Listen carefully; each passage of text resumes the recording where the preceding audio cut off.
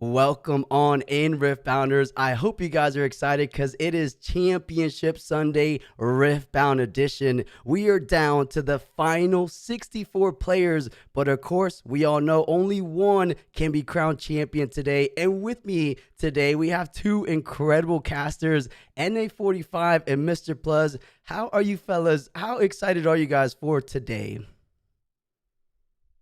Yeah, I'm pretty excited. We had some crazy matches that I was able to catch yesterday. That Jin one was wow. My mind got blown a couple That times. was good. So yeah. It was good. How about you, Mr. Plus? Tell me I'm more. always excited to get into day two of any competition. This is where Championship Sunday, as it were, where all the good fortune has to roll your way to make it to that top eight and to the ultimate championship. So get to see that high level gameplay on day two. I'm really excited. Yeah, I couldn't be any more excited for this because we saw some good matchups, but we didn't see like the traditional high meta matchups. Granted, I wasn't upset about it. I was happy to see all those spicier matchups, but I'm wondering, did any of those spicy legends actually find their way into day two? That is the big Hmm. question. Sooner or later, we should have that day two deck distribution, and we could go over that slightly because I believe today was the 25,000 tournament over at Charlie's Collectible Show, and that meta distribution was a little bit different. I don't know if you guys caught that. Did any of you guys see it? I did not. So, to a little bit of surprise, the number one represented deck at a 25K where there's not best of metal cards to incentivize these players, it was Diana coming in at the number one spot. Okay. Aurelia, number two. The third wasn't even Master Yi, believe it or not. The third was it escapes me. I'm blanking on a moment for I'm gonna have to find it back. But Master Yi was number five behind Sivir. Now there's a good question. What was actually third? Chat, help me out. Put it on stream. I'll find it. I'll find it. Oh, Rico That's made it, chat. EDG Rico is in day two. That is the nice. Oh, Sydney Regional nice. Champion.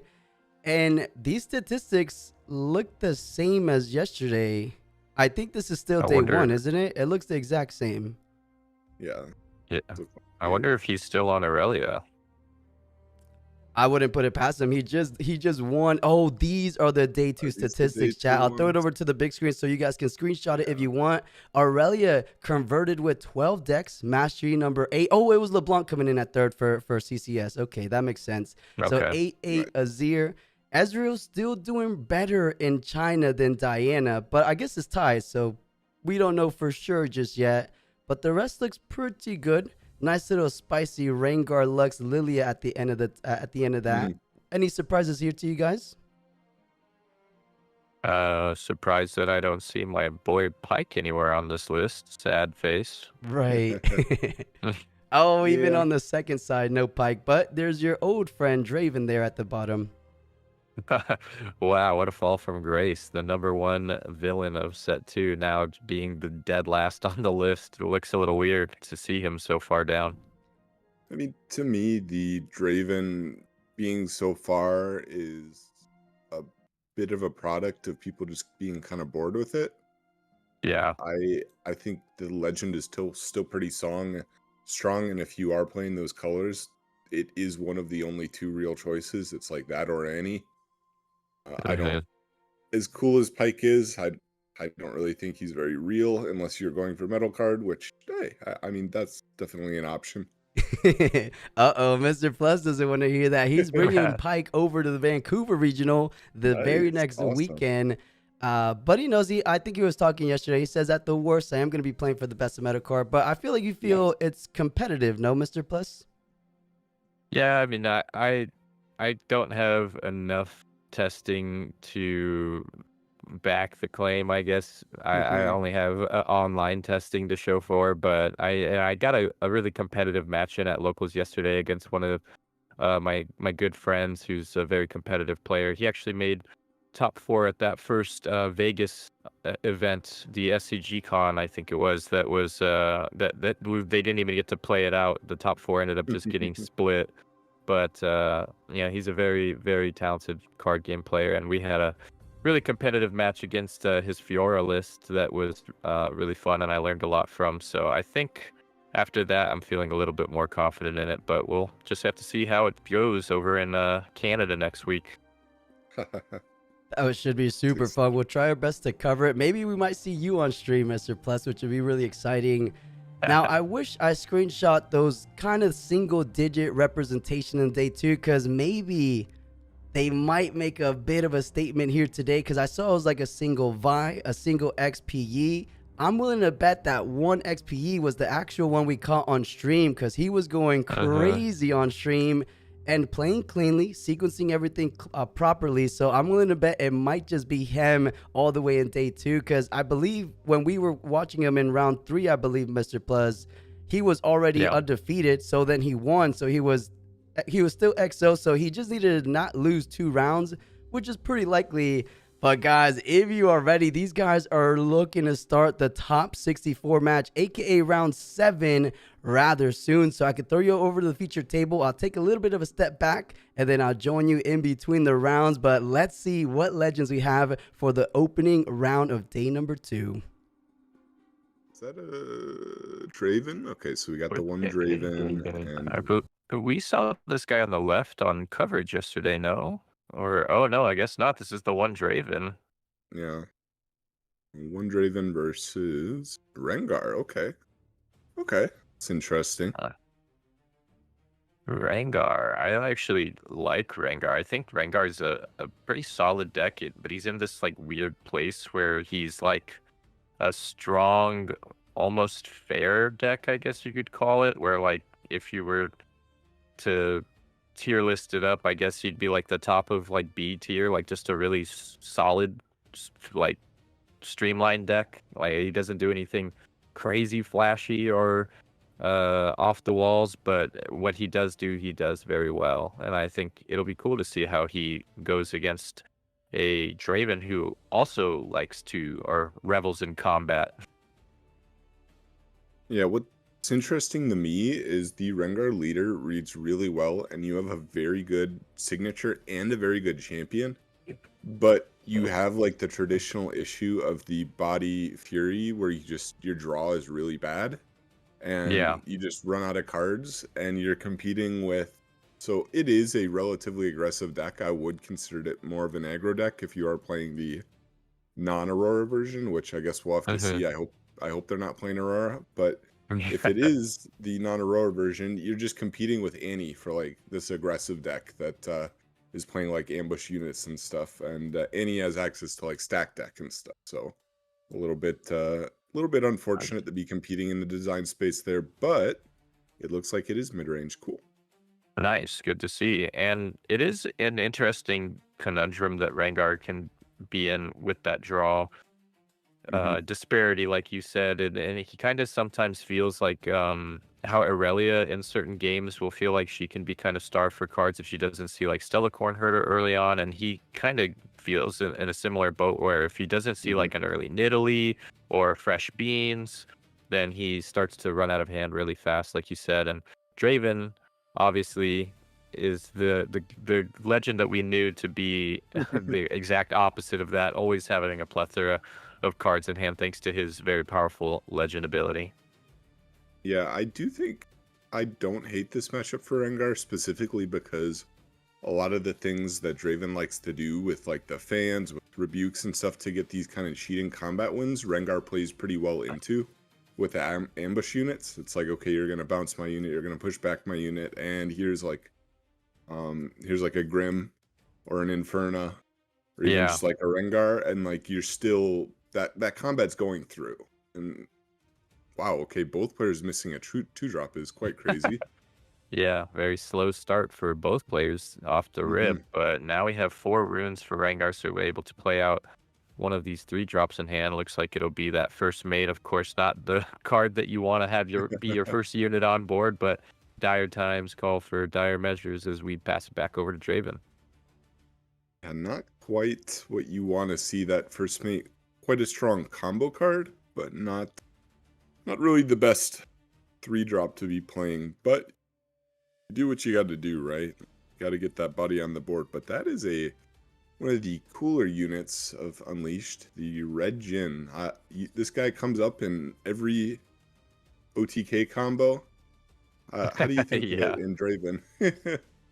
I mean, it synergizes really well with Mhm, Spinning Axe, right? I mean, you're talking about a unit that could walk in, generate you 1 energy, 1 power, and then effectively mhm. make your Spinning Axe cost 1 rune, which is pretty nutty for a card that is already very powerful at its base cost. But when you can discount it with this red Jin, it's that much stronger. And not to mention, it's a deflect unit, so it's even harder to get it off of him in the first place. And he's got ganking as well, so he's really got it all. A very good unit for this Draven deck.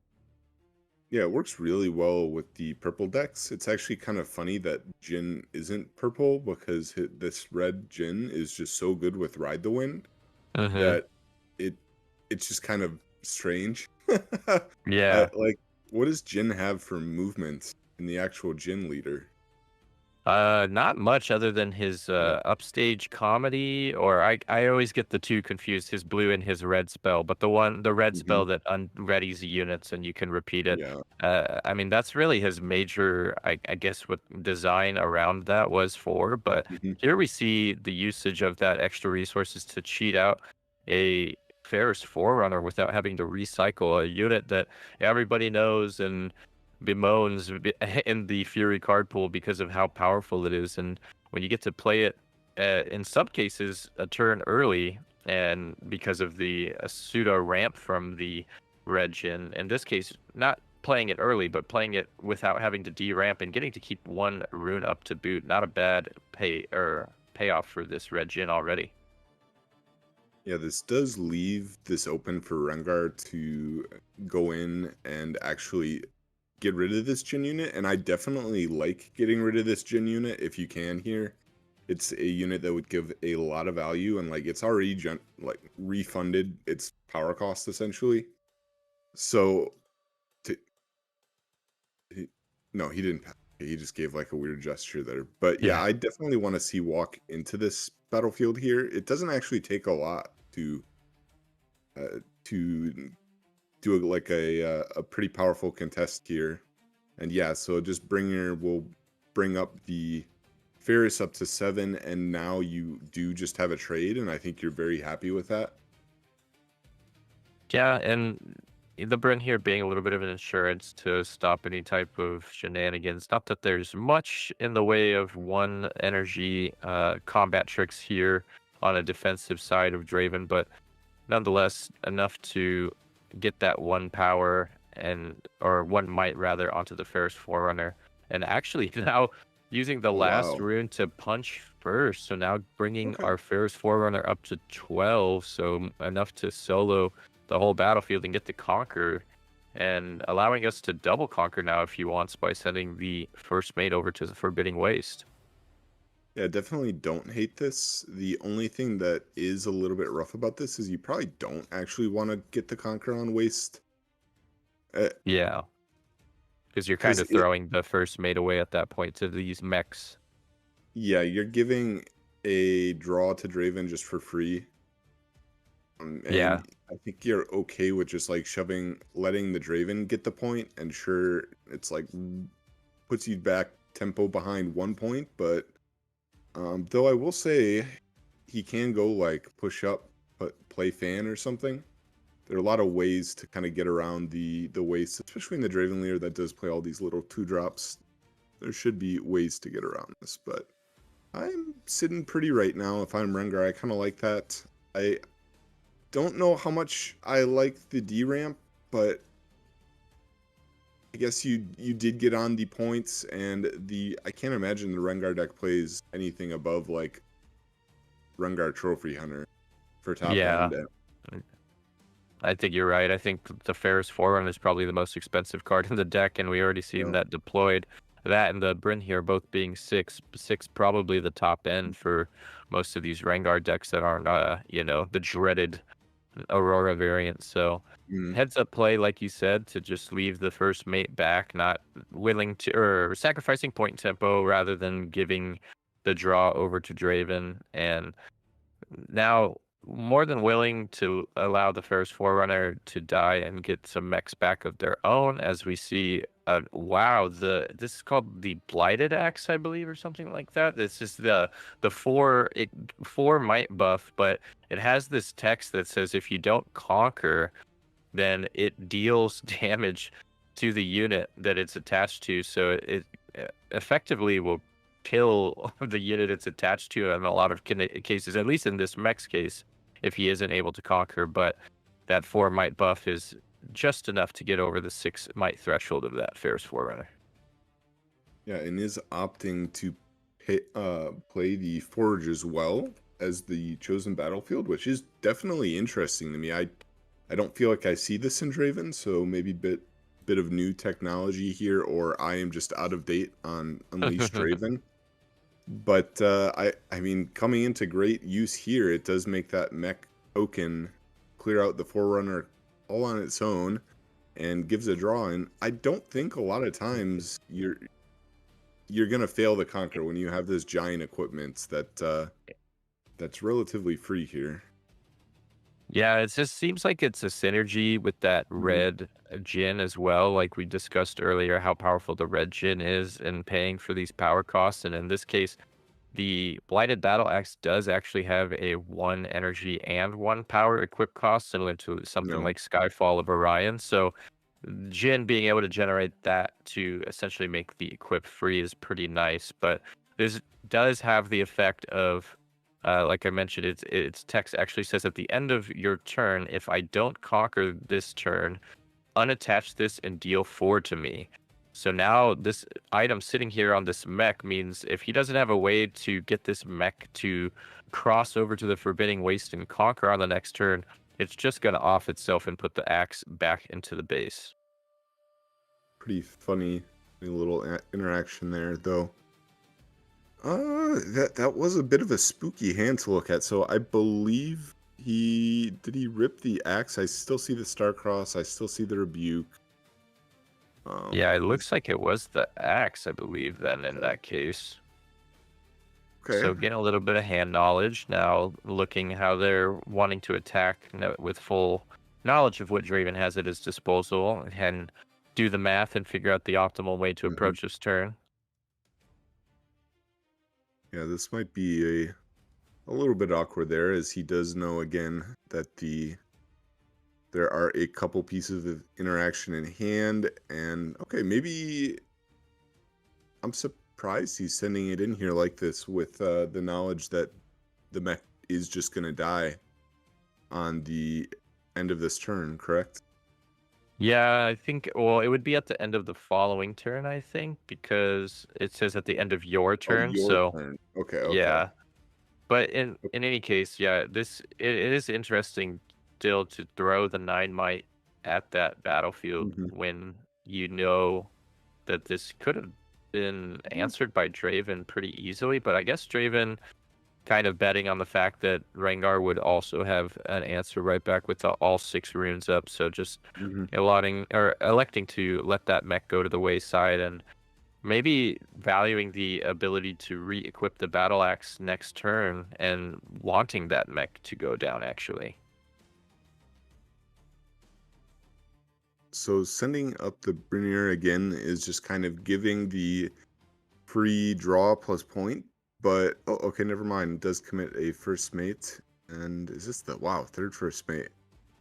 Yeah, I don't hate this. It does go the odd points, which is a little bit weird, so I don't know how valuable doing this so aggressively is, though I think if you do have access to a Rengar signature, I don't hate it, as that card is quite cool with stuff like First Mate, where you do get these on plays again, and then it gives you a lot of mobility that's just kind of out of nowhere. It does kind of cleanly beat cards like Rebuke and stuff as well.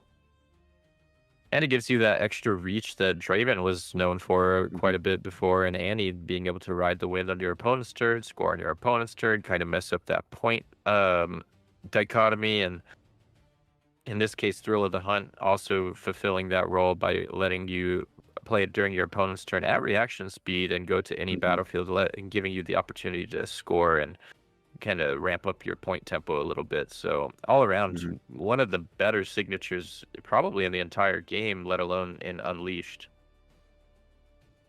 Yeah, definitely, and has some pretty crazy interactions with Brinier, as I'm sure everyone is aware of from silly YouTube videos. But it does give it gives some pretty crazy punishes if you opt to play battlefields like Frozen Fortress that give you put something on the stack before you can actually play a card, which is a bit spooky. A bit spooky, but it looks like just a developing turn for Draven. This does get Rengar the opportunity to get in the point lead as 2-3, not really actually a lead. It is, you're both on tempo to win at the same point. Draven technically ahead if he is able to double conquer, but is not. Chooses to build up the base. Definitely don't hate it. Yeah, I think it makes it a little bit more clear too why the Bryn here came out so early. Usually, if you typically have seen in the past Bryn here be kind of like a late game closer card, but in this instance, throwing it out early, not really for its effectively immediate, but to have the access to it throughout the rest of the game now, so long as it doesn't get sniped off by something, it's just sitting here and posing the threat that you mentioned of being able to respond at reaction speed with Thrill of the Hunt and kind of time walk your opponent if they walk into it. Now he has to decide if he does want to go on to the odd points, and I think more importantly is if you want to take control of the Forge battlefield, because if you don't, then it just kind of becomes very, very free for you to lose the waste, but the waste is really hard to defend anyways. Yeah, so it looks like they want to stay on even points, which I definitely prefer here. Yeah, it's a fine decision to stay with the even points and not Mhm. sacrifice any more resources when you're more than likely going to give up a couple battlefields here anyways, forbidding Mhm. waste being more or less a foregone conclusion. And then the Forge of the Fluft, maybe you could defend it with those last 2 runes, but more than likely the 11 runes that Draven has at his disposal will be more than enough to take the Forge of the Fluft anyway, so let's not waste any more units away to just go on odd points, as it were. For sure, and it isn't even like you're trading with resources when you do that, because Draven's just getting a draw when they win that combat. So yeah, definitely an heads up play. What is interesting is I believe an Edge of Night in the Draven's hand. So this is a pretty, it looks like it's an equipment heavy deck, which makes sense if he is playing forward. Yeah, of course, we now see the Forge coming into fruition here as after conquering with the Treasure Hunter is going to tap Draven to equip the Blighted Battle Axe, which makes this card a lot stronger. Unfortunately, this card, you only get this battlefield one game in the set, so it may feel pretty powerful here, and you get to see the demonstration of what makes a 4 might equipment that you can just equip for free by tapping your legend. It shows how powerful that reach can be, but after this game, once we switch battlefields, I wonder if that's a card that may end up going into the sideboard. Yeah, not too sure, but it definitely does make it a little bit more awkward for Rengar to take away the waste, as that will be a defending 5. for 5, which is actually not a bad number. I will say though, the Irresistible Feyfolk is one of the best 2 drops in the game, and that being dropped on the previous turn does make the follow-up a little bit, maybe a little bit more awkward for the Rengar, is it lets you kind of, sorry, for the Draven, as it does let you kind of shovel stuff around. But we do have the, oh my gosh, what's this Draven's tagline? It's not the Vanquisher. Showboat. This is Draven Showboat, who gets the 1 Right. might per point you have. So right now sitting at a 7 might unit for 5 energy and 1 power. So pretty strong in its current state, but only going to continue to get stronger. An early deploy for it, I would argue, at this current juncture, but not much else going on in the hand. So get it out now. It's not too weak where you're afraid of it getting sniped out by something like a challenge, but that could come to pass here with the Rengar Trophy Hunter still sitting in the Chosen Champion zone. that when it does come out, thanks to the legend ability, can go up to 7 might and could challenge the Draven should he want to, but we'll see how this next turn comes out. A lot of units at his disposal, so 8 runes at the ready.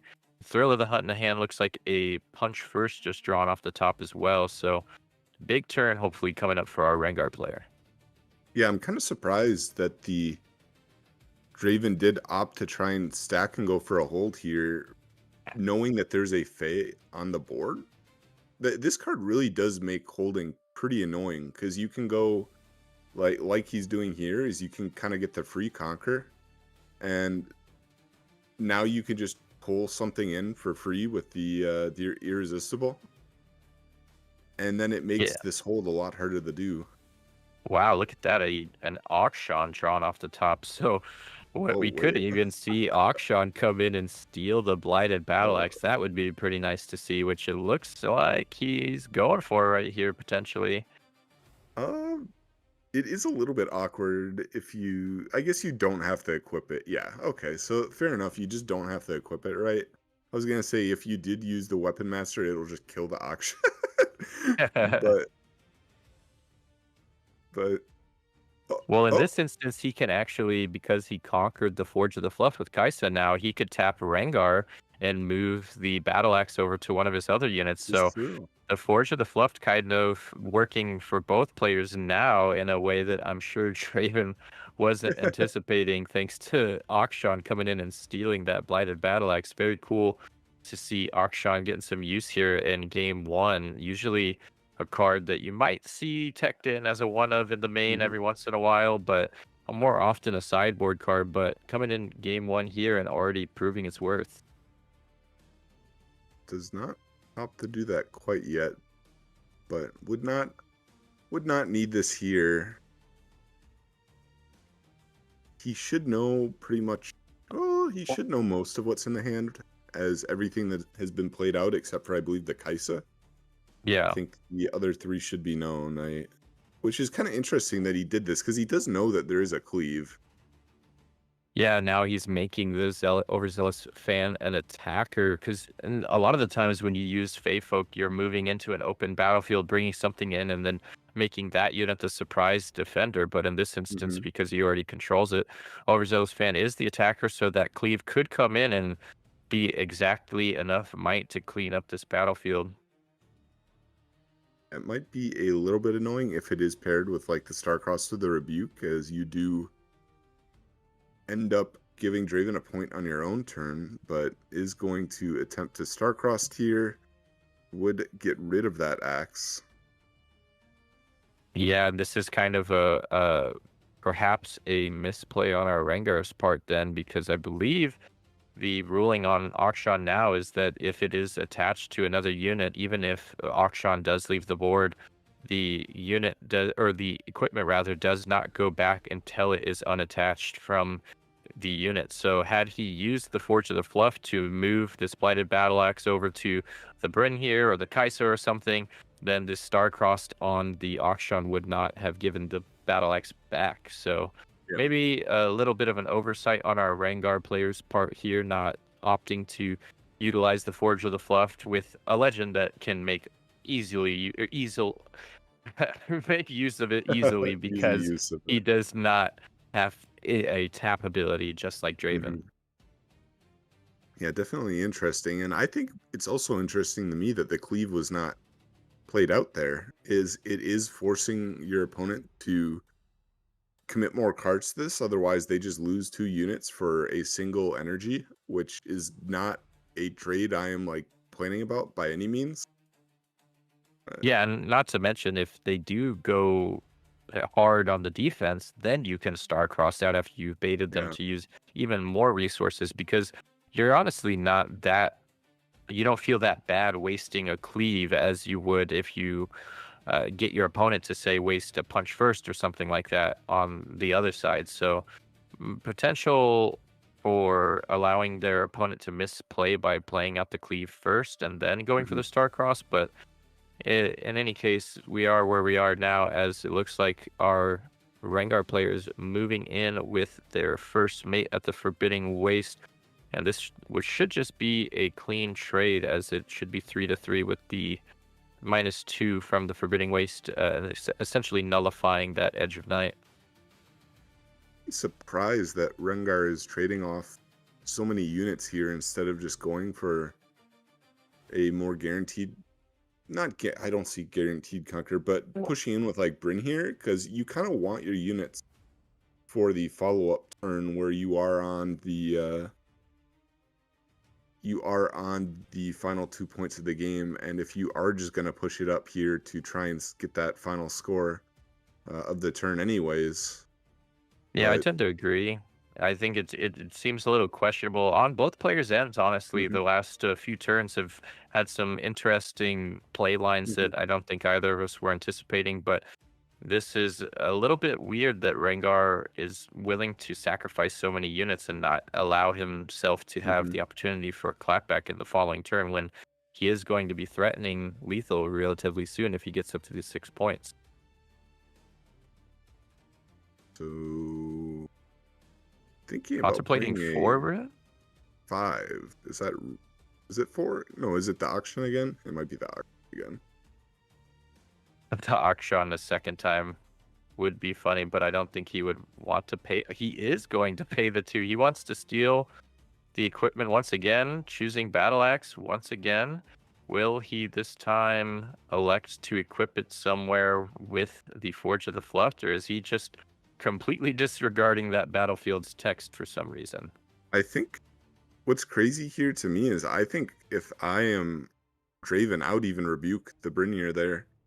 She just is realizing that he's about to kill his own. Oh, wait. Maybe they're having a discussion on whether or not he equipped it upon stealing it, or it looked like he may have stolen it and put it to base rather than equipping it to auction, and now is being told that he has to leave it that way. I'm not entirely sure what's going on here, but I think if it did get equipped, this would this would just end up killing the auction, because I would have to defer to the judge's ruling, but it does say if I didn't conquer this turn, unattach this and deal 4 to me, and auction didn't conquer this turn, so this should theoretically just kill the auction and then give itself right back to the Draven. Yeah, wow, because this is like the same thing we said before, where there was the opportunity where you just play it. Yep, Oh it looks like that's what happened. He did not read the Blighted Battle Axe text and did not read Forge of the Fluft either, I guess, and just paid for what was that? 4 orange runes in 1 turn, recycling to play auction. Or no, sorry, not in 1 turn, but playing the auction again after the Starcross to steal the Blighted Battle Axe the second time and give it right back. That was I don't know what else to call it other than a massive blunder. Yeah, that was a little bit crazy. I will say here, there is, I believe, a Thrill of the Hunt in the hand. So there is a fairly large opportunity here to randomly just win the game. It's similar to Ride the Win in that a Ride the Win when you are on 6 can end the game. That being said, he does know of the Rebuke in Draven's hands that honestly I kind of expected to be used on the Bryn here, but was opted to not be played. Looks like Rengar is thinking if he does want to protect his units, but nope, instead does let the units die. And here's a question. I should know this, but is there a window to respond to activating the equipability of an equipment, so that in the case where we just saw our Draven player activate the Blighted Battle Axe to equip it to the Draven Showboat, could Rengar have responded with Thrill of the Hunt and gotten that Bryn here off to be able to time walk his opponent effectively? I want to say yes, because I believe you can Starcross stuff that you're trying to attach to. I want to say yes. Do not. I believe so. I thought so. I just wanted to clarify with you and perhaps make sure that I wasn't misinterpreting the rules. But I think there was a window there to Thrill of the Hunt if I believe that's the last card in hand, or one of the last two if there's two cards in hand, but he could have potentially just won the game on the spot there because there was no reaction speed answer in Draven's hand at the moment to deal with that. It definitely would have been a little bit annoying.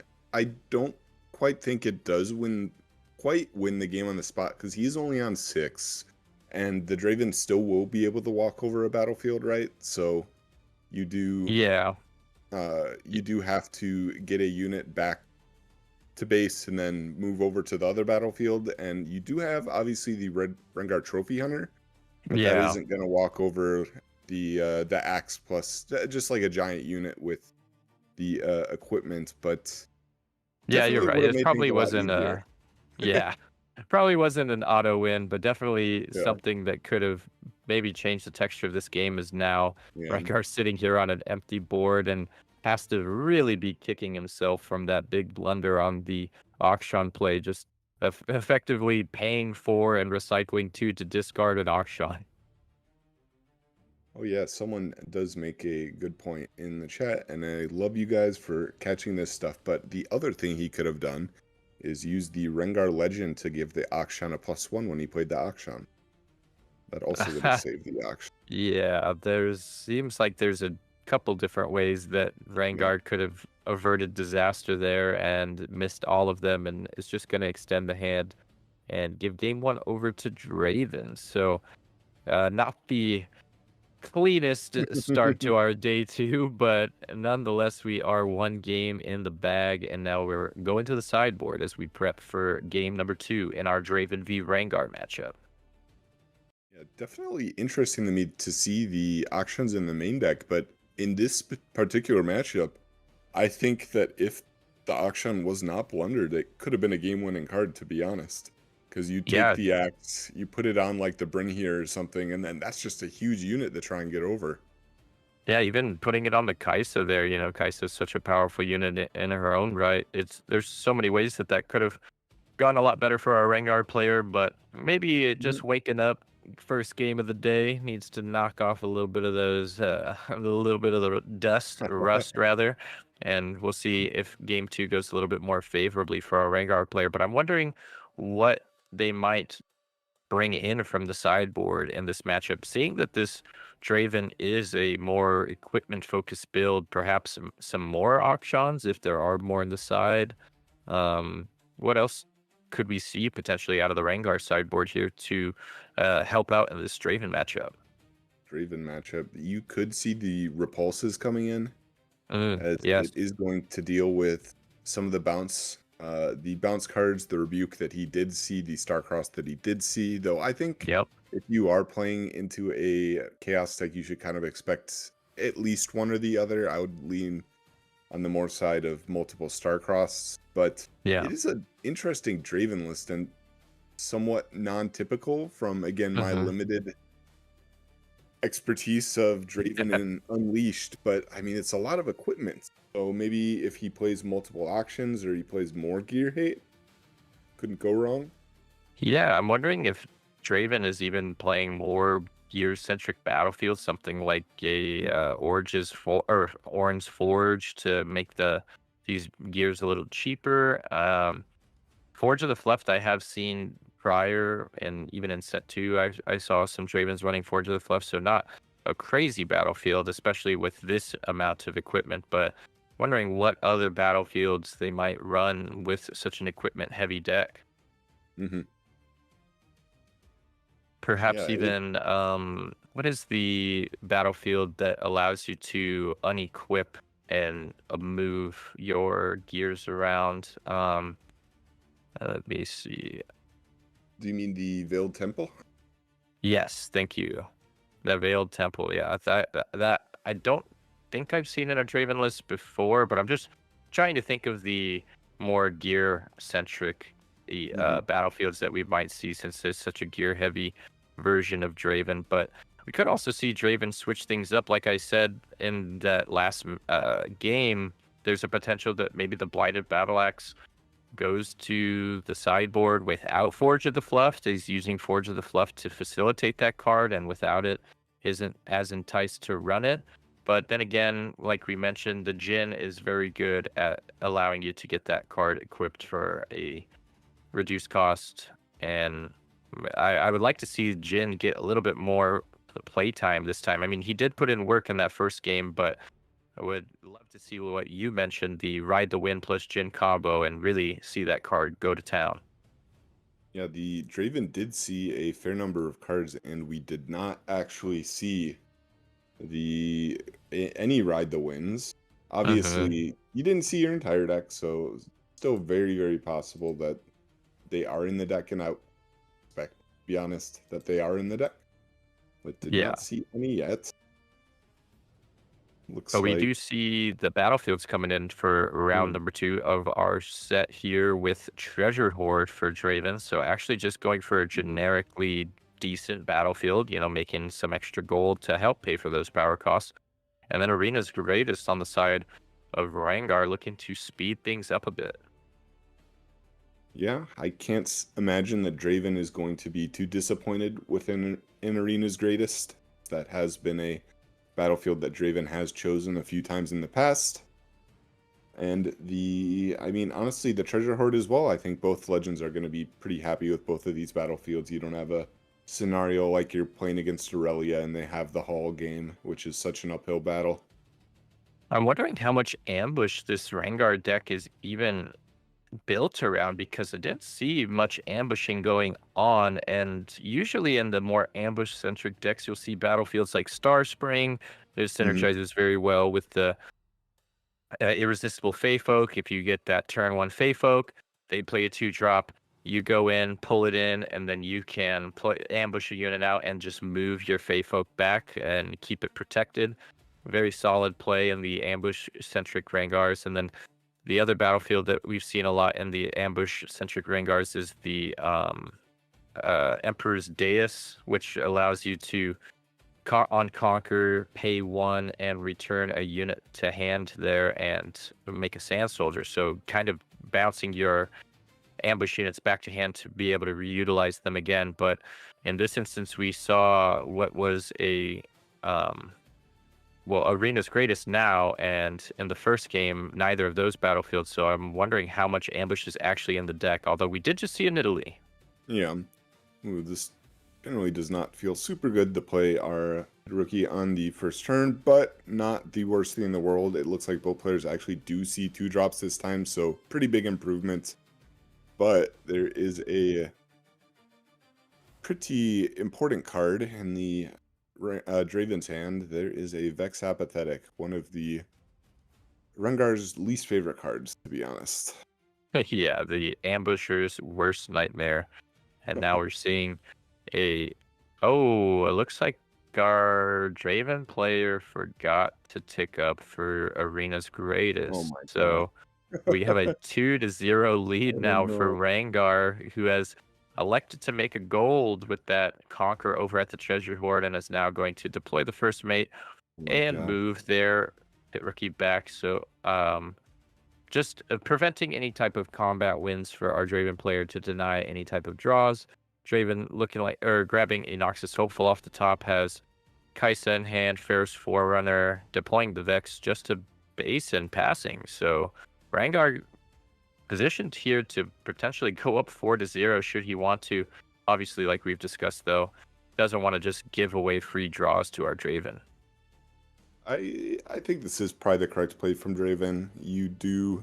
If you do push up with the 2-drop, unless you do want to commit more cards to this, you are just losing the board. And losing to board is almost always the incorrect play. He does lose the Vex immediately if he plays it to the battlefield, as you only have 1 rune up to protect it, and they can just swing in with 5. Cool little Nidalee animation there. It doesn't look like, so I don't even think that the Rengar is going to push up here, because again, we're just like we said, it's kind of, you lose to board if you do push up, lose the... Just kind of a standoff situation here where both players are just setting up boards, waiting for someone to make the first move. Whoever's in a position that they feel comfortable enough to move in and then place in defense. Right now, Rengar more than happy to bide his time. Already having that 2-0 lead can kind of just allow Draven to make that first move, as Draven's only sitting on 3 units to 4. Obviously, the 3 units Draven has are a little bit more impactful, but nonetheless, Rengar still has quite a bit to work with in his own right, and it looks like he might be willing to make the first move here as he's summoning the Noxus Hopeful to potentially go into one of these battlefields. So who do you favor in the case where both players are just choosing to build a little bit and set up for future turns? Is it Draven or and speaking of the Ride the Wind card, there is the Ride Yeah, the we Wind get card to in see the one. Draven card. Yeah. Yeah. Yeah, I'm not sure. I mean, I would want to say Draven just because of Mhm. how the tricks that Draven has at his disposal, but given our power of omnipotence as casters in this situation and getting to see Mhm.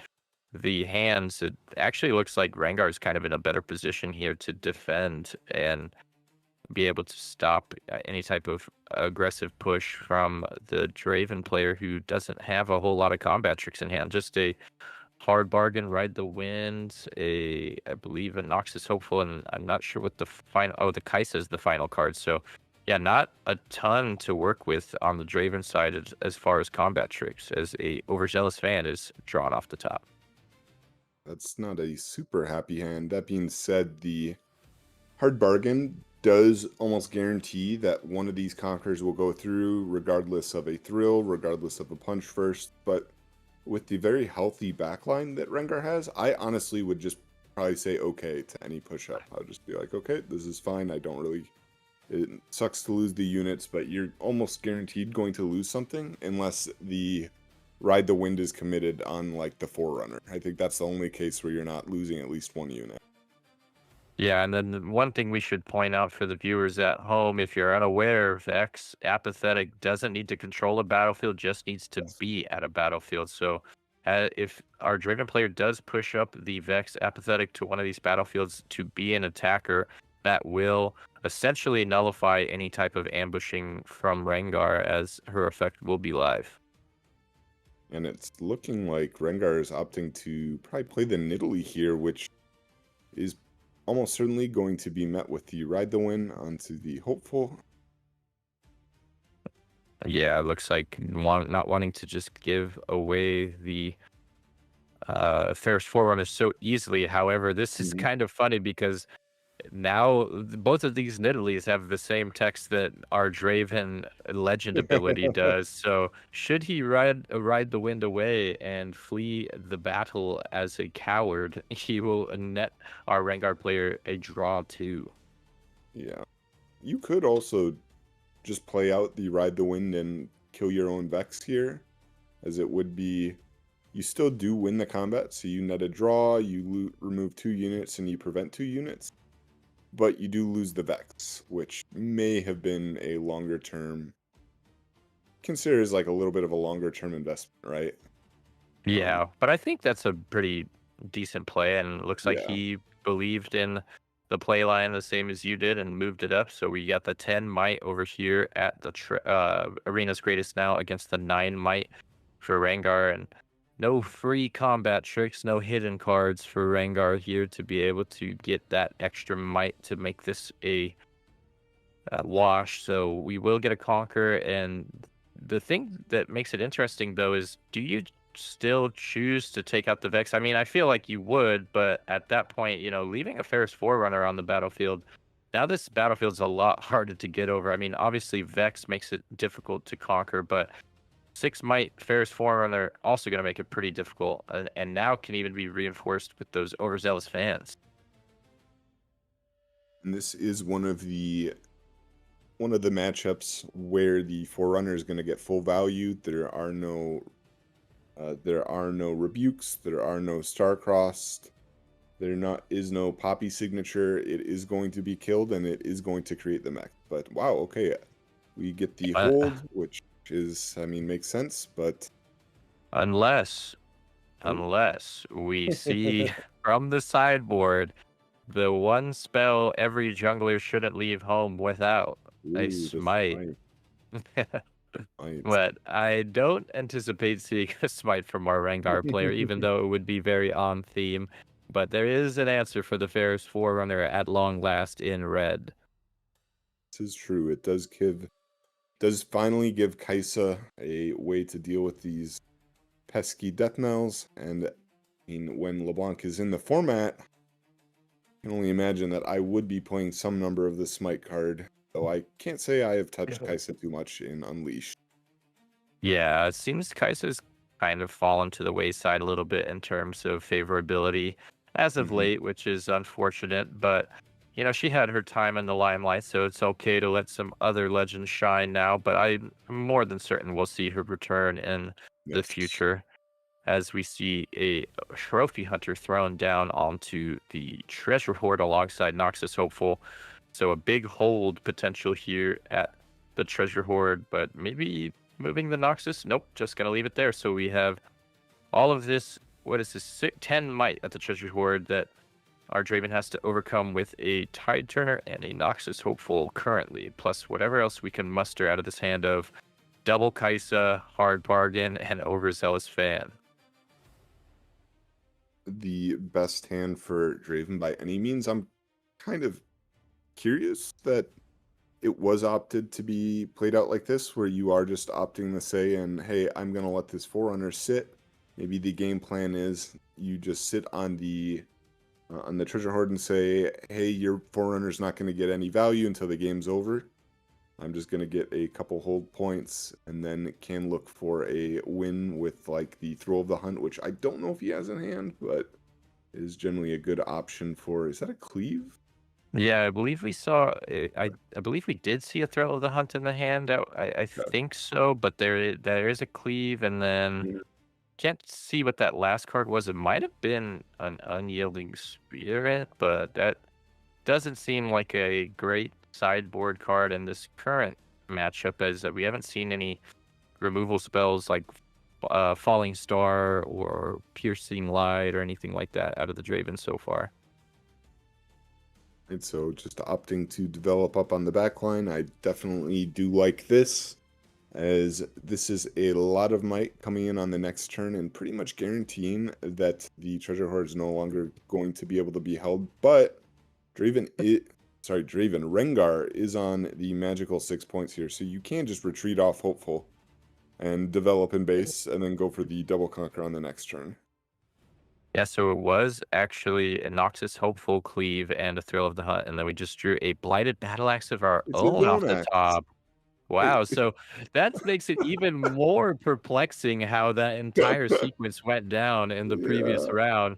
If he plays the card, he should know how the card works. But in any case, we are in a commanding position now in the Rengar seat at 6-2 with a decent board already set up in base. It looks like Rengar is poised to potentially take this game. He just has to find the line to get there, as looks like he'll finally relinquish control of the treasure hoard potentially here. I think if I am Rengar here, depending on what's in his base, in his hand, I didn't quite catch. Are there any units? I quite see, but if there are any units, it's just like play unit in base, play the axe, which I mean probably don't even equip it to anything.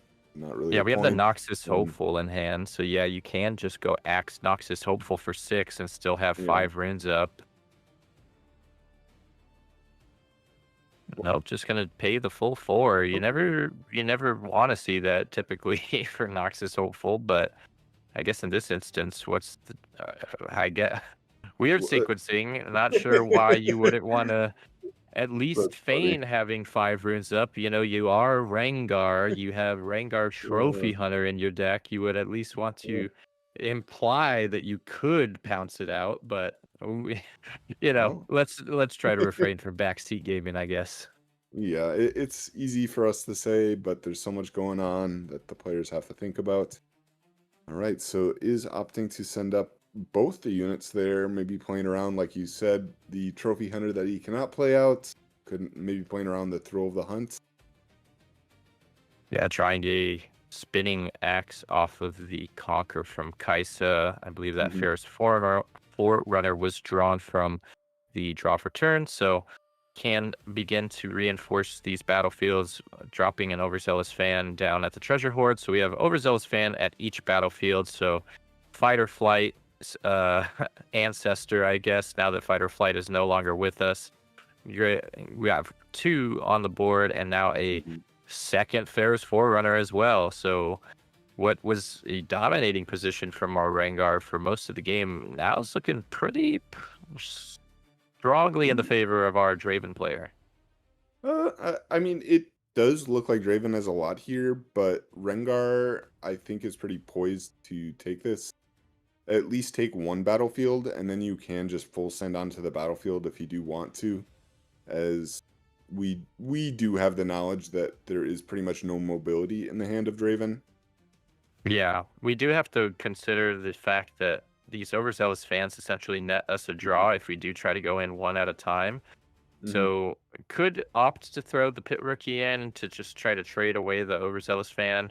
But that's what makes Draven so frustrating to deal with, because in this instance, when you would want to try to make these value plays, maybe get a couple recursions of the Blighted Battle Axe and play it, go in trade, re-equip it, do the same thing, rinse, repeat. Every time you do so, you're just giving Draven more draws. And in this instance, Draven is going to elect to tap out here and deploy his Spinning Axe over onto our looks like Overzealous Fan, not giving it to the Forerunner, electing to give it to the Fan, and now a Cleave will meet to get a clean trade and effectively discard the Spinning Axe. So getting a draw off the combat win will net our Draven player a Noxus Hopeful.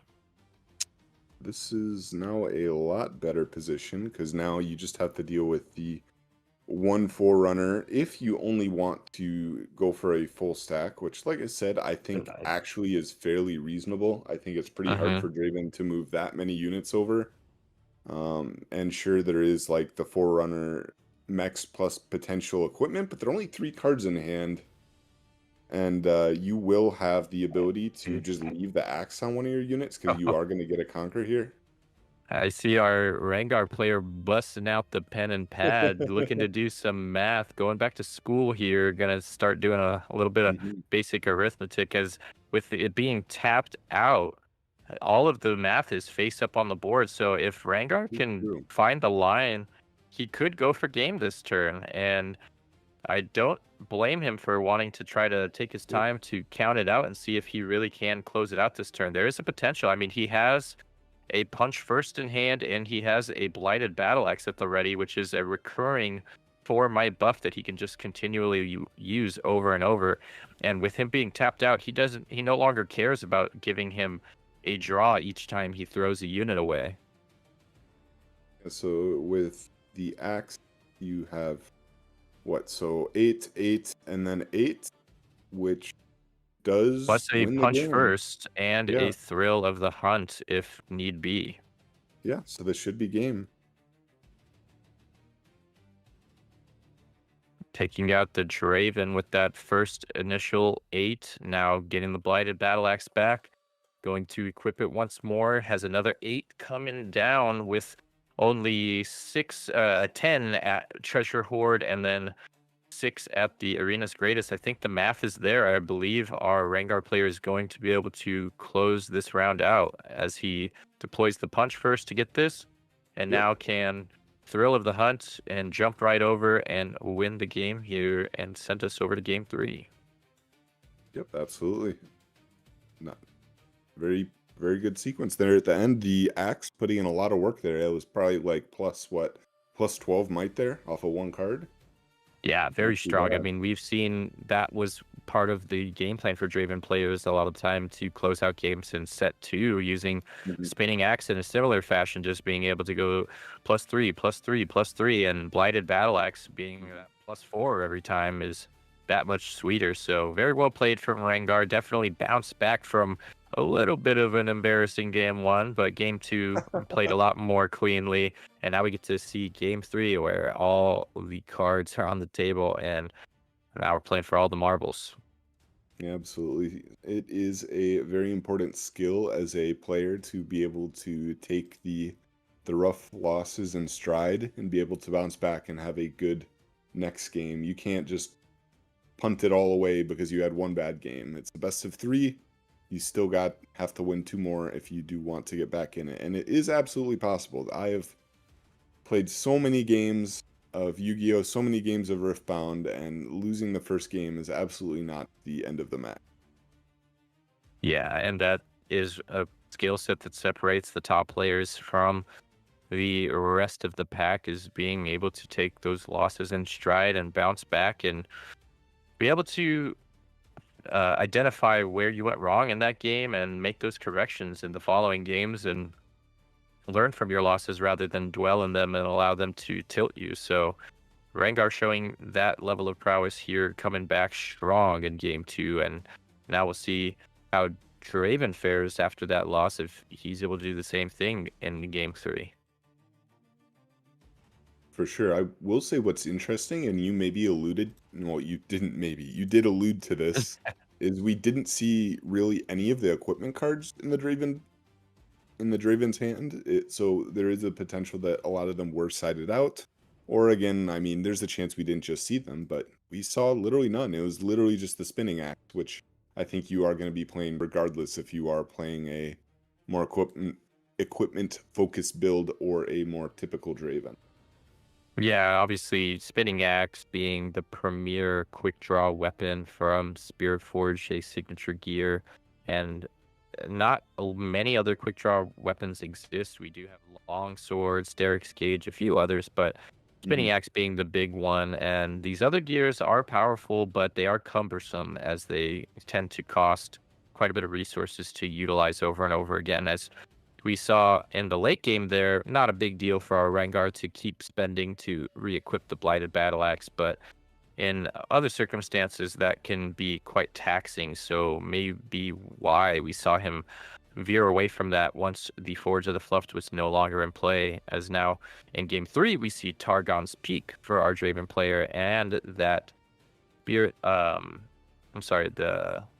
already said the name earlier and now I'm drawing a blank. The battlefield for Rengar is the Star Spring that allows you to, once you play a unit to a battlefield, you can move another unit you control at that battlefield back to base. So synergizing really strongly with our ambush mechanic, as it looks like we've seen some new cards that we haven't seen in the set this far. Maybe they've been there all along, just weren't drawn, but a Falling Star and an Evelyn in the hand. It looks like Draven actually opting to throw the Falling Star to the bottom, but keeping the Evelyn. So let's see if this Evelyn gets to come in and do some work of her own as the essential purple version of the Irresistible Fae folk somewhat. Yeah, I mean, it's a pretty powerful unit in the Draven deck in particular, as it does say the existence of this card makes it so that when Draven does hide a card on a battlefield, you are kind of enticed to have to actually go for a combat there and not just let them free hold. And it can be hard to get these combat wins when you're attacking in, when it's backed up by like fans and stuff. But if you don't, well, then the Evelyn can go and try and pick apart your backline, which is a little bit scary. Yeah, and I was wondering if we would see Dravens maybe playing alongside Evelyn, maybe some Bone Skewers to try to force more combats their way and get those draws, and maybe remove some pesky units from the hand. And just general hand knowledge is always good to have, but no Bone Skewers seen in the list yet. Not sure if that will be a popular card in Draven decks going forward, but for the time being, we see our Overzealous fan move up to the Targon's Pink to get us the first point of the game, and now we'll see whether or not he will be choosing to hide the Evelyn alongside that Overzealous fan. Definitely do like the Bone Skewer card in this deck. I think that if you are going to play a more typical set 2 Draven list, which would involve, like, again, very similar to set 2 plus new cards versus the what appeared to be the more equipment heavy game 1 list that maybe was sided out, or again just did not, maybe they're just like a few random cards in the deck like one-ofs and we just happen to see them all in one game, which is very possible. But yeah, so opts to play out the Evelyn just as a unit. Kind of interesting. Yeah, very interesting actually to see that come down as now Pit Rookie comes down, triggering our Mhm. Rengar to give us a +1 over to the first mate, as well as the buff, which will make us a 5 might unit, more than enough to clear the battlefield. But of course, Overzealous Fan there can push this back. But as well, there is a spinning axe, so Draven taking some time to consider whether or not he wants to Mhm. do the early spinning axe deploy or just go for the pushback with the Overzealous Fan.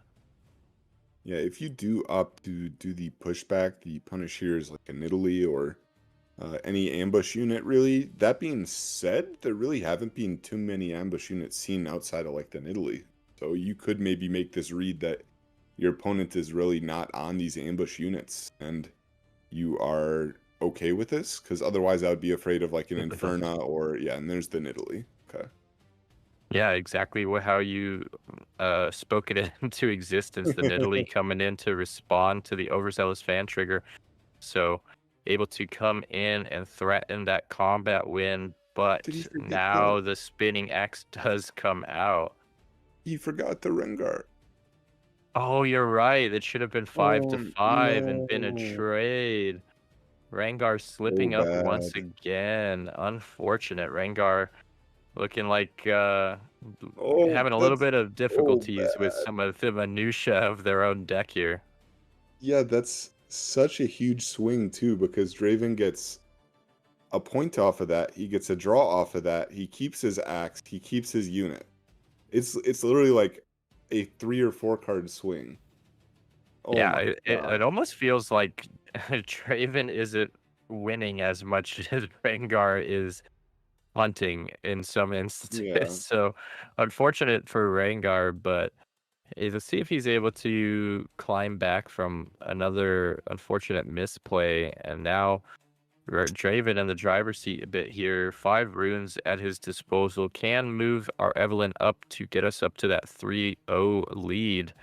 But not much in hand to do any kind of defending. We just have Ride the Wind, a Sharkling, Pharaoh's Forerunner, and I believe Edge of Night was that final card there. So just gonna elect to actually throw down the chosen champion, Draven Showboat, only having the +2 buff right now, just a 5/5, but just wanting to get a little bit more set up, feeling comfortable with the lead. Yeah, this is, I mean, if there's one saving grace to this game for from Rengar's perspective, is the Draven's hand is it's somewhat dead. It's not bad cards, but right here in this situation, not actually doing too much, because you did see he even opted to play out the Draven pretty early here, and wow, okay, so plays out the Trophy Hunter, and we're kind of back to what was going on in game 2 with a little bit of base development and game of chicken, really, where both players don't want to commit too much to the battlefield.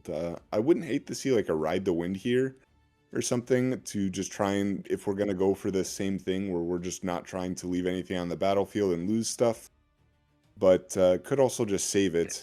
Well, hmm Yeah, and interesting too that this is a little bit different from last game in that hmm when they were going for this setup standoff type game plan, Rengar had a much more commanding lead, and now this time hmm Draven is the one with the lead. So obviously that went in the favor of Rengar in game 2. We'll see if the same goes for our Draven player here as we see a conquer onto Targon's Peak with Draven Showboat, bringing him up to 6 might. And now a conquer with Evelyn on the Star Spring, bringing him up to 7 might, and a Pharaoh's Forerunner deployed alongside him at the Targon's Peak, and going to potentially move the Tide Turner up as well and just go for some big holes at both battlefields.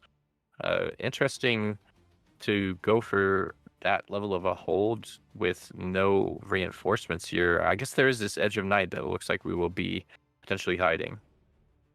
I'm mostly surprised that the battlefield that was stacked was the Targon, to be honest. I thought that you would maybe put more units onto the Star Spring, as that is the battlefield that I imagine Rengar would prefer sitting on. But okay, does opt to hide. Wow, okay, hiding the Edge of Night there is kind of crazy. That is the Edge of Night, right? Yeah, that was the Edge of Night hidden with the Evelyn, so only having the 4 might threatened there currently, but thanks to Targon's Peak Trigger, we did get that Mhm. untapped too, so that Ride the Wind is looming should he look to try to bait in a attack over at the Star Spring as we see our first mate come in. Now Edge of Night being deployed. Gonna get us up to a 4-4 even trade currently. Will we see Mhm. any other combat tricks deployed from either player?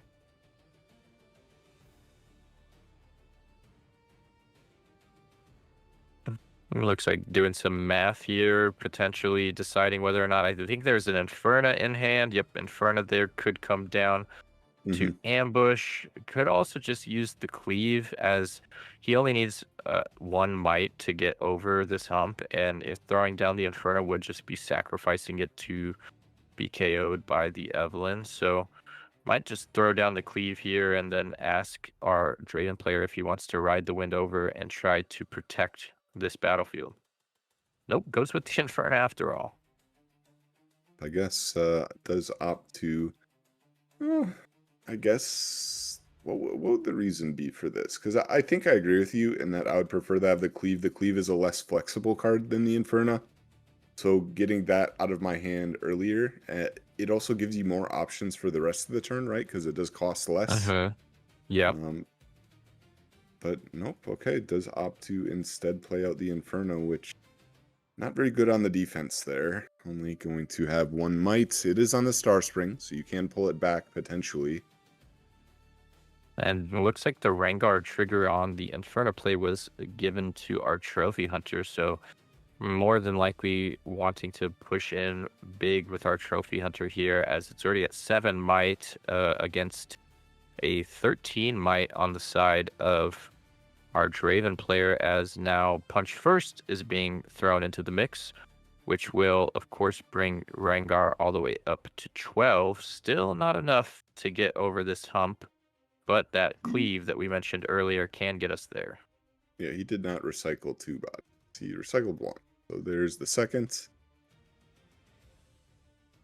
Good call, or good catch rather, on the judge's part to maintain the proper game Yes. state now, as we see 1 mana being played or tapped. Oh, It looks like he's indicating 1 floating here, which why would you not use the 1 floating for the cleave? But in any case, Rengar now with that Assault 3 will be up to 15, so more than enough to deal with our Draven's 13 might here, but Ride the Wind still looming. Can throw our Tide Turner in for an extra 5 should he want to.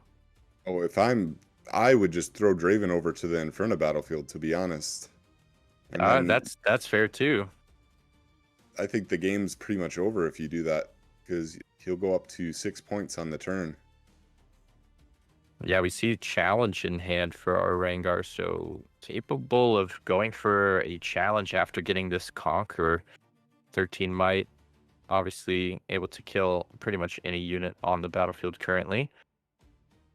But Rengar passing focus over to our Draven player, who is going to elect to play the Ride the Wind and is Okay, just going to nice. throw the Tide Turner up. So extra 5 might bringing us up to 18 should be over here at the Targon's Peak on the side of Draven versus, I believe, what I said, 15 on Mhm. the Rengar side. So going to need an extra 4 might here in order to get the victory, but doesn't have any more buffs in hand.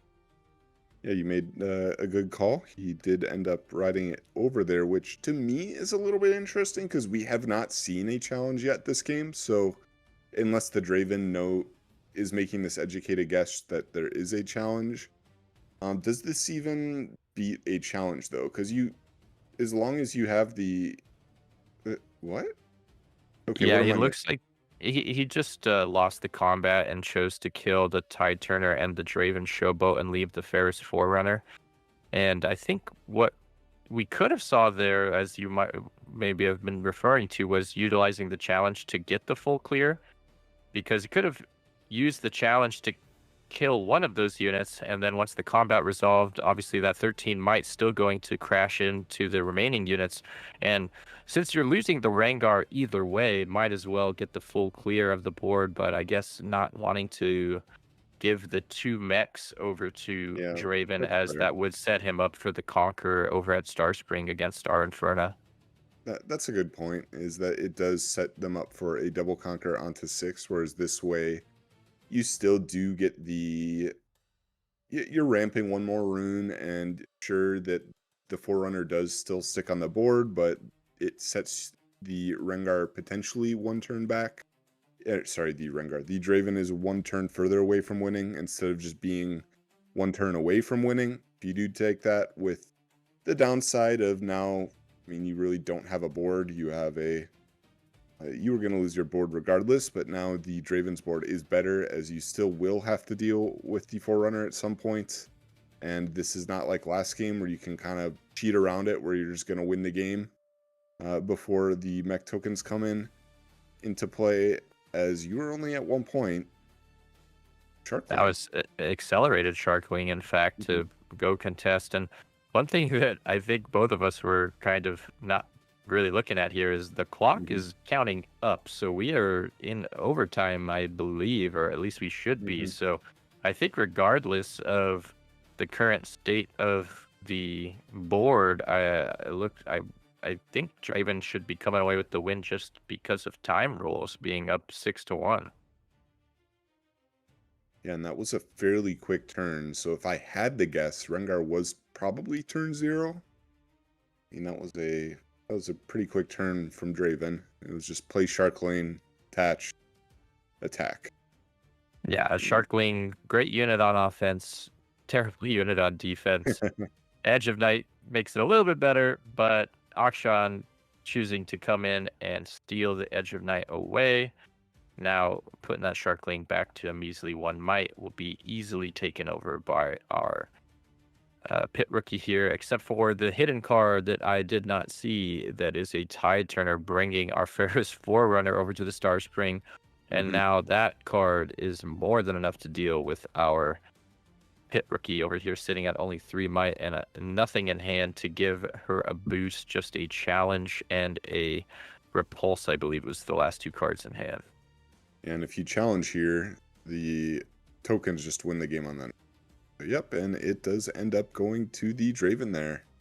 I think it a little bit disappointing to watch, because I do feel like the Rengar had ample opportunities to win, at least put themselves in a much better situation. It's easy to say win, but the whole game, the whole texture of the game changes if these things were done differently. So maybe the Draven plays differently and it's like a snowball effect, but it definitely does feel like the Rengar, maybe the nerves got the better of him or whatever, but because he did get here.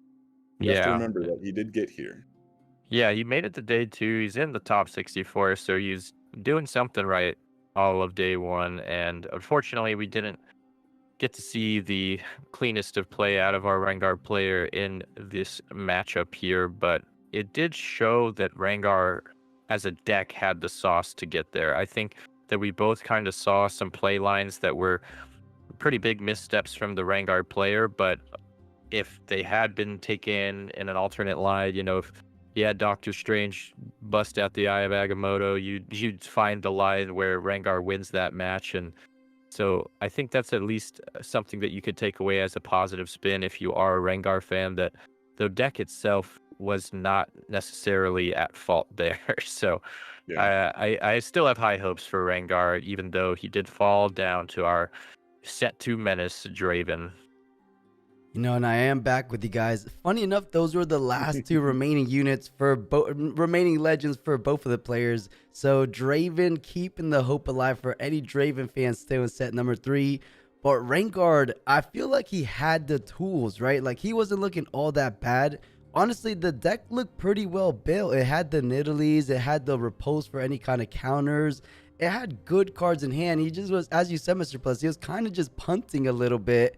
So kind of beat himself there, because I think everything started just going a little bit downhill once he forgot the buff on the Nidalee one, right? Because that would have changed everything. You Uh-huh. tied, you lose the spinning axe. Things could kind of spiral from there. So for sure, I think Rengar had hopes, but just kind of getting the stream nerves got the better of him, maybe.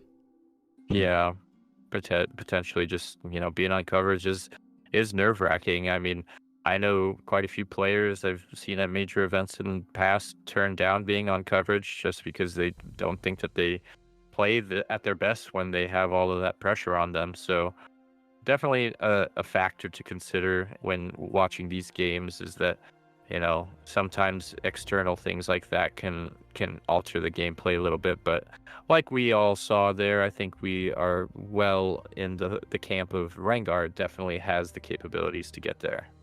Hmm. Yeah, definitely a cool deck, and it is one of the Unleashed decks that does actually have its own kind of very unique play pattern with all the ambush cards.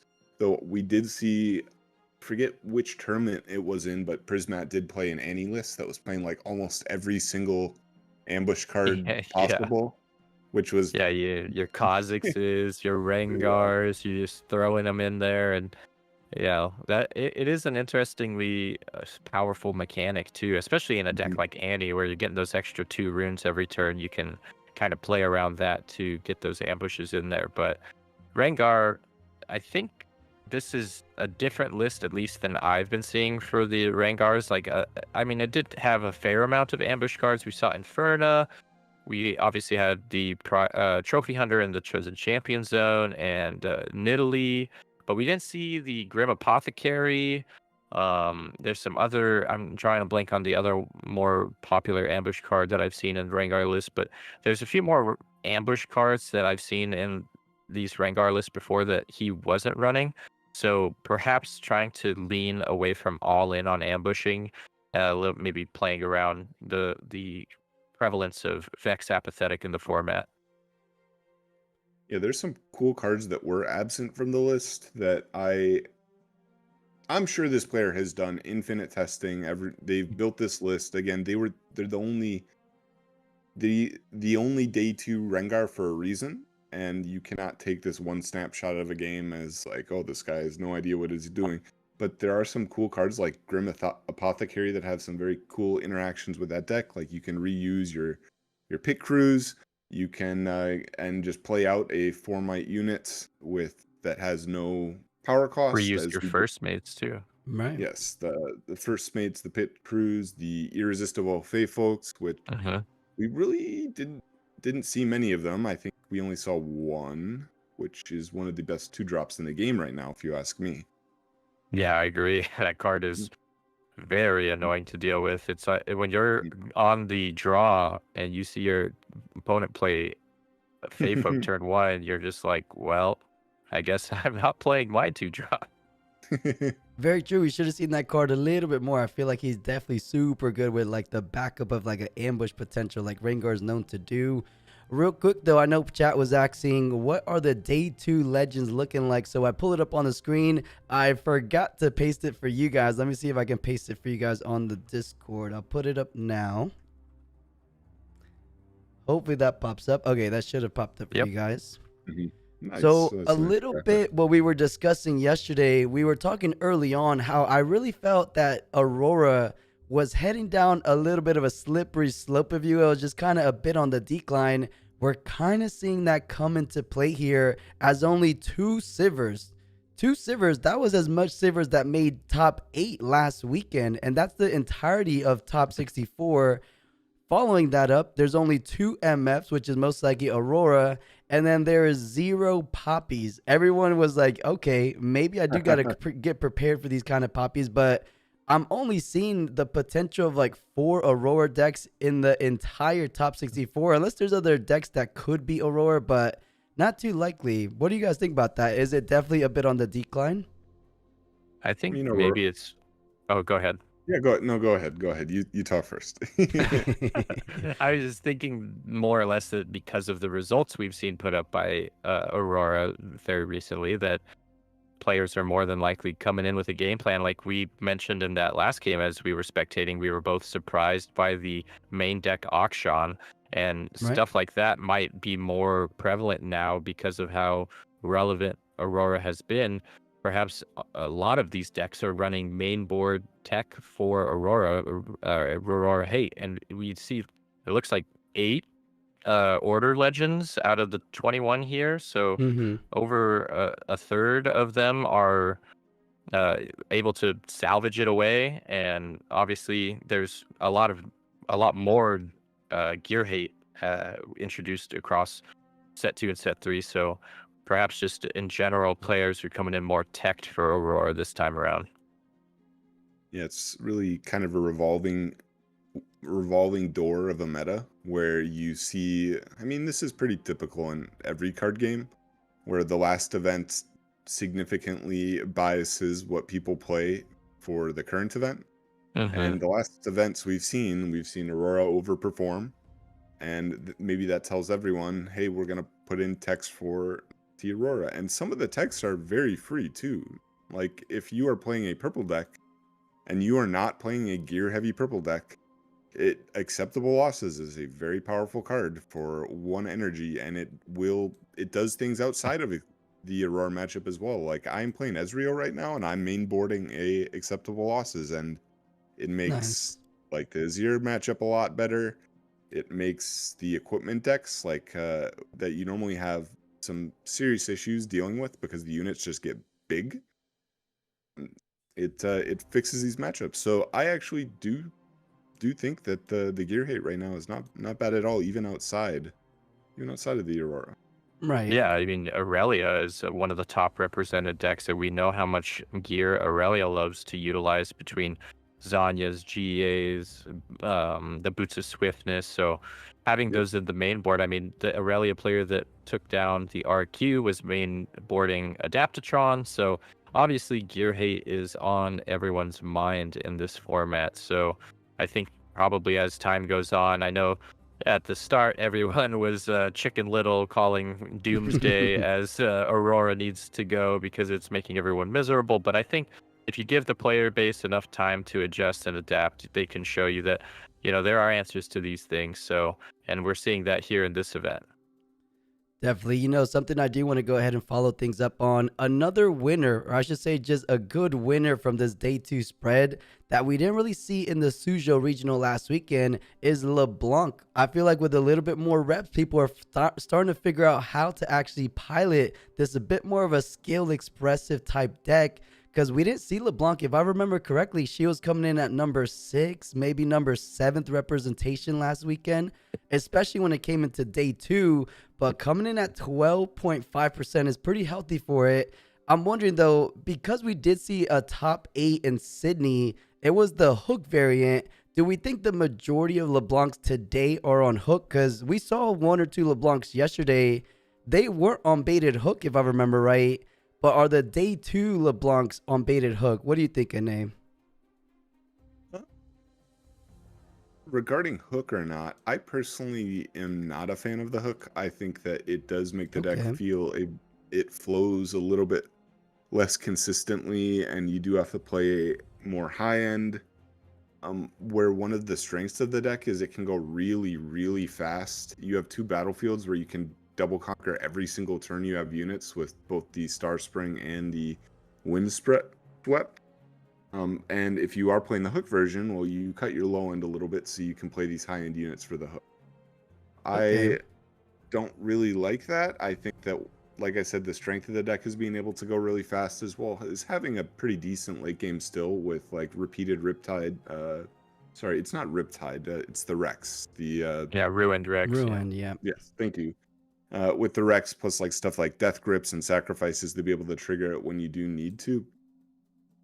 But I personally think the rise of LeBlanc I think that deck dog walks Aurora. It's like really bad for Aurora because, like I said, with the Star Springs, with the Windsweeps, it is pretty reasonable for the LeBlanc player to win the game on the fourth turn. A lot of, sorry, on their 5th turn, right? Because you go 2, 4, yeah, 8. I mean, I see what you mean, right? Because you don't necessarily need LeBlanc, or you don't necessarily need baited hook, rather, to be successful with LeBlanc. So we've seen it before. Even when you don't draw those baited hooks, you're still able to do some ridiculously crazy things with that legend. So I'm hoping to see we see a little bit of that in this day too. But Mr. Plus, anything that kind of catches your eye as a little bit of a surprise? I know we were trying to talk about it earlier before we just went straight into that first round of the feature match. But now that we got a little bit of downtime, anything that kind of stands out? Or is I everything am a kind of little as you would expect? I'm a little surprised to see there's a Vi that made it into the top 64 of Right. all things. Vi being one of the more looked over legends in Unleashed, not seeing a whole lot of play thanks to her legend ability feeling a little bit difficult to resolve consistently. So cool to see that we do get one Vi that made it through into top 64. Let's hope maybe they were able to get into top 32. But outside of that, I am not seeing anything else that is really too shocking. I think the rest of this layout looks like kind of par for the course in terms of what I expected to be like the top representation. We got Aurelia, Proving Grounds Yeet, LeBlanc, Azir, our two blue-purple menaces with Ezreal and Diana. So I think the top end looks just about right. And honestly, with this just being a top 64, like this distribution of 3, 2, 2, 2, 2, 2 of all these different legends and then all these one-ofs, I think this is pretty fair overall. Right. I agree. I feel like the top end is nice and pretty accurate as to what a lot of people would consider the highest legends right now. I want to look at right in the middle. I feel like this legend might be flying under the radar. I mean, we saw Yep. one Darius do really good and was right there of actually taking a dub against, I believe it was an Aurelia. Which were you, any of you guys? I don't think you guys were casting that match. Or were you, Mr. Plus? Were you casting the Darius matchup? Oh yes, I believe that I had the Darius versus Aurelia game, but that was not last week, was it? I think that was a little while ago. In any No, case, that was yesterday. No, the one that was playing Blighted Battle Axe as well. That was the first time we saw it in the regionals. I don't recall a Darius yesterday, It but might my it might mind have been might another be. caster. The rounds are kind of blending in Yeah. together with all the Riftbound we watched. But Yeah. it was a Darius, and he was undefeated. It was an undefeated Darius versus an undefeated Aurelia, and he was doing surprisingly well. What ended up happening is, if you guys didn't see it, they ended up tying. So no player ended up winning. So I'm wondering if that Darius ended up squeezing in, because he was definitely cooking with Darius. It was a different build, as I kind of alluded to. It was the Blighted Battle Axe and a little bit more gear centered as well. I'm trying to really think back anything else that kind of stood out, but maybe we get a little bit of Darius action in top 32, top 16, because that's definitely a legend we didn't see any of last weekend. Yeah, Yeah, I think. Go ahead. Sorry. You're good. You're good. I talked about this a little bit before, and I think it was one of the weeklies. Plus, I might have even been casting with you, but Darius was pretty slept on for most of Spirit Forged, and it continued to have some of the best individual legend results. If you don't look at like top cut, but like the conversion from day 1 to day 2, Darius was consistently one of the top 3 even legends, where it was consistently having the players that brought it do very well with it. So to me, this just says that, well, Darius has just kind of been good all along, and people are not playing it because it's boring, or boring to them, or it's like a very simple aggro. And I say simple, I don't think aggro is inherently simple unless the deck gives it to you, which I think aggro LeBlanc can be relatively simple because the deck just gives you the 2 points every turn. Whereas like with a deck like Darius, well, you're not getting the 2 points for free every turn. You do have to actually navigate the board a little bit more. But I think the deck just is good, and for whatever reason, Right. people just don't like playing it.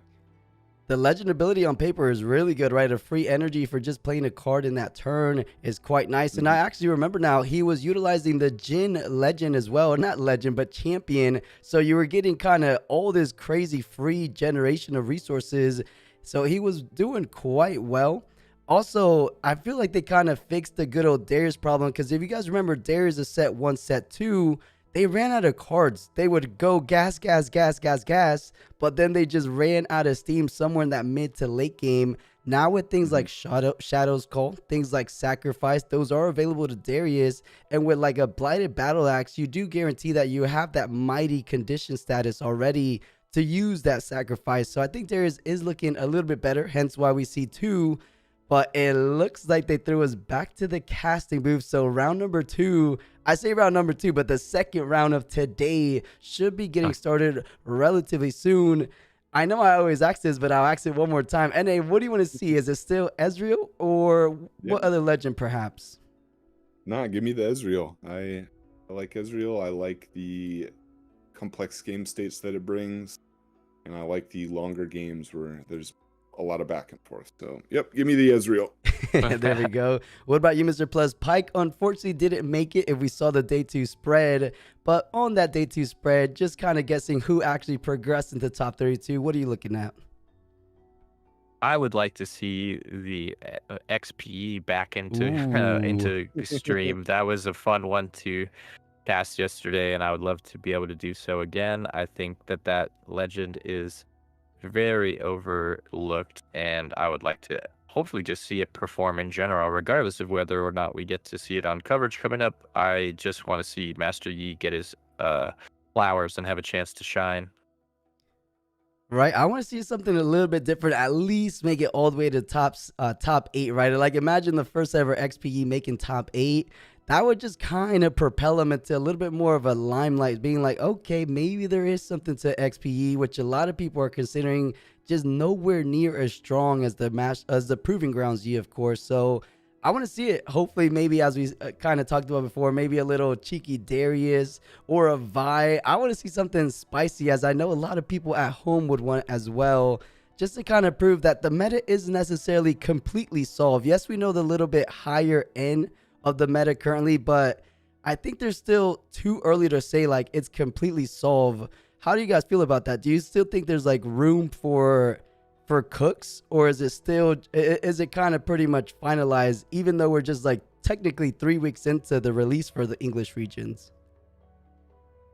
To me, it feels like the metal cards are doing a lot of heavy lifting here, and I think that it is a good thing for the majority of the player base. I think that the majority of people going to these events find it fun, find it cool that you're playing against a bunch of different decks.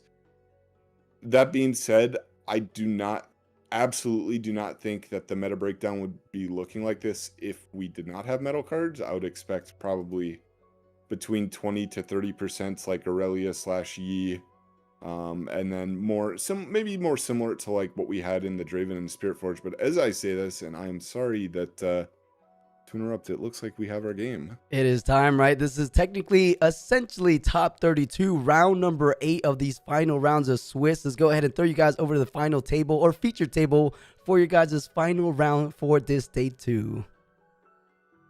All right, let's see the first. We got the Vi. We got the Vi. Cool. We just talked about it and we got to see it. So Spice is being delivered, and hopefully this Vi will show us exactly why they were able to get into the top 32, as we got not the blue purple legend you were looking for, but nonetheless we do get your color scheme, as Diana will be our opponent for the Vi player. Yeah, I wonder how much heavy lifting this yellow Vi is doing, because that card is probably one of the better yellow cards that come out this set, and it's one of the only cards that I've been seeing splash in almost every yellow deck. I think Colin was playing it in set even. That card is a menace, let me tell you. Yeah. I played in 6 different pre-releases over the weekend that the pre-releases were going on, and I went 2-1 in every single one, and all of my losses were because of that darn yellow Vi coming in and wrecking me. So I have a very big disdain for how powerful this card can be, but Rockfall Path, a battlefield that can kind of throw a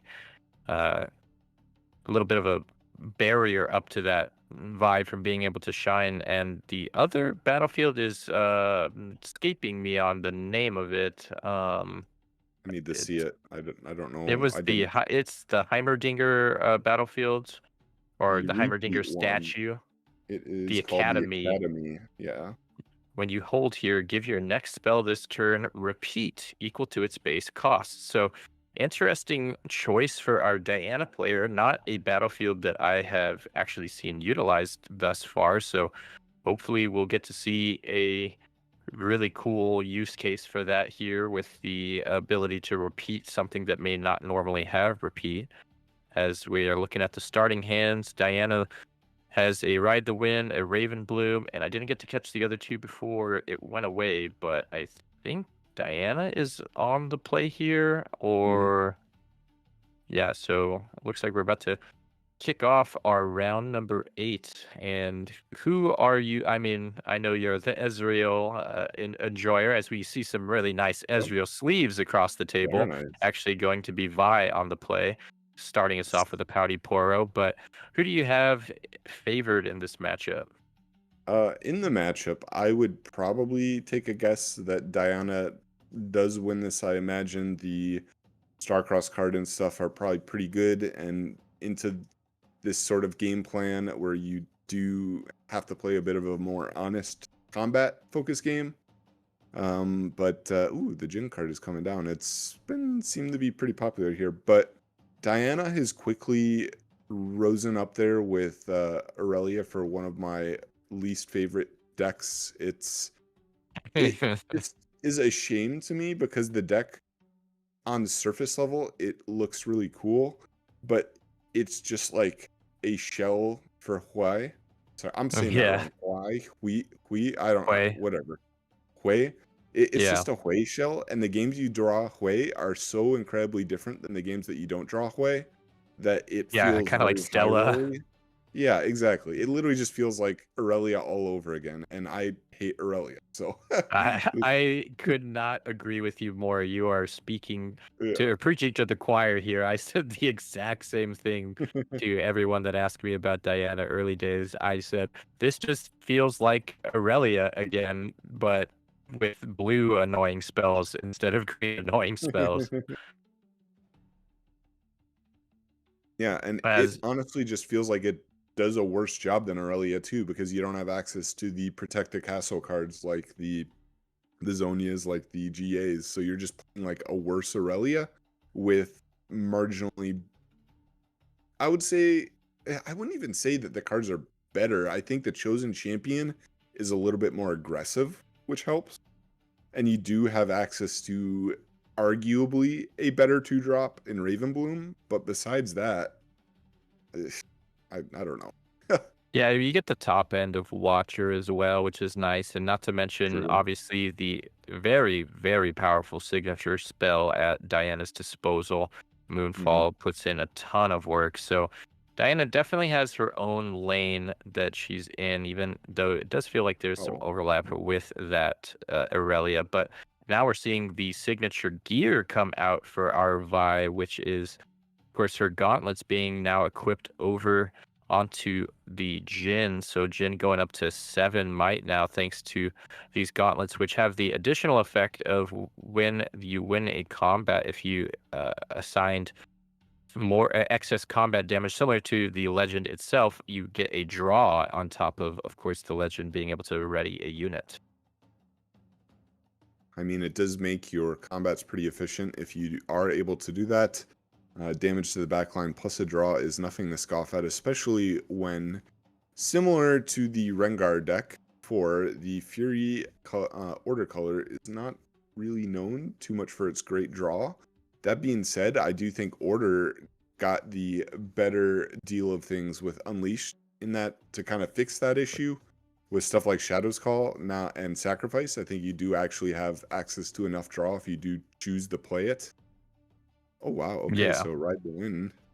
pretty aggressive here. Obviously, that will trigger the +1 on the Ravenbloom, so making it big enough to get over the Pouty Poro. But I did want to actually really quickly draw attention as we just saw it flashed again Mhm. there. The acceptable losses in the hand of our Diana player, which card you mentioned running in Mhm. the main deck for Ezreal. Looks like Diana also finding that to be worthwhile here as they're running it in the main and now deploying it to get rid of those gauntlets that were didn't really get to Yeah. provide much value. They just came down, got equipped, and went straight to the bin. So pretty strong start for Diana to be able to get rid of those gauntlets really quickly, but now getting put into kind of a awkward predicament here as they are forced to target the Pouty Boro with a Um, Stupefy and pay through that deflect just to be able to get over with the Ravenbloom student. did they have wait? So it was, yeah, they did have to do that, which I think is definitely worth it, as you do get to clear the units. You get the 2 point lead, or you get a point lead plus. And as I said there, or as I guess you said, the acceptable losses, putting in a lot of work. You trade one singular energy for most of a turn. Not too Yeah, bad. and that also was key in giving the Ravenbloom student enough might to Yeah. get over that threshold as well. And Hmm. it should be, it is actually reflected on the board itself that our Diana player is at 2, thanks to getting to score on their opponent's turn and then immediately getting the hold as it was passed back over to them.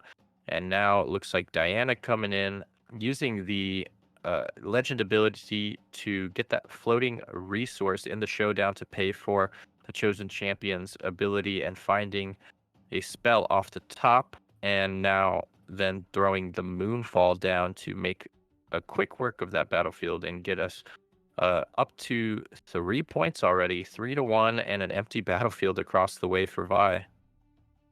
Definitely not too shabby here. And Vi, pretty low on cards here. You literally just 3 cards to work with.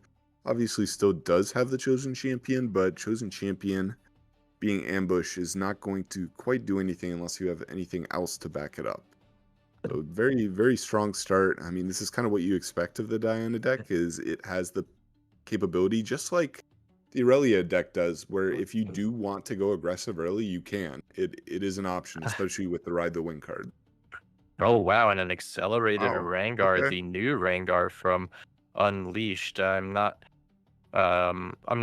familiar with the tag on this one as far as Unseen. his unseen. So this Yeah. this is the one with a boatload of keywords on it, and in this alternate art, it looks a little funny because it almost looks like a misprint, just this big empty text box, and then 5 Hmm. different keywords over there on the left. But accelerating in, coming in, taking out the Diana chosen champion, and getting us on the board for 2-3, and just a Ravenbloom on the other side to clap back. Actually, being able to trigger the Vi effect and ready our Rengar up and return it back to base to keep it nice and safe as a Gem Jammer is deployed alongside it to base, setting up for the following turn.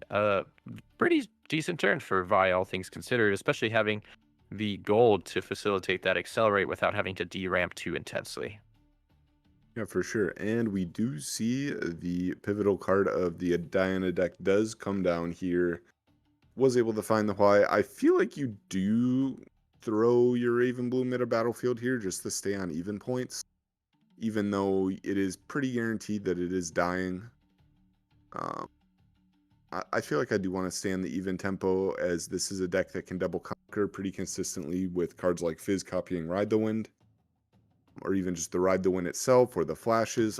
Just a lot of ways for this deck to double conquer. And like I said, the Diana deck does tend to play a lot like the Aurelia deck, where you are just moving around the board a lot and taking these aggressive combats. So I personally would like to see. Oh, okay. So it looks like they just passed it over and opted to not to. So do you agree with that? Do you think staying on the odd points here is? Yeah, I mean, I think maybe just considering the Mhm. fact that if they go up, they do allow the Vi to get a trigger again, which That's I true. guess is not huge, but in this instance can be um kind of Mhm. annoying to just keep throwing your units away and then not being able to answer or to clap back because the Rengar just readies and returns to base to safety. In this case, now Rengar's put in the position of, well, do I want to throw up my unit and just allow it to get taken down? But Rengar being on the even points, like you mentioned, may be less inclined to do so, as we see the last two cards in hand are just double blighted battle axe. So not a lot left in the tank for Vi, kind of running out of steam a little bit here. Has to be really conservative with their resources. Definitely needs to be efficient and can't afford to lose too much. Whereas Diana here, I mean, they're going to be seeing a lot of cards with Y. Yeah, this is where it begins. Hui coming in active at the start of this turn, going to start us off with a move trigger, get a draw, then discard, and potentially get some crazy extensions here. Should they be able to enact all of the modes, we can get that untap to the draw, extra draw, as we see that is the first mode being utilized here, a discard of a spell to get us a draw.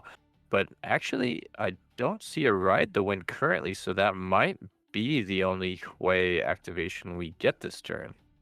There's a flash, though I don't really feel super pressured. I honestly, if I am Diana here, I think I'm just going to aggressively try and clear units with like the Moonfall. And Ooh, okay, I guess not. Yeah, this works too. there's one way to move the way in extra time, as we see a draw.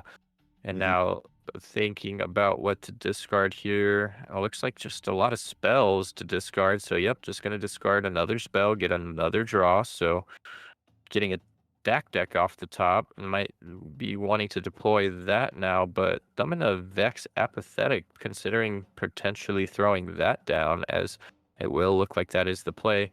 One rune left up in defense, but I don't know if there's anything to spend it on outside of that stack deck. Didn't get to see a look at the rest of the hand, as a third gear is drawn for our Vi player, the signature gear, but alas, still just a gear. So left with only 2 units on board and a handful of gear. Let's see how Vi attempts to make this comeback. At least the gear here is going to act as a draw one. Is not the worst thing in the world. True, these gauntlets will give our Rengar the ability to get a extra draw and untap from the legend ability. Rengar pretty big here. Blighted Battle Axe plus those gauntlets is going to bring him up to a base 11. Not to mention his assault buff. So rather large unit, going to be very difficult to do anything about even on the clapback. But now that we are in showdown, will we see any kind of tricksy maneuvers? As with only one rune up, you might think that there's not a lot that can be played here, but thanks to that Diana There it legend is. ability, we see tapped to give us the Oof. 2 energy required to play out a switcheroo and absolutely decimate this Rengar. I do kind of wonder if you did expect to play the switcheroo. Like, it does look like they kind of plan to be doing this. If there's a value in just hiding it instead.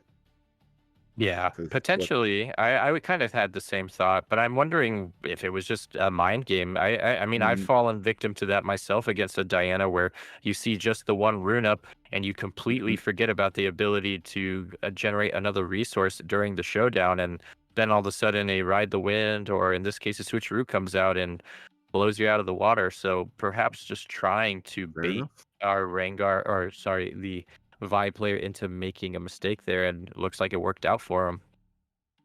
Yeah, and I do want to see the Moonfall utilized here aggressively. Just clear out the remaining units. Say, I know you have no cards in hand. I know you don't really have units to play. Otherwise, you would have been playing the units.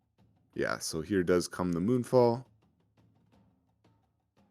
And it's during a showdown where our Mm, Hui is the attacker, so that will make Vi a defender, thus not proccing its mhm. ability to get the stun. So thanks to the discard from Hui being a unit, Hui is, of course, an 8 might attacker, so more than enough to get rid of that Vi. And unbeknownst to our Diana player, that was the last unit available for our Vi player. So I'm going to have to pray for some kind of accelerate top deck in order to buy themselves a chance here. But it's looking pretty grim for our Vi player in the first round of this best of 3. I'm very surprised that the Vex was not pushed up onto the battlefield. Not that it matters, but that does shut off really any accelerate. But it does not matter. So Diana pretty convincingly takes the game 1. Yeah, unfortunate for our Vi player, didn't get to get off the ground there in a very meaningful way very quickly. So just kind of fell victim to Diana's efficiency and inevitability, I guess you could even say, because of how consistent she can continue to draw spells and use them to remove your board, as we saw quite a bit of control happen thanks to those moonfalls and even some the stupefy onto our deflect Boro, just kind of having the answers they needed at each turn. And that's the power of having so much draw power and filter through your deck, is you find the answers you need when you need them. Yeah, and one of the things, though I do compare the Aurelia deck and the Diana deck a lot, the one thing that the Diana deck does a little bit better is it does play more consistently. Like you said, Aurelia does have games where you don't see Stella, you maybe don't see Scuttles, and you just end with you have to make every card in your hand count because you are not seeing more cards. Whereas Diana does have access to her champion, which is consistently seeing you at least 1 card, generally 2 or 3 across the course of the game. So you do have draw from your champ zone, which does help a fair bit there. Yeah, very powerful indeed. And now as we're going into game 2, have to wonder what Vi can bring in from the sideboard to help against the Diana's controlling spells. And I'm trying to think what in order and Yuri we could see come in to try to help against this matchup. I mean, we already have the deflect Pouty Boro, a deterrent from this spell heavy control archetype.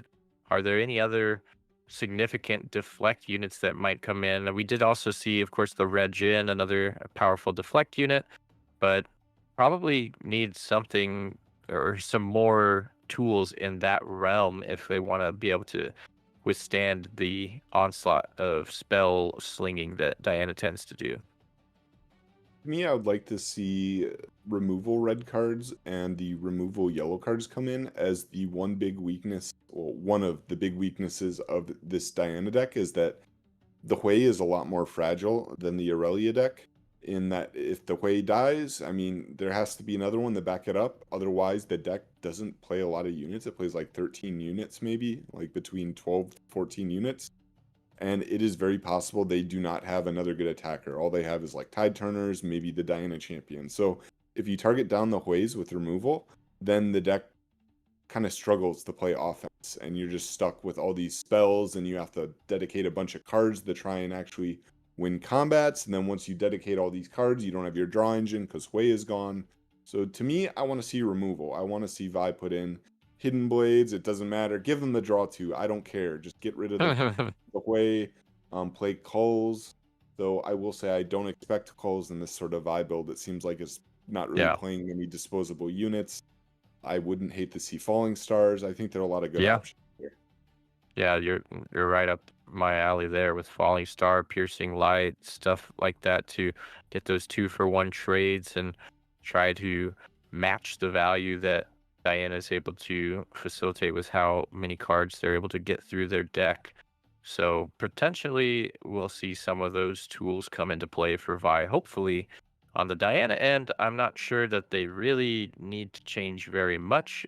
Perhaps some more gear hate. I mean, we already have the main boarded acceptable losses, but 2 of them even.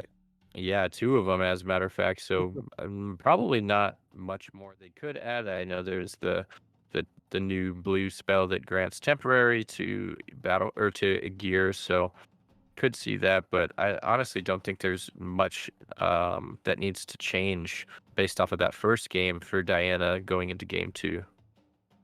Yeah, you could be playing cards like more Starcross or even like Rebuke in the side deck, which I wouldn't hate.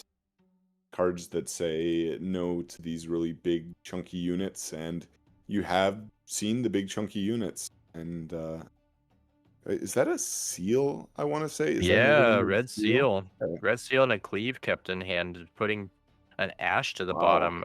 A card that I wonder if the Ash is in the main or if that came in from the side. Ash is a Mhm. great new card for yellow. I mean, alongside this ambush yellow Vi, Ash, another 5 energy, 1 power unit that comes in and gets you to look at your opponent's hand and take a card out that they can get back if they hold, but as a Vi player, you're definitely trying to break battlefields and get those Mhm. conquers with excess damage. So trying not to let your opponent hold in general, as we see the starting hand be double seal actually Wow.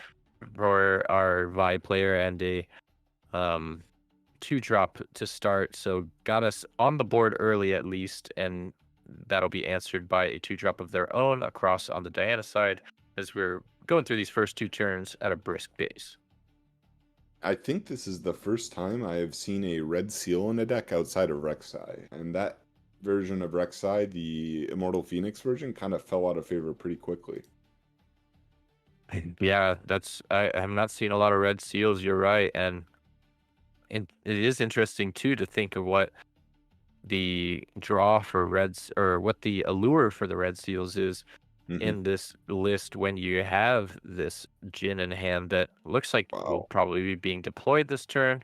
This unit obviously generating power for you every time it moves often is giving you that little bit of extra reach you need, but opting to get these seals in the mix as well, and we'll see if they end up paying off in the long run as both seals are going to be deployed already here on turn 2, and then the Jin right after. So leaving our hand a little sparse, only 2 cards left, a Kaisa and a Cleave. Now, will they be moving their unit in to get a Conqueror at one of these battlefields? That has traditionally been one of the issues with playing seals in a lot of these decks that would actually like the assistance with the power is just lack of draw. And you cannot be playing these cards that are just straight neg ones from your hand on these early turns. And at the point, if you were playing them later in the game, well, they already would have gotten their use over many turns and you're getting less value out of them. So it's kind of like a little catch 22 there where you want to see them early, but you also need to see draw. And the main way that decks were doing that, and the reason that Purple Seal saw so much play is they were effectively draw with Called Shot, and Draven was able to draw cards with just the Draven Legend. So you were able to kind of mitigate the fact that they were a neg one. But with decks like Vi, I mean, you have this problem, right? Where you draw double seal, and is he even gonna have cards to use the seals with? I feel like no. It's He like is Kai'Sa. right now. I Yeah. think if he's going for the oh no, he's just doing an accelerated Kaisa. I was thinking Yeah. he might use bow seals to accelerate out the Rengar, but Hmm. obviously looking to get a draw as we were discussing just how Oh wow. crucial getting some extra draws will be as now we see a vengeance drawn Wow. from the Kaisa Conqueror, which ironically has 2 yellow power costs, so those red seals aren't helping you very much with that card. And I'm starting to wonder just what the texture of this list really looks like. I'm kind of looking forward to hopefully seeing this list post event, but in any case, I think our Vi player might be in a little bit of trouble. Not obviously out of it yet. Has the 2-0 lead, has a pretty good board presence, but pretty soon here we're probably going to see quite a few spells coming across the board from Diana to start picking these guys off. Yeah, this matchup honestly seems like quite miserable. You play all these units, and I could see you not even needing Hui. I'm gonna say this differently every time. Hui in this matchup, Yeah. as the Raven Blooms, especially on the Abandoned Hall, are gonna put in so much work and kill pretty much anything there. And none of the units are quite big enough without the gear to really force you to even commit a way. Like you can just kill these with Raven Blooms with Stupefies, with Raven Blooms with stack decks, etc., etc. Yeah, as we see, just as a Stupefy, just as you say, comes out, and it's going to trigger the Abandoned Hall as well, so giving us a +2 onto our Raven Bloom student. And now a stack deck coming out is going to once again trigger that Abandoned Hall, bringing our Raven Bloom up to 5 already. So a bit of overkill of our own. If only we had the viability, we could get that 3 damage overkill here and get ahead. But in any case, we do see. Oh, actually, this is why we're getting all of these buffs onto, because we're actually poised or Mhm. posturing for the Moonfall. As we see now, Moonfall come down, paying for the deflect cost, going to bring in the Jin. Jin, though, being moved, will generate 1 rune and 1 power. Of course, there isn't anything to spend it on, I believe, in the hand. I think there is a cleave, but in this instance, obviously defending on the side of our Vi player as the -2 comes across, bringing us to a total might of 2 to a whopping 8 over on the Ravenbloom student. That is 1 giant 2-drop. Yeah, for sure. Great use of the Abandoned Hall. And this is a battlefield that I really wish Aurelia didn't exist because I think it is a very cool battlefield that a lot more decks would take advantage of and play if not for the fact that Aurelia was one of the premier decks of the meta, because it feels very awful to be playing a battlefield that is a near auto loss into one deck, unless you're playing specifically like Yellow or even Aurora, but you would not play it in Aurora. And Yellow is a deck that has direct kill spells, so might buffs don't matter. But when you're playing a deck that actually does do combat, like it looks like this Vi deck does, it's just like, okay, like I could not give Aurelia a second hall game because the first hall game's hard enough, and the second hall game is Mhm. nearly impossible. So Yeah, definitely. I totally agree. Abandoned Hall in Aurelia feels like one of the most egregious things in the game currently, as we see the double seal actually pay off, as it is able to pay for an accelerated Rengar, who's going to come in and attack our Ravenbloom student, and our Diana player actually opting to just gust Ravenbloom back to hand, not giving our Rengar, or sorry, our Vi the capability to deal that excess damage and untap the Rengar. So heads up play, keeping that Rengar pinned there at the battlefield. Now should be able to clean it up with a couple of buffs going on to our Diana sitting in base. Should be easy enough to clean up and put our vibe basically right back to where we were last game, in this blender of low hand count, low units, and desperate for some way to claw back into the game. But Diana not giving them much wiggle room. pretty much the same thing as last game, right? Where the Diana deck has just seen more cards, it's more efficient, and like I said at the beginning of this game, the Raven Blooms are pretty much more than enough to deal with everything that the Vi is doing. So you aren't even in a game state where you're, okay, I can't find the way, and it's really awkward. Yeah, that just doesn't have to happen. It's pretty clearly here.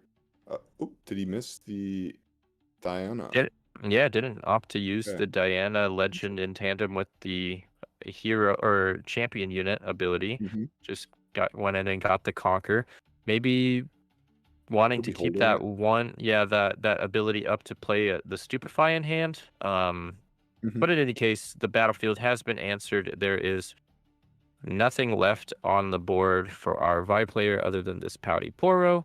And Pouty Mm-hmm. Poro doesn't have a whole lot of might to get over that threshold of the excess 3 damage here, even with a cleave. So, gonna need a little bit of extra assistance should they want to get that legend ability proccing. Could opt to finally ambush out this Vi from the Chosen Champion Zone as an attacker, given that our Diana player is tapped out, would more than likely guarantee, or pretty much would 100% will guarantee the conquer, as even with that Stupefy coming down, it won't make a difference thanks to the stun from the Vi, but Oh, nice. opting instead to just throw out that Falling Star, and once again, our two red seals are paying off a little bit as our Vi player gets to be at 9 runes to Diana's 6 off the back of these red seals. Hmm. Yeah, finally does see the falling star that we did talk about, and I mean, it's to great effect. Does happen, should know that there is still a Ravenbloom in the hand as it was Gustin. I don't believe it was replayed. Uh, Yes, you're so, correct. yeah, so there still are units available, though the Diana deck does tend to be a little bit similar to the Aurelia deck, where, I mean, it is very possible to find yourself in a situation where you don't have units. We did see the kill spells come into fruition, Mhm. as you mentioned, in the side from the sideboarding between games.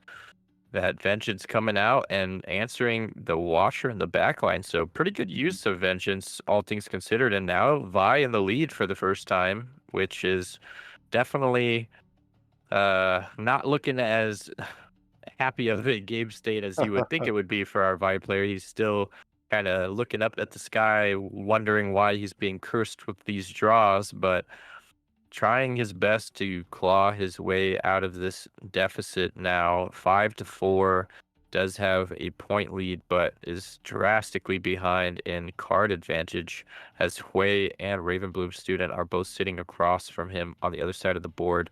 And Hui is about to start really turboing through the deck.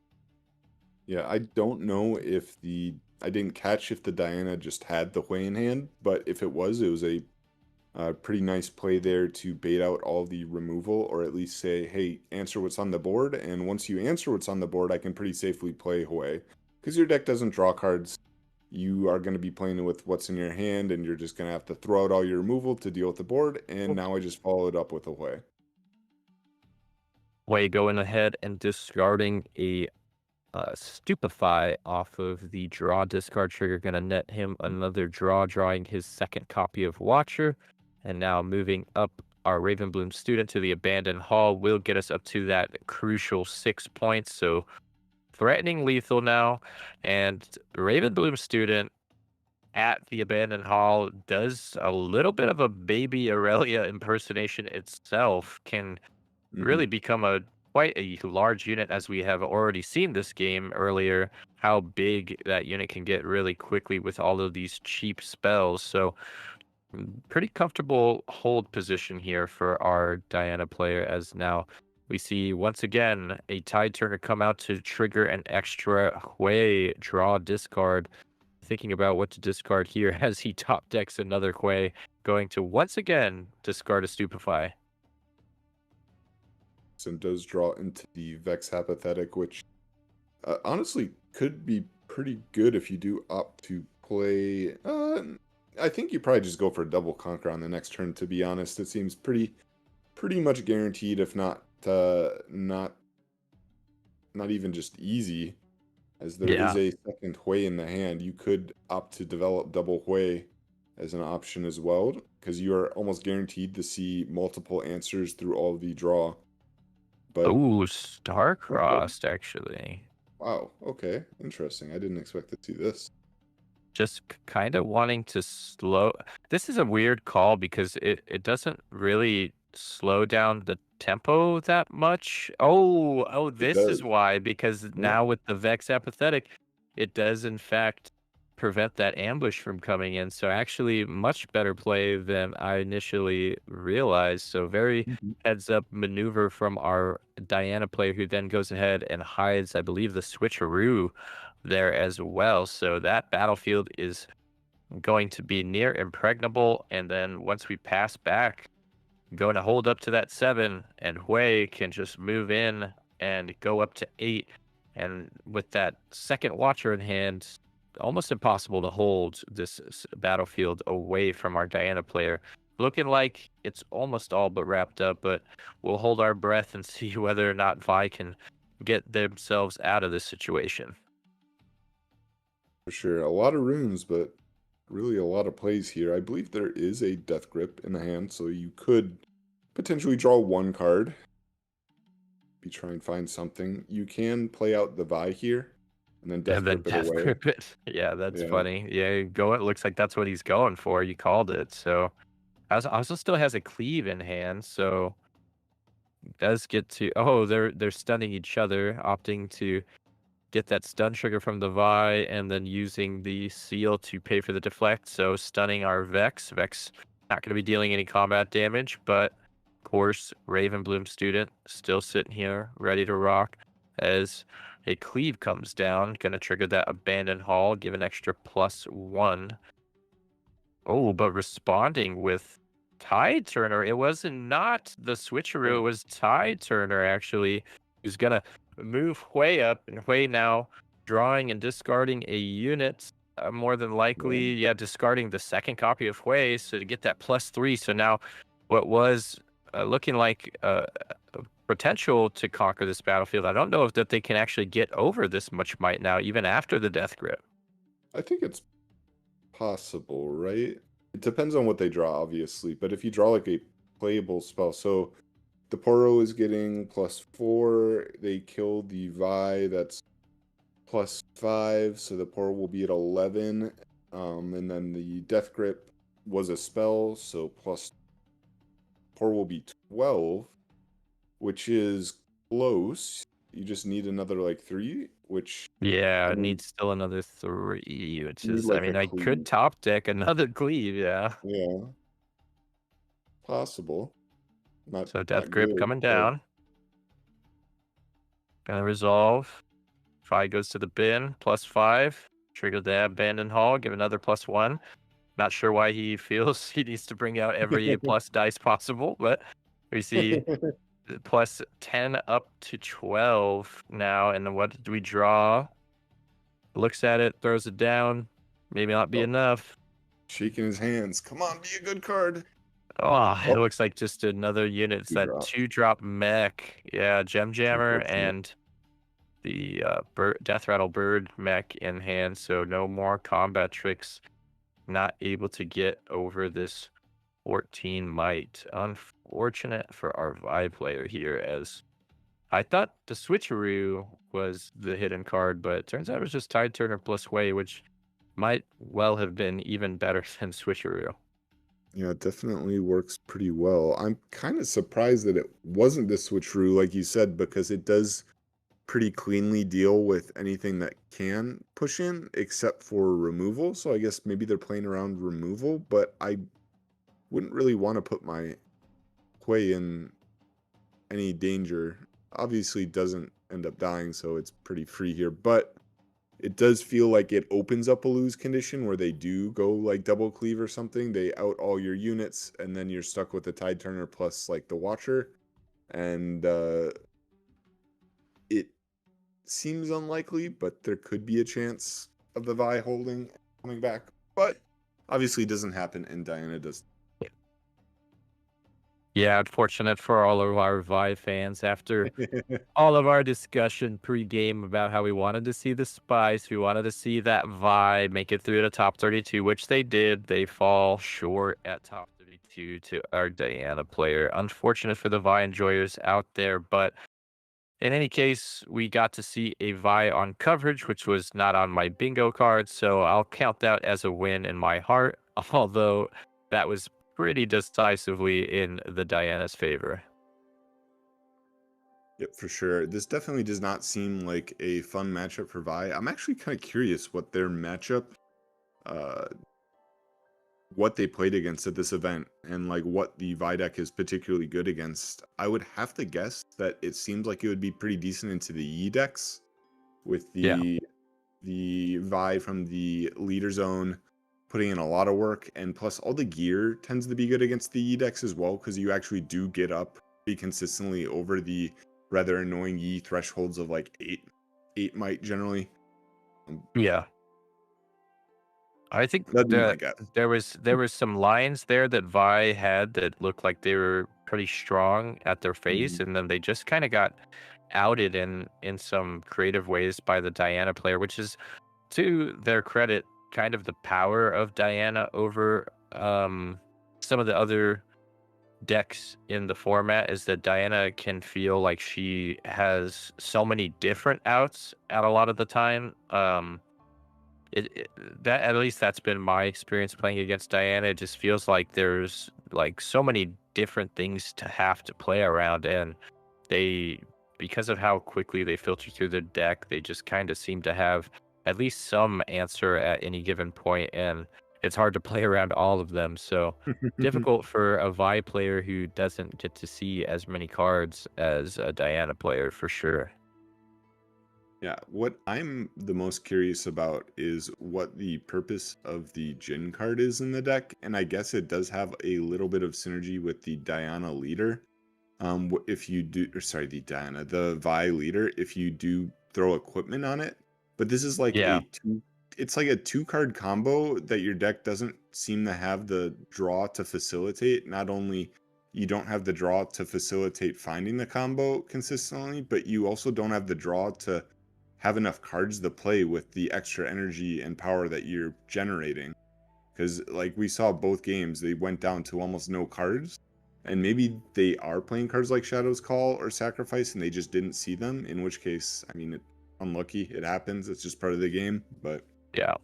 Well, we see here that the coverage is highlighting the card that you pointed out before we even got into the game, that acceptable yes. losses. And that card did Hmm. essentially shut down the Vi, because I saw the vision for what Vi was trying to do there. You know, you have the gauntlets on the Jin. So Jin's coming in for 7 attack with deflect and ganking.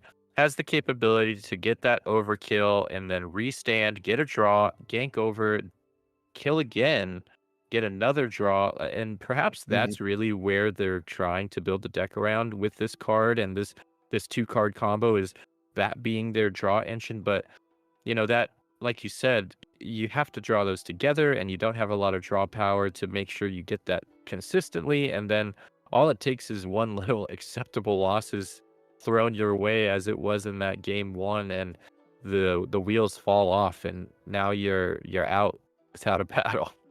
Yeah. Definitely a cool way to take the deck, though. I think that if you are playing these decks that maybe are a little bit lower tiered or have just not super good, you do need Uh-huh. to be more experimental with your deck building and be able to come up with things that your deck can do that other decks cannot, because the way you win a lot of times is just a knowledge gap. It's Yeah. like, I know my cards, you have no idea what my options are, and you can win a lot of games off that.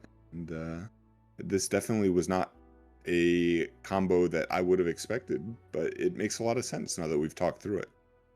Yeah, it's cool, but like you said, it's just kind of difficult to make happen consistently, and I think that's kind of what we see with these, rogue tier decks, you could say, is that like they have these ceilings that can be rather high, and so sometimes you just have those days where you're running hot and the deck is doing what it needs to do, and you're feeling like you're on top, and you have a good run, and you get to top 32 as a Vi, which is nothing to be disappointed in. That is a very good run for a very underrepresented deck.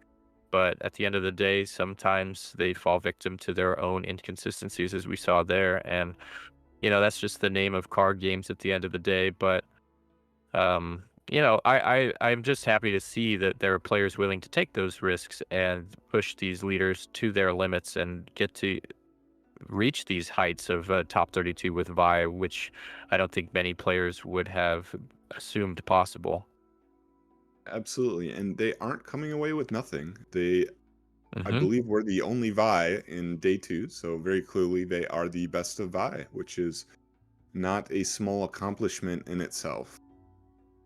Yeah, so walking away with the best of Vi is Hmm. definitely something to hang your hat on. So all in all, not a bad show from our Hmm. Vi player, but it looks like they're showing us that there's 10 matches still in progress. So we got a little bit of time before our next round comes up.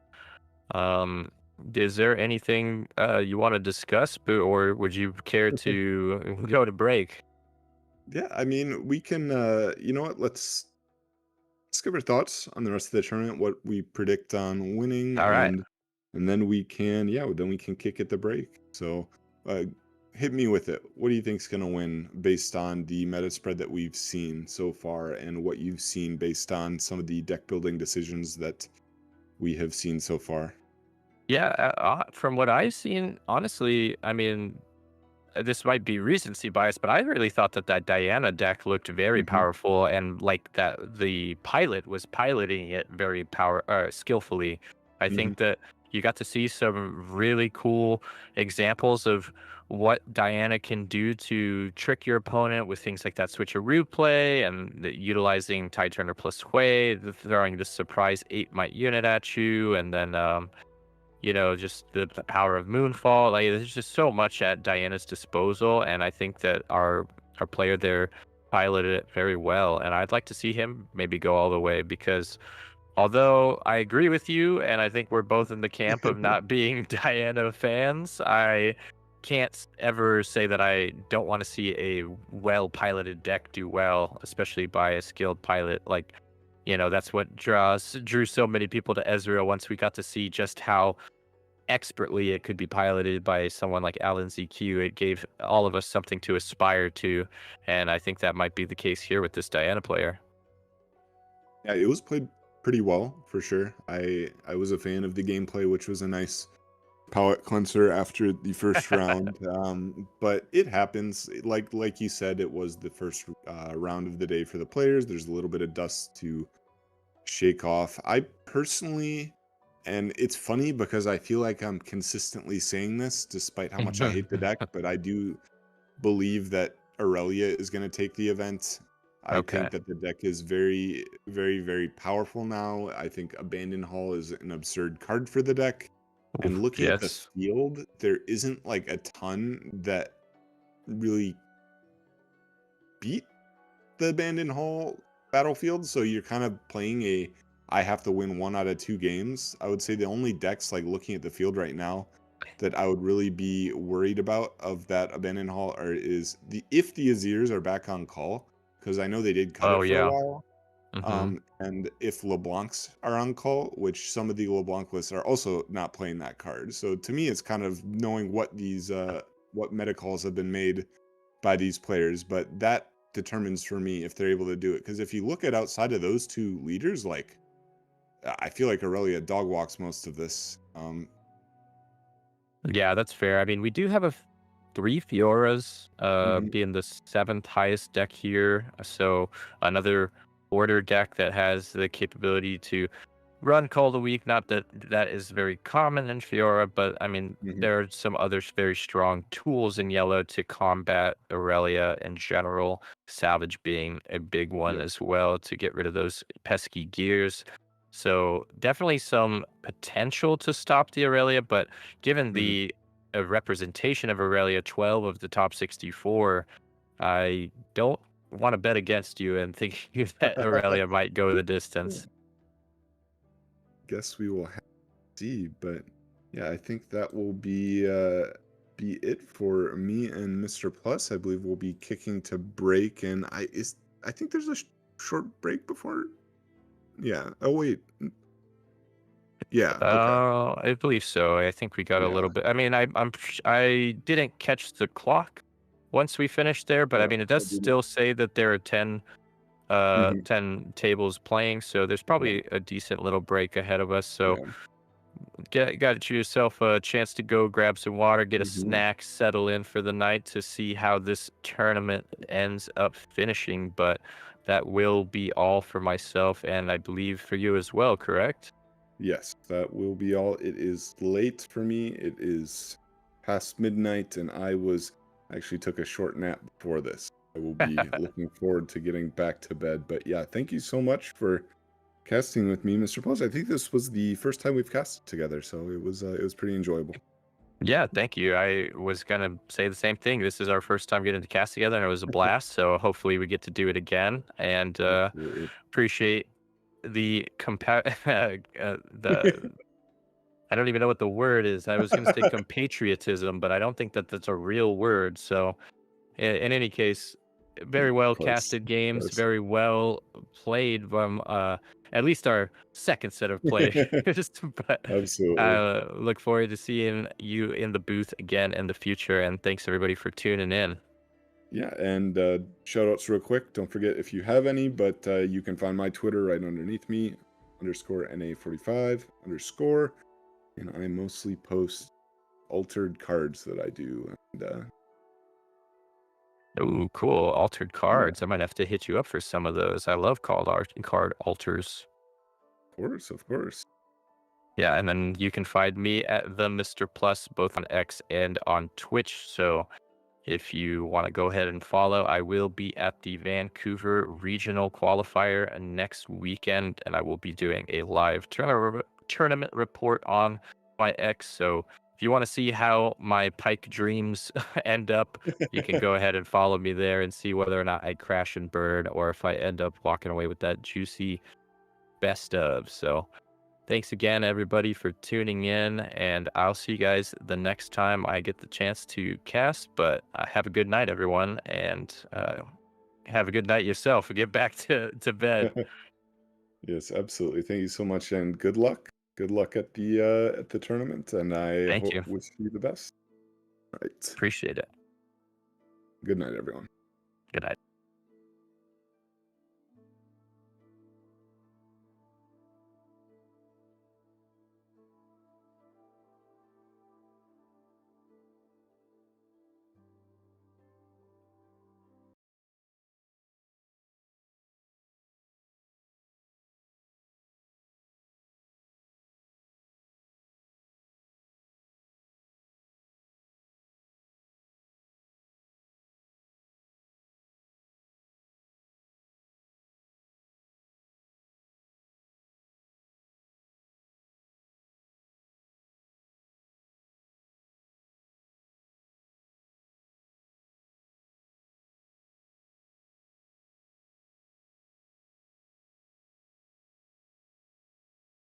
Thank you for joining us, Plus. And now we get to see what's. Oh, what were we just talking about so much? Kha'Zix, and now we get to see him in the chosen champion zone for our Kha'Zix legend. A very, very cool introduction in Unleashed that I'm really excited to see about. What are your feelings on our our bug from the void there, Mr. RMC?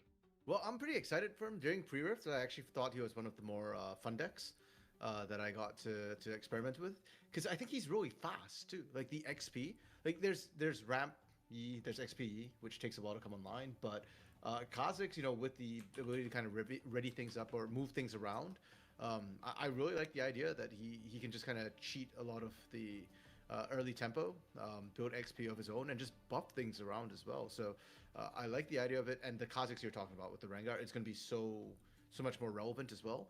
Same idea as Rengar, right? Like you have in your chosen champ zone. You just always have to be aware that when there's 4 energy up, you can't be swinging units in solo. Yeah, and it's funny because Kha'Zix being an orange leader as well actually has access to that orange Rengar, True. and could opt to play both. Although I would consider that a little bit of heresy to have a Rengar in your Kha'Zix deck. A little bit of a flavor killer there for myself personally. Same thing that I was just thinking as we were going over our many judge calls in that previous Yeah, game. jeez. The fact that Zenith Blade even says that you may move the unit is a point of contention for me, since Leona doesn't get to choose not to go in once she throws her Zenith Blade out in League of Legends. Once she hits you, she's going in. But I That's fair. digress. Let's get back into our upcoming game as our battlefields were revealed. Yes, what were our battlefields for these two? I believe it was Monastery of Hirana for the Kha'Zix, which makes sense because you buff up your units with the XP, and I believe it was Abandoned Hall for the Irelia, which we did get to see earlier today. Already, I believe it was round 2, where we got to see the Irelia, and the Abandoned Hall buffs just get really nasty with it. Oh yeah, Abandoned Hall is absolutely diabolical in Aurelia. Have you ever wanted your stack deck to just randomly also give your Aurelia Fervent +2?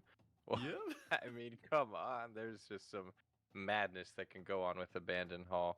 But hopefully it won't be too much for our bug boy to overcome. I'm a little bit biased here. I want to see our jungler come in and gank this Aurelia and take her down a peg. Let's see if he can make that happen as we start up into our first game of this series with Kha'Zix versus Aurelia.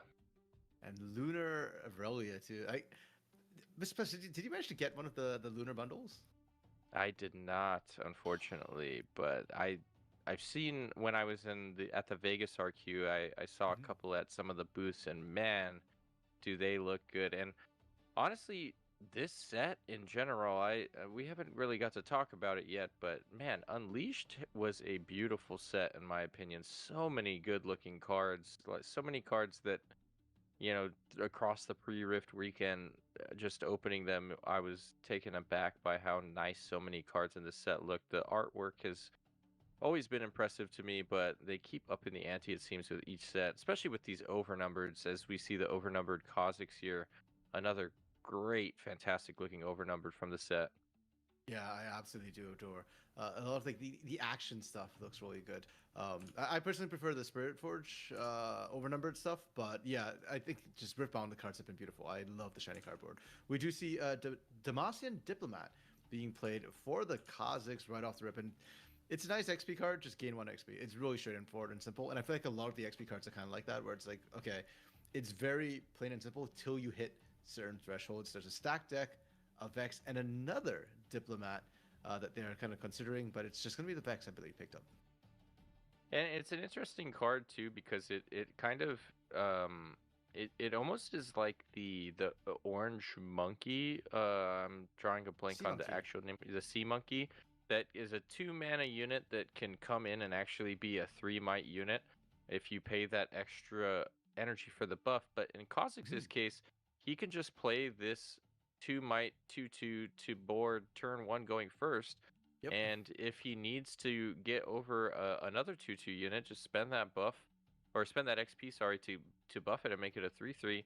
A simple card, nothing super flashy, but very effective, and just another way for Kha'Zix to make use of his hero ability outside of just returning units to hand or back to base, which we know has been so powerful with cards like the orange Lucian champion unit that was able to come in, conquer, and come back, being very powerful. And even back when we would see the pit rookie shenanigans with Ezreal, just having that flexibility to go in, conquer, and come back to base is very strong. So I'm really happy with the design of Kha'Zix overall, and I can't wait to see how this turns out for him right now. As so far, we just see 2 of our Demacian diplomats on board, but hopefully we'll get to see that Kha'Zix come out of that chosen champion zone here soon to come in with a big 6 ambush and start generating even more XP.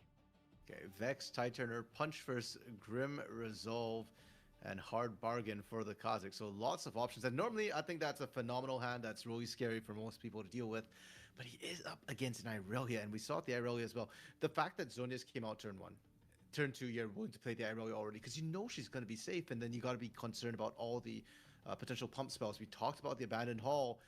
And I don't know if Kha'Zix wants to go up there and conquer. It feels a bit like poisoned ground. Nidalee, Ride the Wind, and Edge of Night. Which will he pick? I feel like Ride the Wind, maybe not the call here. Ride the Wind's such a powerful card, but man, Nidalee can really start to help you run away with a game if you can get that ambush in, get the combat win, and start drawing extra cards with her, and do that a couple times over, especially in tandem with Ride the Wind, should you find another copy. I'm not sure how many copies you'd be running in this Kha'Zix list, but in any case, it was the Edge of Night actually picked up, so 9 of the cards that we were discussing, but Interesting. a powerful card nonetheless, one that, sometimes you kind of overlook as just being a generically good value stat-wise card by being able to hide it and get that +2 might for free, essentially. Yeah, I mean, just 1 power is such a low cost compared to the cost of a lot of other gears. And of course, being able to play at reaction speed is always a nice one. So Vex being put onto the field, very conservative play coming through from the Kha'Zix, like we talked about. The fact that, hey, you know, leaving anything up invites a bit of danger from this Irelia. Trying to play on the abandoned hull really does feel like you're taking a huge risk. And worth noting as well, in terms of XP, you need 2 XP to bring an exhausted unit back with Kha'Zix, the legend. And unfortunately, as much as there are 2 Demacian diplomats, their XP was used to buff right away. So because of that, there's no sort of cheeky, sneaky conquer and then pull back for those early points. The tempo that we were talking about that Kha'Zix can potentially pull off. Yeah, and you see with the selection of battlefields here with Monastery of Hirana that the buff aspect of the Kha'Zix legend ability probably is used a lot more in this variant, and that is a very nice way to be able to utilize the XP, is to just spend the 1 XP, get a buff when you know you're going to be able to conquer the monastery for relatively free, and just get an extra draw, effectively turning your leader into a pseudo Ezreal. Just tap them to draw a card, not even needing to target 2 units, just putting an XP on a unit that's going to go in and conquer anyway. So really cool to see that usage from him. But the big question is whether or not he has other XP generators to be able to facilitate utilizing the hero power more outside of just these. So far, we've only seen the 2 diplomats, and of course we know that there's the Kha'Zix in the Chosen Champion zone, but here's a great, actually, a great card in that quest to gain XP is the Grim Resolve. Yeah. 2 energy for a 3 might buff, and then if the unit wins combat, generates 2 extra XP. Very strong card for gaining XP, and just strong card in general. Even if you're not an XP centric deck, a 2 for 3 might buff is pretty powerful in a body deck. Yeah, especially when you've got the Kha'Zix as well, who himself can generate XP, right? The Chosen Champion. Yeah, like the purple variant, of course. Like if they're solo, it's the +2 XP. Now, does the Kha'Zix player want to risk this? He does have 8 runes up available. He only needs to keep 4 for the Kha'Zix, 2 for the Grim Resolve.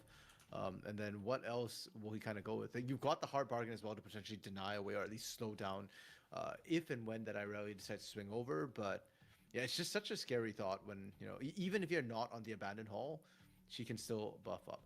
Xi'an, an Origins card coming through for this Kha'Zix deck. A very good card for ramping, but you do need to conquer to get either the card draw or the rune channel.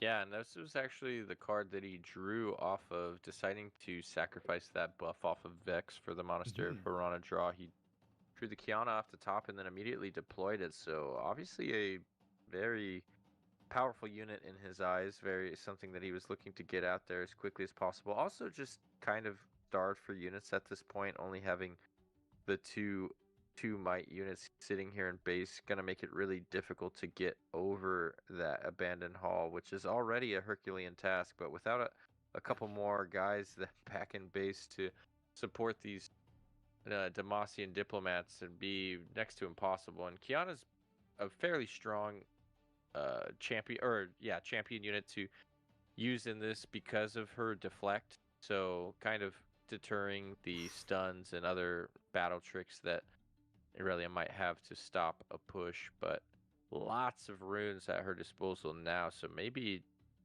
too little too late. We'll just have more than enough to be able to spend through any type of deflect or potential negates. But there's also the Void Assault I saw in hand that we haven't got to see deployed yet. We'll see if maybe that could really throw our Irelia player for a loop by moving units around unexpectedly. That card is very powerful for a signature spell for Kha'Zix. Yeah, especially when you can use it to kind of sort of isolate that target, get Kha'Zix in a favorable position where he's going to get that +2 and, you know, pull something that wasn't expecting to go there. Now, problem is, Boost of Swiftness comes down attached to the Irelia, so the attach is 1, the ready is 1, and it's going to swing right across. We know that that's likely to be the Edge of Night that got drawn earlier. With 4 energy up, there was the Punch Fist and Grim Resolve that would give a total of +7, +8 might, pardon me, to this Vex to get her up to 12. Is it enough to deal with Kha'Zix? Gonna be a little difficult. What was the hidden card at the Monastery of I think it's Edge of Hirana? Night. Edge of Night, that's right. So it's a 2 might buff for our Vex, bringing her up to 6 with this Grim Resolve. Going up to 9, which would put us just above Aurelia, who's currently sitting at 8. But obviously, Aurelia more than capable of getting over 9 with just pretty much any card in the entire deck that targets. So see how much more our Kha'Zix player can afford to spend to try to win this fight. Looks like they're kind of running out of room here. Only 2 runes up. There is a punch first, though. Could go for it here and really just throw caution to the wind and hope that they can get over the Aurelia, even though there's still 5 more runes to be used here. Could be Defiant Dance and just pay through the deflect, and then it's all she wrote. The Defiant Dance essentially counts us out to punch first. So will Yeah. our Kha'Zix player risk it? And the problem too is even if the Kha'Zix player does all of this, and even if he wins, it's a Pyrrhic victory because he's going to de-ramp from the punch first as well, and he's going to run out of a lot of these combat options. Whereas Irelia, well, she has Azonias back at base. This was why the Kacha kid was so confident to just play that Irelia turn 2. So you can win, but at what cost? The bright side is that if you do win, at least Xi'an gets to potentially swing up and conquer, and then get your runes back in with the channel or something like that.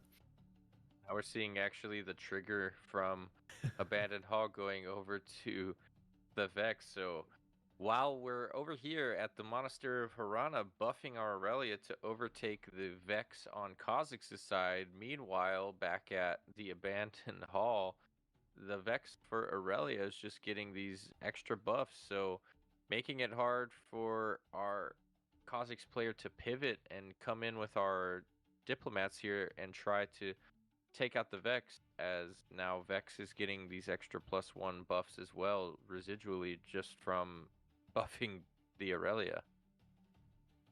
Okay, so the Aurelia Conquer will go through. The outcome was not ever really in doubt. Just a question of how it was going to happen. And a hidden card. Now, I don't know if you managed to catch it, Mr. Plus. I've been struggling to see the Aurelia's hand this entire time. Funnily enough, actually, I feel like the last China Regional, they were very good about showing. Yeah, there we go. Showing us the players' hands. But this time, it's been a little bit more hit or miss. I feel like we're seeing a lot on this side. Repulse. Okay, that was a card I did not see prior. But yes, that's could potentially be useful to deny Defiant Dance. And I have no clue what this Aurelia has in hand. 3 cards in hand. It looks like 5 runes up and available. 3 cards in hand, not a ton, but obviously doesn't need there to be too much to offer a victory on combat here, as Abandoned Hall is going to make all of these potential buffs just that much greater, as now Discipline comes out targeting our Vex at the Abandoned Hall. Going to get the +1 just for targeting thanks to Abandoned Hall, even if this does get defied, or in this case hard bargain. But will our Kha'Zix player decide to spend their mana this turn on hard bargain just to stop a discipline when yeah, it looks like it's just going to go through? Yeah, it would cost the repeat. You would have to pay 4 to make sure that the discipline didn't go through, but actually not many buffs. Was that all units in hand? I saw a Scuttle, a Stellar, and then there was something with 2 energy. I think it was purple was the last card. I couldn't quite get the angle on that card there. So Punch First is going to come down onto Xi'an, who's already sitting at 6 thanks to the Edge of Night, now going up to 11 with the Punch First, as it was allowed to allowed to resolve from our Aurelia player. Now the Abandoned Hall working in his favor as well, actually making that a +6 buff. So 12 might for our Xi'an here. A big Xi'an attack coming in. There is still that hidden card over at the Abandoned Hall as well. I'm going to assume that's a back off. Might not be, but if it is the Sun, you just pay deflect costs, and there's still hard bargain. But I do think it's worth noting. Oh, Wow, ride the Ride the wind, wind. actually. And now we might see that hard bargain. Yeah, I feel like this is what. But so the problem is, if you hard bargain right now, you've got 5 improvements up for the Kha'Zix. It means that you won't have the ability to play the Kha'Zix from ambush defensively. And having played the punch first as well, you're kind of out of combat tricks. So Kha'Zix, it feels like time and time again, is put in a really rough position about, okay, do I deal with this now? And like, do I play for the now or the future? And the last time it happened, he decided, okay, we're going to play for the future turn instead. When it comes back to me, I want to have these combat tricks. Now he's already committed and invested the punch first. It feels a bit like a sunk cost fallacy. Like if you don't double down, then you're also running out of resources, and it's kind of scary how many points the Irelia is going to be at. Right, she's going to be at the 5. She's got 2 points ahead. 2 points is effectively an entire turn ahead of you, and with an Irelia, with the Vex, like, giving them the space to build up the board is kind of worrisome. Yeah, it is unfortunate because as you say, you know, being able to hard bargain this now affects the immediate um effect of ride the wind disrupting this current turn, but obviously going into the next turn, now the boots of swiftness already being on Irelia, I mean, she's just going to be able to come over and attack our Xi'an here, sitting at only 6 might and not having enough runes up to deploy the. Oh wait, we had mana floating, so there is still enough mana here to deploy Kha'Zix on defense. So actually not terrible here. And then as well, having the 1 remaining rune in case you need to repulse a spell potentially. Not too bad actually, all things considered. Now, where is this rune ramp coming from? Oh, the Xi'an Conquer is actually going to be deciding to ramp the rune rather than draw the card. Choice that, you know, I more often than not see the draw, but here valuing the power of having the extra rune, as we're now poised to potentially deploy this Void Assault, it looks like. Okay. And with only 1 rune up, you've got the repulse as well, so you can stop a Defiant Dance from coming through. So it does feel like if there was ever a time to try and take out the Irelia, this might be it. There's also no Zonias anymore since that got popped by the Vex. Yeah, so you're gonna give the extra buff here onto his diplomat that he will then. Oh wow, he's just going to attack in. Interesting, and then just deploy the Kha'Zix. So yeah, no assault shenanigans. Just gonna go grab his 2 XP from the solo defender Irelia, get that 2 might buff, and now be attacking for 9 to Aurelia's 7. So would need an on guard here to get out of this, but or Defiant Dance, any other 1 might plus 2s, but instead not finding the answer, and gets the Irelia off the board. Pretty nice for our Kha'Zix player to remove that big threat from the board, but still a Vex lurking in the back that they're going to have to deal with, that makes those ambushes a little bit worse if Vex is able to establish a foothold once again onto a battlefield. Yeah, but I think I'm liking that sort of the play that the Kha'Zix made. Yes, it's still kind of dicey, and with the Boots of Swiftness and the Irelia as well, we could very well see this Vex kind of gank up to the monastery, gank across, and there's only so many options really that you have as a Kha'Zix to be able to deal with this. But at least you're staying, you know, kind of even, and more importantly, you took down Mistress President, right? Irelia is down. Vex is strong, but will not buff up the same way an Irelia would otherwise have.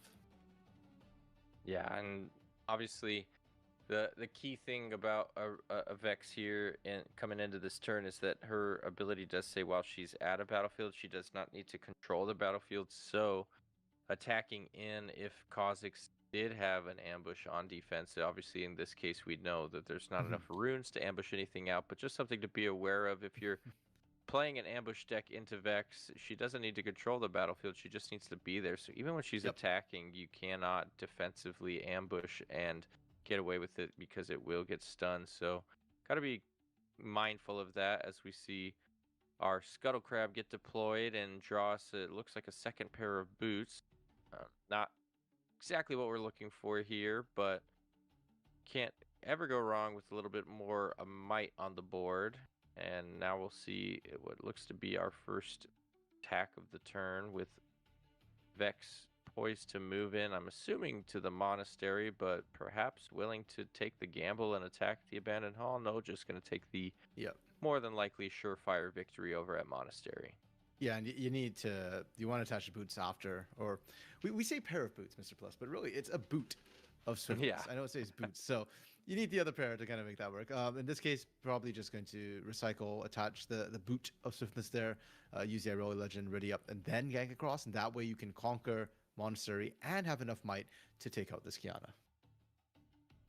Yeah, and we already have a Stellacorn actually being deployed, and now probably going to be using the untap and ready from Aurelia on the Stellacorn just to get it a couple extra draw, or not a couple, but an extra draw here as we move it back to base where it'll be safe to come in next turn and just leave 2 mana up for defense to try to protect this Vex. Not a whole lot that you can do as we finally get a glimpse of the full hand. It is just a Lonely Poro, Boots of Swiftness, and a Charm. So actually nothing that they can play out on defense. So might as well expend all the mana on your turn. But nope, wants to keep the mana up, I guess, to bluff and make our opponent second guess their plays.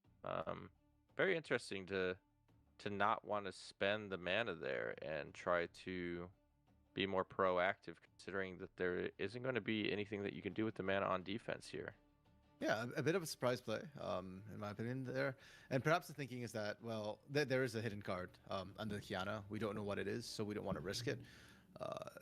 You might end up just trading the Vex for it, so kind of didn't want to go with that. Also, would have freed up the Edge of Night potentially for the Demacian. I want to keep saying Noxian Diplomat because so far the Diplomat's been using a lot of forceful negotiation, shall we say, which feels very Noxian. So, but yeah, you could have just attached it to the Demacian Diplomat and then swung that up potentially to deal with Vex. So perhaps just playing a bit more conservatively. And I get that if you're ahead in points, but Kacha Kid right now is actually behind in points. So giving that extra the hold point to the Xi'an feels really scary to me when Xi'an is a champion, or pardon me, a unit that can just now pull back and then play aggressively again. And it looks like we're going to use the Tide Turner to... Okay, yeah. Swing... Hold up. Why is the Demacian Diplomat up there and readied? He Tide Turner the Demacian Diplomat that was sitting in base, so... Okay. Yeah, and then just walking back to Xi'an now, spending the XP to buff it, which, yeah, there you go. Got to tap the Kha'Zix for that. And now maybe wants to, just move everything back. I was thinking maybe he was going to try to finally deploy that Void Assault here and maybe try to kill the Stella or the Vex, but instead just wants to first mate actually is going to get our Xi'an readied up to come in and attack for 7 to Vex's 6.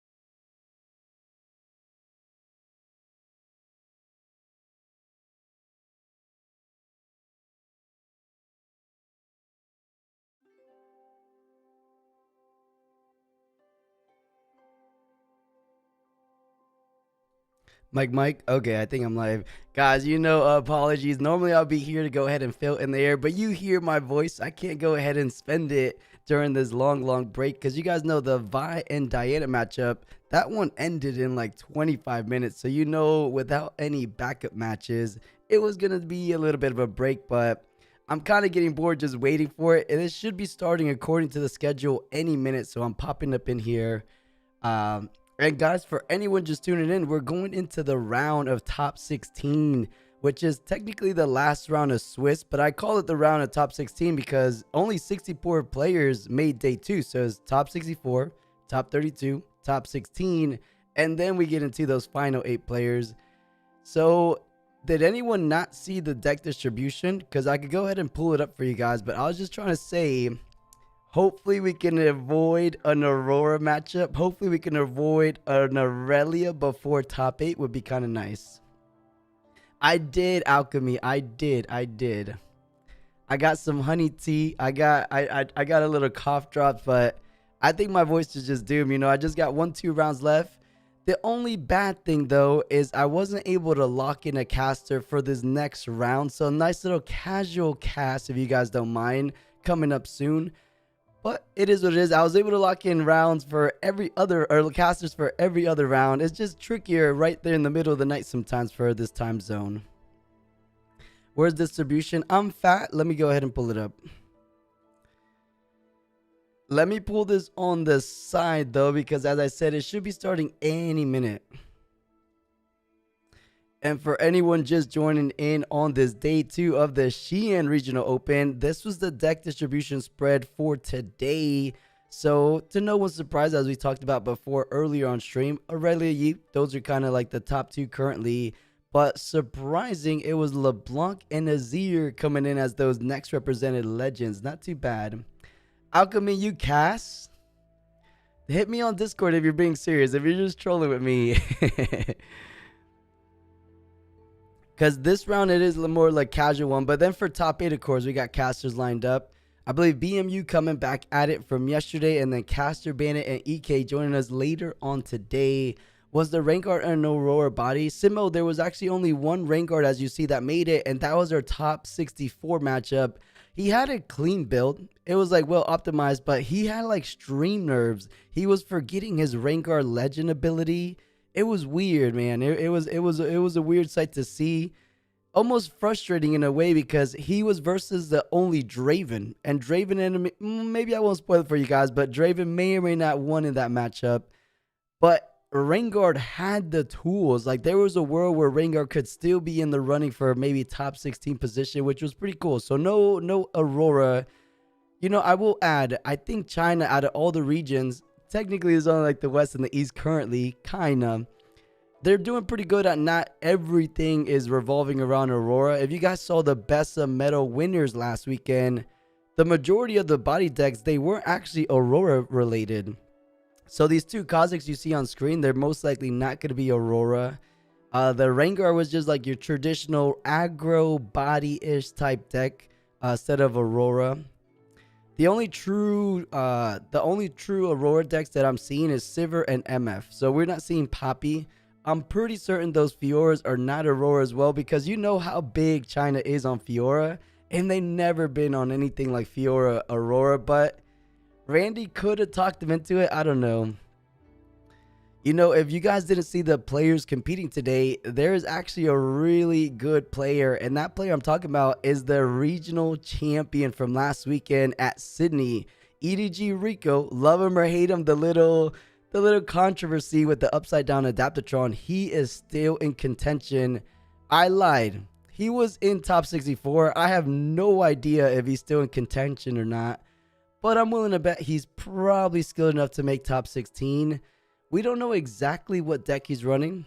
My money's on Aurelius trying to run it back here in the China regional, but I know he's playing. There's a couple other regional champions, previous regional champions as well, so soon enough, we should have some high-level play, but I'm down, like I was saying. Maybe we avoid a little bit of the Aurelias, Auroras coming forward. I want to see a LeBlanc. I want to see an Azir. What about you guys? What do you guys personally want to see? And Simo, you think Draven is favored? Okay. It looked good. I mean, Draven with the new tools, Starcross. It had, what else did it have? Actually, this was a weird Draven. It had the Blighted Battle Axe. So that was definitely like a new tool for Draven. I didn't think it was that great, but he had it and he made day 2. Yeah, I'm fat. You want to see a Vi? You know I'm fat. You can rewind the VOD a little bit because the only Vi, it was in top 32 match. It didn't do too hot. Wasn't the most impressive, but I do think versus an average fair deck, it does pretty good. Like, it looked like the best vibe for this event, but going against Diana, it's just like control versus a fair deck that revolves around gears, while main board gear hate is in Diana. It didn't really go too good for the Vi player, but there was a Vi, as you see on the screen, and they were on the feature match. It was Vi versus Diana. How much time for the next one? It should be any minute. According to their schedule, it's already supposed to start 7 minutes ago. They're just doing the preparations for top 16. So I don't know. I'll go ahead and pull it up so we can kind of gauge together. I know I probably should have left the feature match playing for you guys, or the backup feature match.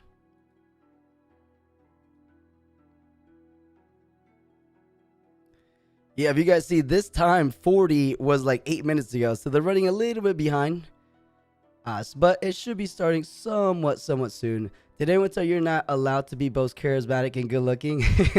Bear, what's going on? You're cheating life more than upside down adaptatron. Bear is equalized, bro. I'm 5'6", so I'm a shorty. Like, you guys are probably way taller than myself, but I'm a short guy in like American standards. If I'm from Colombia, so in Colombia I'm like average, okay? So you're totally right. No one can have everything. So I've been nerfed here and there, right?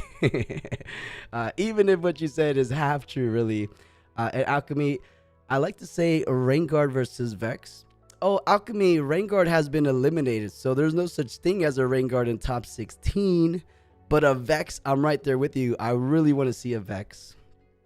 I want to see some 2v2 action. Mario, this is a regional. We're not going to see the side events.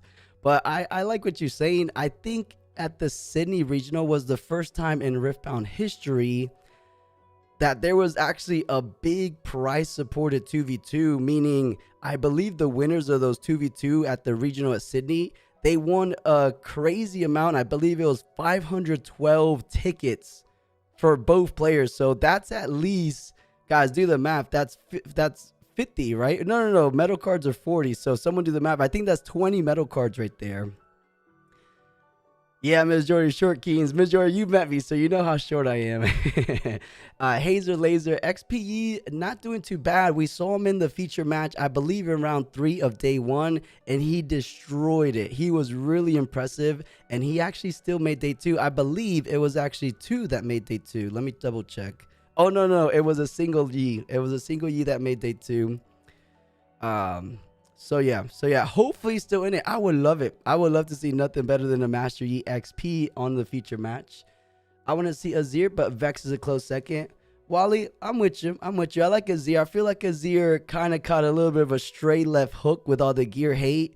But if there wasn't the amount of gear hate as there is, Azir would be easily top 2, top 3 decks right now. Melo, gracias por todo que haces por el juego. De nada, Melo. I enjoy it. Me gusta. Melo, ¿de dónde eres? When it pops up, it's really satisfying. XP is super fun. It is, Alchemy. From what I saw from it, it was really cool. You can only get 1 medal per badge. They clip your badge. Ashi, I don't know how these people did it. Or I know what you mean, but did you see the picture going around? There was a group of players that somehow finessed the system because they got 20 plus medal cards as a group. I don't know about you. I don't have 20 friends. I lie. If you guys are my friends in chat, we could go ahead and finesse the system too. But realistically, I don't know 20 people that I would trust with 40 tickets to go ahead and get a medal card. But they got it. They got like 10 Auris, 5 LeBlancs, a couple Vexes. I'm like, man, A, how much money did you spend to get those tickets? And then B, how much money in value is that? And then C, it's only real money if you sell it, right? Because chat, I have a metal card, but honestly, I haven't tried selling it that hard, but I need a buyer, chat. Maybe this is the time. Chat, who wants my metal Aurelia card? Where is it? It should be in here. I don't think you guys can tell on screen, but it is a can you guys even tell a little bit? It's like metal. I did win it at the Atlanta Regional, but I haven't posted it. I thought it was worth like 2K, but it's only worth what someone's willing to buy it from you, right? So let me know what you guys think is actually a fair price to sell this thing for. Yu-Gi-Oh players invading other TCGs. Yeah, Bear, something like that. They're just kind of scalping it up out there. There was 32 people, and then I got 27 metal cards. Oh, Jay-Z, is that what it was? Okay. It makes sense. Oh, Dominicano. There we go, Mimo. Super cool. And chat, for anyone just joining us, as I always say, they're running about 12 minutes behind. We're supposed to be in top 16 already. Let these guys know what's going on. And EX, it's sad knowing any chances of getting orange metal cards besides best of 1 will be impossible now without coughing up 1 to 4K. EX is not impossible. Honestly, the best way if you're a really strong player is that pre-regional. That's how I got mine, because I'm an idiot. I had the opportunity of getting the Kha'Zix one. It wasn't sold out by the time I finished my pre-regional because I got pretty lucky. I went on a hot streak and went undefeated in the pre-regional, so I got those 40 tickets right away. The trick is at that last round, you instant concede, you shake hands and say we're splitting, because you get 48 tickets, or if you get 48, one player gets 48 tickets, the other player gets 36. You divide it in half and you each get 42 tickets, right? So each of you guarantee a medal card, and you go first in line to get the medal card. I had the option to get Kha'Zix, but like an idiot, and I was playing Aurelia, so I was a little bit biased. I'm like, let's just get Aurelia. She's worth the same. She's the poster on the Spirit Forge box, right? She has to be worth more than Kha'Zix. But of course, Kha'Zix being set 1, I should have definitely got Kha'Zix, because the vendor at the event was already buying them up for 1,700. I could have just sold it right there and it came up 1,700, right? So I regretfully, so I should have just picked up the Kha'Zix. Is there a Discord link? Alchemy, are you talking about a Discord for Runes and Rift? If you are, ! Discord. And chat, I should honestly be saving my voice for this next round. But it's a casual cast. We'll cast it together, chat. I'll throw some questions over to you guys. You guys throw some questions over to me. And then the next round, we'll go ahead and cast it to our best of our abilities. And thank you, Daiquiri. Join our community. There we go. They should just print new metal cards.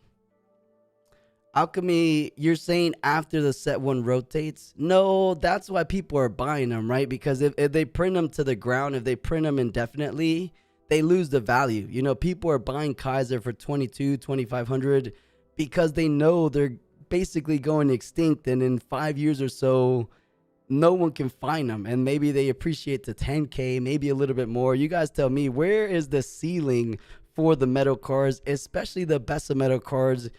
Because chat, if someone is forking over $10,000 to $15,000, where do they expect to sell them at? Or you know what I'm trying to say? Like, how much do you think they expect in like 5 years? Are we crossing like the 6-figure mark?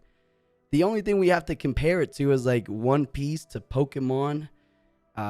If you guys have a sealed Origins booster box, I think it's pretty safe bet to like keep it sealed. If it's anything like Pokemon, you guys know how crazy a first generation box can be. So I sadly don't have one, but I signed up for the raffle, and I was like, you know what?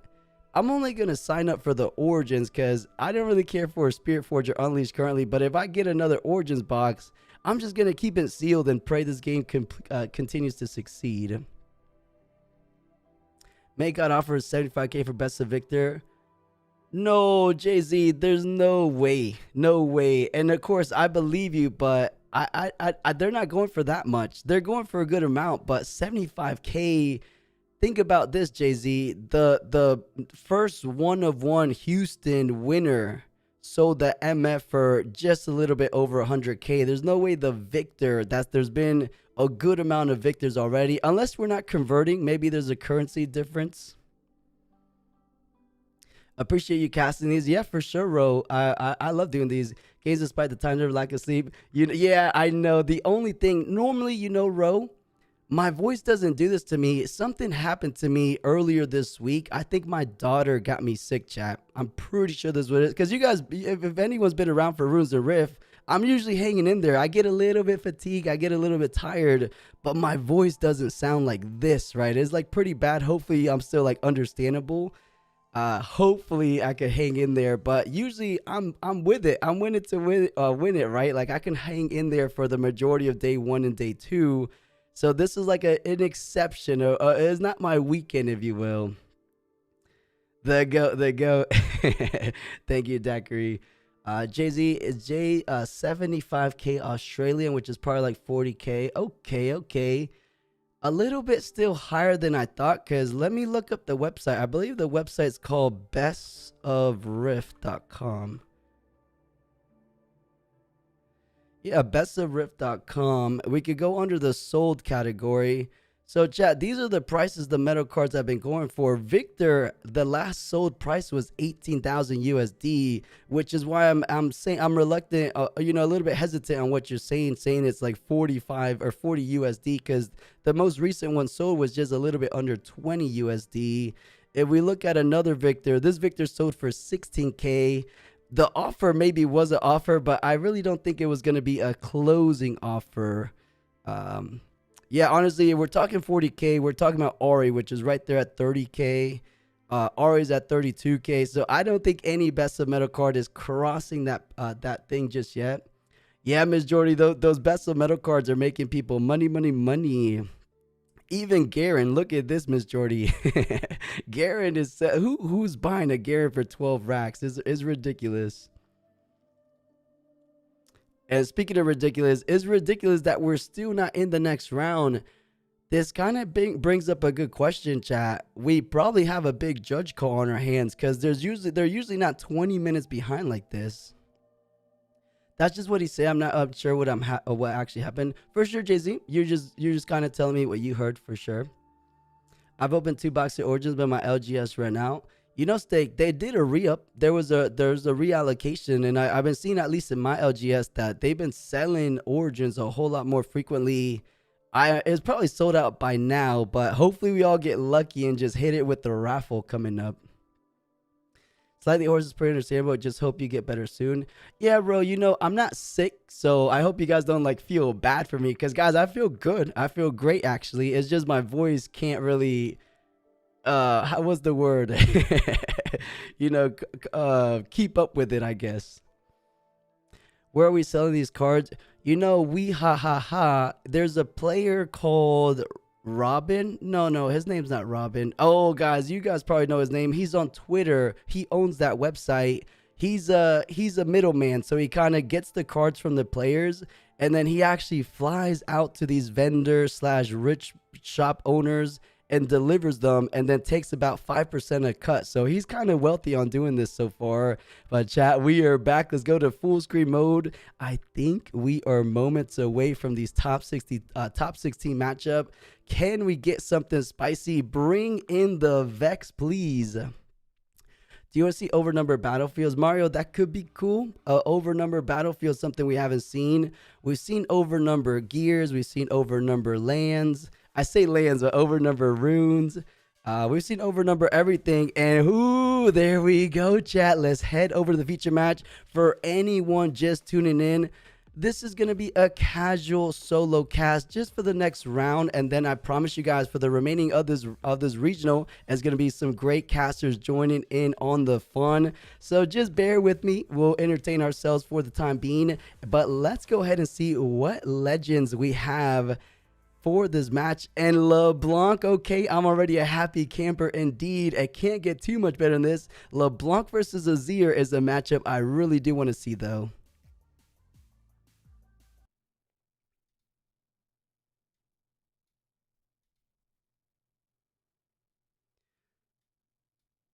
And give me 1 second. Let me pull up this little bit of background music. Oh, and it's even better. Here we go, guys. This is a Leblanc versus one of the last standing top 16 Kha'Zix. We have a big question at the hand, though. We have the question being, is this an Aurora Kha'Zix, or has he been performing really well and succeeding with a traditional, more ambush movability type Kha'Zix?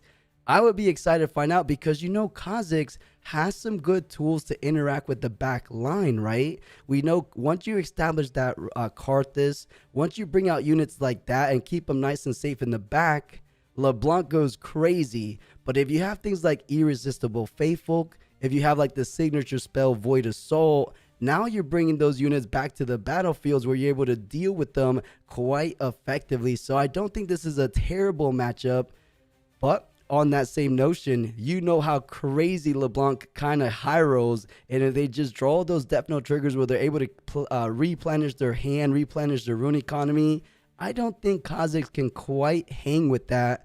But we'll see. Maybe this Kha'Zix is indeed built different.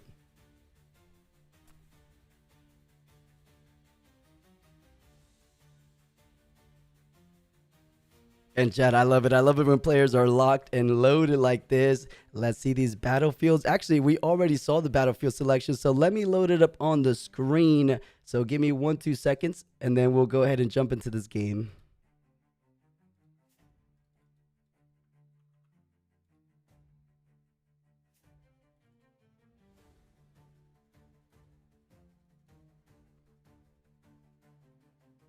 I would imagine the majority of us understand the value of running Duskgrow Labs in a deck like Leblanc, but for any newer players that are tuning in today, it's quite simply to go ahead and get some value from your temporary units. They're fading away anyways, right? So might as well go ahead and trigger the lab and get a draw for that def essentially. So not too shabby.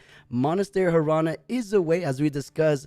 Kha'Zix kind of struggles in keeping up in the hand department. So Monastery Harana is just a great battlefield because you have such easy access with the Kha'Zix legend ability to buff your units just by paying a simple XP that you almost have guaranteed draw every single turn. Caveat being, if your LeBlanc kind of takes that battlefield away from you, it can get a little bit tricky. And chat, I'm not seeing your usual pieces. Actually, I lied. Sabotage Sack deck could be a little Aurora-y, but let's hope for the best here. Oh, you're right. You're right on the money, Snake. Monastery Harana is definitely not an Aurora battlefield. You're totally right.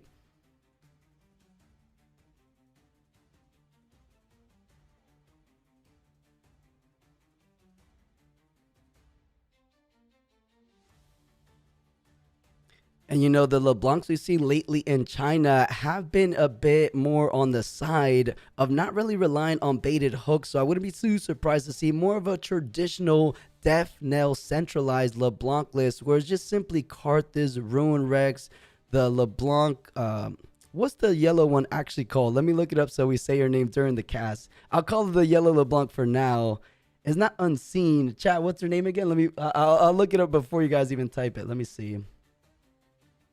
Fragmented, of course. LeBlanc fragmented, but it looks like game number 1 is here. I'm so excited. A little bit of an extended break, but the time has come for the top 16 match to go ahead and get things started. And it looks like Kha'Zix will be on the play. Nice little turn 2, can never go wrong. Ideally, you would want to start with that Irresistible Faithful because it just really complicates things for your opponent.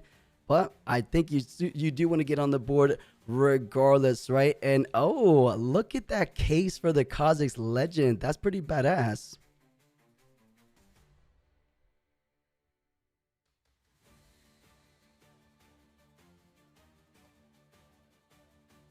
It's like an Unleashed theme case, which is pretty cool.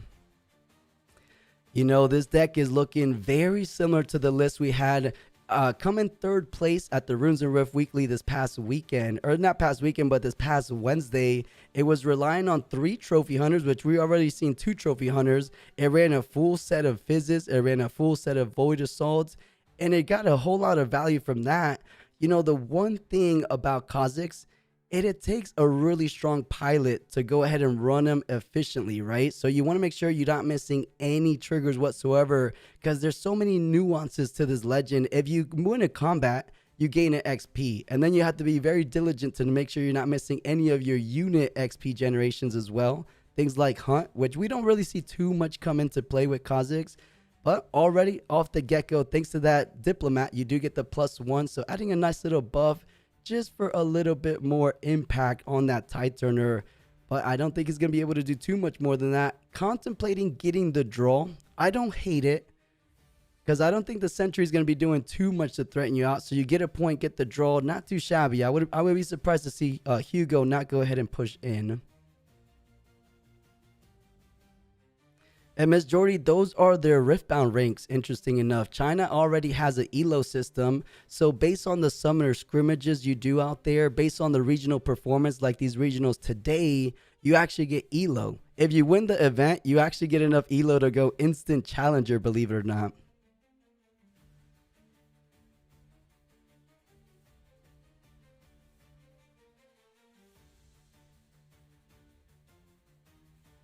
Which, honestly, if you have what it takes to take it all the way, you probably should be rewarded with that challenger rank.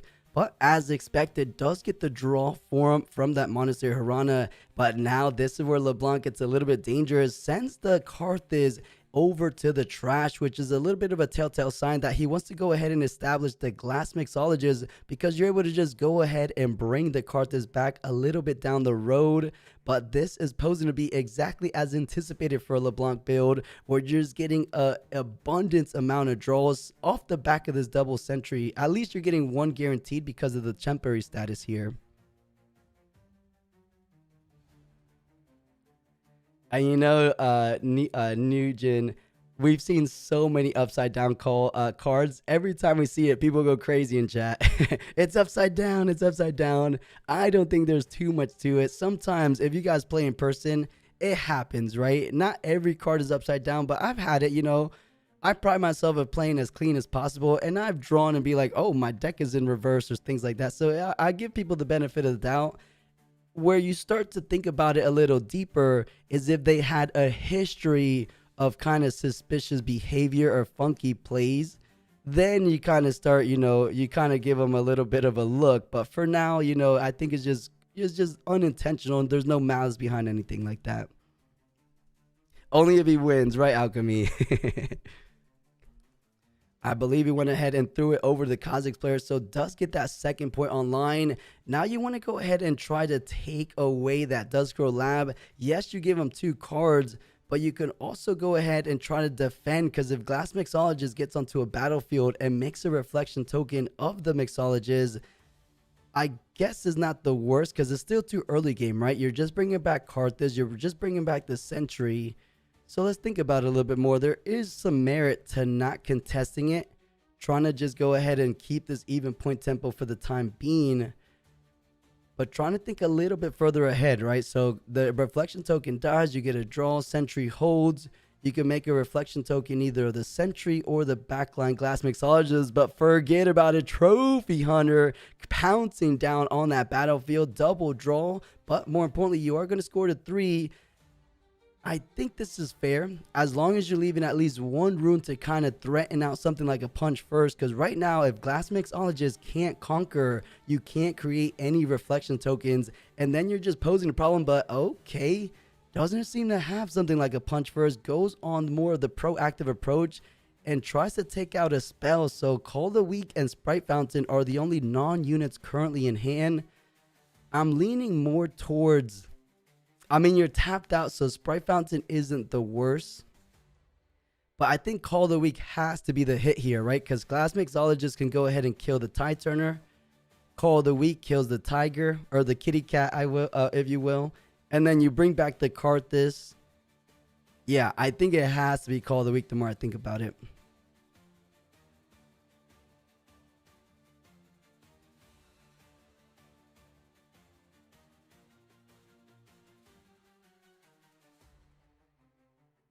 And players doing what all these high-level players do. They're writing the exact cards in hand just to make sure they have full information going forward. And then as these players go ahead and play out those cards, they kind of cross off those notes. That's what I've seen before.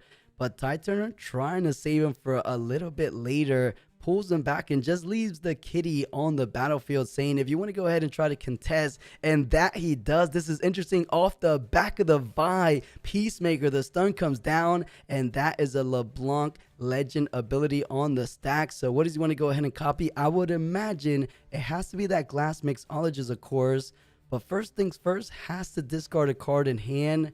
This is a pretty good position so far for the LeBlanc player, as both of these guys are literally on the cusp of squeezing into top 8. We didn't get any Kha'Zix in top 8 last weekend. We didn't get any LeBlancs in top 8 last weekend. So these guys are making history, at least for season 3 of the Chinese series. So it's almost like a win-win situation, honestly, for the viewers here at home. You love to hear it, but depending on what side you're on, do we have more LeBlanc fans in chat, or do we have more Kha'Zix fans in chat? I want to hear it.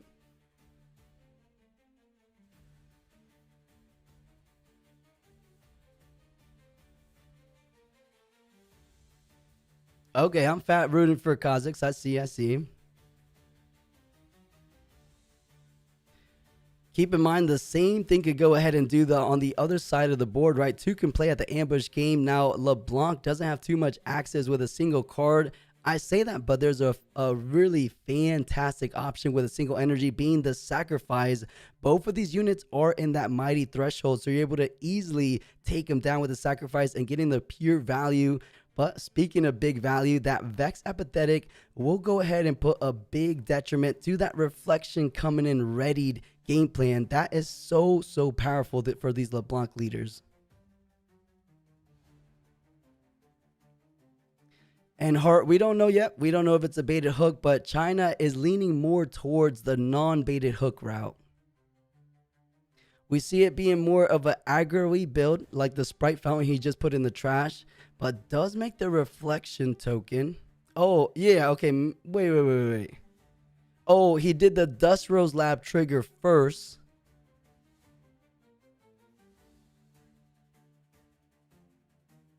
Wait, then why is the glass mixologist still there? Isn't one of them supposed to be dead? Why did he keep both of them? And we'll get the deck list after the event. These are closed deck lists for now.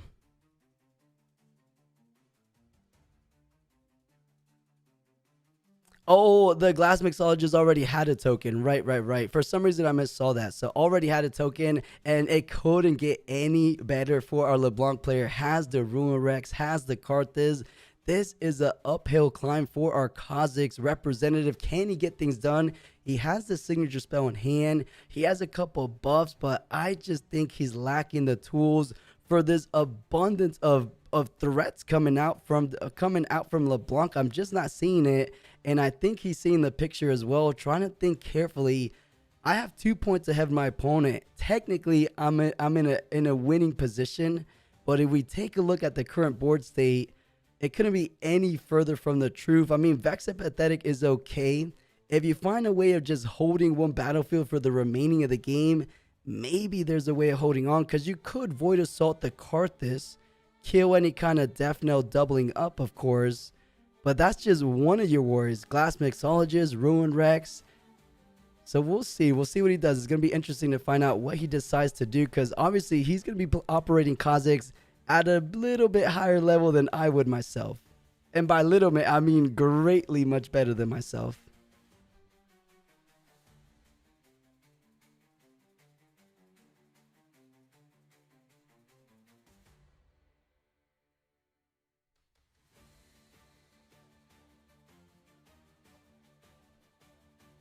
I think he is leaning towards that play line. Go ahead and retreat down the Tide Turner, just leaving that 4-Mighted Vex on the battlefield. That way you're able to go ahead and take care of the Kha'Zix. But keep in mind that one card we discussed before Kha'Zix goes ahead and dies, you are able to get some value from the Death Knell being repeated with a card like a Sacrifice. You could sacrifice the Ruin Rex in the back line, get double pings. You could sacrifice the Glass Mixologist. Granted, I don't even think he has too many units in the discard currently. And Echo, it looks to be a little bit more of an aggro build, at least more of an early game LeBlanc. So, which is why we're thinking is not the baited hook variant, because cards like that make baited hook a little bit more inconsistent.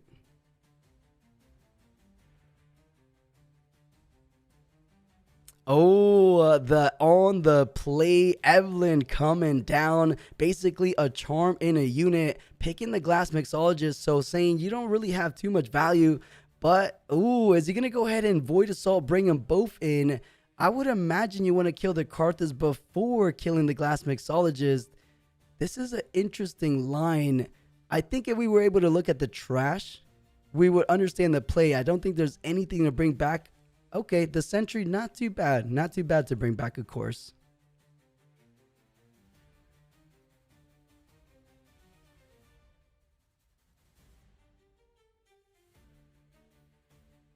Kha'Zix is running dangerously low on cards, though. Only 3 cards currently in hand. I guess the same thing could be said about our LeBlanc player as well. So both of these guys working with rather low hand economy.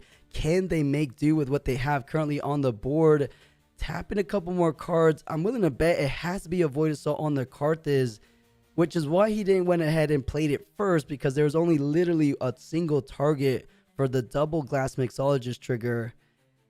And he's thinking about it. I mean, he doesn't have too much to play. It's more of a matter of fact of, does he want to go ahead and utilize the Void Assault in this current moment? Oh, Pigeon, thank you so much. You're exactly right. He had to kill the Mixologist first, or else the Kha'Zix comes back. So forgive me for not seeing that line there. So thinking about dealing it with now, but dealing it with it now, to your point, Pigeon, you have the Glass Mixologist with the reflection token over at Dusk Scroll Lab. So I see why he's so reluctant to go ahead and bring in the Kha'Zix, because you take him out one time, but he is the unkillable Kha'Zix in this deck. He's just going to be coming back as early as the very next turn. And it doesn't feel great to go ahead and kill the temporary reflection token as well, right? So this seems to be no good targets. You pull in Ruin Rex, you lose your Vex. You pull in Vi, you get stunned. This is tricky. I understand completely why he's taking his time. And honestly, with that all being said, I just don't think there's actually a good play here. There could be a correct play, but that doesn't necessarily make it a really good play. But bringing it back, I thought you could only target one enemy unit.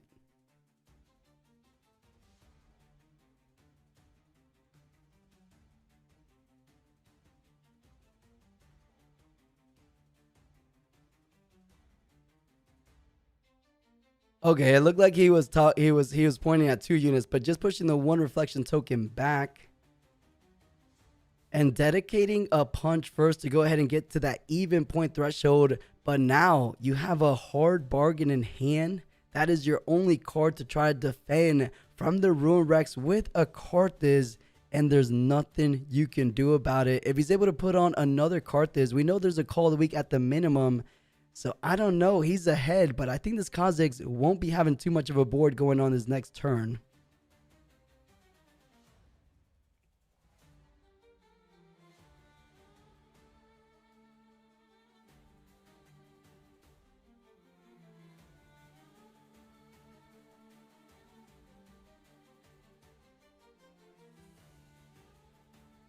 I mean, just try and do what you can, right? Make that Vex a little bit bigger. That way he's tougher to deal with. He can't trade. I mean, the board, the battlefield itself with the Evelyn does trade with the Ruin Rex. Ruin Rex won't be able to kill the Evelyn at the minimum. But then after the fact, even after the cleanup step, the Ruin Rex still kills the Evelyn. So this seems like a straightforward conquer. You send in Ruin Rex, deal with the Monastery Harana. Choose the Vex to go down. And then you ping the Evelyn a little bit after that. And then you probably, I know you don't love to do it, but you might as well go ahead and push in with your Kha'Zix. Because I'm not too worried about a single card in hand for our Kha'Zix. So I think he's thinking about the exact same line so far. He sees the play line. He's like, okay, I think this is a pretty clear play for me. Let me think about it slightly to make sure I'm making, oh, there he goes, to make it even more of a certainty. The last card in hand won't be seen for any time soon, especially if you're dealing with all these units.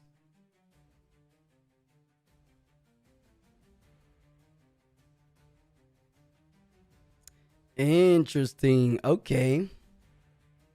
What does he have in mind then? So goes ahead and triggers Leblanc. I think he's just trying to ping away at them, right? But Vex is currently at 5 with a deflect, so pitches the call of the week. It has to be something in the neighborhood of a sacrifice because there's only a single energy left.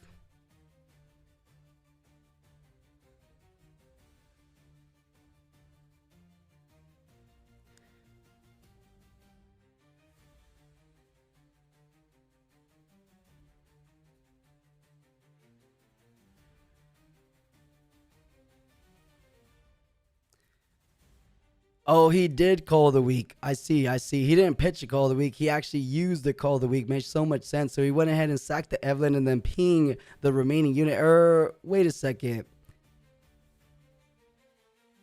I don't feel he used call of the week. What did we miss there? How did he went ahead and killed the Ruin Rex?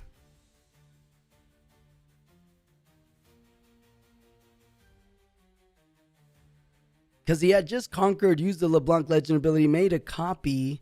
The battlefield isn't active until the beginning step. He had to use Call of the Week, right? So I'm willing to bet he probably should have sacrificed one of the backline units. The Vex would have stayed alive, or at least the Evelyn would have stayed alive. Yeah, Riftbound, it looks like he did use Call of the Week, but I guess prioritizing the units in the back line, because I guess he just went ahead and chose the Evelyn, and then the Shark doubled up on Vex.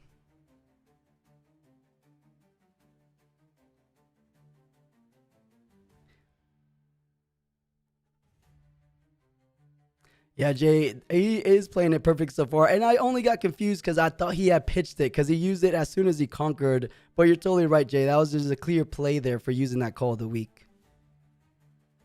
And I will, guys. I will. I'll pay attention. Usually I'm not like discussing directly with chat and paying a little bit more attention, but I'll lock in. I'll lock in for you guys.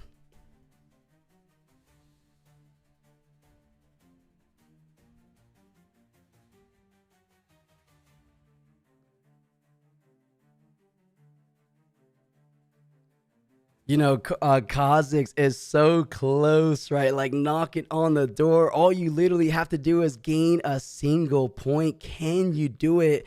Oh, tries to just play an establishment term for the time being. Didn't feel too confident because I don't think he was actually even had the might on board, right? Diplomat's just 2 might. Kha'Zix comes in for 4, so a collective total of 6. 3 might short of taking it down, but now you're giving so much breathing room for our Leblanc player going up to 5. And if things go his way, I don't see a world where you're able to easily, of course, defend that tide turner, especially when you have another Ruin Rex go ahead and play it out at the reflection token. All he needs is a kill spell, a hidden blade, a sacrifice. A mirror image is okay, but I don't think it's going to be too effective in this situation.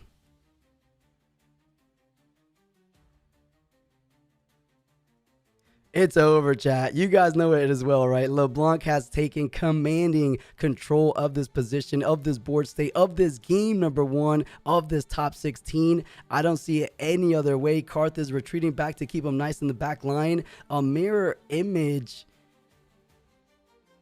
of maybe irresistible Faith Folk. He could be cooking here. Okay, might as well get some additional pings for the very next turn. I like this. I like this. For a second there, I thought there could have been a little bit of a line and be cheeky trying to kill everything in the back line now. But I think this is just all but certain. You should be able to double hold.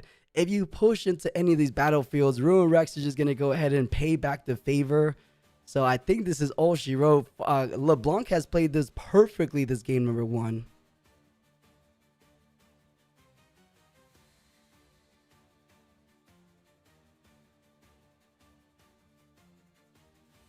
Fizz could do a little something. That signature spell is in the trash, but you're just lacking the raw might power. You could take down one of these, but as soon as these Ruin Rex trigger, especially with their Karthus still hanging alive back there, there's just too little things you can do. Even if you're able to occupy one of these battlefields, you still need to find an impressive way of somehow getting to the other battlefield as well. I mean, you could slow down the inevitable, but there's just no way around it. I think Leblanc will be taking it forward in this game 1, but thinking a little bit ahead, or maybe we'll save it. We'll save it for the in-between rounds to see what they can do, what kind of adjustments they can go ahead and approach this matchup with. Because there's just not a card to get him out because there's just a single card in hand, I'm pretty sure. That being the Fizz, and I believe he got the hard bargain back. I can't make out that one card.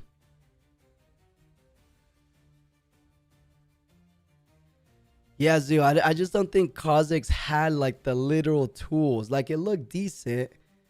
Okay, Faithful to kill the Karthus. Try and deny any further Death Knell shenanigans, but that's just step 1. You still have to go ahead and clear both of these battlefields because I think LeBlanc fragmented in the backline should be able to conquer. If you make a reflection token of her, that's +8 might swinging in next turn. Yeah, MKG, I'm right there with you. These players, sometimes these Chinese players are way more prideful than we've seen in the West. They don't want to give up until your opponent literally beats them. This is an unwinnable position, but maybe there's some kind of out we're not seeing. But it goes ahead, sees the writing on the walls, fist bumps go out, and we head ourselves into that game number 2. LeBlanc 1 game up and feeling quite dominant at that. So Kha'Zix doing good, but kind of meeting his match here in the semifinals, or not semifinals, in these top 16. That was a pretty good game, chat. That was a really good game. I don't know what Kha'Zix could have done. I feel like he played it as cleanly as you could as a Kha'Zix player. But what can you really do against triple Ruin Rex? I think the play that got kind of out of hand for him is where he had to make the decision, what do you void assault? And there just wasn't any clean answers, right? You take care of the glass mixologist, you get some value there, you take back the Kha'Zix, or you take in the Kha'Zix, the player gets it back the very next turn. So this is a bunch of lose-lose situations, which is funny enough what Leblanc loves to do for your opponent, right? You're like, all right, deal with the board. I calculated all my chances of kind of doing the best play I can put out this turn, and there's just so little interaction from your opponent to actually effectively clear. And if you do find a way to clear, the payback is there because of the Ruin Rexes, right? So it's a really tough board state, which means we have a Leblanc 1 game away from locking in the first ever top 8. Maybe the way they're playing, they might be actually crowned champion, because guys, for those that play Leblanc, how good do they fare against Aurelia and Master Yi? I feel like against Yi, it's a little bit more straightforward, but Aurelia seems like a little bit of a tougher matchup.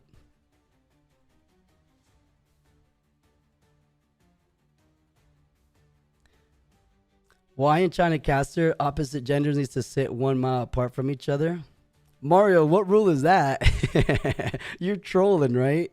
I've never heard that rule.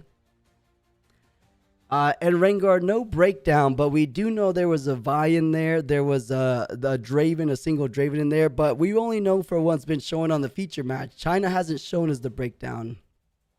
We do, of course, we'll get that top 8 breakdown after this round. But yeah, China just gave us a top 64, showed us a couple feature matches, and that's about it. So I wish I could give you more info on that, Rengar.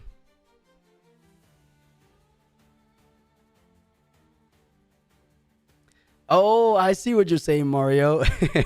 You're saying, why are they so separated? You're totally right. Like on the Sydney cast, on all the Western casts, they're a little bit more comfortable with each other, I guess. But I think this is just the production being a production, right? They're saying it would look more evenly spread out if you guys were like sitting right here. Because if they were a little bit too close, maybe there's just too much space around it, right? Either or, guys, let's go ahead and think more so about the matchups. What can Kha'Zix do? I mean, Kha'Zix could technically, he has a repose or access to at minimum repose. Ruin Rex is just targeting a single unit, right? So you could technically repose a Ruin Rex, believe it or not, as long as you're on a battlefield. But let's see what kind of adaptations these players can do going into this game number 2. Battlefields will be making a difference. And this is a little bit interesting. A battlefield we don't get to see too often is a Forbidden Waste in a LeBlanc. Usually those battlefields are, Dust Rose Lab, the infamous Windswept Hillock. And then that third one tends to be a little bit up in the air. But trying to get some value, usually a Forbidden Waste is more so seen in these Kha'Zix build, but a fantastic battlefield nonetheless is that Star Spring for Kha'Zix. You get that value off things like a First Mate if you're running it, and your ambush creatures coming down, and then allowing you to go ahead and retreat back. So he needs to kind of put a little bit more pedal on the metal. He got so close, but it just wasn't fast enough, it seems like, against LeBlanc. And Meaner, I wish we could see the sideboards, but the one downside, China has a phenomenal production value, but the only downside is that they don't show us the deck list because they pride themselves on running closed deck lists. If you guys seen like the last Sydney Regional, there was a little bit, not truly controversy, but some people were complaining that it gives the feature match people a bit of a disadvantage to show the deck list. So China strictly believes in that. They're like, I don't want to give these players any disadvantage going into the future, so they don't give us a deck list. So we have no idea. So this is just kind of based off interpretation what we've seen in previous matchups like this.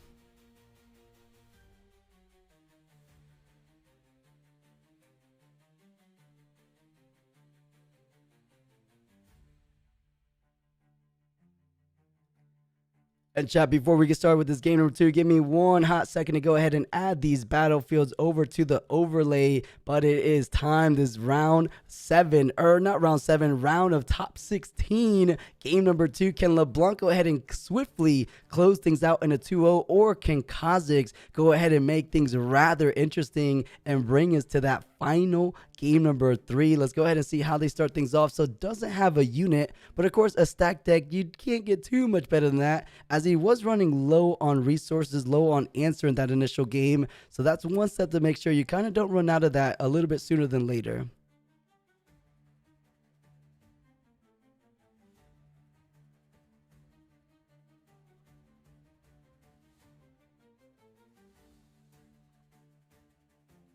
All right, there we go. Battlefields have been set. And yeah, a little bit of a for sure miss a 2-drop, but making up for it in the value that Xi'an does provide. When you conquer, you're able to channel one, or if you're running low on resources in hand, you are able to draw one. So I do like Xi'an. On top of that, you do have that notorious deflect keyword, so it makes it a little bit tricky to deal with. I like Xi'an. Is it worth it over like the Master Yi or more Kha'Zix in there? I think so. I think there's no card like Xi'an currently, which is why we're seeing a little bit more of a resurgence coming out in set 3. Oh, GR, I know exactly what you mean. Luckily for our Kha'Zix player, there is no Call of the Week currently in hand, but what he does have is the card that's coming down. But I believe we already saw the signature spell for Kha'Zix, so you're able to bring in Kha'Zix into that Xi'an. Not feeling all that bad. You would probably ideally want to deal with the Kha'Zix before triggering those Death Note ability, allowing him to ramp like no one else, right? That's 2 potential channel runes each. So that's 4 runes. You go up to 10 runes the very next turn, which is absurd when it's your turn 3.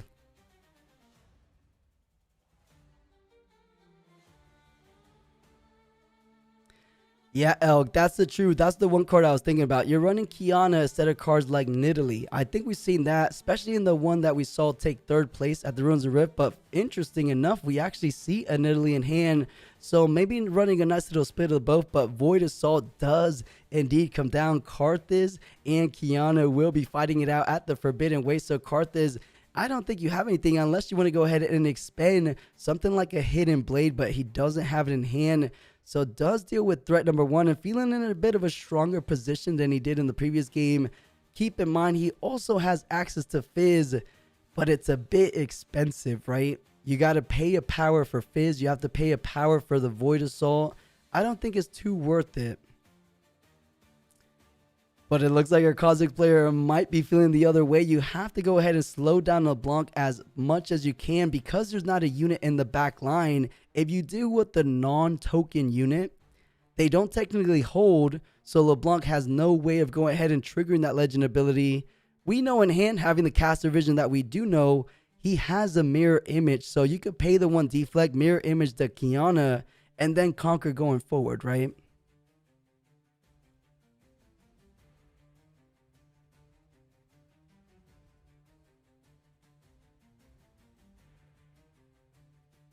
Oh, of course. I keep thinking like Void Assault works similar to Teaser Charm, but of course it moves your unit as well, so it puts it on the Star Spring and then takes it down.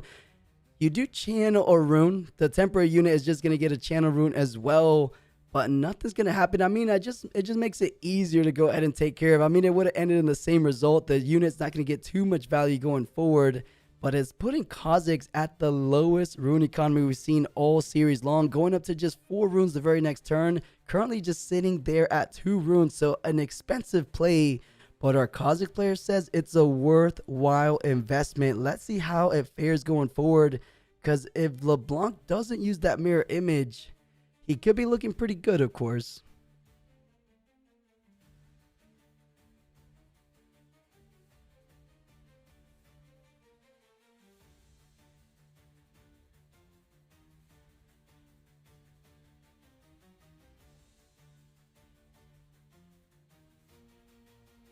And wow, not using any standard move in that sequence there, so was able to just simply retreat back to Xi'an, and the Ruin Rex does indeed go ahead and get established out, but now that's a double conquer potential.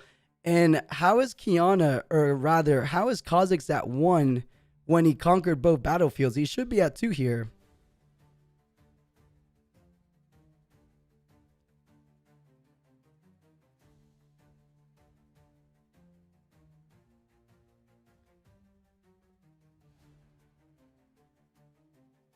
And I think the production over in China should be catching up to speed. They should be at 4 points currently, keeping that even tempo going. Now, the question is, how are we dealing with Ruin Rex in the back line? I guess you technically can't deal with the Xi'an currently with the lack of Kha'Zix because you're only doing 4 damage. Xi'an, thanks to that Kha'Zix buffs, is sitting there at 5 total HP/might. So not feeling all that bad, but I believe if we could get past the glare, oh no, there is a Kha'Zix. So let's go ahead and see what he can do, because I believe play out a Karthus, swing in the Rune Rex, and then play a sacrifice might be the best line for Leblanc.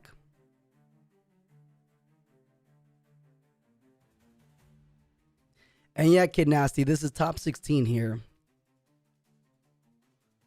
So these players are fighting for their spot into top 8. As I said before, we didn't have a top 8 Leblanc. We didn't have a top 8 Kha'Zix. So these guys are trying to make Riftbound history, at least for the Unleashed season, to be the first people to bring these into our attention, at least on the Chinese side of things. With at the worst a top 8 finish, right?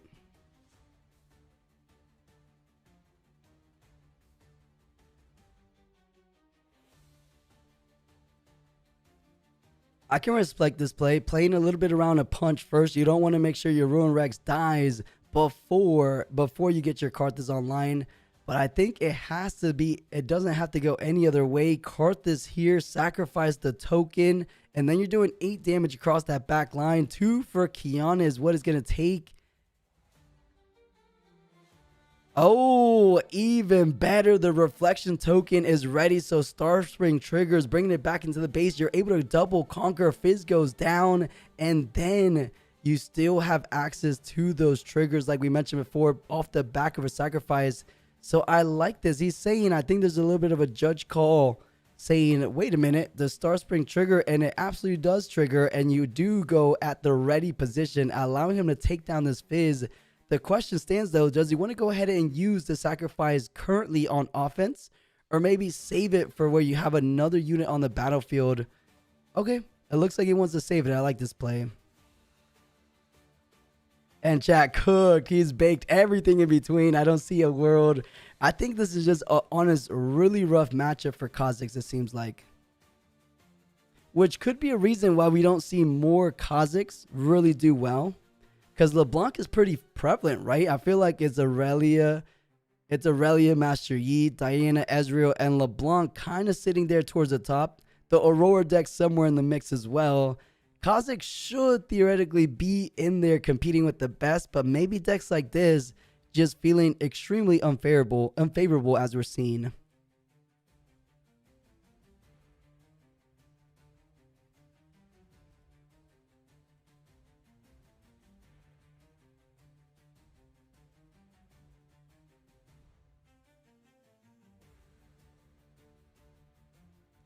Yeah, Rainguard, that is the only way around it, right? If you could go ahead and deny these conquer capabilities from Leblanc, things like leaving your ambush ability, or your ambush legend or champion rather, able to be online, slash things like punch first, then you could slow down the intensity from these Leblancs. But he just didn't have any good way of doing so. So not seeing those lines, rather not really being able to kind of contend slash stop them, but try to do the best you can. So pushes the Void Assault down, or pushes their token back to base. Faithfolk over to frame. Oh, okay. Brings in the Karthus, but now you still have to invest a little bit to deal. Actually, it's 1-to-1 because of the Forbidden Ways.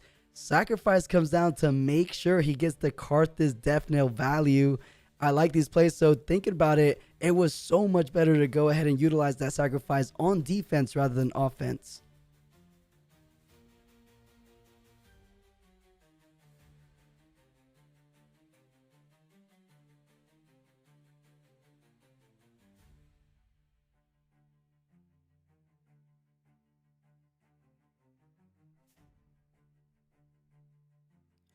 I'm pretty sure you just let it trade. But Rune Rex can also kill the Faithfolk as well. Faithfolk in first mate, you leave back the Kiana.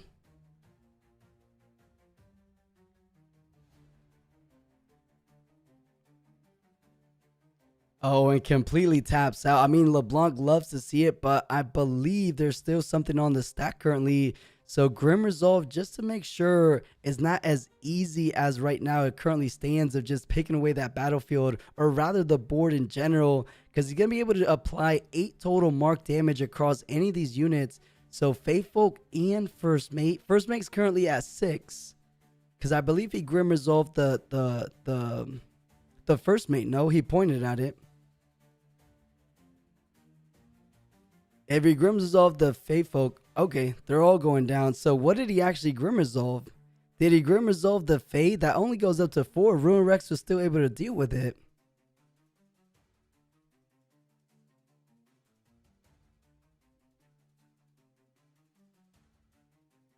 And chat, close your eyes. This is a bully on cam currently.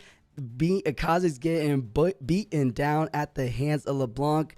Granted, you can kill the Kha'Zix now with your Xi'an, but I don't like the clapback potential. You have your units on Star Spring, and you're completely tapped out. I don't think Xi'an is going to be sticking around. It only has 5 total might. Ruin Rex alone can go ahead and compete with that by the base value alone, right? So I think there's just no world out of this, especially because you just tapped out. You're out of XP. You win a combat, you only go up to 1 XP, so you're not even able to retreat back the Xi'an back to the safety of the base, right?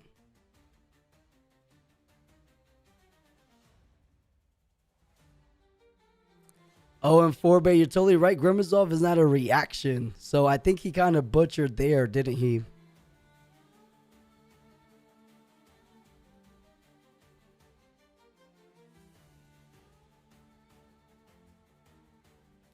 And Flip, he had already scored that turn. Actually, you're totally right. Flip, he should be at 4 points because he didn't score on his opponent's turn. He lost control of the battlefield, aka was uncontrolled for a second, and then he conquered / controlled.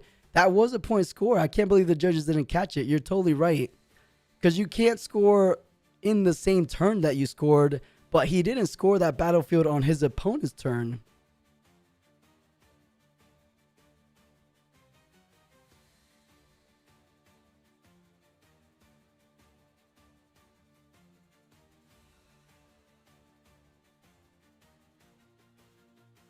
And just like that, as predicted, the Ruin Rex reflection is enough to go ahead and take down Xi'an. Now in full driver's seat mode is this Leblanc player, able to go ahead and hang on in there. At minimum, I mean, even if you don't hold with this temporary unit, right, you still have the capability to go ahead and conquer each and every turn. You got the Nidalee as an ambush, but you don't have any units. It definitely doesn't work like a trophy hunter, right? So this is where Kha'Zix finds himself in a bit of a stalled out position. Granted, he has so much more cards than he did in game number 1, but the lack of units, you can feel the pain in his hands. You can feel the pain in general for this Kha'Zix player. He did well, but you know, Leblanc just had all the answers, it seems like.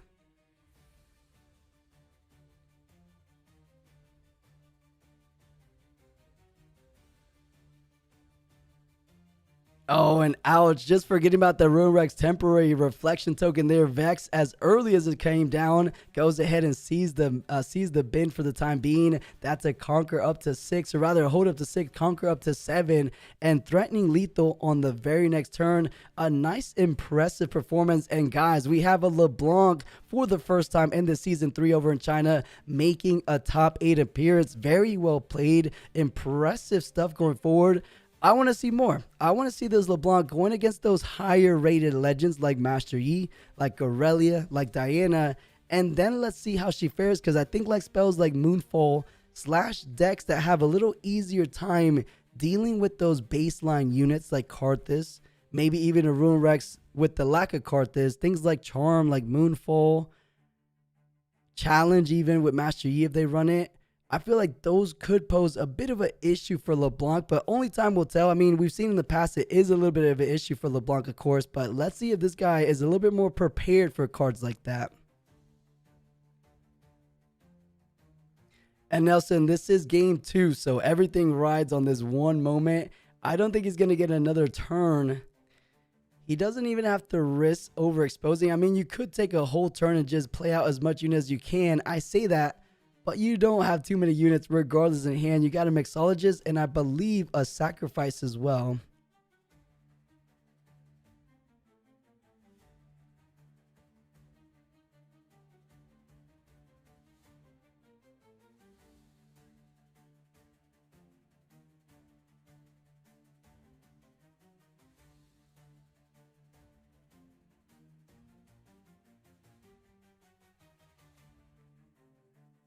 I mean, I'm sending in the dignitary, right? The Black Rose. If he takes it, I get a rune. I go up to 7. I say take both of my battlefields. Mirror image on the glass mixologist makes it even easier to go ahead and contest, or rather not contest, but just go ahead and solidify this dominant position you currently hold.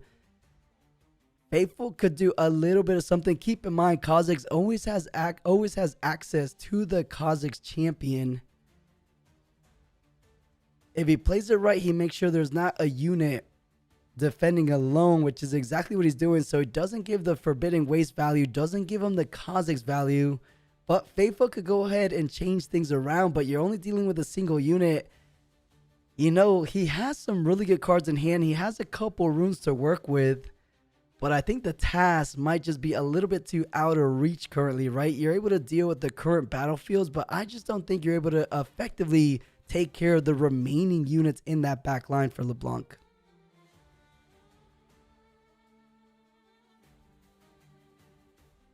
And Mario, they don't give us the matchup, so no idea who he lost or tied to. We just know there's 7 wins, 1 loss, and a tie. It would be cool. It would be cool to see all that information.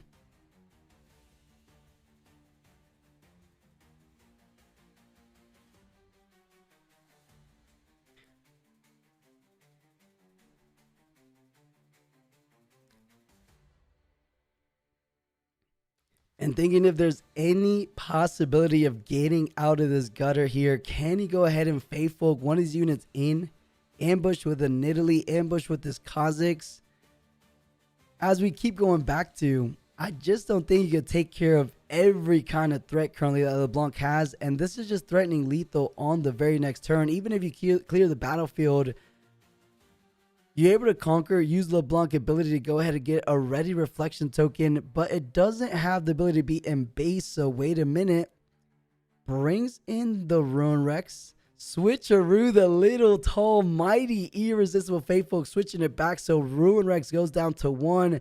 Faithfolk up to 6. So defending for 4 and 5 up to 9. So one of these are surviving. Does he go ahead and play an ambush unit?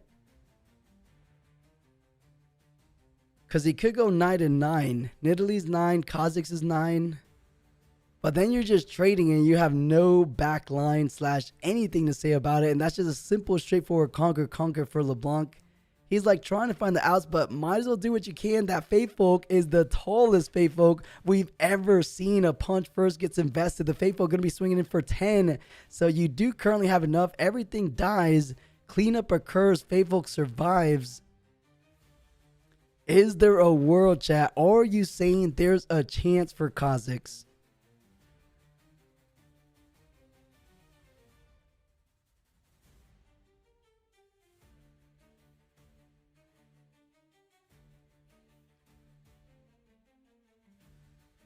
That is a glass mixologist, so you're able to bring back the Kha'Zix. 1 draw for the fragmented.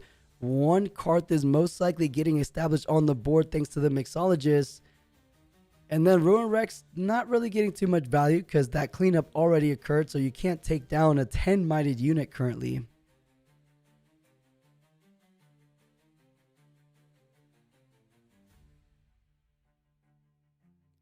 Unless if he had...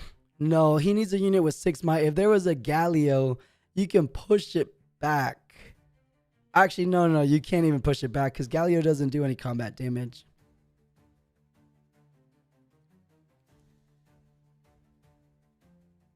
Okay, just get a little bit more pressure to push on forward because of the assault from fragmented, right? So you're pushing in for 4 rather than Kha'Zix.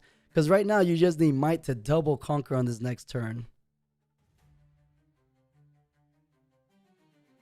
Yeah, exactly, easy, Teddy. I took it back.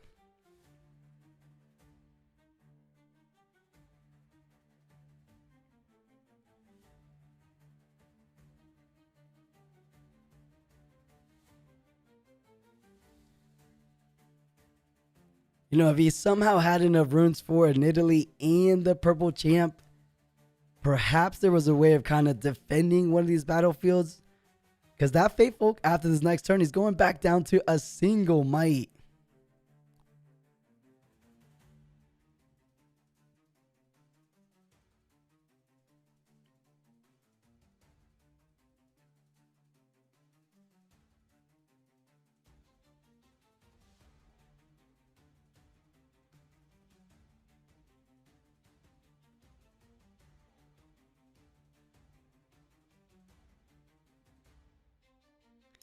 and just trying to think through any kind of potential outs. He's saying, I'm at 6. I'm so close, yet feels so immensely out of my grasp. Goes ahead and just plays out the Kha'Zix regardless.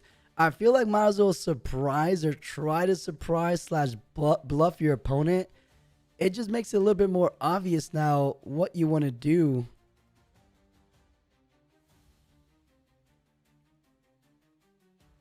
All right, could be the very last turn. I say could be, but will be the most likely the very last turn, especially with this top deck from the RNG gods, right? Hidden Blade, even if he did it, even the fact that he didn't even need it, honestly, he just makes it a whole lot easier. You can Hidden Blade the Kha'Zix. All he has is 2 energy. You're threatening a punch first. You're threatening a Grim Resolve, but we are talking about just a single 1 might unit. If you kill the Kha'Zix, Forbidden Waste comes online. Forbidden Waste doesn't have a minimum of 1, so that little Irresistible Faithful is going down to -2, making it just that much easier. But I think he's just going for the safer line. Never mind. I think he's just going to in it to win it right here, right now. Can he go ahead and do it? He says it is over. GG. Well played, Leblanc. The first Leblanc to ever lock in a top 8 position here in the Season 3 Chinese regional circuit. Well played. I'm impressed. I want to see more of this Leblanc like we were talking before.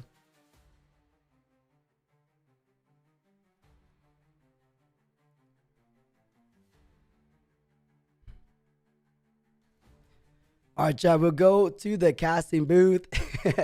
And guys, hopefully my voice was okay. For those that know us, and I can't believe I had to be right back soon there. But hey, Dr. Dick, what's going on? Units are trash before Death Knell resolves. Rick, you're saying why he was able to bring back the fragmented? I thought you were able to bring back the fragmented, no? I believe that's how the ruling works.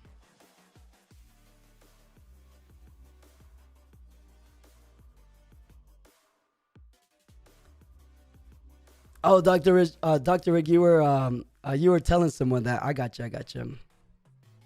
All right, chat. Who was paying attention? How much time was left in that round?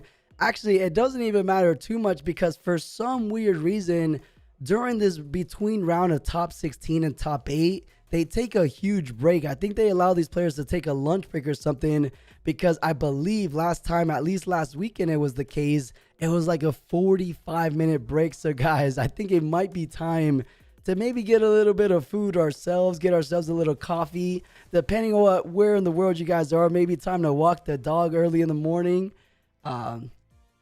Yeah, Dr. Rick, a little bit later for me. Yeah, approaching 3 a.m. on our side. And Eric, top 8 is on time per usual, right? And Timo, you're chilling at 3 p.m. Nice. Like 10 minutes left in the round. Okay, Zark. So 10 minutes left in the round. So those matches finish in like 10 or so minutes. If people go to overtime, maybe like 15 minutes. And then, I mean, to the schedule, let me tell you guys exactly what they have on the schedule. And hey, Remmer, welcome on in. Brand new player watching your video / streams the last couple of days have helped me learn the game. That's awesome to hear, Remmer. I love to hear that. Understand Age Legend more than any other resource I found. I appreciate that a lot. Thank you much. Keep up the great work. Remmer, for sure. That's what we do it for. I mean, we try to be as informative and educational as we can while having fun with it, right? Because we love doing these streams as well, doing these casts. So I'm happy you find some value. I came in late. Who's in top 8? So Vi, we just know one person in top 8, and that is Leblanc. So we have no information about it. But if I'm a betting man, I'm bet you Aurelia's in there, Master Yi's in there, Diana's in there. Ezreal may be in there, an Aurora squeezed in there, and then we're missing one, right?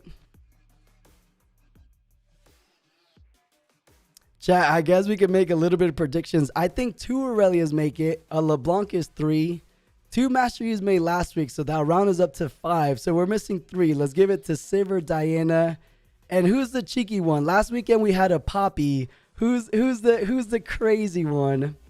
And thank you, Romp. Who's the crazy one to squeeze in there? It's not Kha'Zix. They just lost. Let me pull up the day 2 spread.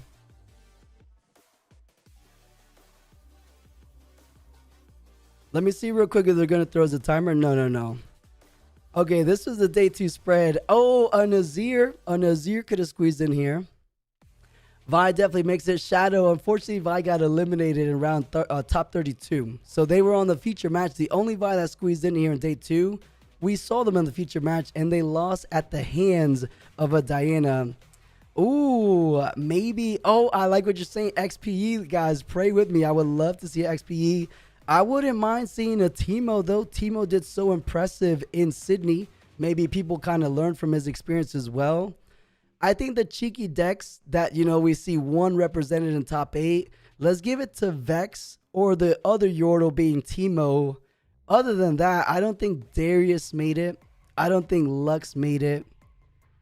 As sad as it is to say, I don't think XPE made it. I hope he did, but I don't think so. Not a single Kha'Zix. Yeah, Josh, and we were talking about yesterday the fall of Kha'Zix has to be studied, right? Because she was reigning so crazy big in set 1, but that just happens. Set 2 comes along, set 3 comes along, set 4 comes along. Things are going to definitely change. I'm happy with how the meta is now. And I hope the trend continues in set 4, right? Because right now, look at the spread. It's pretty diverse.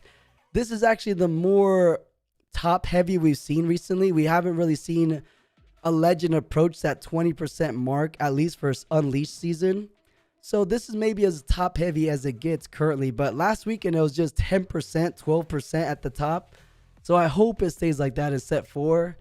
I feel like they might bring a legend that gets a little bit too overtuned in set 4 for some reason, and that's going to be like 20-25% representation. I should build Diana Green. Diana's really good. If you guys been keeping tabs on the 25K that's happening this weekend as well, there's no stream for it, which I'm really confused, chat. If anyone's familiar with Charlie's Collectible Show, they throw awesome tournaments every 2 months or so. This weekend is their 25,000 in Atlanta, Georgia, which I wish I could go to because I live in Florida, so not too far away. But what I was trying to get at is the number 1 represented deck at Charlie's was Diana. 29% representation over there being Diana, which was actually a tie with Aurelia. Aurelia and Diana, with the lack of incentive of best of metal cards, maybe there's something to Diana. So for sure, I think it's a good pick currently. Mario, that wasn't a baited hook, Darius. We saw undefeated Darius in the feature matches yesterday, and it was like a weird Jhin with equipment, with what did he have that was surprising me? It was the red Jhin to get the double value from your Darius legend ability. You get 2 free energy that turn, 1 free power. Was attaching blighted battle axe to get the additional +4. And there was even more craziness. I recommend that matchup. If you guys want to take this 40-minute downtime to watch the feature match yesterday, Darius versus, I believe, an Aurelia was a good one. And Alchemy, welcome back. It was Leblanc. Leblanc taking down Kha'Zix.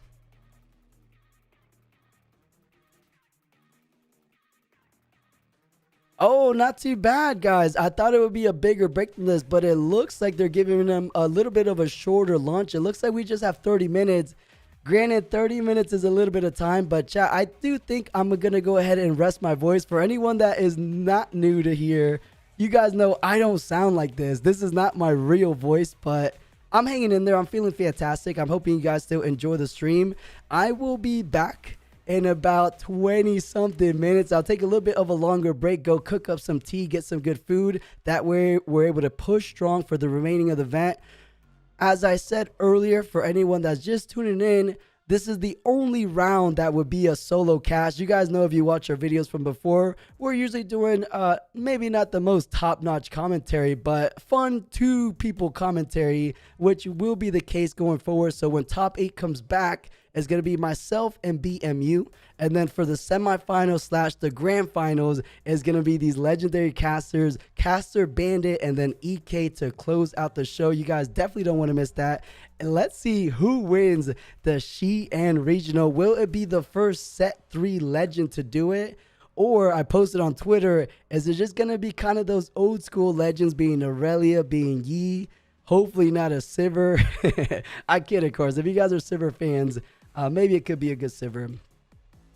And yeah, Steak, just 27 minutes. So I won't show you guys this screen. I'll have the 20 minutes on my side. I'll pull up a fun feature match. You know, since someone said they wanted to play Diana, I'll put a top 16 Diana from last week if you guys haven't tuned in on that match. But guys, this is going to be perfect time to go grab some food or some water, or whatever you guys want to do in the meantime. I will be back. So let's get this Kha'Zix one out.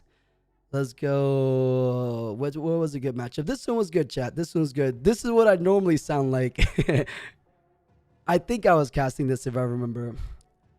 Hey, come back. Signature over numbers Chinese in the back ink. Oh, Mario, you wanted to see that? All right. It's like the Don't leave us. I'm so scared. Wait, Rick. Wait, you guys are trolling, right?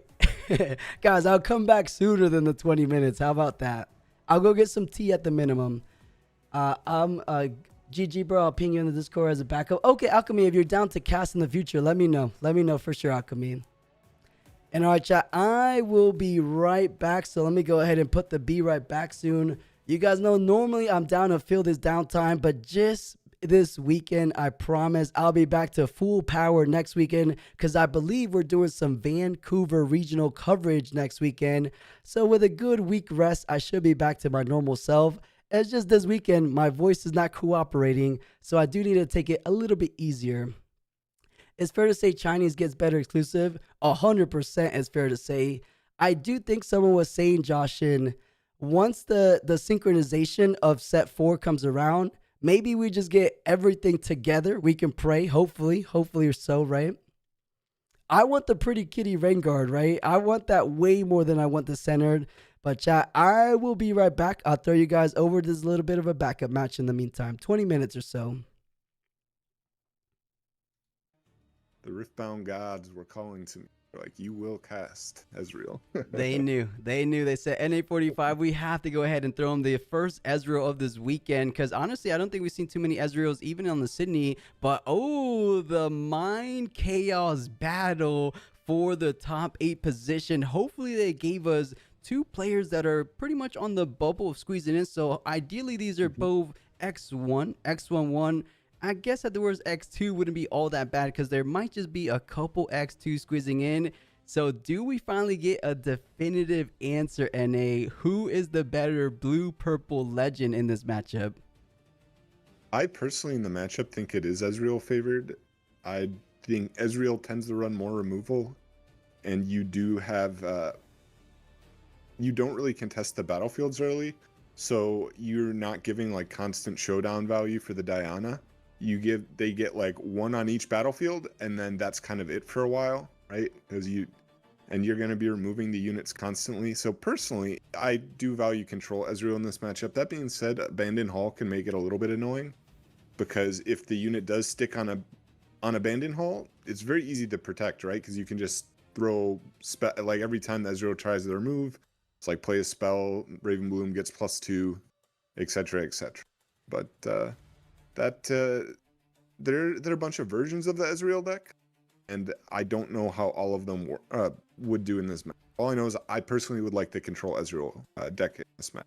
Right, it would be nice to see, but you're so right. It feels like Ezreal might be the sole deck that has the most amount of different ways to pretty much build a successful Ezreal deck. Some a little bit more effective versus some matchups than the other, but overall, I feel like this is the most toolboxy deck currently in Riftbound. You have access to so many good cards, especially in blue, especially in purple.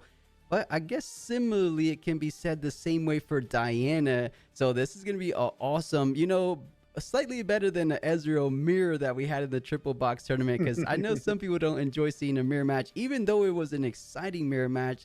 So I'm happy to catch this difference and see who can put out ahead, because I think the biggest difference here, are you running Hui in your Ezreal decks as well? Do you feel like he's just a high value card, or is it just Diana's these days?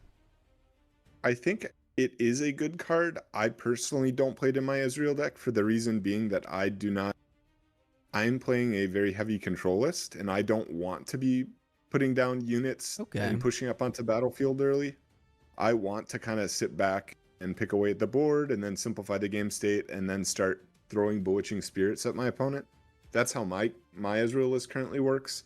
That being said, if you're playing a more aggressive Ezreal list, I could definitely see it being good, as you do have a lot of the same tools as Diana with cards like the like Ride the Wind That being said, you don't have Moonfall, which is one of the better movement tools. Obviously, that is a signature for Diana, so you're not going to have access to it. But I mean, there's still like Flash and stuff. Still plenty of options to move it around, and it does give a lot of draw. Yeah, It's a it very good really card. does. You're able to filter through. You love that you draw first and then decide what to discard. As well, there's some really clever plays with Ride the Wind as well, where you move it back to base. And it's so diverse, right? I mean, it's so flexible is what I'm trying to say, because you have the option between spell, unit, and gear depending on the situation you're in. So we'll see how much of a difference maker a Hui can be, because looking at the opening hand for our Ezreal player, I'm feeling it might be a little bit more control-y version, because just a single unit being more late game. So maybe trying to control the board state early on, and then kind of diminish the hand or the bigger value cards in hand with the Mind Splitter later on. But as you point out, I feel like a control-y Ezreal does have the upper hand, especially when we consider the fact that Diana is not a green deck, right? So usually you have tools to counter a lot of these spells like Bellows Breath, everything, the Wage of the Pain, the Eclipse, and things like that. But with only access to Hard Bargain, you don't have an infinite amount of hard bargains. So I feel like that's going to pose a big trouble for a Diana player. But we'll see, of course, because maybe Diana knows how to approach this matchup as well. I mean, Diana is in a more aggressive deck than Ezreal, and Hui is a very powerful unit, so it is very possible to just like stick a Hui and then get a crazy amount of value out of it before it's like possible to remove it efficiently. So very possible. I could see that like going here. This is a okay. I do see a Mind Splitter, like you said. He did put back a Rasa. So we know that there is I think it was Rasa seal. No, he kept the seals. Okay, so we definitely saw a Rasa get put back. And the cool thing with Rasa is that could mean more of a tempo build where you're just going for actual combat early. But there's also another build that plays Rasa, and it is the Heedless Resurrection. Oh, okay. That card is pretty cool. And the idea being is you put down your Rasa because you get to play it, and Heedless looks at the cost of the card, not how much you paid. So you're able to do stuff like play out your Watcher for almost nothing, right? And then you cycle it with discards and stuff. So this is a really bring good back your spot for Watchers, Ezreal. bring back your Mind Splitters that are in the trash as well, because I believe Rasa is a 10 energy cost. But with the Bewitching Spirit getting picked off the top, it looks like the perfect card to play out right here, right now. It looks like it's not the Pack of Wonders build.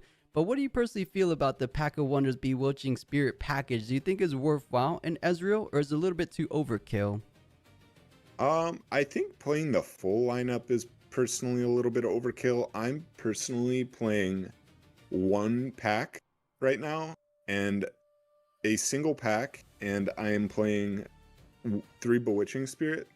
The reason being is like you don't ever really want to draw too many of the pack cards, and you've seen this like when you've been casting where they draw and they have 10 cards in hand, but 3 of them are troves and 2 of them are packs, and it's just all sorts of dead cards. So I think the deck sees enough cards that you can get away with just playing a single pack. Like you don't really need more than one, and at most you could play 2.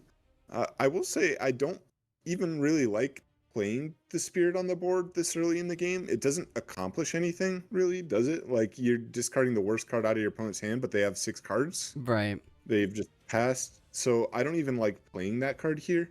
I would prefer to even just pass and keep in your hand, and then you have enough for, like, wages and stuff. Like, a wages here onto this. I don't know if he had one in hand. If he didn't, I mean, obviously you can't do that. But if he did have a wages, I would love the ability to just go for like a wages on Diana, get rid of the unit early, and there aren't really a lot of cards in this deck that save it, though it is Abandoned Hall, unfortunately, so you can just play out random reaction spells. Yeah, that could have been his logic, right? He's saying she's going to go into Abandoned Hall, so let me go ahead and just play out a unit while I can. But a Moonfall, the signature spell for Diana, bringing in the Bewitching Spirit in. You get the +1 from Abandoned Hall, and you get the -2 down to 0. So nice little easy conquer. Diana trying to take the first foothold of this round number, is it 10? I get confused with the Sydney RQ happening at the same time, but the final round of Swiss over in China, it is round 10, I'm actually pretty sure now. Yeah, look, he did have a wages. Could have just gone wages on swing. And if you don't play a unit, then most of the cards that Diana would use to buff up the Diana, and Abandoned Hall just can't be played, right? Like, you can stupefy your own unit, okay, it goes down +1. You can gust your unit, in which case, like, you're fine, because that's a pretty big tempo loss for Diana. I definitely just would not have played the Spirit there. I don't think it accomplished anything. Yeah, a little bit too premature, but I like keeping the energy up for the wages. Just force your opponent to go ahead and use the cuss before they get the conquer. So you kind of denying them points a little bit early on to keep yourself a bit more in the race. I mean, it's still 0-1, so no one's kind of edging out a little bit. Then, getting a big difference between the two. But for now, it looks like the chosen champion for Ezreal getting played onto the board. Classic. Every time I see purple Ezreal, I get kind of flashbacks of how oppressive it used to be. These days, a lot more balanced than it used to be as compared to the good old call shot days. Maybe good old is definitely subjective, though. Yeah, I do think this play is pretty weird, too, is we know he has the seals in hand. So why would he not seals before he plays Ezreal? It ends up being the same thing, except you've put your seals on the board and you won't have to deramp for it later. I guess the idea is maybe he thinks his opponent has removal, but even if your opponent has removal, I think you're happy with them spending resources like dealing with your board rather than actually building their own board. So I don't know. Right, when you say you removal, do we think are you talking about like gear interaction, like turn to dust, like we see in the hand for? Yes, turn to dust. Okay, that's probably what he's playing around. But eventually, you're gonna have to play out a seal, and he does just that, a double seal getting established out this turn. So plenty of energy, or rather power, to work with going forward. What does he decide to do this turn? It looks like his mind splitter time. Look at the hand of Diana. What can you take out of the hand? Because honestly, we've seen more of the hand for Ezreal so far, but we haven't really taken a look. We know the Diana that got sent back to Gus is currently on the board, but other than that, we haven't really got a good glimpse at it. So first time, it is the double Hui, a wages and a ride the win plus a star cost. So pretty good gas so far. Not the most, but I feel like you can't feel too upset with that hand. Yeah, I'm pretty sure you discard the ride the win. It's like the ride the win or the Starcross. Ezreal doesn't really have a lot of removal in hand. You have like wages, which is good, not amazing, but it is something. And you do have a big body on board for pushing next turn. Yeah, okay, so it is the ride the win, because ride the win with Hui does get a little bit silly. Right. It does end up making you see a lot of cards, and he would be able to just drop the Hui and ride the win on the next turn. So potentially seeing like 3 more cards off the top of the deck, including the draw for turn. I completely agree, right? Ride the win is pretty much the catalyst that enables Hui to do some silly things, as you pointed out. So I like that Mind Splitter play. Now is the time to go ahead and play out a Hui. You have 2 of them, so might as well get 1 out on the board right now. I don't know how many runes, 2, 4, 6, 8, 9 runes. So you still have plenty of runes to keep things up if he decides to push up that Ezreal purple champion, but I don't think so. And man, the Diana champion continuing to provide immense value for Diana player. That was the Starcross that they pick up from the basically free legend ability, and then now it's a Moonfall number 2. So we saw how powerful Moonfall can be. They could almost pretty much use it right now, right? Because Moonfall brings it down to 5. Abandon Hall brings you up to 4, so you're a little bit short. But I guess you have a wages. But no, never mind. You're not trying to trade the Diana, so maybe saving the Moonfall for a little bit down the road is probably best. Yeah, you can play out a few spells though first, and then just buffer up. Like the stack deck now will get her up to 4, and then the Moonfall up to 5, right? And then at that point you're trading. But it looks like he even hit another stack deck off, so you could go up and clear that, which I do actually like. Dealing with the Vex unit can be a little bit annoying because you do have to pay the deflex, and if the Mind Splitter doesn't stick, well, you've lost your big body that you spent your entire last turn developing, and they just saw like a bunch more units anyway. Right, and I think this variant of Ezreal is already a slow deck to begin with, so taking out some units is going to slow down the game plan even further, allowing you to progress and continue to put points on the board. Just go ahead and taking those steps forward to closing out this game number 1. I like Diana's position so far, especially when we consider the fact there's also a Vex Apathetic that's most likely will be getting sent to that Sigil of the Storm to lock in in the battlefield effect. You can't go ahead and move, and everything enters stun. Not that there's any true accelerate potential despite besides Watcher, which would be a little bit too crazy to go for it now, since I guess you could, no, you couldn't do anything because of the Vex, but even without the Vex, I feel like you want to save the Watcher for a little bit later on. But I like the Vex on the Conqueror, or would you rather stay on even point tempo? Because I feel like when you have a Vex, I'm always itching to go ahead and put him on a battlefield. I think I would probably not commit it here. I don't, if you're not going to Moonfall away it really depends if he does want to commit the Moonfall here. I think if you do want to commit the Moonfall, I think, okay, yeah, so he doesn't want to commit the Moonfall, so does not push the Vex up. Because if the Mind Splitter gets cleared, then I think you're pretty happy pushing it up, as there's nothing that can immediately deal with it. But he did spend a fair amount of resources this turn on units plus spells. So if you do end up doing that, then there is the possibility of you just... Yeah, the Vex just gets cleared by the Mind Splitter almost for free, as the Ezreal has a lot to work with. And then you do have to deal with this big unit on the board, and you kind of wasted resources developing. So in this case, leaving it back in base kind of almost guarantees that it will stick around for a bit, which is good. And wow, okay. Interesting. Right. So trying to take down the bigger unit. So interesting enough, both Starcrosses are going to do as much as they can. So even though you're taking out the target that the original Starcross targeted, you're still going to be forced to put back your Diana back in hand. So this is actually a bigger blow than it seems for the Diana. You're getting the Diana back in hand, as well as the Hui, leaving behind the only unit on board. This could be the last moment. Oh, and wait a minute. In reaction, Stupefy pays the deflect with the seal. What does he have in mind? Does he want to go ahead and try to deal with the entirety of the Diana's current board? It would be pretty nice if you are able to. Unless he's playing Deadly Flourish, it seems a bit unlikely, but I have not seen a Deadly Flourish yet. I really like that card in this deck, but like I said, I haven't seen it yet. I'm 1, 2, 3, 4, 5. So only 5 runes available, so you cannot play out the Mind Splitter again, which would be I guess you don't really need to, as you do know everything, most of the stuff in a lot of the cards in the hand, and you do know they're double Hui, so you can't go like, hey, I'm gonna rip the Hui. You know, there was a line, if you were that itching to go ahead and take down the Vex, you could have Bellows Breath and then Fizz Bellows Breath, but it's just such an expensive turn. Both of your seals are already exhausted, so you're going to have to pay those with the raw power cost. So I don't love that play. I think Vex Hypothetic isn't that threatening, but here goes the Fizz that could have brought back. I believe there was a Bellows Breath in hand, but looking to maybe dig through the deck a little bit further on, I'm thinking he might bring back another stacked deck. Or what else can you see in the trash that might be a little bit better for the Fizz pickup? I think it's stacked deck, right? Like, what else is there and that's good? And like, you don't want to, you can't Arcane Shift. Yeah, Stupefy. Oh, wow. Stupefy and then repeated Bellows Breath. Again, it's very expensive. Okay, he thought about it. I think stacked deck was correct here. I see another Starcross.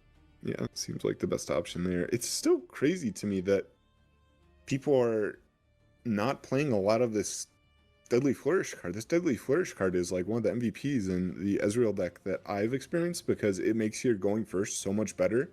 A lot of times it feels like you're playing on odd runes, which can be a little annoying because you're just kind of wasting a rune every turn. But when you play Deadly Flourish, you have potentially 6 outs in your deck to the first attack, 9 if you're playing Gusts. So the first point almost never goes through. And if you go first and you're playing against stuff like this Diana deck that goes, hey, I'm playing my 3-drop champion unit, and then you Deadly Flourish it, that's such an insane tempo swing because they're tapped out. They can't save it. And you just tap 4 for Deadly Flourish, you get your gold, and you put them 2 points behind what they should be at. So I really like that card in this deck. I'm surprised I haven't seen it. Right, I have seen it at least as a one of in an Mhm. Ezreal package as well. I feel like that card is super effective and makes a big difference, especially because you're not limiting and restricted to a battlefield, right? You're able to go ahead and pick off Yeah. the units in the back line, which is so important in any kind of Riftbound situation. But using the units that were bounced back, Diana for certain, that was 2 times going back to hand. She's tired of being the hand, so goes ahead and plays her out onto the board. But that leaves you with only 6 runes, it looks like, to go ahead and play anything else out. It's always tricky, right? Because you play out some units, but Ezreal is always a deck that doesn't have a hard time taking care of units in the back line, but decides to keep things open. So threatening the Moonfall, maybe. What else? I mean, I believe there was a Wages of Pain as well. So if he wants to go ahead and try to swinging with the Fizz, he could be met by a Wages of Pain as well. But the hand is looking pretty gas as well. Double Healer's Resurrection. So once he does get a Rasa online, any unit in the grave is fair play. If he has a Mind Spin in the grave, that's Yeah. probably the more ideal target, I would imagine. Oh, look, another Ride the Wind. You might hit the Fizz, though. It's probably the Fizz, because anything else you discard just gets played by the Fizz. And forcing him... I guess the idea is that Fizz can be more expensive, so you could say, like, you can keep the Fizz and I get rid of your options, but it's got to be either the Fizz or the Ride the Wind to me. It does make sense. I mean, the signature spell is an impactful card as well, so I wouldn't blame him too bad. I like the Fizz though, but it looks like he's going for the exact same target as before for the Mind Splitter first time around, taking out the Ride the Wind. It goes. He's saying, if you want it back, I'm gonna force you to tap not just 2 power, but you got to play the Fizz first. And here we go. We didn't see there was a Wages of Pain. Actually, I can't recall. Was there? No, there was one Wages of Pain actually. No, he's using a stack deck here. He's going to get the Abandoned Hall before Wages can be played, which is nice. I mean, you'd definitely be okay with trading away the Fizz here. That is definitely a trade. Trading units in Ezreal is almost always a good thing. As you trade, and then you say, okay, it's fine. My deck's better late game than yours. But a lot of runes up here, so it's pretty unlikely any of this does go through. Well, it's going to go through, but... More so just to get the +1 on your own Vex, right? Making it 4 to 5 currently. So you're staying strong and trying to hold onto that battlefield and passing saying it resolved, passing the prio back. Do you have an additional spell to take advantage of being on the Abandoned Hall to get 5 to 5? Because you've seen the hand of Diana. You had to expect that pushing in this Fizz, you did all the calculations to go ahead and make sure you could take down this Vex. Healer's Resurrection is indeed a spell. So up to 5. Oh, never mind. You're actually going to go ahead and... It was the only unit or one of the only targets. So taking the Fizz down and bringing back your champion. I like this play. I actually haven't seen 3 for 3s. It's usually the bigger guys that get resurrected. Oh, I'm curious. I don't really understand what the point of this play was, though. You just kind of gave them the value out of their wages for nothing, and you wasted a rune for Heedless. I guess it was curious, right? Because he could have maybe traded, but then we're talking about taking care. If you heal is there, either you had to do the Fizz or the Mind Splitter, right? But I like taking the Vex off the board because we saw, I believe he doesn't just have a single Watcher. There might be a double Watcher currently in hand, and with the Vex on the current battlefield, it's just posing such a problem for that Watcher game plan. But regardless of that, Ezreal, despite having a bit more board size, he's definitely a bit behind in terms of the points right now. 4 to 1, especially off that hold right now, and then Diana threatening to conquer up to 5. So if you're able to clear a little bit more units,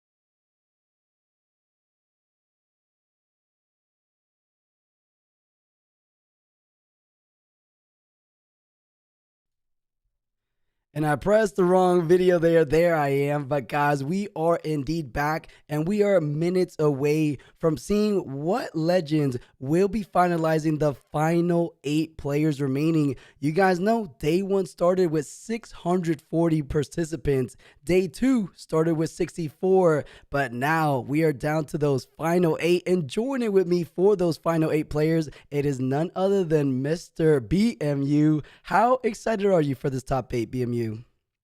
Yeah, I just love the top 8 cut. Like, obviously with the Swiss stuff, you see some really crazy builds. You know, we saw some players going like 3-3 yesterday on stream, and like I want to see the best of the best that these regionals has got to offer. And just looking at that day 2 already, we see Aurelia, Yi, Leblanc, and Azir as our big 4. It looks like Chaos isn't dominating anymore. What's going on? Right, a little bit different legends coming into play. A key one being Leblanc, as we already know they locked in the spot to top 8, so we know at least one of the legends that are being represented. But do you think a legend like Azir, being the 5th most represented overall in day 2, has what it makes to also lock in that top 8? I really, really hope so. Like, Azir has been doing very, very well in China. I think Azir won a city challenge very recently, if I'm not mistaken, or at least done very, very well. Because Azir seems to just dominate Aurora. It's just almost like too quick for it. Yeah, it feels to be that way. And you know, it has a good matchup against Aurelia, which tends to be the queen of the meta right now. Because Aurelia could go tall, but sometimes Azir just matches that energy, not in tallness, but in going wide. And it's just too many units for Aurelia to deal with. And they have access to those cheeky kill spells like the Call of the Week, Hidden Blade. If they don't have the Defy/safety net to the GA, that Aurelia is going down. And that just starts going downhill for them, of course. But I'm right there with you, BMU. I would love to see a Azir.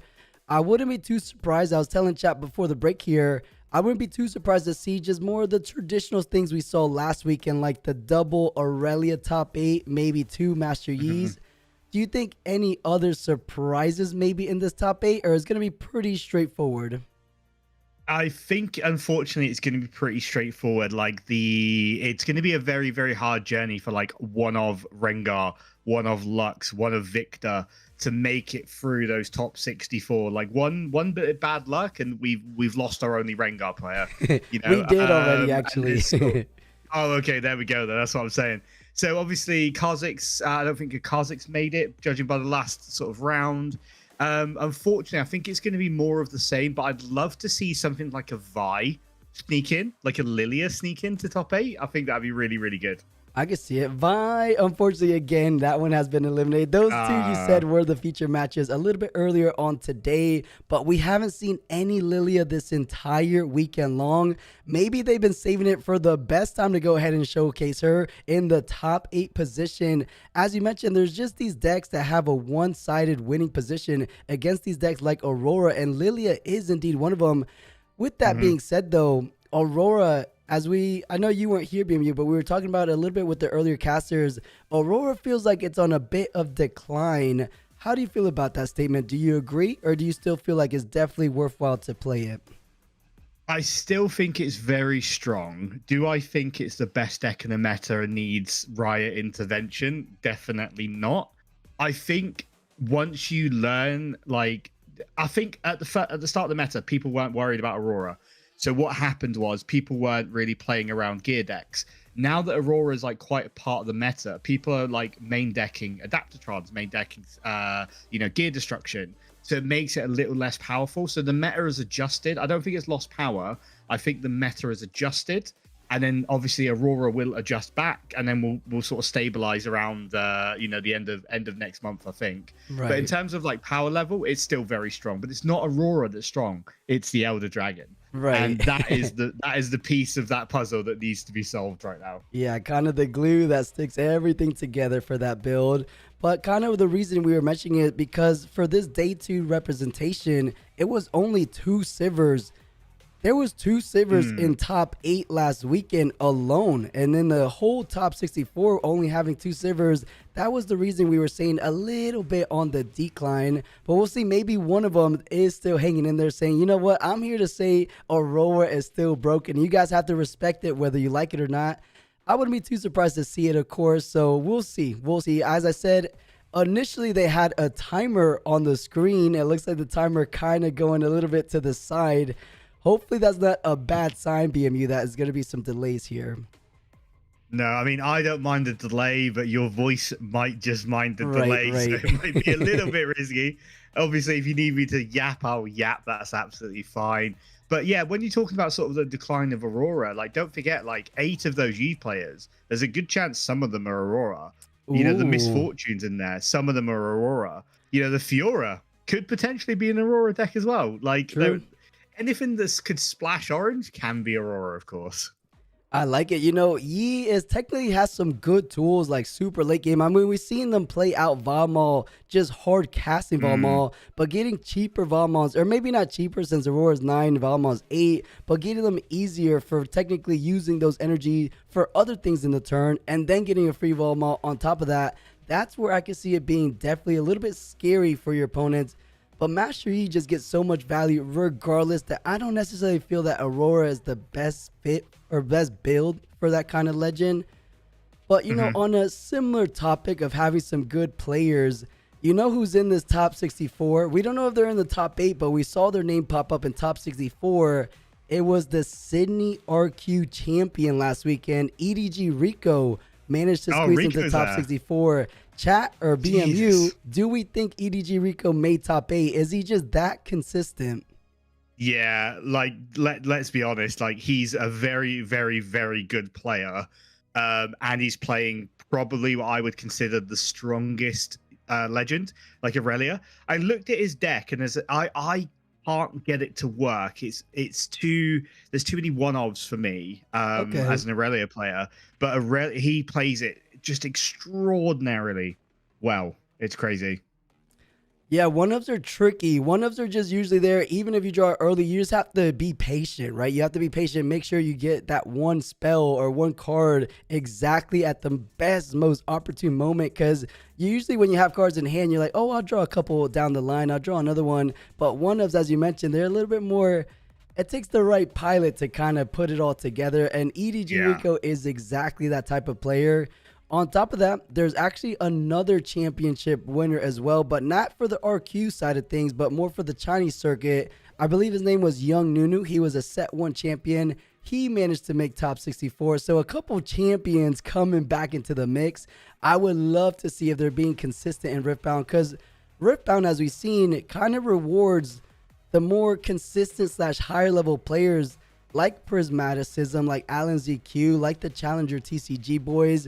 It's pretty rare to see like the similar faces up at the top table so often as we're seeing here at Riftbound, which I kind of like and respect that about Riftbound, because it's not as heavily centered around things like RNG, if you will, because I know games like Pokemon, I think they have a coin flip mechanic, not to diss Pokemon or anything, but relying on a thing to go off based on a coin feels a little bit bad if you ask me. Yeah, I know what you mean, and the fact that we're consistently seeing like the top players across both metas as well. Like obviously the Eastern and the Western metas differ slightly, and people like Rico managing to make day 2s of like back-to-backs just shows the level of skill these players have, but the level of skill consistency in Riftbound, which means like if you're good at Riftbound and you're constantly making day 2s, you keep working, you're going to start making like top 8s, you know, top 16s, top 8s, top 4s. And yeah, we just keep seeing the same sort of names, which is a true testament to like the skill level of this game. Right. It shows that it's not down to what you draw, what your deck is. It's about you as a player, which is great. Yeah, I love it. I love it. And at the best, or maybe at the worst, if you think about it, even if you don't make the coveted top 8, you still have such a good shot of walking away with some really good chunk of change with these phenomenal best of metal cards, which I don't think they're showing it just yet on the screen, but we've seen them pop in here and there. I know you told me you were playing Aurelia, but if you were a metal card chaser, which one are you feeling like you have the best odds of getting, BMU? Do you know what? Ironically, I think it's Draven now. Oh, interesting. Okay. Like if you make day 2 as a Draven, you're probably in for a shot of the metal card. And that's the deck I've kind of got the most reps on. True. And everyone seems to be moving away from the Draven, but I've been speaking to a few people and like they're like, right, which are the metal card legends? And it's like Ivan, things like Ivan, Vi, those are like your best. If you just want to win a metal card and you're good at the game, those are probably your best shots. If you're like really consistent at the game and you want that metal Draven, I think now you've got a shot. Not many people are playing Draven at the moment. There was a single Draven that made it into the top 64 today in this regional event. Which is and crazy, they right? won. They won on crazy. stream versus, chat, who was here earlier today? It was Draven versus Rengar. They actually took down a Rengar, which I guess is a little bit Draven favorite since they both kind of meet in the middle and want to do combat fairly. Draven kind of shines in that combat department, of course. So that's good. I think Draven could be a nice little metal card. I'm wondering how much a demand, because some people love Draven, and then, just based off the history from him, other people kind of despise Draven. How do you feel about that? Do you think it's kind of coming to a nice little more leaning towards the like Draven after post bans? Yeah, I think like the issue is obviously like Miracle Draven was so powerful, so everyone kind of went away from the mid range. Mid range is still very, very strong, and it has great matchups into decks that want to do combat. So decks like Vi versus Rengar, Lilia to an extent, mid range Yi, it has fairly good matchups, but it has terrible matchups versus Aurora, versus Leblanc, versus Aurelia, and probably versus Azir as well. So like, when you say that and you look at the top 4 of this regional, this is why Draven's not being played and not doing that well. In my opinion, anyways, as someone who played Draven through set 2, those are not very nice matchups to play against. Yeah, it doesn't feel too likely to find too much success, but at the worst, you are looking for something like the meta card we've been talking about. But talking about those top legends, it's so cool to see when there's other big events running around in the meta / in the community, like the recent one this weekend. I don't know if you saw, there's a $25,000 tournament happening in Atlanta, Georgia, which I don't know why in the world they wouldn't stream it. Usually they do good, like Charlie's Collectible Show with the partnership with 20 Lord Pro. They're always putting a nice little stream together. One of our casters, Sasuke, is a familiar face for the Charlie Collectible Show caster team as well. Well, I don't know, chat. You guys let us know at home why they're not doing a stream, because I would love to kind of catch that 25K. But more importantly, what I'm getting at is the meta definitely looks a little bit different when there's no incentive like those best of metal cards in events like that. Did you end up seeing the deck distribution, BMU? No, I did. I know the tournament was going on, but because obviously it wasn't being streamed, it's kind of like I'll just kind of catch it on Twitter when I catch it, so I didn't really see much of it. But yeah, plus you're right. If there's no incentive to chase those metal cards, basically the entire meta is going to be decks that they think they can win the tournament, which is going to be, I imagine, Aurelia's, Yi's, Leblanc's, Misfortunes, Sivers, and maybe a Vex or two, something sneaking in like that. But it's going to be decks that are going to be able to win rather than, you might run into like a janky 4-0 set on day 1, sorry. Things like that. Yeah, like and that set being called. There's no incentive to not play those top decks. Yeah, I mean, you nailed it perfectly. 4 out of the 5s are right on the money. The only one you left behind, funny enough, was the number 1 represented deck, and it was Diana. It actually beat Aurelia. Okay. I say beat, but they tied. They were 29% of the field being Diana and Aurelia. So a little crazy, because I didn't expect Diana to really pull out ahead in a tournament that is more incentivized by winning / top 8ing than any other thing. So people are putting their bets on Diana. We didn't see Diana do too good last weekend in these Chinese regionals. It was rather on the other side of the blue-purple spectrum, Ezreal doing a little bit better performance. So I'm wondering if today things are going to stay similar, because China seemingly looks to lean more on Ezreal rather than Diana. But it looks, I feel like for $25,000, these players have practiced matchup over matchup, and they've come to the same conclusion as a lot of other successful players, that Diana has just that little extra something that Ezreal doesn't. I guess we could talk about that matchup real quick. What, in your quick thoughts, is Ezreal a little bit better, or is Diana? And chat, you guys could chime in as well. Well, the interesting thing is, like, we've never seen the East do well with blue purple. I don't think it's ever won a tournament, but obviously Alan CQ winning, with Ezreal top 8 in loads of regionals in the West with Ezreal, and now he has moved on to Diana. So he seems to think Diana is stronger than Ezreal, and I agree to an extent. The Diana matchup, unfortunately, is like it's way packaged in in Diana. Basically, it's a bit like Aurelia. Like if you draw the Stellarcorn in your Aurelia matchup, it's very, very strong. If you draw away in the Diana matchup, you're very, very good. Those matches where you miss it feels awful. Interestingly enough, plus I had a quick look at my Riftlight stats today. The top legend on Riftlight, so the online ladders and the online platforms, is Diana with a 59.4% win rate. There so might be some truth to this deck distribution then. So yeah, that's the overall community stat. Says Diana has the top win rate of all the legends of all the people playing on Riftlight. Let's see it. Can Diana be the first Set 3 legend to be crowned champion in these regional Chinese circuits? It would be exciting to see it. We saw one Diana take down a Vi, but to be honest, no disrespect, Vi might not be the most competitive of an opponent. No. But just to answer a couple questions in chat, Sinky, Kha'Zix did not win. They lost to Leblanc, if you're referring to the previous round. And Sylv, who is the top 8 currently? We don't know, and no, there's no matches going on. They were supposed to start already as of, I believe, 10 or so minutes ago. Maybe this wasn't the play, huh, BMU, to get on 5 minutes where the timer was? Because I mean, it gives my brain time to warm up, but I do feel bad for you. Honestly, this is the last round I'll be casting, so I will be okay. Gandhi's saying they forgot Ruination existed. I haven't got Ruinated yet, if that's even the term to use, but it's a strong spell. I feel like it's a reason Victor Control is a little bit better, or why Lux is probably the better spell to use that card in. I don't think it's. So I'm just having a quick look at the Chinese discussion on the mainstream. What they're saying is basically all the top 8 decks get checked beforehand, and that's just taking a little bit of time. So before they start the top 8, they deck check every single person. Wow. So obviously that is going to take some time, which I think that's a great idea. Obviously you don't want to do it at skirmish, but I would expect that's done at an RQ level as well, every single time. I actually had that happen at a skirmish. They deck checked us before top 8, so I was like, I guess this is different.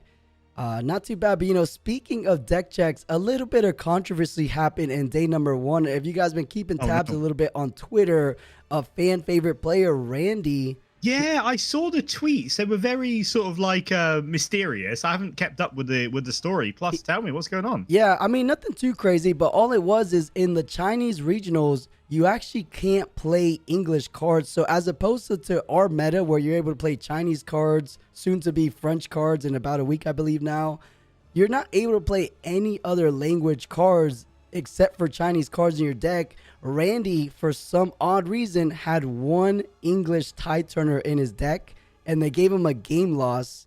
And then it ended up going to a game 3 situation where he was going second and he lost. So they gave him a game loss on the game he actually won. So they didn't give him a game loss for game 2. They rewinded game 1. Instead of putting him as a win, they gave him a loss. And then he won game number 2 and then lost game number 3. So a little bit of mini controversy. Wow, that is crazy ruling. It's weird. They give him a game the previous game that he won. They took it away from him. Yeah, weird. Really weird ruling. Sometimes the Chinese, I don't want to, obviously, I don't want to sound like that, but it almost feels like this is the second time they kind of got it out for Randy. I don't think that was the match they were showing on stream, but you guys remember with his Silver Miracle list, there was a little funkiness going on with those Chinese judges. Granted, I think it got resolved after the fact a little bit later, but it is what it is. He accepted that there wasn't anything truly kind of discrimination going on. He did have an English card. It was just kind of the resolution of it he wasn't in full agreement with. But it is what it is. Lesson learned, guys. If you're going to play in the Chinese regionals, make sure you cut all those English cards out of your deck, even if it's just a single one. I don't know how his opponent saw. I guess he played the tide turner, and his opponent was like, wait, that's English, and then called for a deck check. Yeah, that's so like uh, they should have consistent rules across all regions, in my Hmm. opinion. Like, if you're allowed to play like Chinese cards in the West, why can't you play English cards in the East? Who knows? But that's just one of those things. Like, we've seen it pretty inconsistent across both regions as well. Like, China going, "Hey, this is the way this card works," and then 2 weeks later going, "No, that isn't the way it works." Yeah, it's there's a it's couple been really rulings like weird. that up in Been the air. I really know the weird. recent one is like the stun breeding, I think, is like till the end of your turn, but if a unit comes out after Aurora was at the end of the turn, so they're completely stunned Oh, until the that can't be next turn. right.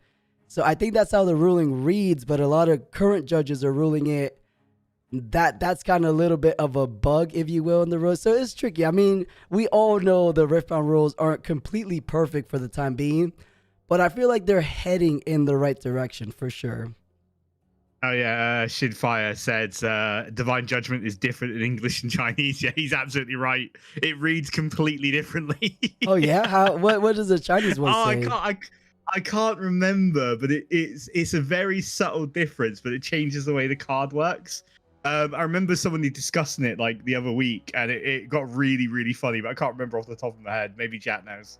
Yeah, Shadow, let us know how it reads. I actually haven't heard that one. But Jacob, Leblanc wasn't most popular. Leblanc came in at number 3 most popular. So it was Aurelia, Master Yi, Leblanc, Azir. And then number 5, I guess we could pull it up since we're in a break.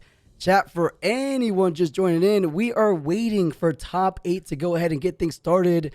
It was supposed to start about 10, 15 minutes ago now, but you guys know China has a little bit of extended delay sometimes, completely out of our control, but we're trying to do our best to go ahead and do what we can in the time being. But we want to see some good matches. We don't know who the actual top 8 legends are, but we should be finding out sooner than later. But if you guys haven't seen the full day 2 spread, I could pull it up in the meantime. Oh, it was Ezreal. I guess virtually tied. The blue-purple legends are tied.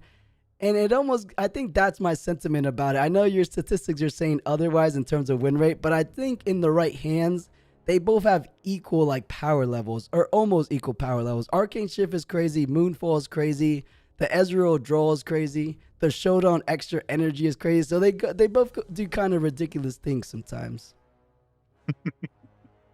Yeah, I'm just sort of like auto translating the Billy Billy chat as well. There's some interesting little things going on there. There's a player that's nickname is Greenskin Iron Butt, and I was Okay. just like, hey, what does that mean? Like, is that some sort of slang thing? And apparently, Iron Butt means like someone who can sit forever. So it's basically like someone who's like always at the top 8. But it's quite funny. Oh, I quite okay. like that nickname. I thought it was more like a video game reference when you're just sitting there playing video games all day. But I can see it like Iron Butt. You've been playing, you keep winning, so you have to keep sitting at the top table or something. Exactly. Yeah. Exactly. No, it's quite. I do like sort of the intricacies of these sort of like online chats in different languages. It's like such different reference points from English. Right. You know, this is the Chinese regional, right? But next weekend is going to be the next regional qualifier over in the western side of the world. And that's going to be over in Vancouver, Canada. Any thoughts of what's going to change from Sydney to Vancouver? Or do you feel like it's going to be relatively the same? You know, there was a standout legend being Teemo that no one expected. Leblanc did impressively well as well. And I think Vex, we haven't seen any Vex in these Chinese regionals, but Vex managed to get a top 8, even a top 16. Those kind of legends, Teemo, Vex, still look good for Vancouver, or was just like a one-off shot in Sydney? No, I think they're still good, and I don't think the meta is going to change too much because like the meta doesn't get really influenced by these Chinese tournaments. Maybe I'm slightly wrong about that. They do sort of look at some of the decks and some of the cards that these players are playing and go, "Oh, that looks interesting." But in terms of like meta shifts within the last like 2-3 weeks, I don't think it's going to go anywhere. I think we're going to see much of the same.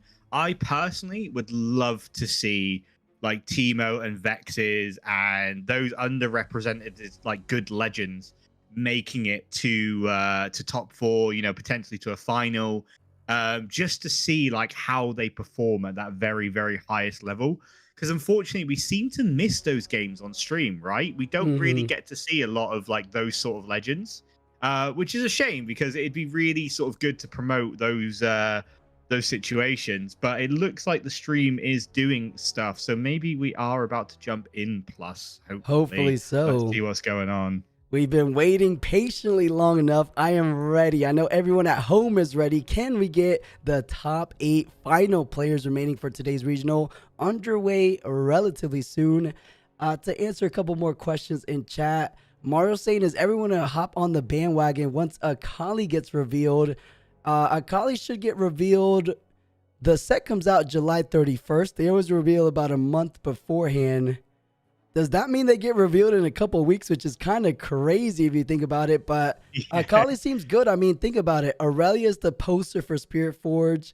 I guess Vi isn't really that good, but Ari was decent. I feel like Akali's going to be right there in the mix. Maybe not the highest tier. I want to see who's going to be the purple yellow legend. A lot of people say Viego. I feel like that's going to be a super fun legend. A lot of Death Knell potential as well as what I've heard. Because giving Karthus and purple, we've never seen the likes of those kind of legends before. Another color combination that I feel is going to go absolutely bananas is blue and orange. Those two separately go crazy. Now you're giving a ramp capabilities to things like Time Warp. We never had Mobilize and Catalyst of Aeons go and partner with things like Time Warp. Like, I'm sure there's other late game blue cards as well. So I think those color combinations are going to be really good. Maybe something like a Bridgewater, if that's the right term for it. I feel like that's going to be a legend of that kind of nature. Yeah, so I've got purple yellow down as Akali itself. Like, I think that's the prediction. I think that's going to be the call. Red green Akali. I'm like 99% sure. Oh yeah, maybe. What about orange blue? Did you see it was Jace? Like, I think that's probably a good shout as well. Jace. I'm down for Jace. The reason I say that is because Dave, the head dev at Riftbound, he basically kind of gave us a huge like hint nudge saying, if you guys look at the color of Vendetta, it's pretty indicative of what Akali's going to be. But chat, it looks like EDG Rico did squeeze into top 8 as well as the previous regional champion, Apop 2. If you guys remember him, he was the first Draven to win in Spirit Forge season. So that left side of the bracket is completely stacked. The right side, not too familiar faces, but I believe Vex has made it. Look at this top 8 spread, BMU. Are you liking what you're seeing? Other than the 4 Aurelias, I think that is a great spread. I would love to see just a little bit more slipping in there, in terms of like variety. But Vex, Azir, Diana, LeBlanc, and 4 Aurelias. Just please let the Aurelias clash early. I don't really want to see an Aurelia versus Aurelia mirror matchup. Please. I definitely don't want to see one in the final. You know, the biggest surprise there, the winner of just last weekend Regional Open is nowhere to be found. They finally have cracked the code. They said, Master Yi, yes, he's consistent. Yes, he has good power spikes, but we have found workarounds to combat him. You know, maybe the Trophy Hunters and Valmals are a little bit too late game and too predictable, and these guys just figuring it out. So Diana, LeBlanc, Vex, Azir, and then 50% of top 8, which is not what you want to see, but it kind of goes hand in hand what we were discussing before. I think Aurelia, guys, is pretty solidified as the #1 deck to beat currently. Has become the new Boogie Woman. I'll go out and say I think Aurelia is the new Draven of the past. Would you agree, BMU? Or is not as crazy as Draven? She's been consistently strong.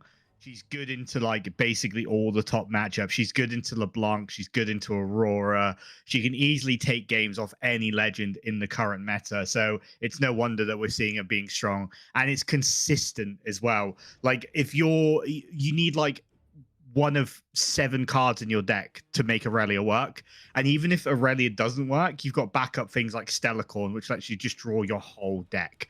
But we are seeing the matchup kick in right now. Plus, I didn't quite see the legends on the table, but all will be made clear very soon. But the important question is, Plus, where do I get those Poro counters? I want one. I've wanted one for ages. Oh, Azir. Okay. Same as I, but believe it or not, it's another thing that is restricted as Chinese exclusive. So you got to find them on the third-party market. Either or, you were talking about before this top 8 started, we wanted to see an Azir in the feature match. And ooh, a spicy matchup, right? Azir versus the only Vex to make it. The animation for Vex is so good. Like, we just need to up the production quality of like the European stuff. Like, come on, guys, let's go. I love it. I love it. You know, I will say, because I have been dabbling with Vex all set 3 long, this matchup is a tough matchup to deal with. You would think on paper that Vex apathetic is enough to kind of slow the horses for decks like Azir, but Azir just has one too many units. And if you're able to go ahead and you have stuns, I mean, you would imagine you have stuns in a Vex deck, but you can't stun 5 units at the same time. It's just single target stuns. So I think Azir on paper does have a bit of the edge. On top of that, this is a previous regional champion. This is none other than Apop2 as the pilot, and we've seen it. Azir being paired with a pilot at this caliber almost seems unstoppable. So I'm actually really excited for this matchup. Yeah, the skill ceiling on Azir is just absolutely crazy. Like, he seems really powerful, like when you're playing some random like person who's had 5 games on it in like a Nexus night. But imagine it in the hands of someone who's literally dedicated probably the past year of their life to making, you know, Riftbound work, to making Azir work, to practicing matchups, to practicing with the top level players. Like, that can get pretty terrifying. But on the flip side, like, Vex was like so underrated. Like, when it got announced, it was like, oh, it's just a really terrible Draven. And we've seen it quite consistently make day 2s and quite consistently make top 8s as well over the past couple of regionals. So maybe there's something there as well. I think so, right? Because you would imagine the better green-purple legend being Aurelia, of course, but maybe, as you mentioned, there is some truth for the Vex players as well. So I'm actually super excited for this matchup as a bit of a Vex player myself to see how he approaches this bit of an unfavorable matchup as we discussed. But I mean, I would imagine he's played a couple of Azirs here and has found some success against it.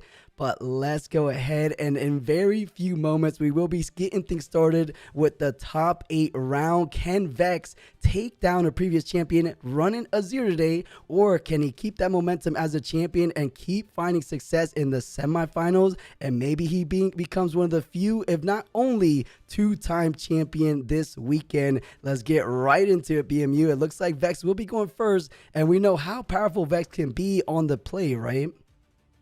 Yeah, Vex is really strong on the play. Like, if you can establish the hold, and look at this hand from Azir, it's awful. There is only one bit of gear, and that's Doran's, and then the rest is like anti-Aurelia stuff. You got like a salvage and a defy and horrible stuff like that. Vex might just be able to take like a super early tempo lead. Like, if they just whack down a Vex on top of that Trifarian War Camp, it's actually going to be very hard for the Azir to crack it straight away. And once Vex gets a hold of a battlefield, they just get free draws every turn. And I've heard drawing cards is very, very good.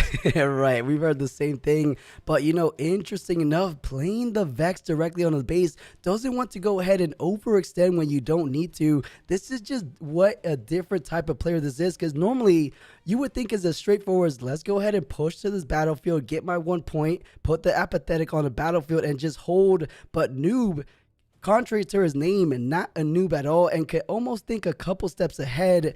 He has just one too many tools to pump up. Something like a brutalizer will already kind of bring him out of the range of holding, especially if you can't hide something like a back off, or hide maybe even like an Edge of Night, as we've seen some Vex decks play things like that.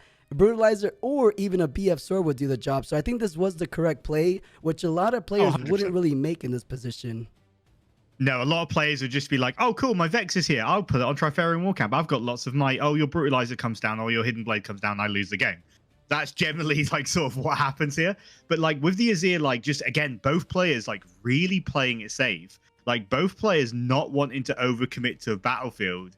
And we could be in for a very, very long top cut here plus.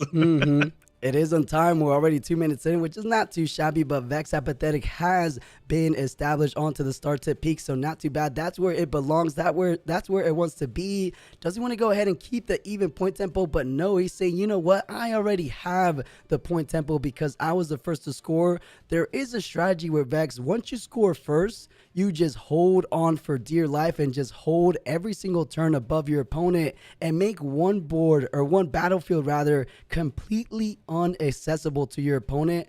But with the Boots of Swiftness, I think he has a little bit of a different game plan in mind, actually. Yeah, I mean, the boots are just like one of the best gear in the game, like allowing +2 in ganking for essentially free energy that stays there as well. So anything can be given +2 in ganking for 1 power in the future. It's just such an incredible piece of gear. Like, ganking is such a strong keyword. What I'm worried about here is, like, it looks like the Azir player is representing, what, 5, 8 might? You're representing 8 might on your battlefield, and you're playing against green, and you're playing against yellow, where there's kill spells, there is death grips and things like that. Like, you've got to be this feels, I know you want to start getting points and start drawing cards, but this feels really, really risky. Like, I don't know what he's got in hand, like, fully for the Vex, but you've got to, like, imagine there's going to be a Defy in the hand of Azir. So it's very, very, very difficult to deal with this at the moment.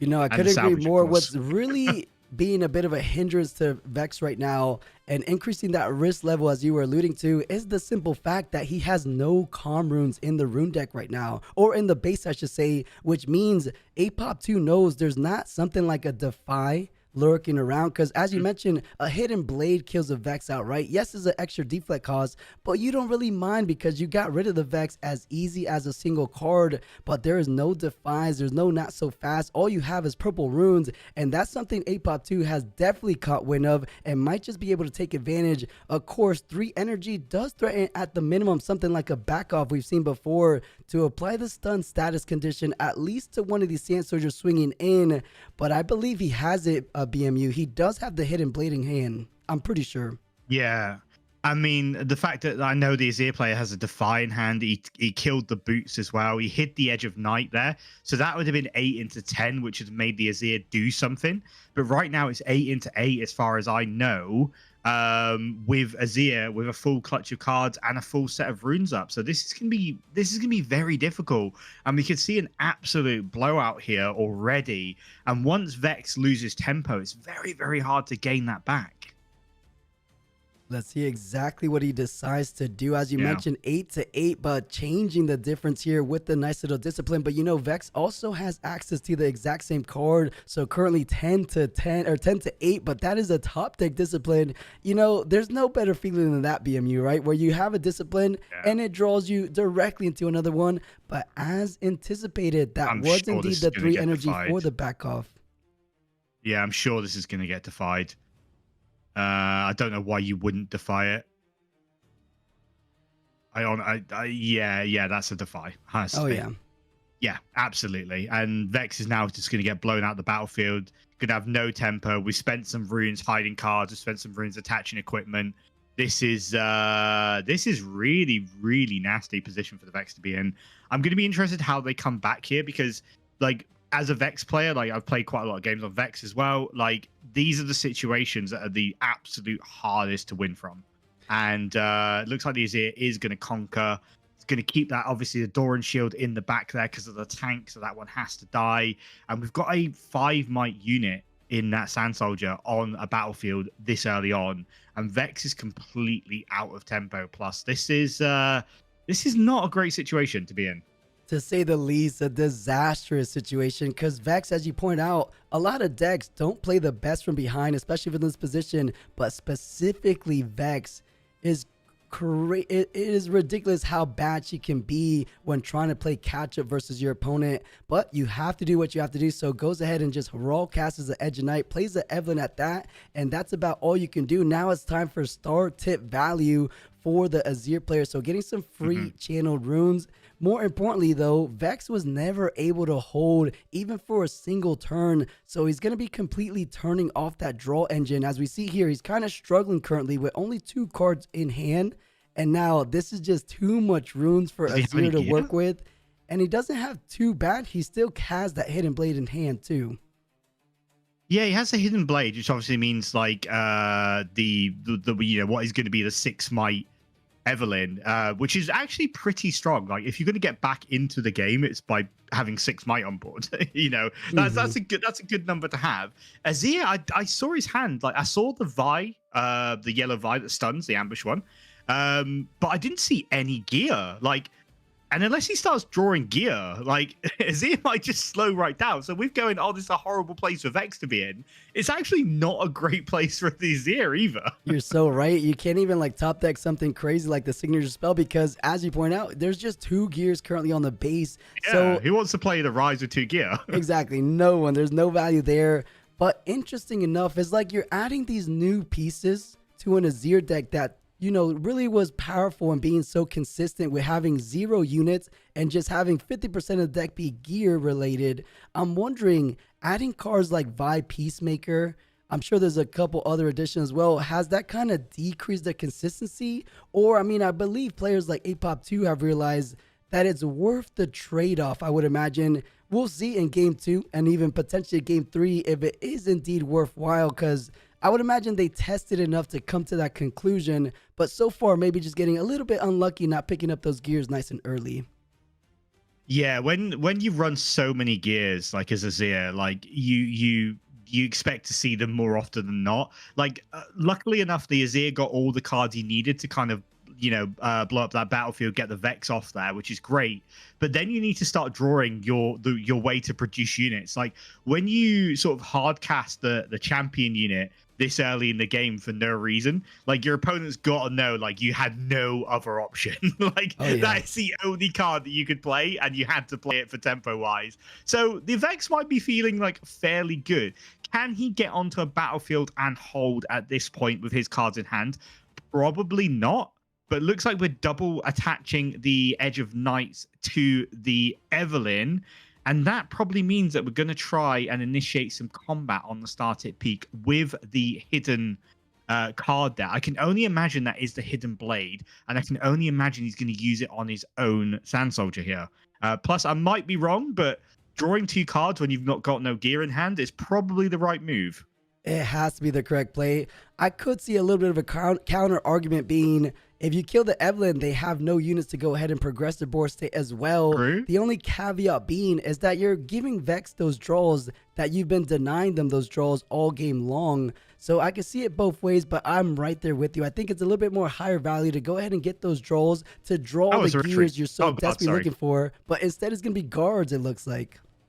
Yeah, guards kind of make sense as well. That's a great hidden card. I just thought like he'd want to be drawing cards because he's got no gear. But I suppose if you can just create Sand Soldiers without the gear, you're quite happy with that. And they do come in with Weapon Master. Is, oh, Gus, that is really good to have in your hand right now. Just to get rid of that Sand Soldier. And it looks like the hidden blade is... Oh, no, Discipline. Wow, he just really, really, really wants to hold these battlefields. That's crazy. Yeah, so forget about the straightforward kill spell. He wants to continue on getting the free rune generation on start tip. More importantly, he wants to go ahead and take down the Evelyn. Game 2. That way. Yeah. Oh, we have never. Yeah, that is absolutely game 2. That is, I respect the Vex so much for being like, this is now unwinnable. Let's just move on. I don't want to spend 25 minutes of you scoring 1 point a turn. Right. We have never seen that early of a concession from any of these Chinese players. Incredible amount of respect because, guys, it was 2 points to 1 point. When have we ever seen a Chinese player any player concede at just 2-1? Usually we see that when Aurora gets out of hand, but it goes to show you the matchup understanding. Losing that one showdown about 2 showdowns ago was already disastrous, but losing the second showdown was game ending. So GG Vex not having to put the pieces together. It was more so the Defy might have been that game winning Defy, because if the back off resolve, things would be completely different in the favor of Vex, I would say. Yeah, absolutely agree. And obviously we got to see the Azir's hand. We knew there was a Defy there. We knew the back off wasn't the safety net that the Vex thought it was. I don't think he overextended like in general, but obviously us knowing the hand of the Azir, we could say he overextended. That back off was never going to work. And once that kind of gets blown out, The other opportunity he had was that Evelyn, with a double Edge of Night, which would have been great. However, again, the Azir didn't have any gear in hand, but he had the exact right cards to win those fights. And as soon as the Vex saw that the Evelyn was out, he had no more units in hand.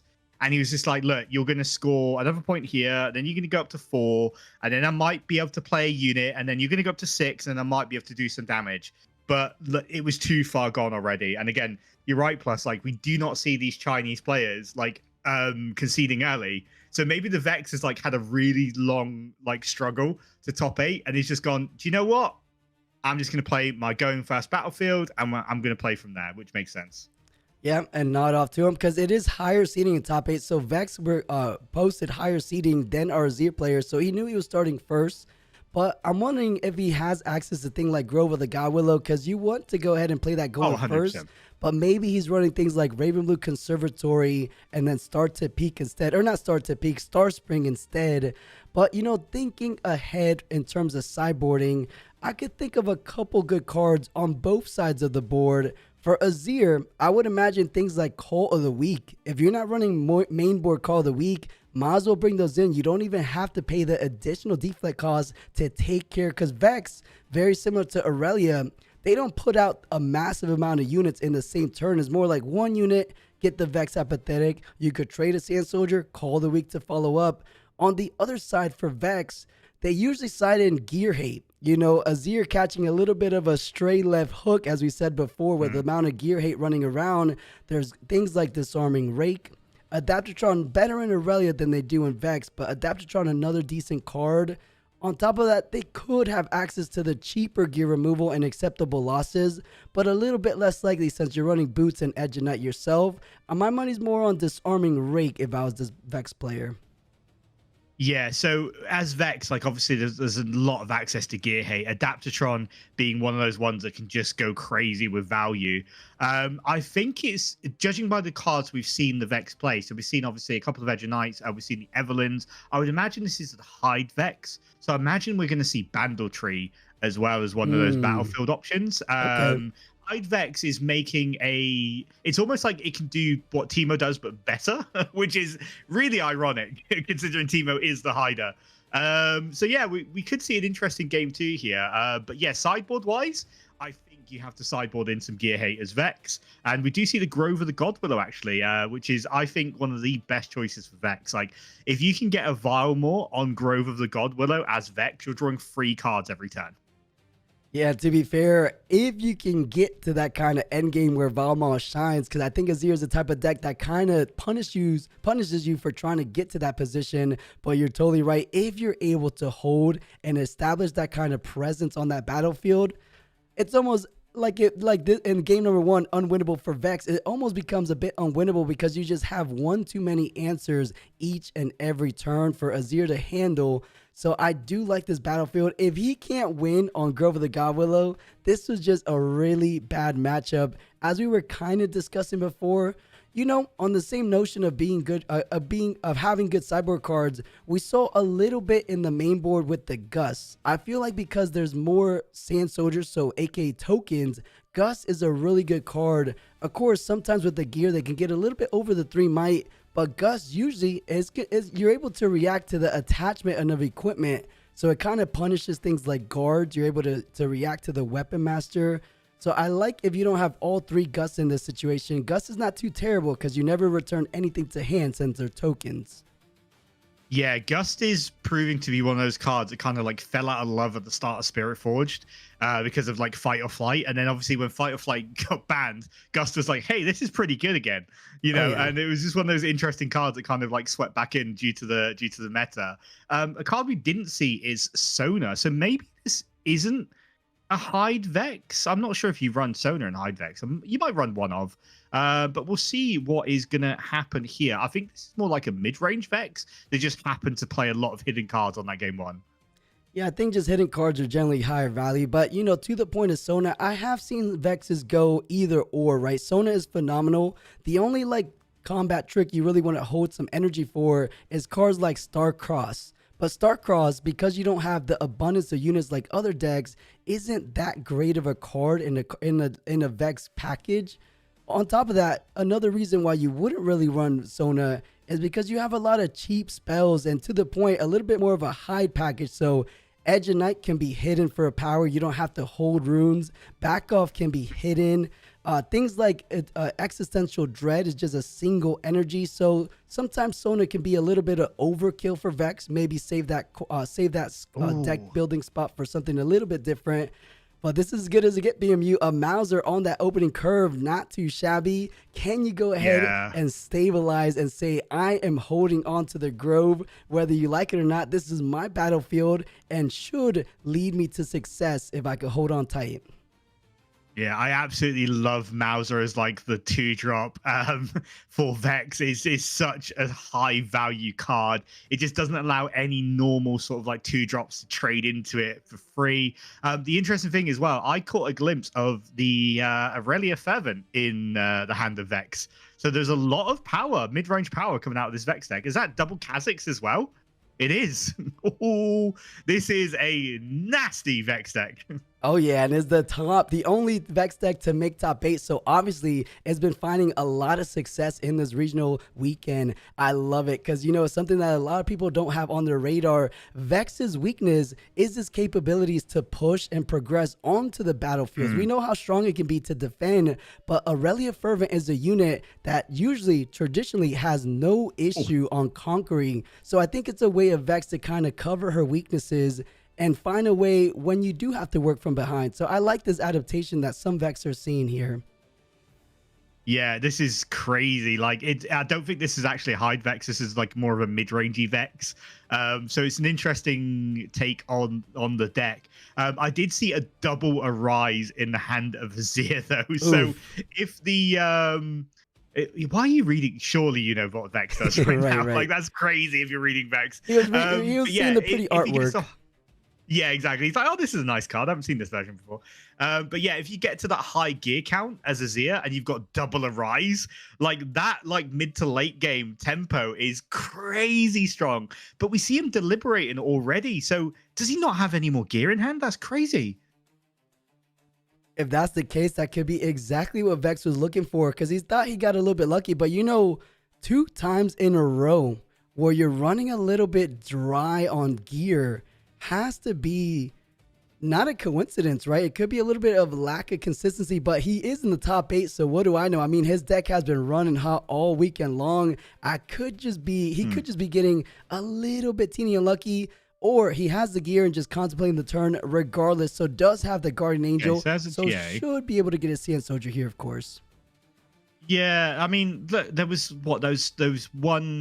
that 1-drop sword, wasn't there? The XP sword. I can't remember the name of it now, but that's the addition to the Azir deck. So they should technically have Soul Sword, yeah. So they should have technically 3 more options of gear. So I'm not sure if this Azir is just running like a lower package so he can make room for like more sort of green-yellow spells, or is he just not hitting it?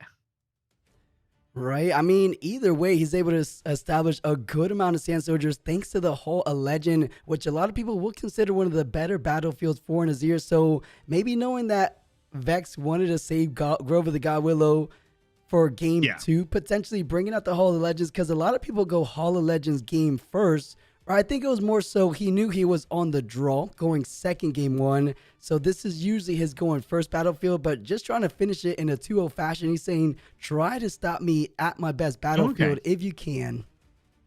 Yeah, I do like the addition of the Guardian Angel there, bringing that battlefield up to 4 might. And obviously, you know, the Sand Soldier will survive. So he's going to have to do something with Vex. Draws a charm off the top of the deck. So that can kind of solve a few problems here. Because obviously, you know, Vex wants to get onto the Grove of the God Willow. Sending the Mauser in and sniping with the Kha'Zix. That is a beautiful drop of that Kha'Zix. Not going to get the +2 because there's 2 units there, but he's still going to win the battlefield and he has to kill the Mauser. So the Kha'Zix remains alive, and now he's going to have to commit 2 units to that battlefield if he doesn't want that Kha'Zix to get a buff. That is a really nice addition to this deck. I've not really seen a lot of Kha'Zix in Vex at the moment.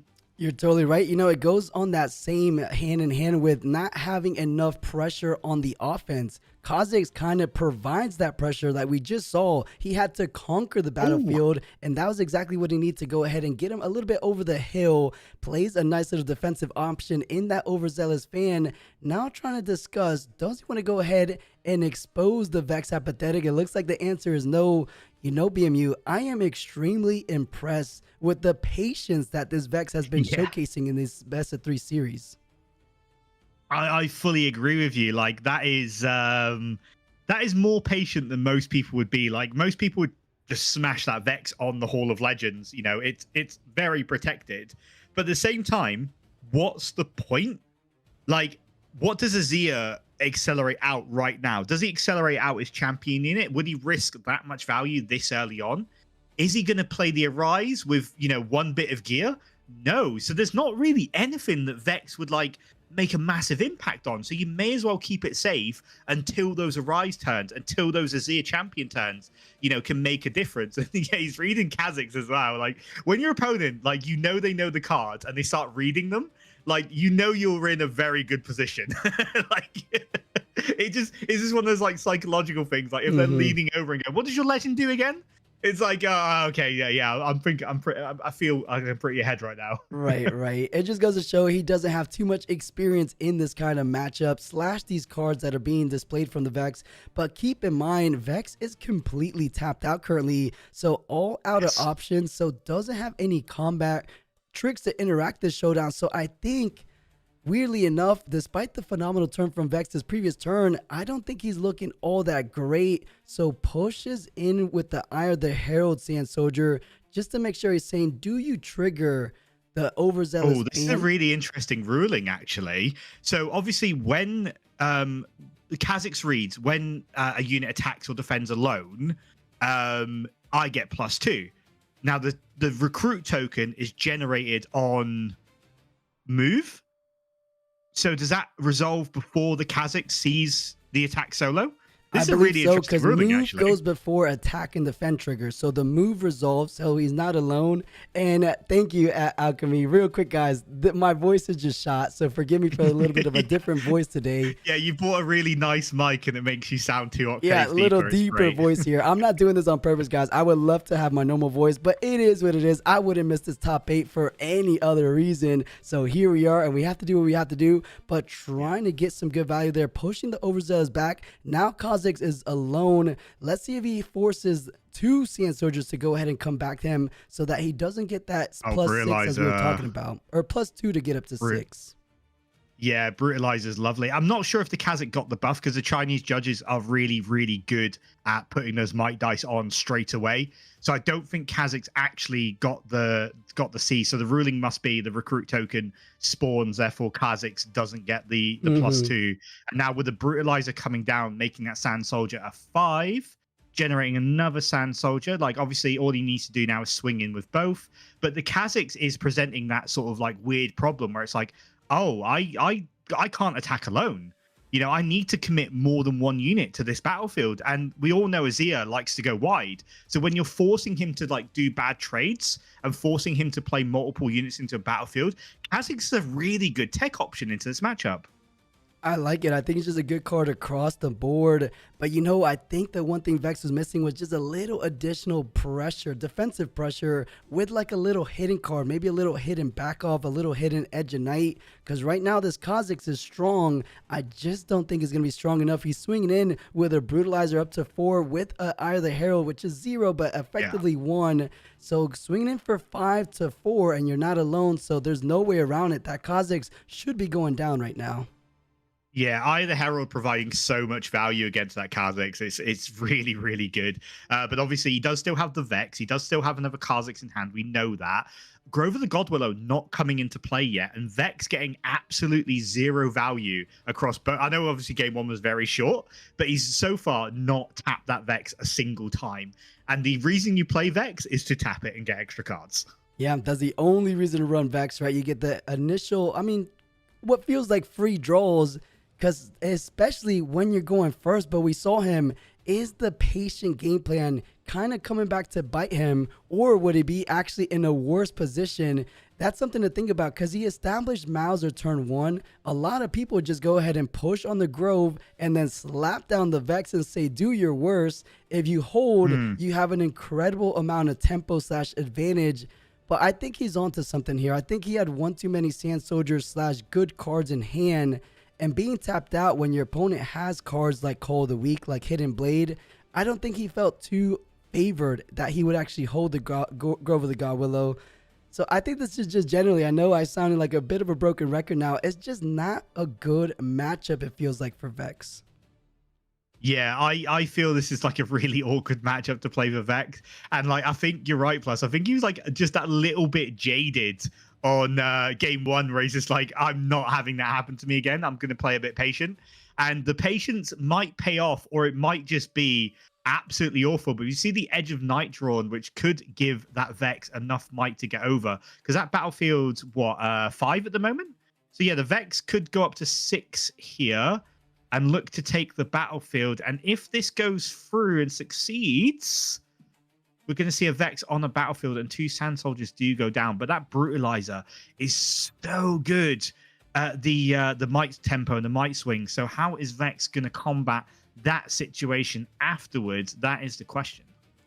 Yeah, let's see. And that's the boots. No, that's the Edge of Night. Because I'll say if he had boots and then hides the Edge of Night, that could be exactly what he needs to provide a little bit extra reinforcement to protect that battlefield. And maybe for the first time in this best of 3 series, finally get his legend ability. But let's see what he has in mind. The charm is okay. And it looks like we do get our answer to the does he have Sona question. The answer is yes. He definitely has 4 runes available. So does have access to Sona ready for after the fact. But I think he's thinking about if I get Sona online, I don't get the charm online. But I guess he's going to be saving the charm for a little bit later on. I do love the Sona play. Like, it's a lot of might. It basically gives you 4 runes back for the cost of 1 power. And that is now a 10 might battlefield where nothing can be accelerated in. We do see the Arise. We do see the Salvage in hand as well. That's such a powerful card versus Vex that runs boots and Edge of Night. Like, it replaces itself. It takes it down a notch. It puts that gear in the trash. And I think we are just seeing 2 and 1. I think this is going to be just a straight up salvage on that Edge of Night straight away. I believe so. You don't have to pay deflect on the gear. But that does say, do you have something like a not so fast to fire? The question is no, or he just doesn't want to go ahead and use it on that salvage because he's still defending for 8. Currently, without the Brutalizer attached, he has enough to hold on. Keep in mind, Eye of the Herald technically plays something, so that little recruit token actually enters stun. So it's going to be pretty much a net 0 for Eye of the Herald push. So he only has to do the calculations for the Brutalizer. That's 2, 4, 5, 6, 7. Essentially 1 short of conquering the 8. So he needs to use some resources in hand to get over. But then, you know, the little battle, the showdown goes down. Do you have some combat tricks? Do I have some combat tricks? Who's going to pull out ahead? This is actually everybody a huge has combat tricks in green. green is the combat trick deck. Oh, yeah. Like, everyone has combat tricks in this thing. But we see from the Azir, like, I don't think he has a lot of options. Like, he only has a few cards in hand, and 2 of them we know are Arise. So, you know, it kind of limits your options a little bit here. Both players like playing so patiently. And the thing is, like, if we'd have gone long on game 1, this would have been like an hour-long session already. Oh, yeah. So I'm very thankful for Vex just go, you know what, let's just go next. Looks like he is going to attach the Brutalizer. I think that's the play here, if that's correct. You know, I did see in hand he does have access to a discipline, so he definitely has enough to overtake the battlefield. The question is, I think I saw a lack of counter spells in hand. So if he has something like what he had in game number 1 with the back off, this could not go the same way it went in that game number 1. But let's see, because we have been looking at the Azir hand. But Vex has been keeping his hand quite low to the table, but looked like he's itching to play a card. Let's see exactly what that card is. Yeah, and is the Kha'Zix coming down? Oh, man, that card getting so much value against a single target unit. The thing is, you are going to lose. I would imagine he trades the Vex here. But obviously, that Kha'Zix now presents another problem. Like, every time you attack alone, that Kha'Zix is going to get bigger and bigger that turn.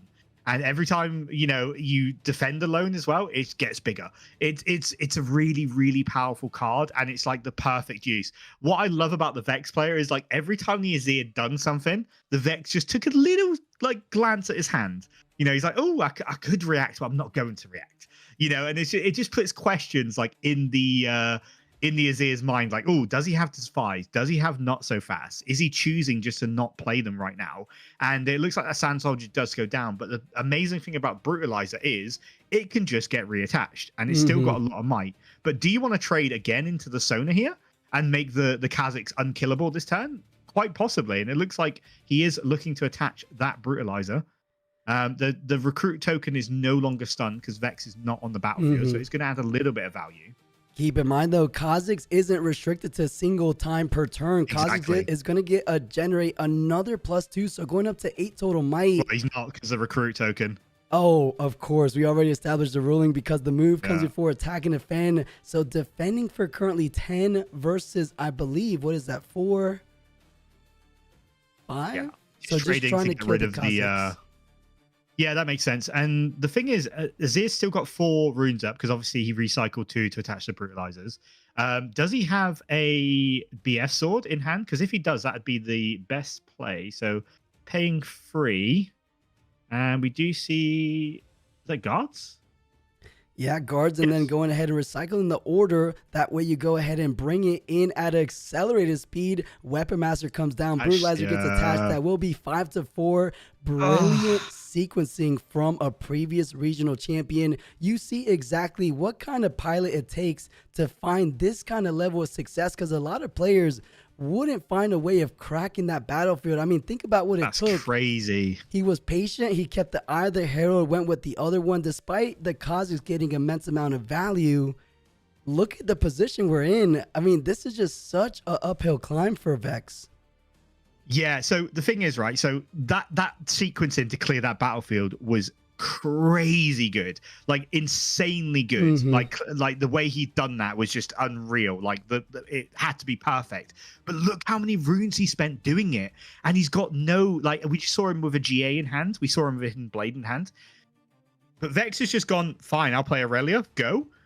You know, still Vex has got absolutely 0 value out of his legends right now. He could have literally been playing without a legend these entire 2 games, and it wouldn't have mattered. Grover the God Willow hasn't even had a unit on it, and that is the most value you can probably get with running Vex. But with the Hidden Blade in hand, and I'm not sure if the Vex has a Defy, it could just be GG again, like, unless he draws something good off the Hidden Blade. Like, it's such...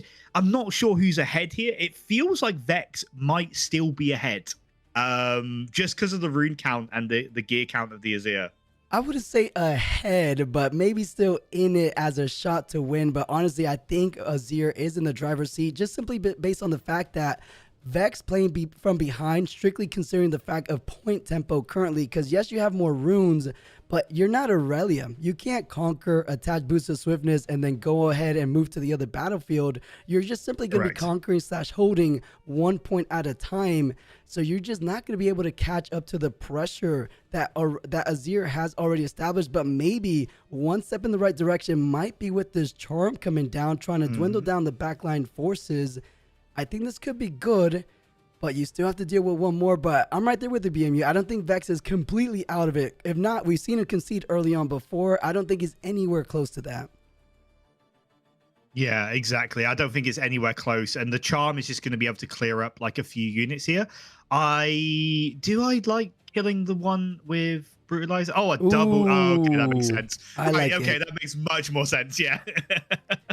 The only downside being is we know what's in hand, don't we? 6 energy goes online the very next turn. So as quick as these Sand Soldiers are being met to their death, there's going to be a whole lot of more Sand Soldiers coming very soon on this very next turn. One card in hand for Vex as well?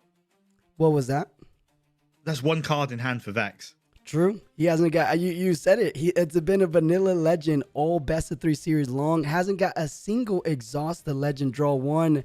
So I do think just simply on economy overall, Azir should have this one all but locked in, even though we're in the mid game. He's like, yes, I definitely have 6 runes. Yes.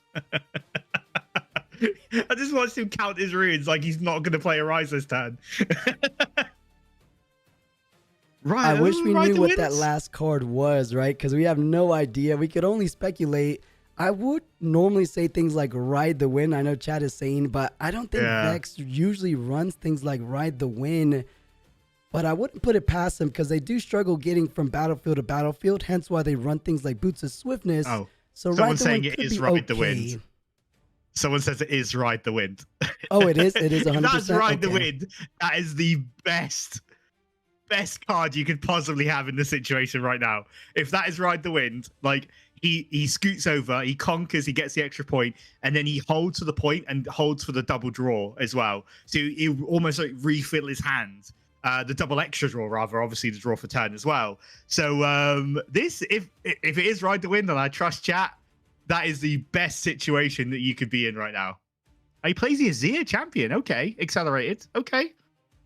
He has no like it, I like idea. it. He has no idea that it's going to be a ride the wind. The only thing that can stop this ride the wind play from being brilliant is going to be something like a simple defy to make sure that Aurelia has nowhere to go. And now, can you without any imagine? cards in hand, a Nazir will be punishing that Fervent, and that would be GG. But if ride the wind comes down, then we finally, for the first time, get the Vex Legend ability and the Grove ability. And that's going to be 3 cards in hand. Or I guess, yeah, 3 cards in hand. 2 draws and then 1 for turn. And I think that's slowly but surely going to get Vex back in contention for this game too.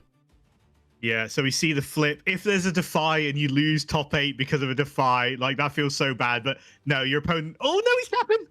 He's tapping. No! He's tapping. No! Doesn't it? Aurelia still gets +1, but she dies, right? Yeah. And he's got no cards in hand. That is awful. No. Unbelievable. The only shot, No. you know, a Hail Mary play saying, I need this 3-pointer. I know it's unlikely, but I need to shoot it regardless. But man, Apop2 just having all the answers. We really didn't see this Vex player get to shine all that brightly. Has some good cards. We see the synergy there. We had Aurelia, he had the Kha'Zix, but it all goes back to it. It's just versing this kind of deck when you're able to cascade these equipments, where you have the counter potential like the double defy. In both of these games, they've been game-ending defies, saving it for the best moment to use it, because even we in the casting booth didn't actually know he had to defy, so keeping it kind of hidden so far. No, that was the best. Like with the cards you've got in hand, that was absolutely the best you could do there as Vex. And as soon as like you played the ride the wind, you flipped it, and your opponent reaches for a rune, you're like, oh no, like it's over. Like he does get the disarming rate down to kill the Guardian Angel in the back line, but Azir, like you're literally playing off top deck right now. Azir's on 6 points, going probably to 7 points very, very shortly as well. Like, what do you do here as Vex? Is there any card in your deck that can win here? Maybe a Vilemore? Does that get him back in? Do you even run Vilemores? Like, how many runes are you on that? 6. So you go to 8. So you do have the runes.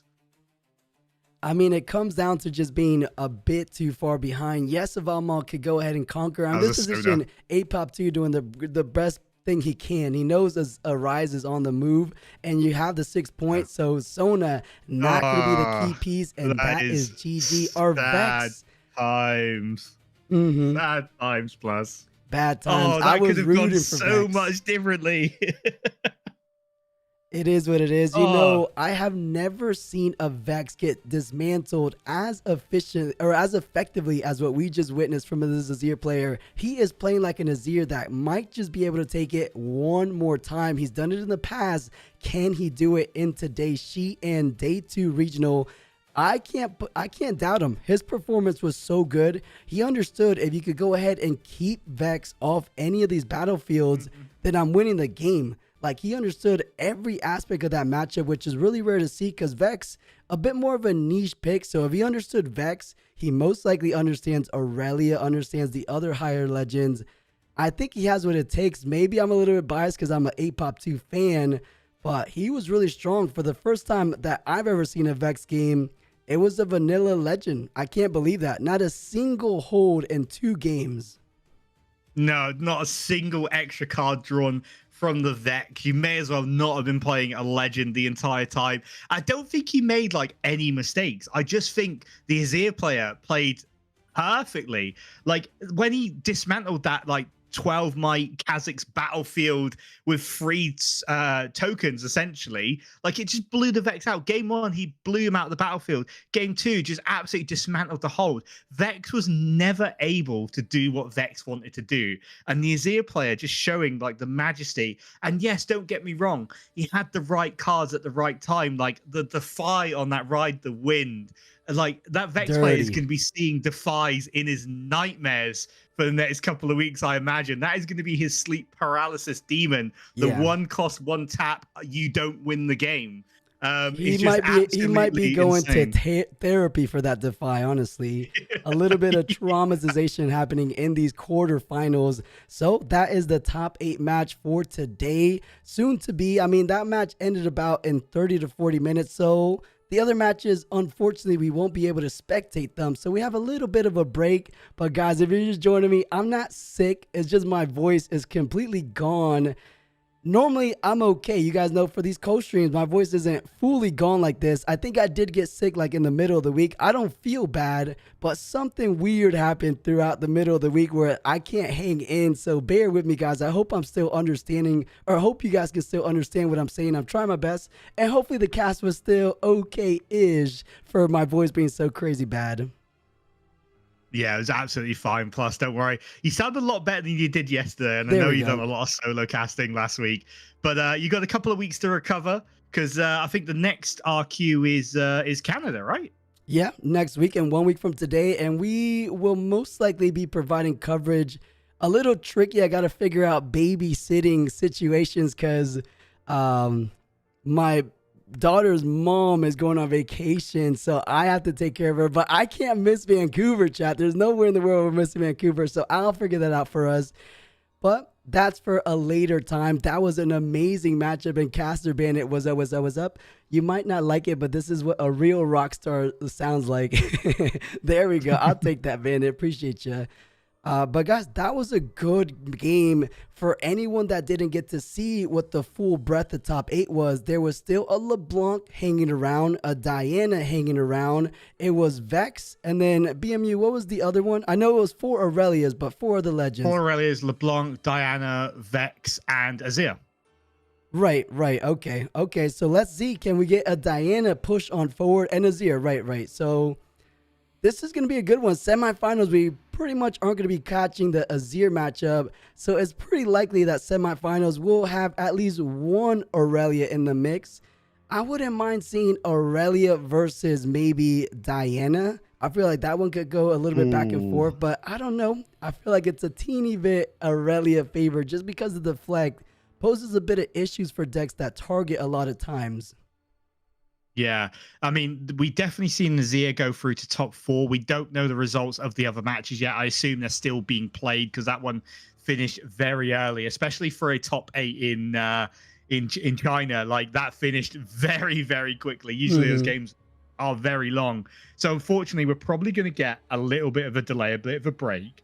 Unless they do switch over to another bit of coverage. I mean, we're still in the casting. They never do, the host booth. sadly. Yeah, but they might just do it this time just to help us along. But I very much doubt it, unfortunately. Right. But yeah, that was a great game to see. What do I want to see on stream next? I think I'm with you. You know, I think I want to see like Aurelia versus Diana or LeBlanc versus Diana. I want to see something that has like a lot of back and forth, a lot of like reaction steps. And those kind of decks can do that.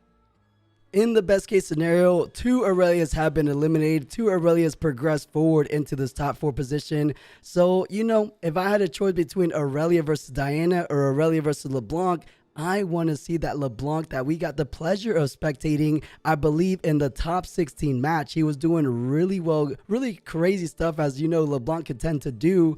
So I feel like LeBlanc definitely has the tools to take down Aurelia.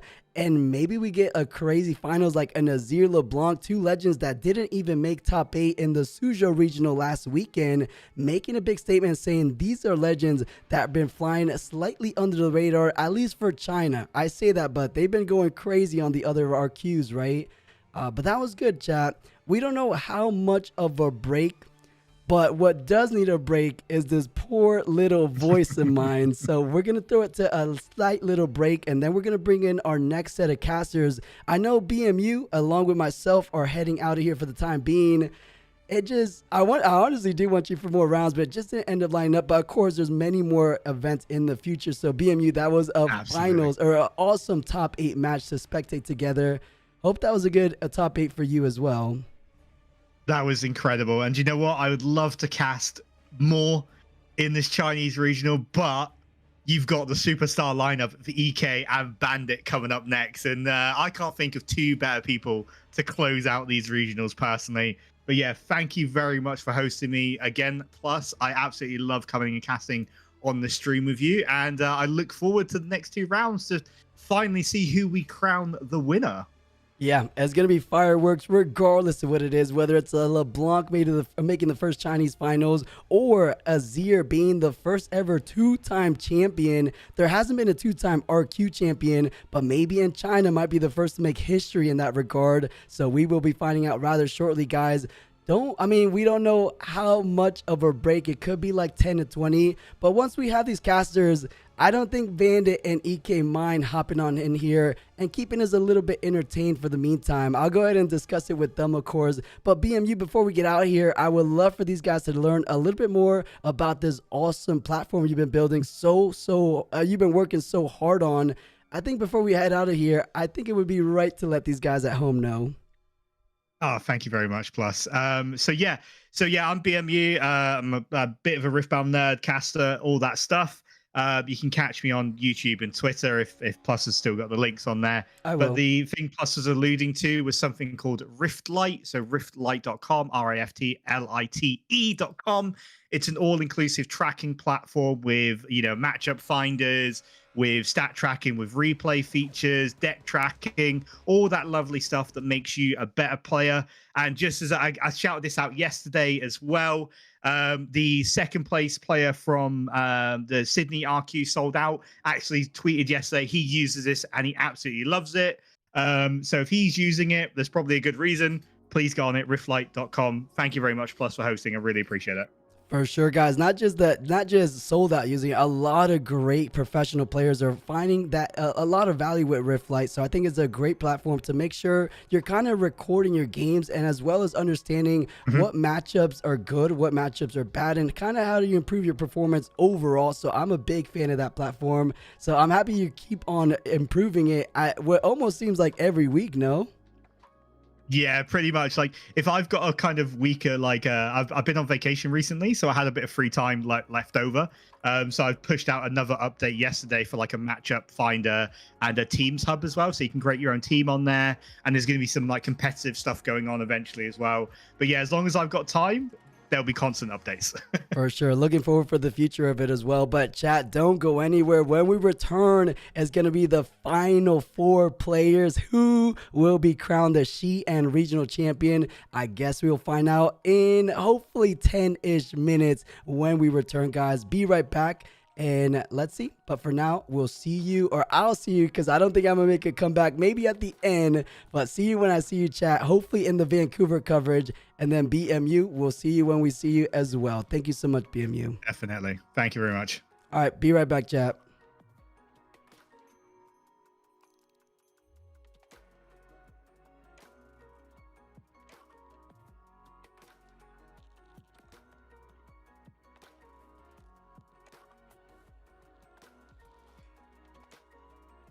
So step 1, take care of the mind splitter. Step 2, if you could somehow bellows breath the Ezreal or something of that, then it's completely in Diana's control, it feels like. We'll see if she has the tools this time.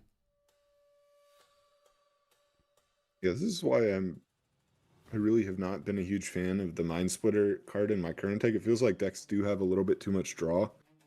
and you're better off just trying to play a bunch of Bewitching Spirits rather than targeted hit, because targeted hit, I mean, when your opponent has like 6 cards in hand, generally they'll have multiple good cards, and now you're just kind of stuck in a spot where there's a Vex on the battlefield and you still cannot deal with it because you don't want to pay the deflect, you cannot stick a unit. I guess a good option would be is if you did like rip into a Rasa Heedless, you could try and just go for like a even more rips, but you have to deal with your down opponent actually having a board at this point. You know, they have they're developing the backline too with the Hui.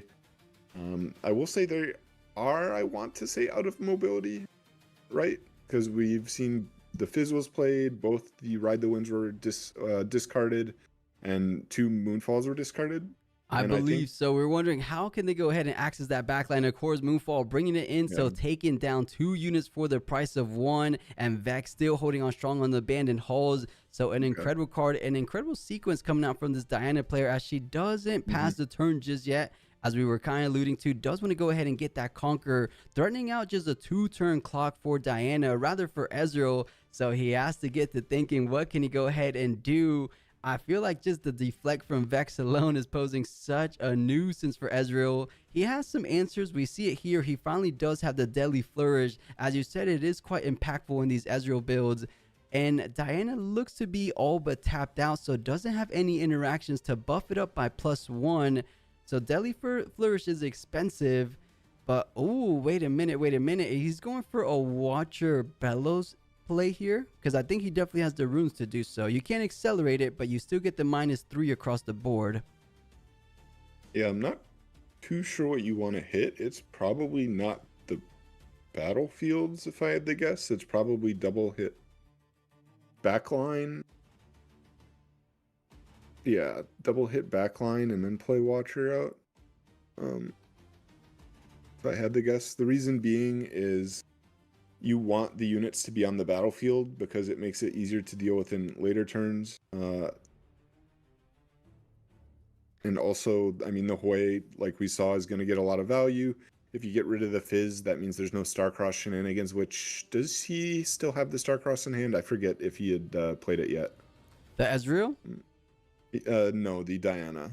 Because we did see one at some point. Yeah, I mean, they had that little interaction where it was Starcross to Starcross, so I don't know if that's the one you remember, but I don't remember one still left in hand, as we're seeing Diana with just 2 cards remaining. But you know, Ezreal is skating on rather thin ice here. He took care of the back line, but the board still held. That's 5-7, saying one more hold, and that is all she wrote. Diana will be pulling out ahead in this game number 1 of this round number 10. Of course, you do have the Watcher now established out, so he's not going to be stunned on this next turn. You know, Ezreal does kind of thread that thin line between like almost dying and then completely making that turning point, but I don't know, the triple Moonfall might be a little bit too crazy to come back from. Yeah, those are insane draws. I mean, it sucks, that is part of the game, but wow, sometimes your opponents that had to be the like top deck, right? I don't remember the Moonfall, especially the third one of this game. Yeah. That being said, I don't think it's over. Oh wait, does he have? He has wages in hand. I wonder if it was better to go. Okay, he does have wages in hand. Okay, so I wonder if there's a world where you're supposed to go wages flourish. Wages flourish. No. Well, you'd clear Diana, and then he'd be left with. I guess he wanted to establish the big body. Yeah. Okay, right. I think that's fair. Yeah, I think so far clean play, but he does have access to Fizz, wages, and anything in the trash thanks to that Fizz as well. And I might have misspoke. I swore he had a double Watcher, but I think that was the only Watcher that he went again and played out the previous turn. So it does retreat to Diana. Oh, wow. But I believe with the Deadly Flourish currently in hand, you are able to take down the Diana and instantly drops the Deadly Flourish, attacking or trying to send the Diana to the trash. Luckily, he does have a hard bargain, trying to force him to just tap that much more runes, trying to deny and delay any kind of more development going forward in this game, or rather in this turn. So he's saying, do I tap 4? That leaves me with just 2 runes. I can't do anything left with 2 runes. But I think it's worth it. Oh, counters it. So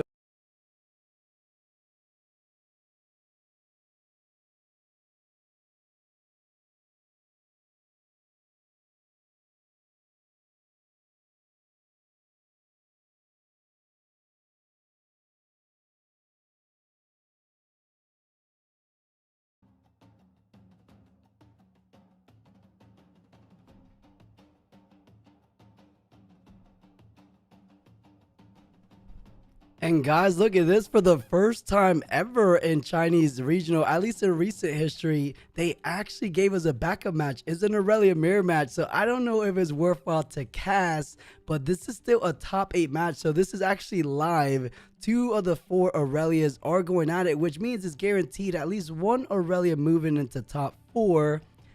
But chat, give me 1 second. It's going to go a little bit silent. We'll see if I can get a caster in here to maybe light cast this game, but I don't think you guys are missing too much. But this is a top 8 matchup here, so this isn't a pre-recorded like what you guys were watching.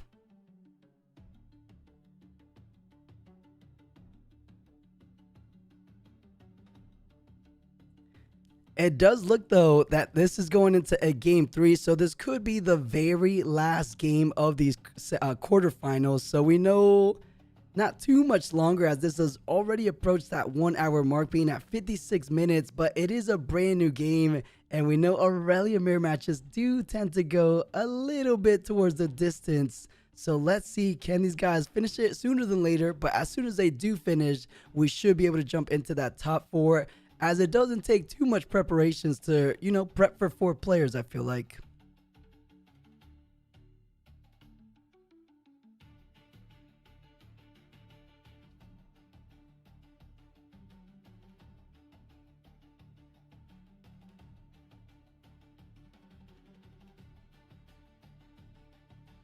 And Nelson, is this backup match here, which is still top 8? So just 2 more rounds, Nelson, is the semifinals, which is the final 4 players, and then the grand finals, which is obviously the final 2 players. Those are the last 2 games left today. We're already in top 8, right? So only 2 more games after this.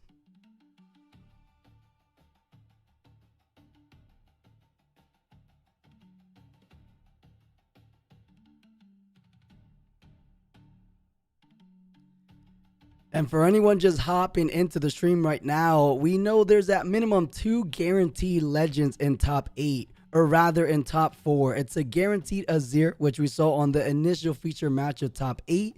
And then one of these Aurelias guaranteed to lock into the semifinals as well. We just don't know what the other 2 legends are. If everything goes perfectly, it's going to be the last Diana and the last Leblanc, rounding up that top 4. Imagine a complete unique legend top 4. 1 Azir, 1 Aurelia, Diana, LeBlanc. That would be an awesome top 4. But I feel like 2 Aurelias might squeeze in there. So we either have a LeBlanc or a Diana for sure.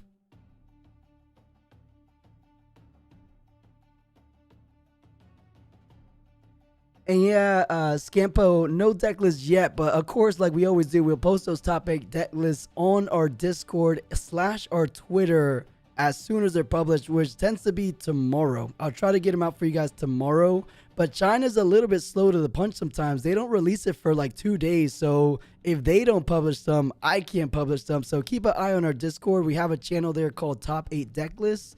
I post them right there as soon as I have access to them. And if you don't know where to find the Discord, just simply !Discord. If you're in YouTube chat or in the Twitch chat, you should be able to get the link right there.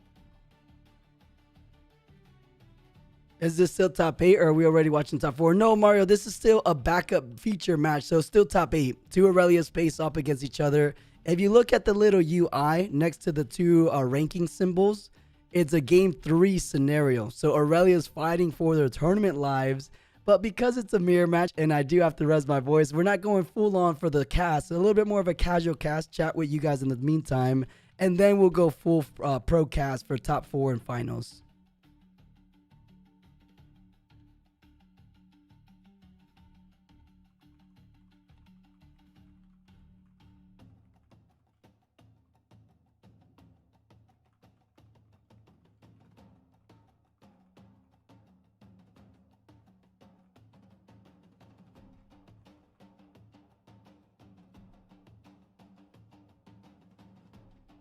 What legends are in the top 8 today? Since the top 8 legends were 4 Aurelias, 1 Diana, 1 Leblanc, 1 Vex, and then 1 Azir. The Azir has already won, so they are locked into top 4. And then one of the Aurelias we're spectating here on the screen is locked in as well. So we know for a minimum in the top 4 cut, it's going to be 1 Azir, 1 Aurelia. We just don't know on the other side of the bracket what that's looking out to be.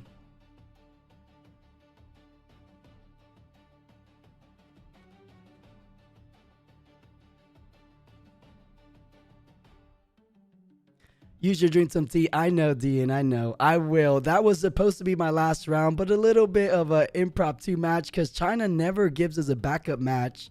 And I wasn't ready to bring on the next set of casters because they are a little bit ahead of schedule. So I'll take care of this little casual match. But trust me, guys, I'll give my voice plenty of rest. And I'll come back at full power on the Vancouver coverage for anyone who wants to tune in a week from now. David, there's actually no volume on the regional stream. Would you guys rather just hear the Chinese commentators? I could just sit in the back end and just listen to the Chinese. Do you guys want that instead?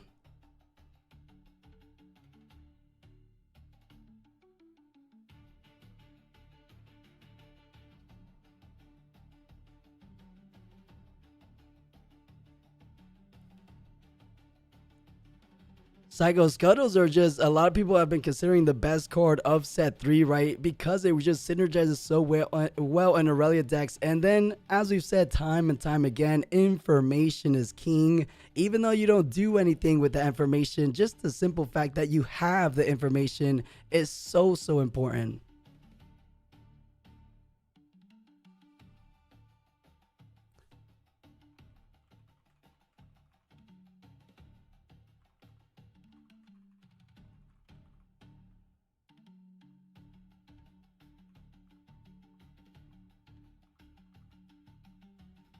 And Bandit, can you hear me, sir?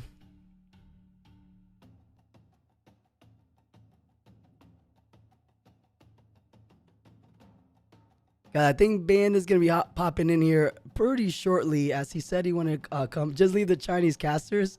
Okay, I think Bandit wanted to hop in here, but I probably should arrest his little voice of mine.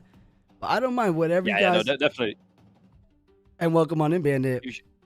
Hello. You rang, but no, you should definitely rest your voice, buddy. You think I should tag EK and see if he's down to hop in here a little earlier? Oh hell yeah! I gotta get a bit of a head start on things. That sounds okay. Like a little bit of a time. pre-warm up. I'll tag him. Yeah, exactly. It's gonna be a good time, and I mean, you know me, plus I love myself a mirror matchup, as I do really appreciate that. The tiniest difference can shift an entire series on its head, and especially when it's a series between, well, I'd say pretty high ceiling decks in the meta currently, with Aurelias facing off against each other. Do I like this matchup particularly because it also doubles the amount of Scuttle Crabs in the game? Yes, that is definitely a part of that. However, with the game unfolding right in front of us, we are off to a bit of a race situation where the moment you have to invest in putting your Aurelia out there is the moment you can start taking a lead, but it's also when the entire house of cards can come crashing down. And as we're getting an early look at our red Aurelia's hand, that is a lot of no potential in the hands already. And I think EK has just joined us. So whenever he is ready to go, you will hear a second voice come through. EK. Hello. How are we doing Yes. today? Oh, we are doing wonderful. We're getting straight into things, buddy. So I hope you've had your coffee. Honestly, the hardest thing about these casting these regionals is 100% the Billy captcha that I have to do, because that thing is just Oh my, you're so right. it's matching symbols that I do not know. I wish you weren't so right, but I'm afraid you are very much right. I'm doing mine right now. That you thought GeoGuessr was hard? I think, yeah, that one has a funny little hat, so that should be going there. That symbol's not even in here, so. Right? Well, It's like okay. upside down or something. I feel like I'm just being pranked. Let me try a new one. Oh, three. I can do 3. 3 is good. Bam, bam, bam, and we're in. Yeah, that is the skill set that you have to develop as a caster that they don't talk about. No, this is the.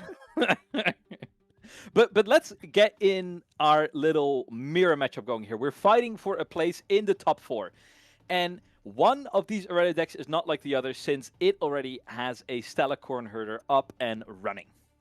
Mm-hmm. I do feel like Stellacorn Herder is the biggest boon that you can have in these Aurelia games. The ability to get more pumps is kind of the way to win this matchup. Having the resources to beat your opponent when it comes to these Aurelia versus Aurelia showdowns that will eventually happen, right? Because the entire matchup is eventually going to cascade to this battle of queens.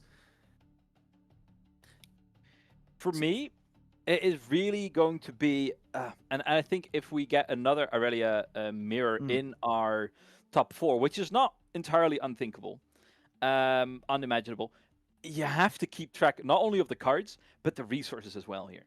The moment you have a big old paw full of cards, is the moment you also have to worry about, all right, but do I have the economy to sustain big turn after big turn? And can I outrace my opponent in these buffing wars that we are seeing happening right now? 1 second. Yeah. And I feel like the biggest thing that changed this matchup on its head is the existence of Skull Crab. And we're seeing both players kind of avoid the issue, keeping the Skull Crabs alive, because hand information is the biggest tool against Aurelia, right? When Aurelia has 5 cards in hand, as much as it's unlikely for it to be so, you have to assume the worst. But with this Skull Crab, with this information, you can now sequence your plays a lot better. And for me, especially when you're in that top 8, in that top cut, in that day 2, in top 4 in a little bit, information is the most top scaling source of power in a game that you can have. Because the better you are as a pilot, the more valuable information becomes, the more you can decipher not only this turn, but the next one as well. And as long as you can continue that line, that resource, keep that coming and let that influence your plays, you will be looking to come out on top. However, when your opponent can do the same, I think we should just cut it short. Just play with open hands from there on out. Make it easier for us. Right. You know, us casters, we have that privilege. Just give that to the players by this point. Yeah.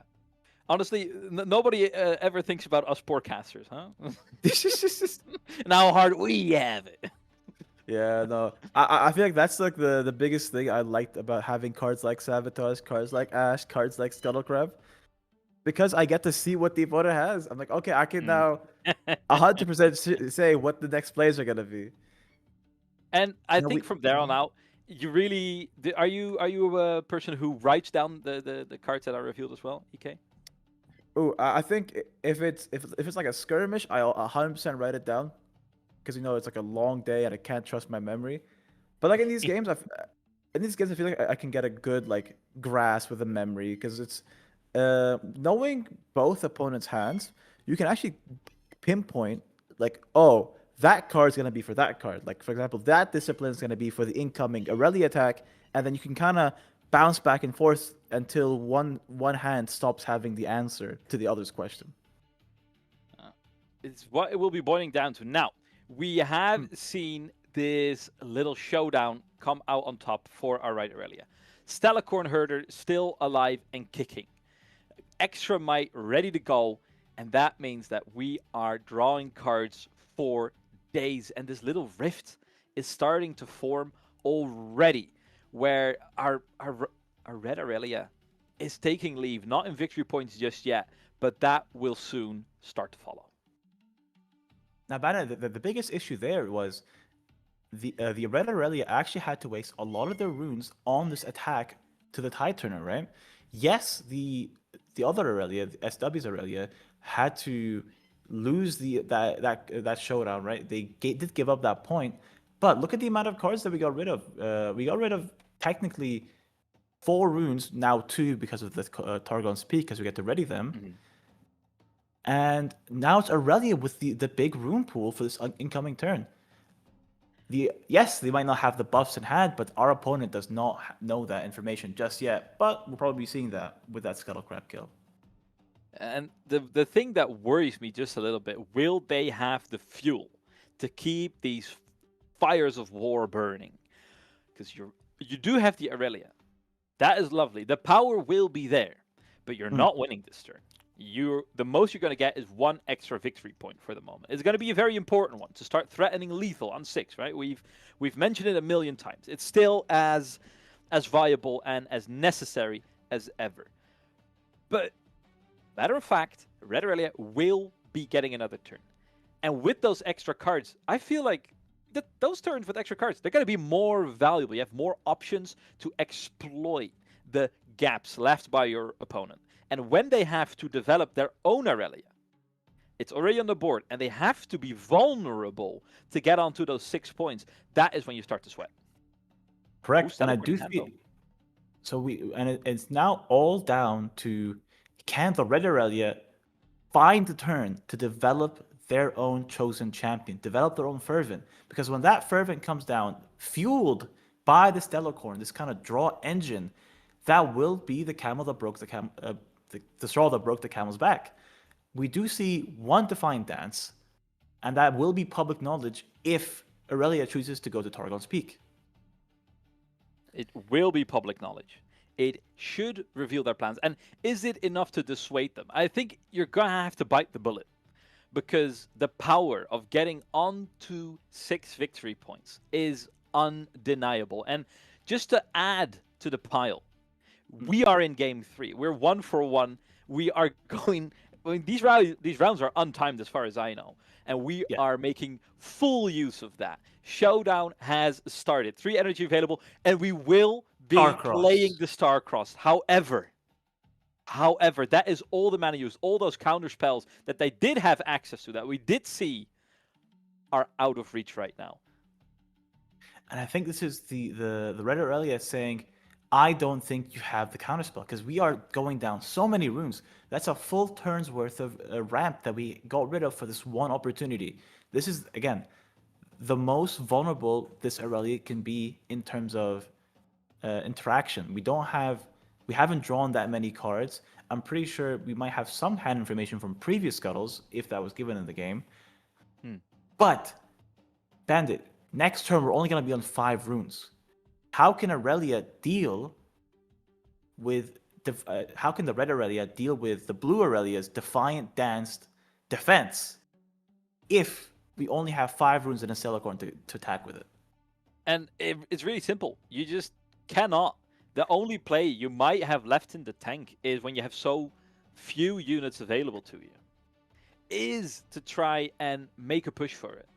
And if you have that magical second Starcrossed or something to deal with this bastion of hope for SW, that is your only out. Now that SW has pierced the last stand for CCB.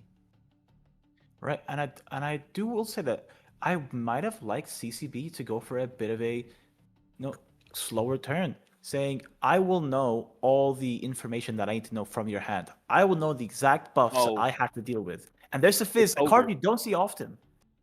This And that's a is charm. that is doom because now there's no units available.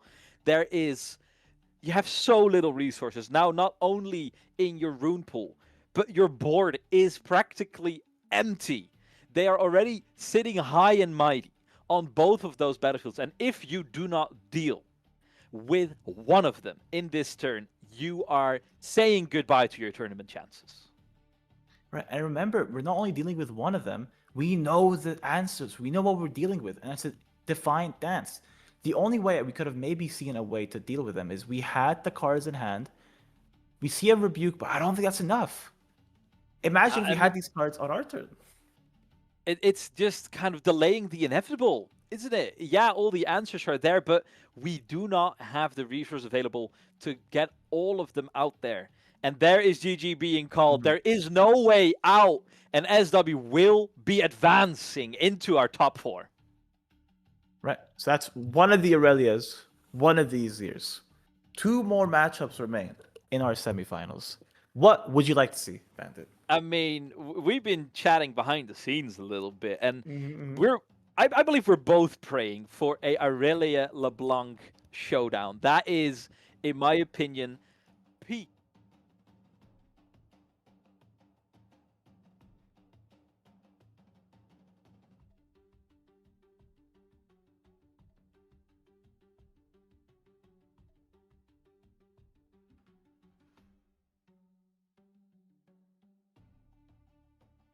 Can diverge into win, lose, tie. A lot of these kind of ways where the smallest thing can become, again, this kind of cascading domino effect if not looked after.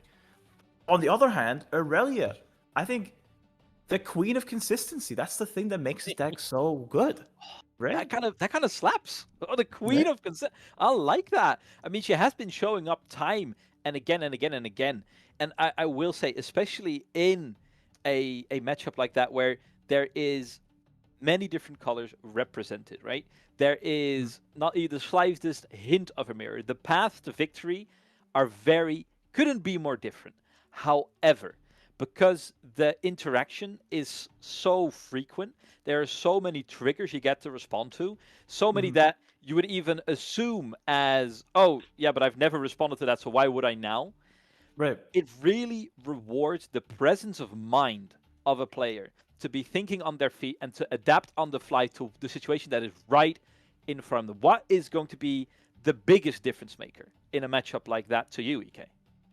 I feel like, exactly as you said, the triggers. These are things that people don't really think about. I mean, most people do not know. You can actually react to Aurelia Fervent's +1 trigger for being chosen and being readied, which I think the big card that we will see from the side of LeBlanc is Ruined Rex. Ruined Rex says, Death Knell, deal 4 damage to an enemy unit, no matter where it is. And we do know a very common play pattern for Aurelia is to go GA, Aurelia, I'm safe for the next turn. Right? But when you have the Ruin Rex that can react on reaction speed with a hidden blade or a sacrifice, we can actually deal 4 damage to the Aurelia before she gets her +1 from the GA and her +1 from being chosen, which can just kill the matchup on the spot.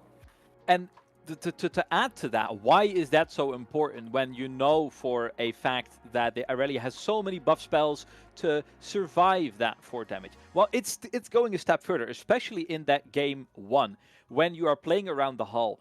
Every single time that you can make Aurelia forced to play out her combat tricks before she gets on the hull, suddenly you are evading 2, 3, sometimes even 4 might in a single turn just because of the fact that you are forcing Aurelia to not react to the situation, but to prepare. And when you're preparing for a situation, you can't be as precise. You sometimes have to overspend a little bit just to be sure that you will make it to the very next day. Right, but I do want to flip the script here.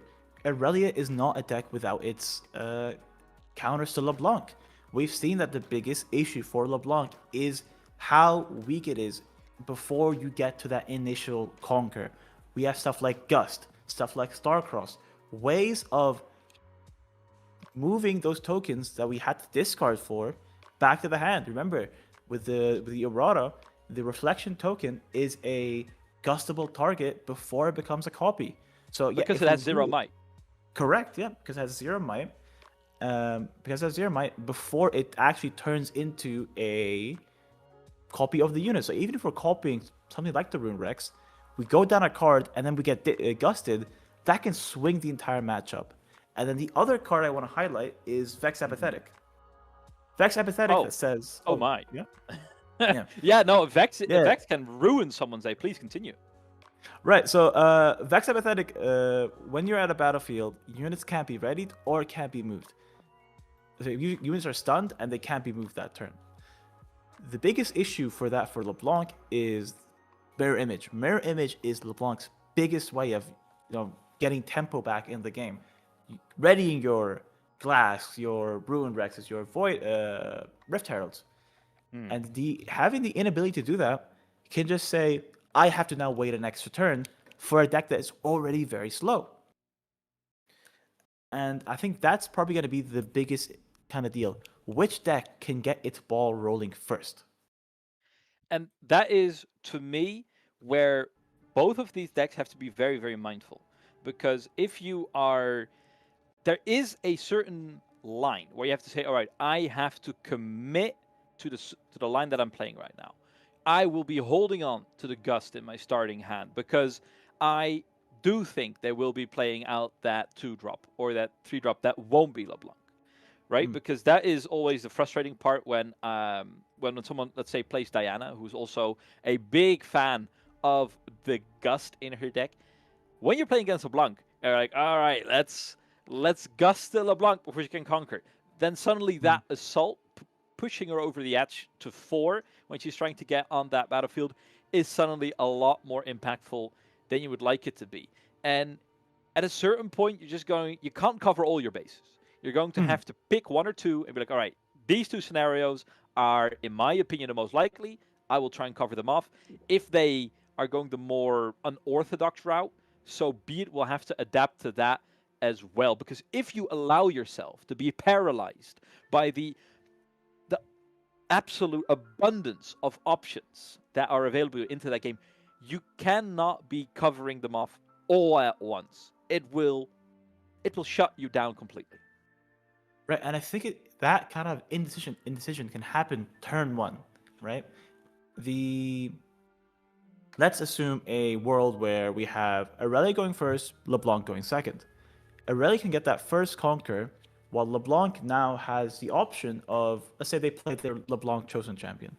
They now have the option to go, hey, do I want to go into the enemy, let's say Poro, risk getting Discipline, Defiant Dance, On Guarded, or do we now go into the second battlefield? Now, the important distinction about LeBlanc, because she has Assault +1, the assault does not occur on open battlefields. So that means, although she would have been a 4 if we attacked into the Poro, that would not be the same case if we attacked into the open battlefield, which does mean it's now weaker into Gust. And now as the LeBlanc player, you have to kind of make that call. Do I think my opponent has the buff card that they want to spend on this Poro? Or do they have the LeBlanc, the Gust that can just use to LeBlanc my entire turn back? So just to clarify completely, is LeBlanc not declared an attacker? Like, is she not labeled an attacker when going to an open showdown? So the attacker and defender designation is only assigned when it's combat, when there's a unit to kind of contest. If it's a attacker going into a open battlefield, we don't get any when I attacks, when I defends. It's only when I moves that trigger during that kind of showdown. And that is the more the nuances of the game where you have to be really mindful of, where where cards are being distinguished from each other. There we go. I got it over my lips now. And that is, you got to be mindful of it. And it comes through. And I will say, if Irelia allows Leblanc to get settled, to get situated, it might be kind of a crazy uphill battle. I feel as an Irelia, you have to, at least for the early game, nip any sort of aggression in the butt as fast as you possibly can. And then you do have the answers for a Kha'Zix that is snoozing in the backline when you have access to those charms. Exactly. We have access to a lot of things to kind of stop the tempo at its beginning. We have Ride the Wind, we have Gust, we have Charm, we have Starcrossed. All these things is to say that I, as the Aurelia player, will not allow you to use your Legend, at least in the beginning phases of the game. And then by the time you use it, I'm at 6 points. I'm already threatening game, while you only just got your game plan started. And, now, yeah? Well, please continue. I want to highlight one thing for you, Bandit, and it's the power of these battlefields for these two decks. Talk to me. So I think there's a kind of bunch of highlights. I think I can start with Windswept Hillock.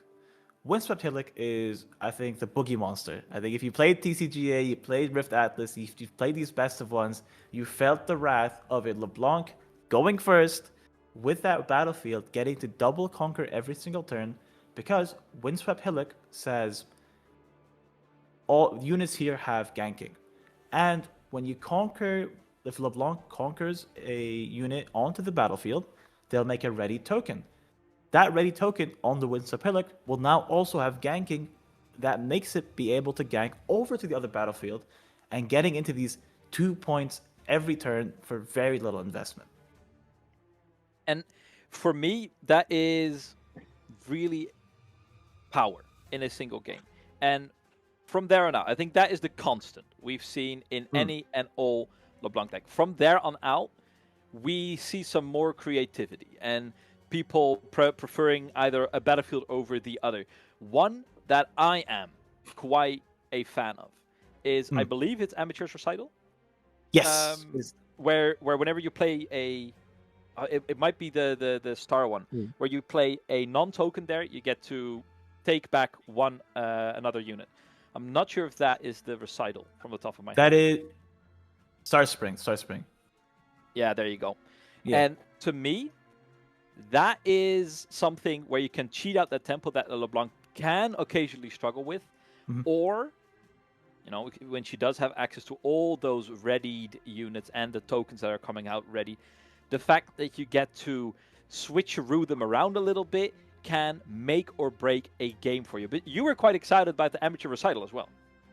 So Amateur Recital is a kind of piece of tech that we've seen from the side of Aurelia's specifically for stuff like the Master Yi matchup that says, when I hold, you may move a unit to base.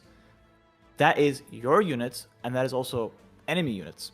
And the same ruling can happen with Starspring and Amateur's Recital, where the act of moving Aurelia Fervent, which I think is going to be the biggest card in this matchup, the act of moving Aurelia's Fervent from these battlefields also gives you your battlefield trigger.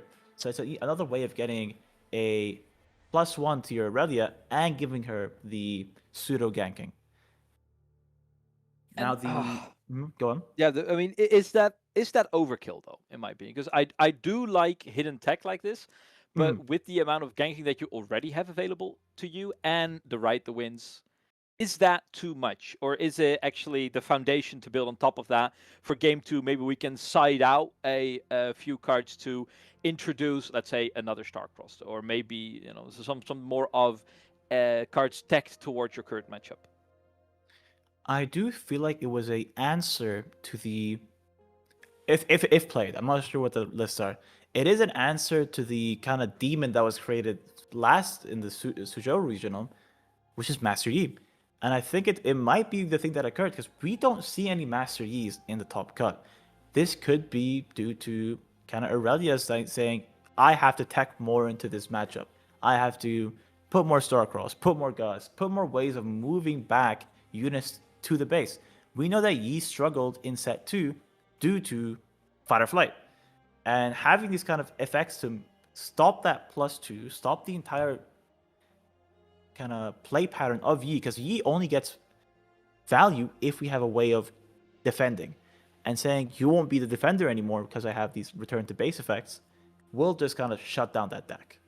So now that we're making the step over to Yi decks, how big are all the ambush cards for Yi, where you do get to play them on open battlefields and introduce them as surprise defenders, right?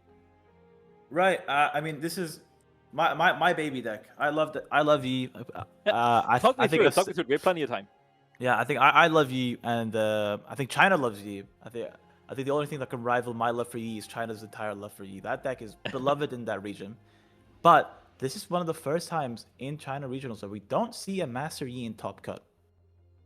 This is, I think, indicative of a response to the meta. When you do win a regional, your deck now has a target on its back. Right? Every deck now goes, how can I beat this Master Yi? We did see something like the Azir, which we can remember, I think you casted that game, which was the little regional game between Master Yi and Azir. And we know how that matchup can be if piloted correctly, where the Azir can just take over. We've seen more Aurelias leading into Starcross, leading into Gus. Especially, now this is the important part, there was no Rune Runner in the Master Yi list that won the regionals. And I think that's kind of the ebb and flow that we're going to see in this meta, where this month, Aurelia wins. Now, all the decks have to now deal with Aurelia, and then we're going to see either Aurelia adapt to that change, or a different deck become the dominant choice. And it's kind of this self-moving meta that kind of changes with time, and I kind of love it about this game. It's you kind of have to be that self-fulfilling prophecy, right? Because when you do have to adapt constantly, we're gonna bring it back to where we started. You cannot cross all of your T's and all of your I's. You're going to have to accept, all right, somewhere in the tournament, I am going to encounter a tough matchup, but for which one do I want to be geared up most effectively?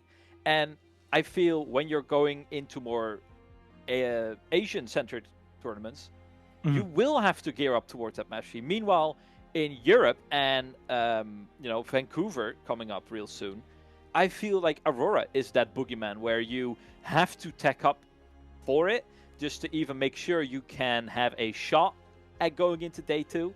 And the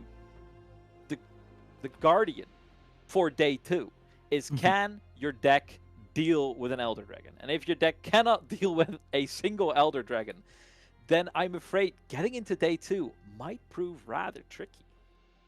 I know the local term I've kind of been trying to coin here was the Great Gatekeeper. The Gatekeeper. Yes, Gatekeeper. There we go.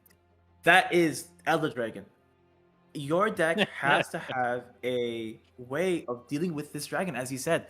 And I know that the Americas love it more, but the important thing is, with every deck, Aurora has probably the biggest target to ever target in these kind of regionals.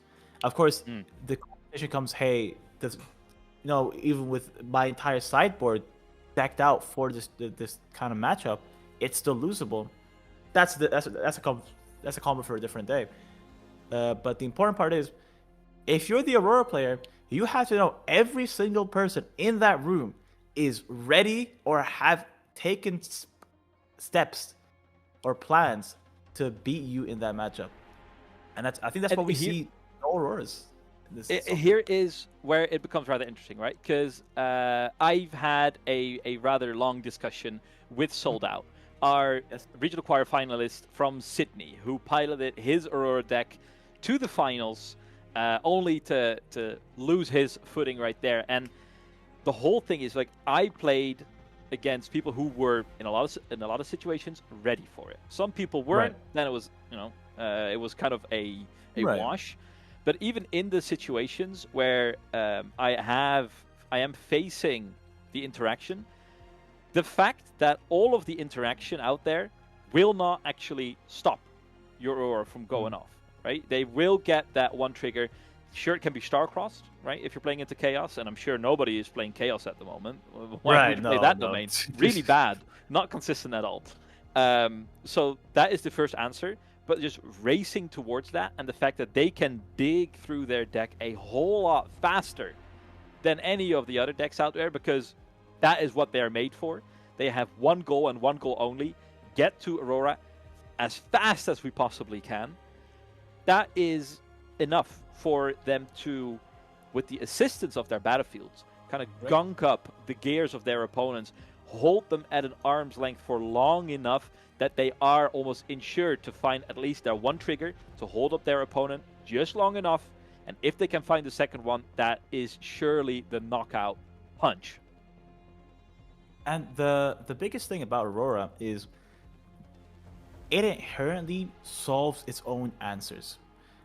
There are currently two ways of dealing with Aurora, and that is hand hate and on-board hate.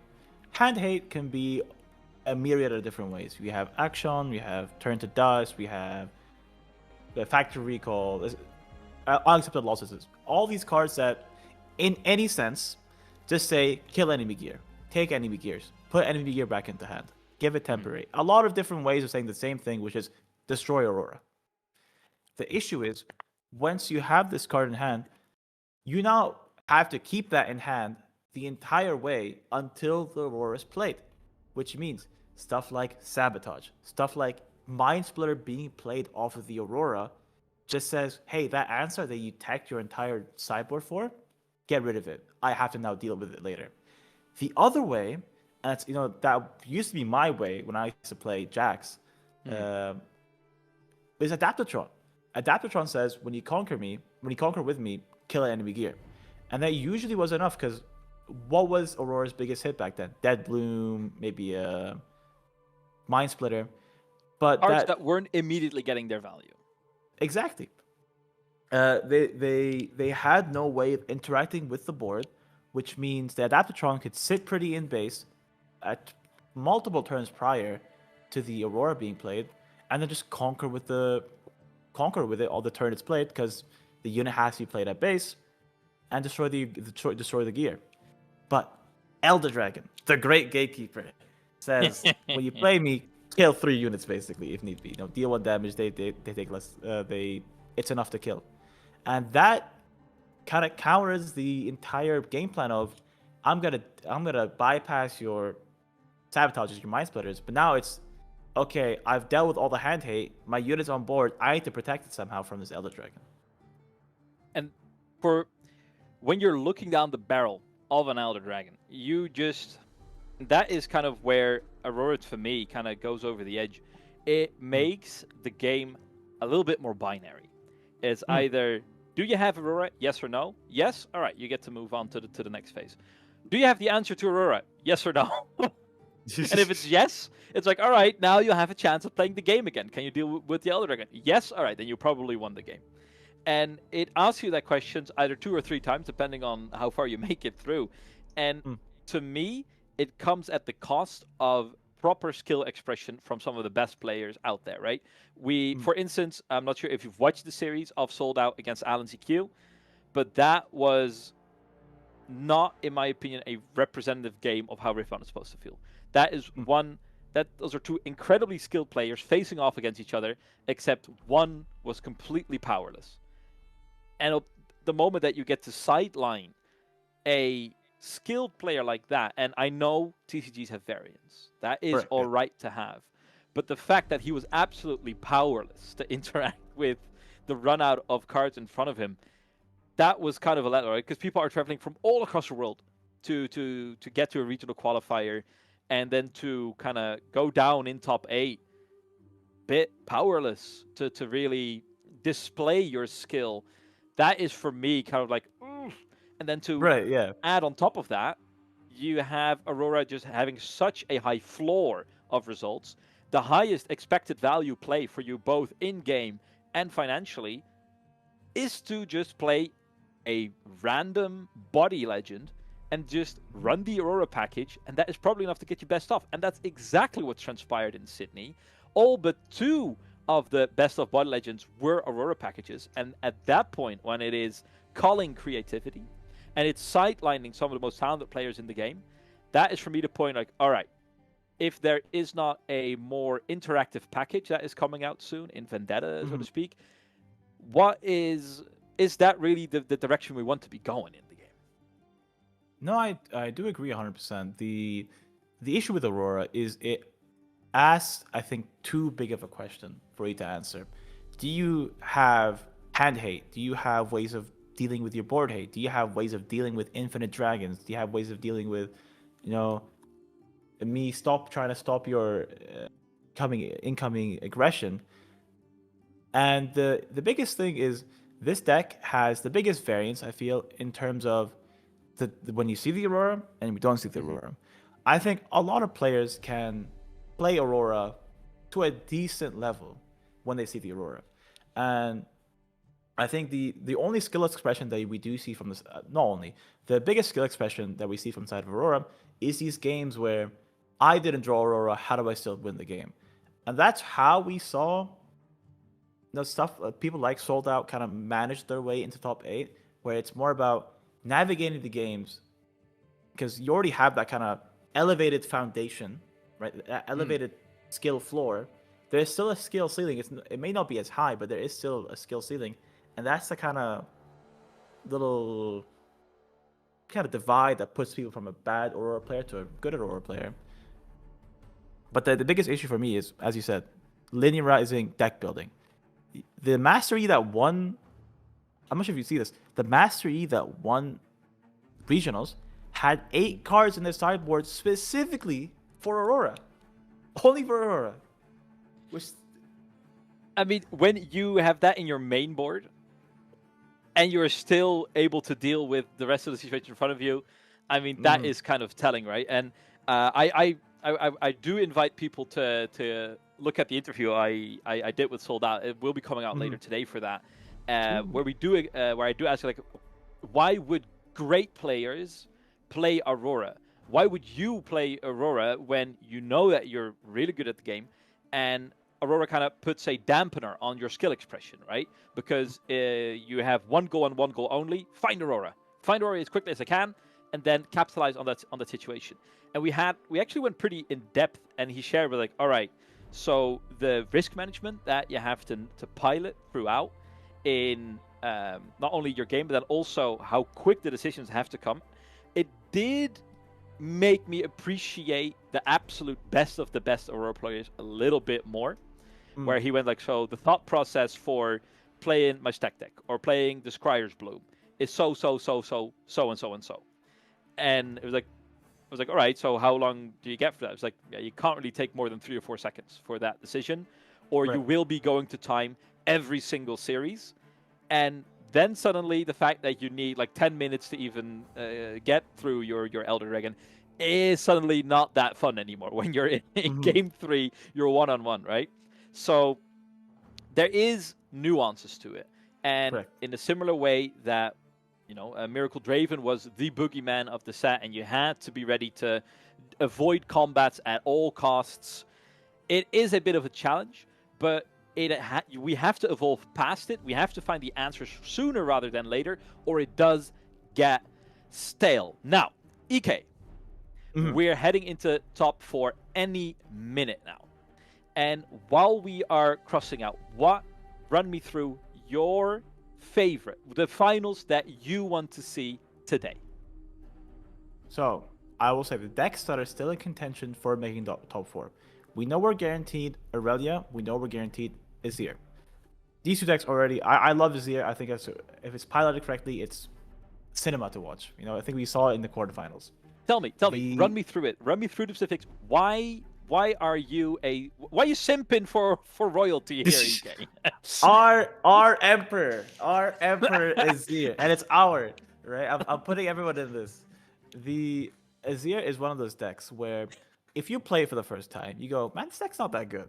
And then you have to play your equipment, and you have to play the token, and the next turn you get to attack with it, and it gets clunky because you play the brutalizer, and now you have to. It's a whole charade of like. This. EK, I will warn you. Be careful what you say, because some people out there, Lothar, Lothar, do label Azir as a B at best. So how can a B deck possibly always be making top 4 over here? What's up with that? It's 100% skill expression. 100%. I think Prismat said it. I think once where he said, "Oh, the top 4 legends in this meta is Diana, Azir, and Diana, LeBlanc, and Aurelia." And then if you put my Addy in, it'll be like top 1, something like that. I think, right? It comes down to like these players know how to take this deck that, on the surface level, not that good, but B tier. But if you really put in the time, and I'm not talking about like a week, I'm talking about like months, hundreds, maybe thousands of games, maybe not thousands, but like hundreds of games. There's a skill that is seen. When you look at an Azir player like Squirtle, like I forget his name, but I think he was a regional champion, Squirtle or TCG, finalist. yeah. No, I'm talking about the Squirtle TCG. That's the GOAT of Azir. That's the Azir champion, West. yeah. Right. There's also the Chinese Azir that I think we might have seen in this. You might be more well versed in that than I am. Yeah, I think we saw him in this quarterfinals, and I think he was the set 2 finalist that played against Annie. I think it was Azir that won. Not sure. Long time ago. The important part is these players know how to take this deck that, has that really low floor. Azir is a deck with a really low floor for the worst that you can play, but it has some of the highest ceilings. I think the biggest card that I want to indicate that shows how good a good Azir is and a great Azir, yes, please do, is Death Grip. Death Grip says when you kill a unit to give its might to another unit, draw 1. Yeah, On the important surface distinction level, here. yeah. Kill the unit is not a cost. Correct. And you can't. I think there was an errata to say that if you kill a unit with a GA, it's still you don't get the might. So those kind of two replacement big effects of death will negate it. Right. You only just draw 1 then. Yeah, you only because you do as much as you can. The might movement of Azir on the surface level does not seem that strong. I have a token, give the other token a +2, whoop-de-doo. But where it starts to get strong is when you have multiple tokens, multiple gears. You can kind of buff up one big token, make this like 13 might token, which Big is Daddy very token. doable. The biggest soldier, Shurima's greatest, right? The important part is Shurima's swollest. The important part is once you get this really big soldier, you get to attack with him on one side of the battlefield, and let's say we have Rebuke, Star-Crossed, or maybe we don't have an answer to it. The best part is we can now take this 15 might token, Death Grip it, give that 15 might, because it does take into account the equipment bonuses, give it to another token, and now we have a 17 might token in base. But remember, we can still re-equip the equipments that go into that kind of equipment cascade. And now we can make that 17 might token a 30 might token. And then we can move it around with the Azir, and there's a lot of things that at first like kind of look through the deck that we don't see. But once you start understanding the deck, getting into the nitty-gritty, it becomes one of the best decks on the format. There is a lot of depth to it, and especially when you're talking Death Grip, what I love about it is how you get to cheat tempo with it. The fact that, at the cost of losing a unit, even if it's you're losing tokens, whatever, but even in other decks, the fact that it is some sort of pseudo Ride the Wind, it is some sort of pseudo Accelerate, where you get to recycle the might that I shouldn't be allowed to use again because it's already seen action this very turn in colors that are not included in Chaos. I get to reuse that on the second battlefield, and it is it's so scary to play against an Azir that can get onto 6 victory points. And guess what? For the deck that can always ensure itself to have a unit the very first turn that it plays, they get to 6 points very consistently. And Bandit, what is the card that every Azir player plays on when you get to 6 points? There's one card, and they always have it. Arrives. Defy. Oh, Oh, that one. that, That one. that too. That too.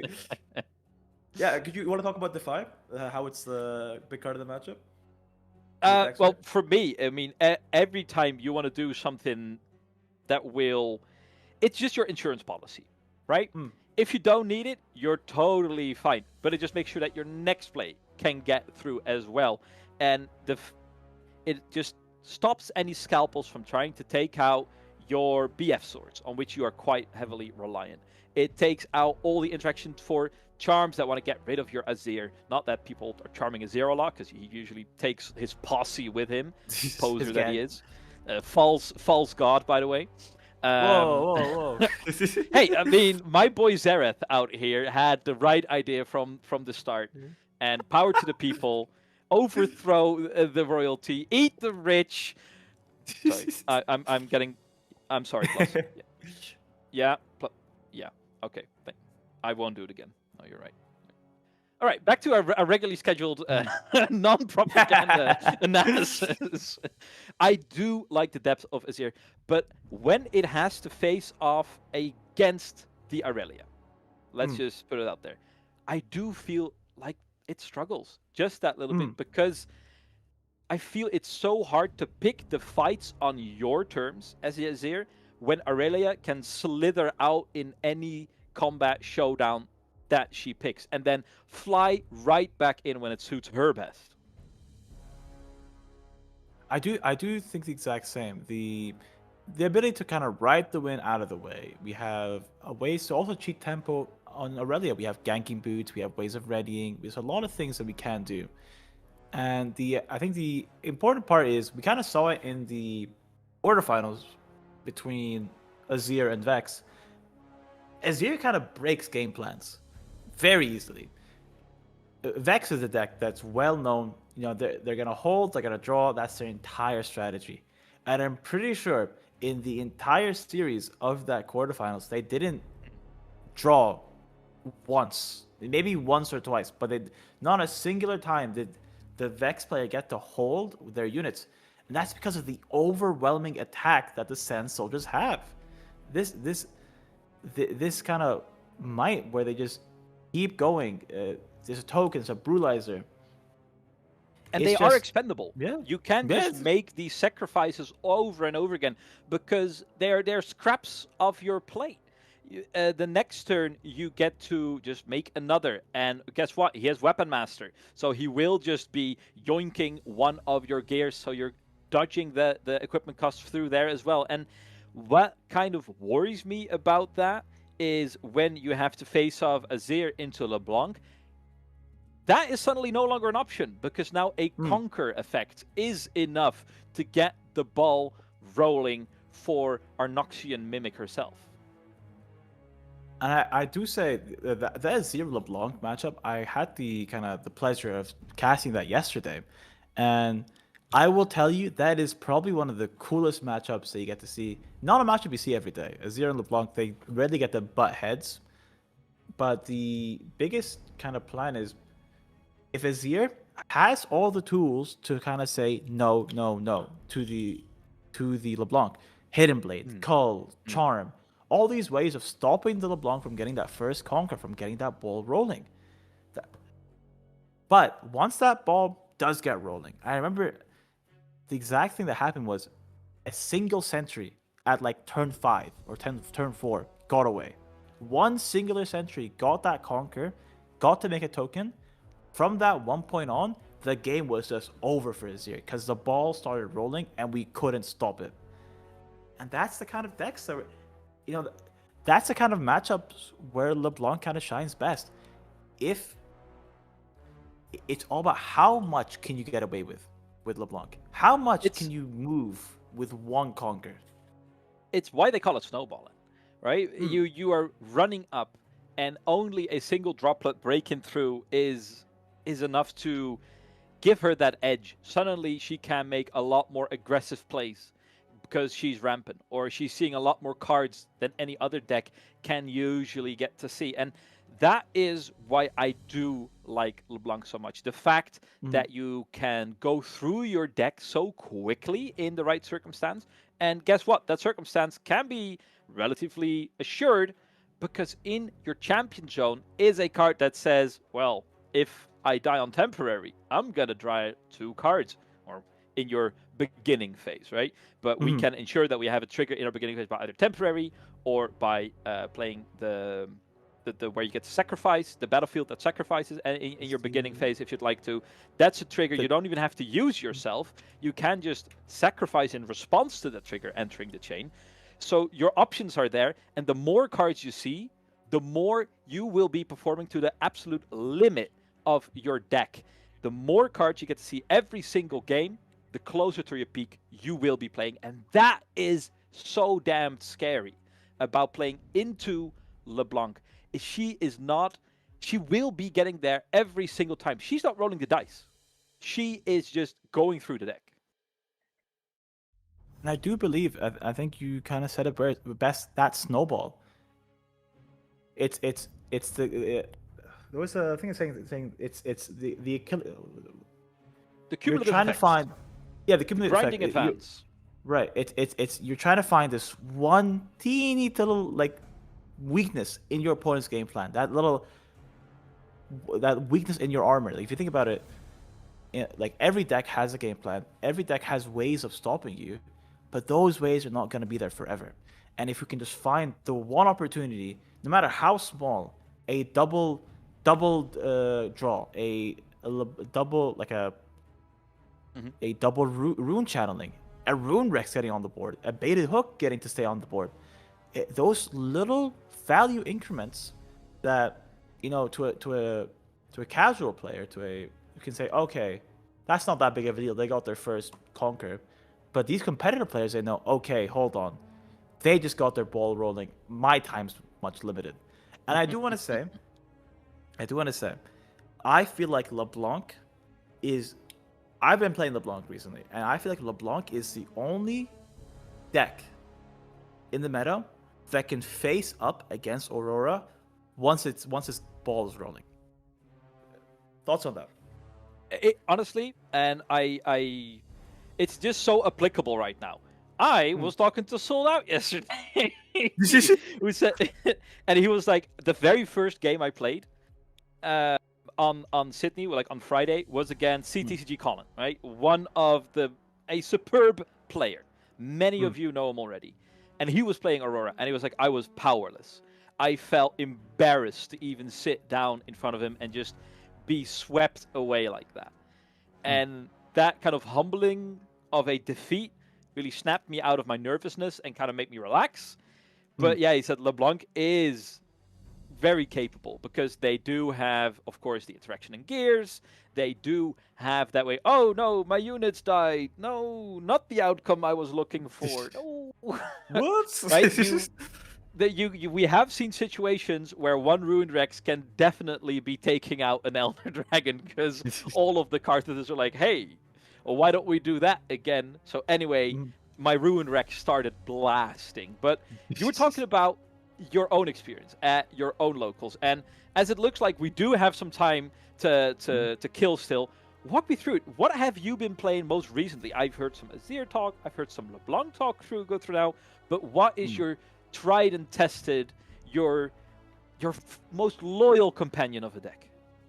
I think I am well known for being the green-orange guy. Oh, no, yeah. You gotta make me blush on screen. I think I'm well known for being the green-orange guy. I've won skirmishes in set 1 with Master Yi. I've won skirmishes with Jax. And right now, I feel like I have kind of honed my green-orange to a very good degree. I think it's something that I'm confident into going into regionals with. But this set, I'm going, you know what? I'm going to take a little break. I need to kind of explore other kind of facets of the game, kind of get better knowledge matchups with other decks. So I feel like the best way to know how to beat a deck is to play the deck and see what you lose to.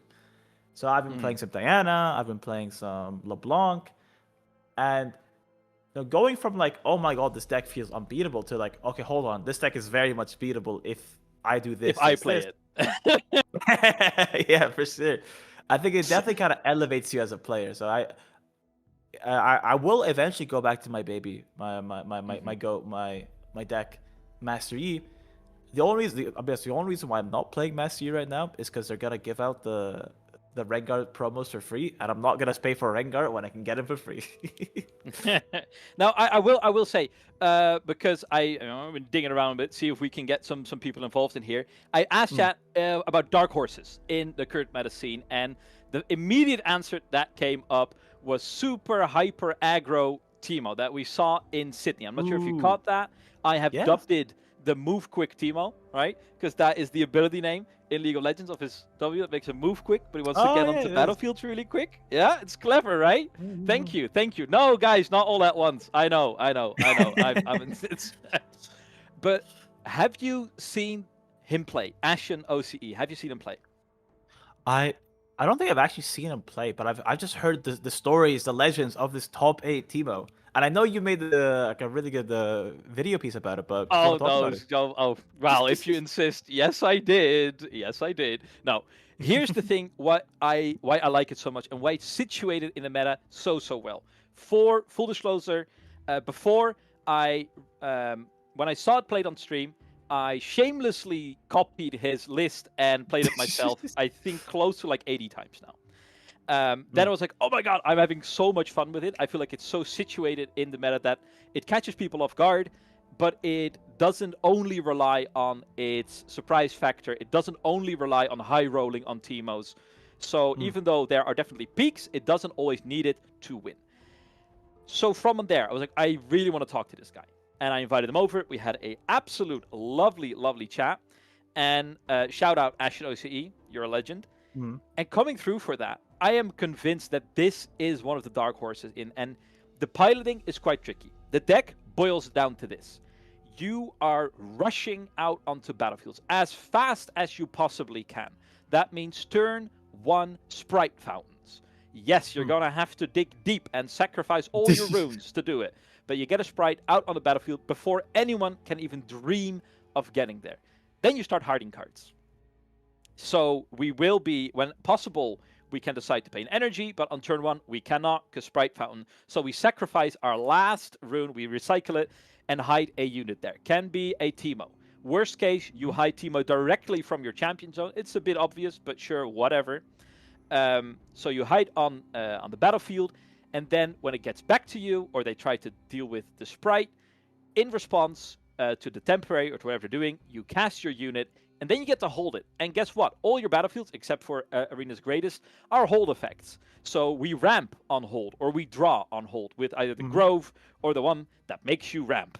And and from there on out, you can be at 6 points in like 3 or 4 turns. By the time you're even the fastest Aurora player out there is hitting Aurora, we are threatening the game next turn or the one after that. And from there on out, you are just overwhelming your opponent. You're getting these efficient trades with Teemo Strategist that will be trying and pinging any defenders coming out there. And with the amount of hidden that you're playing, you are usually hitting 2 to 3 hidden cards on average when revealing the top 5. That will deal with all of the Leblanc chaff that will be coming out there. And if it doesn't, well, there's a good chance you were hitting some Nocturnes in those cards revealed to you. So you can be now plopping down 4 Might like it's nothing. And that means you're out-racing Aurora. You are preventing Leblanc most of the time to even start conquering battlefields, so she can never get that ball rolling. With Master Yi, they can never get onto the battlefield to really start harvesting their gains from the legend and that extra 2 might. You are simply not allowing decks to get started. And most of all, best of all, it's working with hidden. So it's not a sure thing that it's gonna, it's either a Hidden Blade or an Edge of Night, right? It's either it's that or it's that. But with Teemo, it can be like 7 or 8 different cards. And one of them will be the Switcheroo. And of course, you wouldn't ever play the Switcheroo on a battlefield with a Sprite on it because you want to hold that battlefield. Obviously, that's not going to be the Switcheroo battlefield. And then they attack into me with their 1,000-tailed Watcher. I'm like, yeah, I'll Switcheroo that. And like, why would you do that? Are you dumb? I'm like, no. Because actually, I'm also riding the wind, so I'll still be holding it. I can't flip people off, but that is Right. what you would be doing. And the decision making is on such a high level. There's so many options available to you. It doesn't feel like you're playing a cheese deck. I feel smart playing it, and I like feeling smart, EK. I mean, I think you said it best. The biggest thing with Teemo is the kind of mental anguish once you see a hidden card, especially on. I'm not sure if they run Battle Tree when it's 2 hidden cards, right? No, it's a trap No, card. Don't play it. Don't play it. It's for suckers. Because I know it's a lot of resources, and it's like, okay, I get rid of so many if I have a way of dealing with that battlefield. But the biggest thing for me is I could not tell you the hidden cards are set 3 because I haven't looked at them in a while, right? And I couldn't tell you the hidden like some of the niche hidden cards are set 2. And I like before it was much easier when it was just it's fight or flight, it's zonies as you said. But then now it's like, hey, new set came out. You actually have to know What's cards the hidden again. card? Right, yeah. You actually have to know cards again, and that is why I am so. I'm torn into separate pieces when we're talking about Seymour, Scuttle Crab, because on the one hand, he's my boy.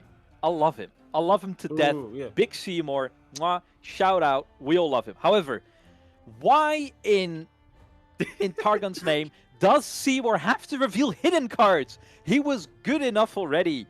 Leave People my don't know hidden that. cards alone. They've done nothing wrong. They're just sitting there. Is replacing yourself, being a 2-drop, and revealing my hand not enough for you? Does your greed know no bounds, Seymour? God damn. Because I think it came up in the regionals, right? Where some player killed the Scuttle and they didn't know about the hidden card thing. Because it says For the all- entirety all of the three- turn, you mean? So no, they did not know they can reveal hidden cards. They just forgot about it. Because people just think, Scuttle Crab says reveal hand. Yeah. But Scuttle Crab actually says reveal all face down cards. And what are face down cards? Hidden cards. And on top of that, to make it even worse, it says this turn. For the entirety of the turn, you can get rid of the Scuttle Crab, hide a card, and they get to look at that card. They get to. He wasn't even there when he saw it. Sorry, this is hitting a bit of a nerve.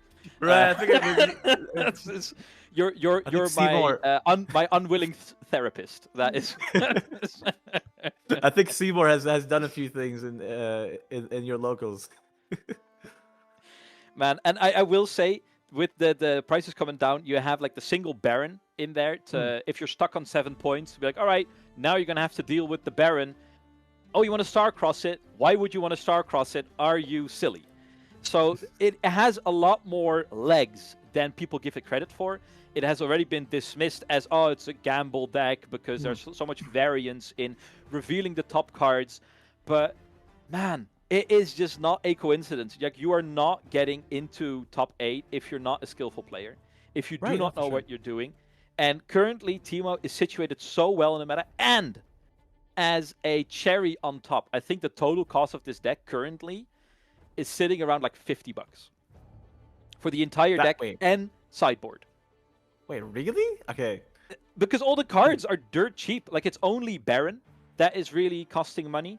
You have the option to sideboard, what is it, like unchecked power. That is a bit pricey. Right, that's pricey. Suddenly, I'm not sure when that crept up, but like when I opened it, it was like a few bucks. And now suddenly it's like worth as much as like 3 Elder Dragons. That is a bit silly.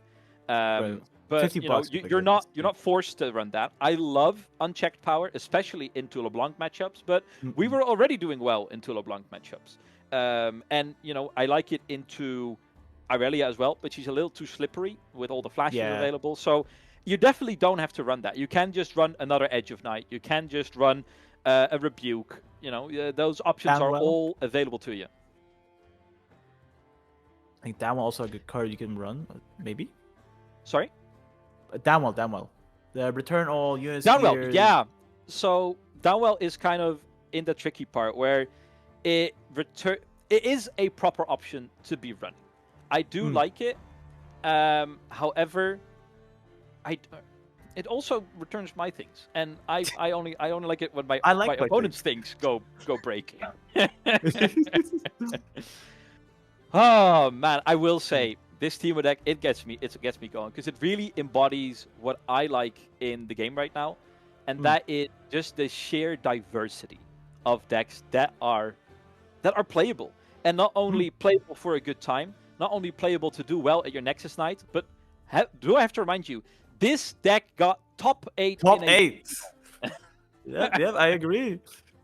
Top 8 is crazy. Give me your prediction, EK. What is the legend that is currently flying under the radar, or a build of a legend that's flying under the radar? Where it's like, guys, you need to get on the hype train for this, because before you know it, this is going to be a €300 deck, and you're going to be crying to me in a few weeks, like, oh, EK, why didn't you tell me? And then you can say, but I did tell you. I feel like that question is answered by who won the last regionals. Because let's say Leblanc won the last regionals. You know what deck likes to feast on Leblanc a little bit? Draven. Draven loves to feast on Leblanc because you're giving them draws. I think a deck is very niche, not many people know about, Lucian. Lucian's a deck that we haven't seen too much of. We've seen it get some pretty cool cards with Irresistible Feyfolk. We've seen it get a really cool combo with the Blighted Battle Axe. Blighted Battle Axe is a 4-mana equipment that gives you +4. At the end of your turn, if you didn't conquer, unattach this and deal 4. Now, this would be like a kind of a death sentence for a lot of cards. But you know what card is always conquering? The orange Lucian. Rek'Sai. Oh, Lucian. That too. Because Lucian gets to go back after he conquers. So we'll have this 7-mind attacker that goes back, forth, back, forth, back, forth. That just can be a bit too much for people to handle. And let's not forget, we do have things such as the infamous Trinity for Skyfall combo.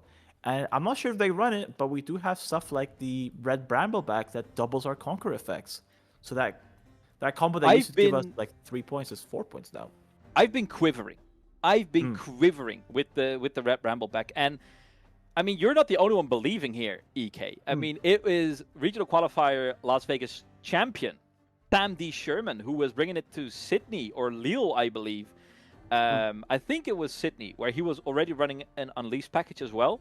And he was like, I think Lucian is the next big thing.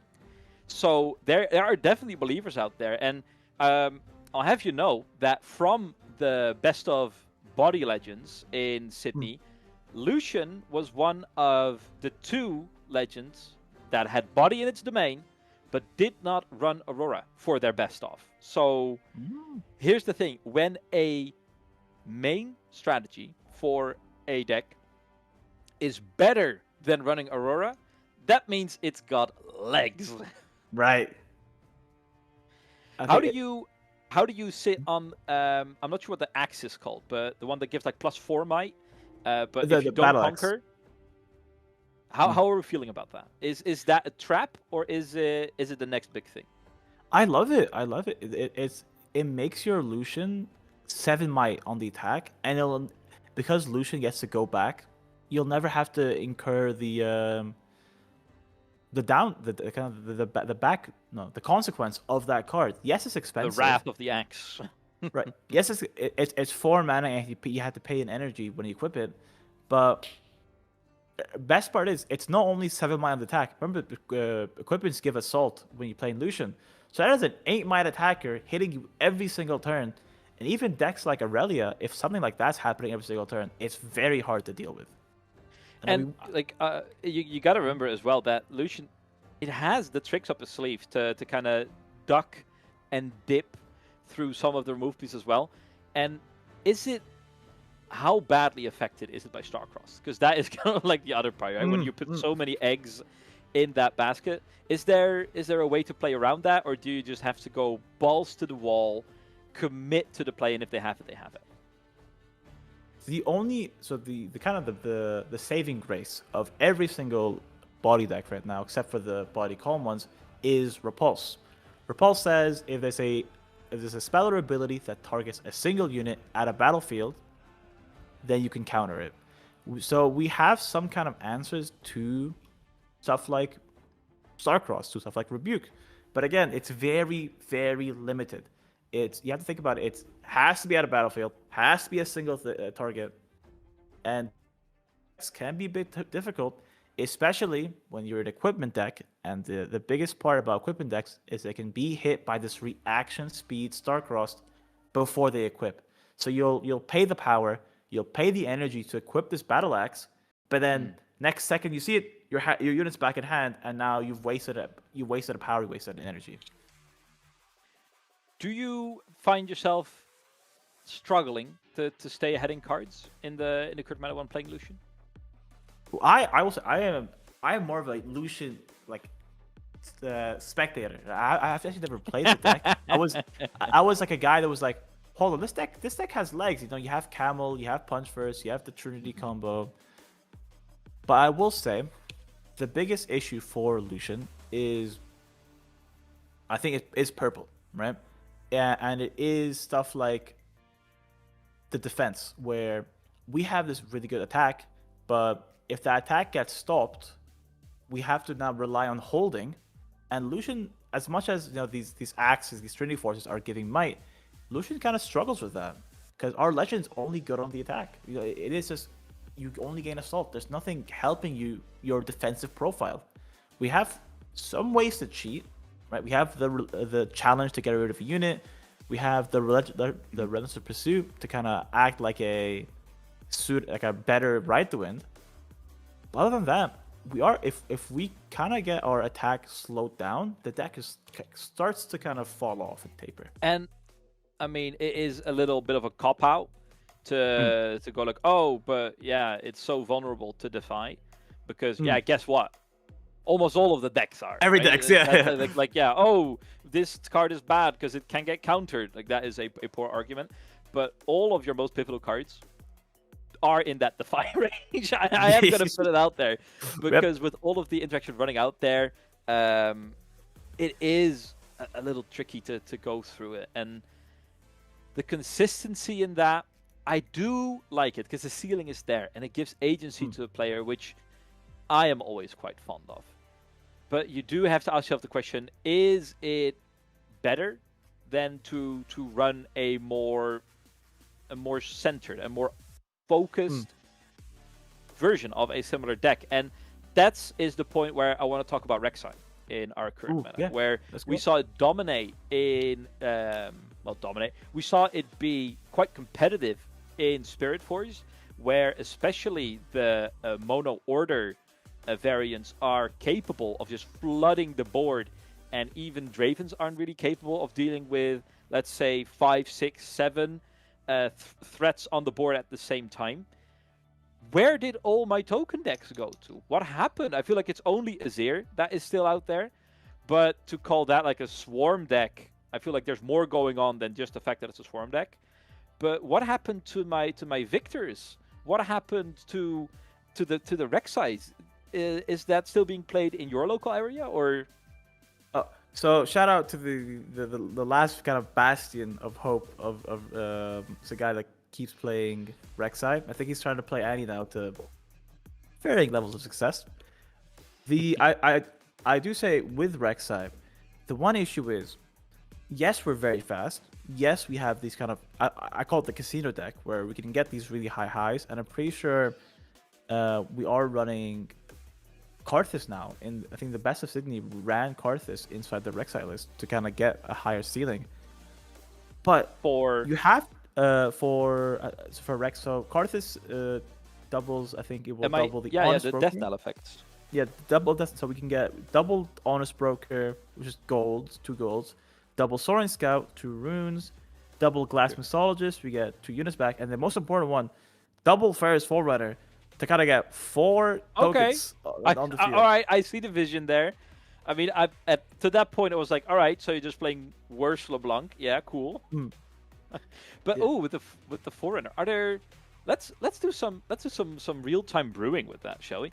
Like, I feel like Fury is really in that part where, from last set, it was such a boogeyman, right? Especially with the Ferris Forerunner coming through.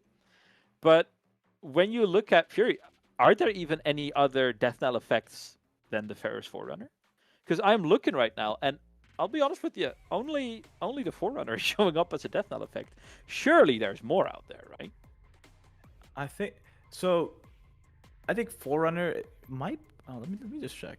I think Forerunner might be the only one, but I will want to say, You have Forerunner. the Phoenix of 2, of course, which is not a yeah. true death knell effect, but in that similar vein of things, can definitely profit of a death knell strategy.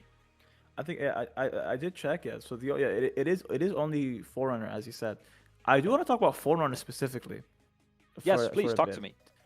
So set 2, especially at set 2.5 or set 2, depending on which one you want to talk about. Set 2, post bans. Post bans, Ferris Forerunner was the best unit in the game. It was the most used unit. It was the thing the entire game warped around, and the only way to kind of counter Ferris Forerunner was a rebuke, because it is so much might. It's 6 might and then 6 might next turn, which is 12 might for 6, which is a lot. And the way to kind of play around that was a rebuke, and there was like at most 2-3 rebukes in your opponent's hand, and you could always flash it back. This card went from being, I think, the dominant card of the meta to kind of just being a good card in the meta. I think we still see Draven run it. For sure, the Red Aurora decks, and maybe Annie does run it. I think Annie runs it best because it can still do the flash. But Star-Crossed, I think, is an example of a card that came in, changed the entire game, changed what the best unit was in this game. And this unit that Lucian used to pilot the used in like a very, very good manner. Yeah. Now that it's so much weaker and it kind of compounds on our already existing weakness of being weak on the attack, has kind of dampened the deck a bit. EK, I think with the time we have available to us, we can, as a group, and I do want to invite people who are listening as well to join in on this as well. I think we can brew the answer to the meta here together, right? Because what is currently dominating out there? We have, of course, Leblanc, and we have Aurora and Aurelia. I think those are like, I think we can say those are like the 3 main threats. LeBlanc, Aurora. If you have a deck that can interact with Aurora, so lots of interaction, preferably a little bit on the faster side.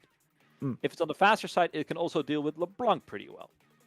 And to deal with Chaos decks, you need a proper answer to Star-Crossed.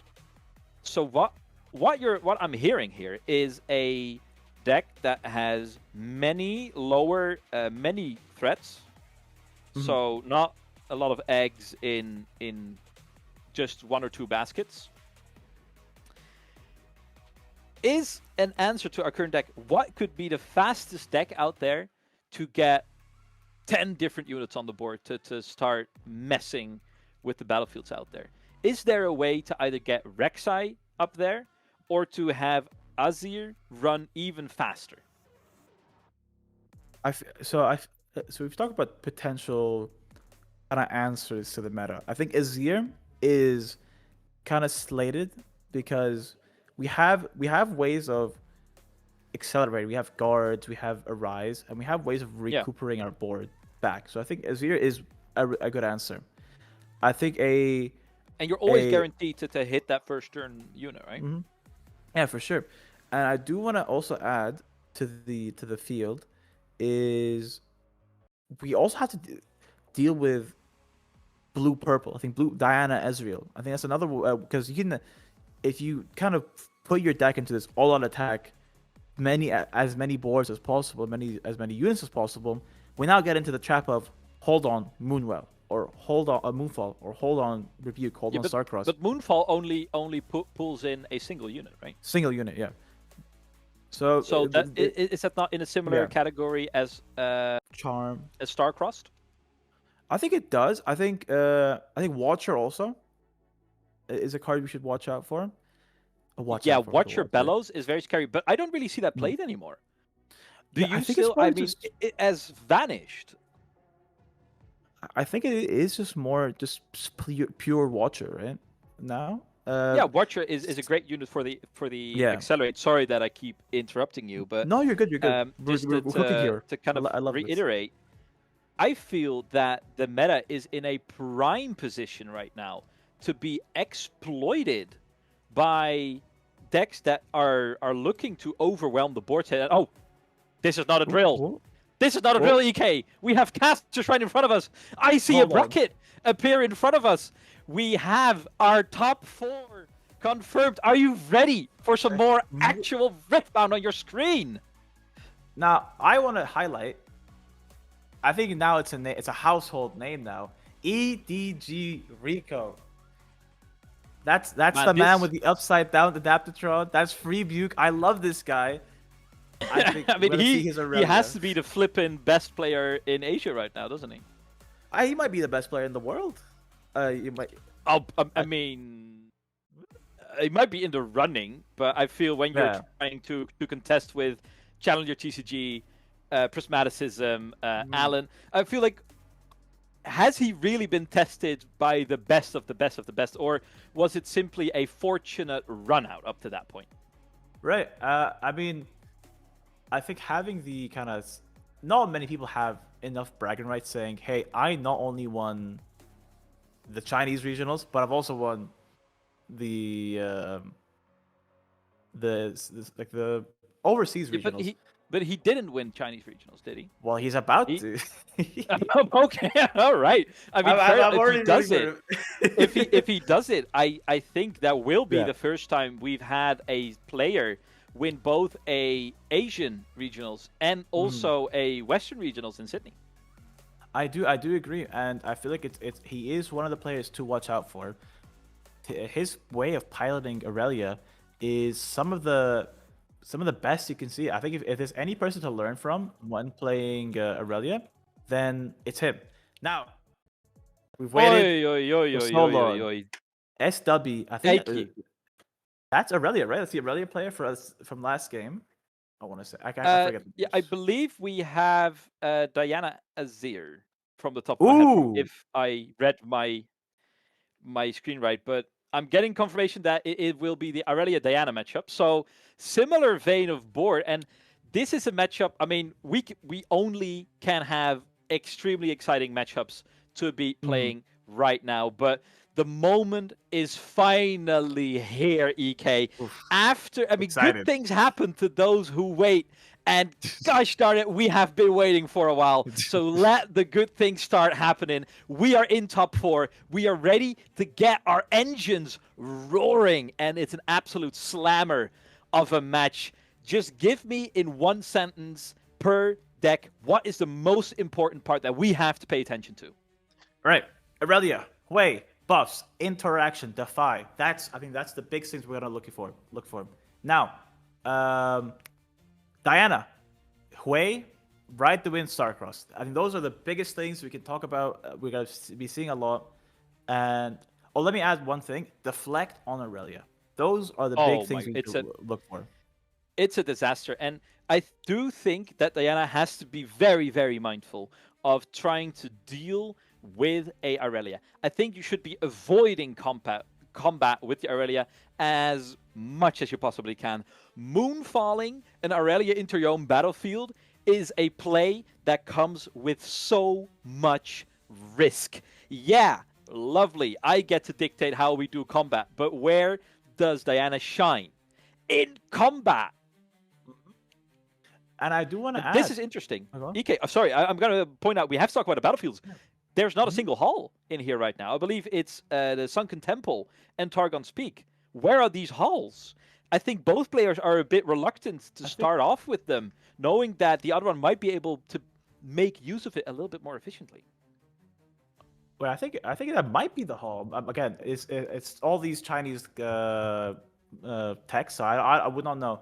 But I think the Diana player is leading with hall right now, and that is. I think they might have been baited. Do you think they might have been baited by the fact that Aurelia was like, all right, you're for sure going to start off with your hall, so I'm going to hold on to mine, abuse your hall like there's no tomorrow. Then in the next game, I get to use hall again. I think there was that kind of back and forth where I am going to lose this hall game, no matter what.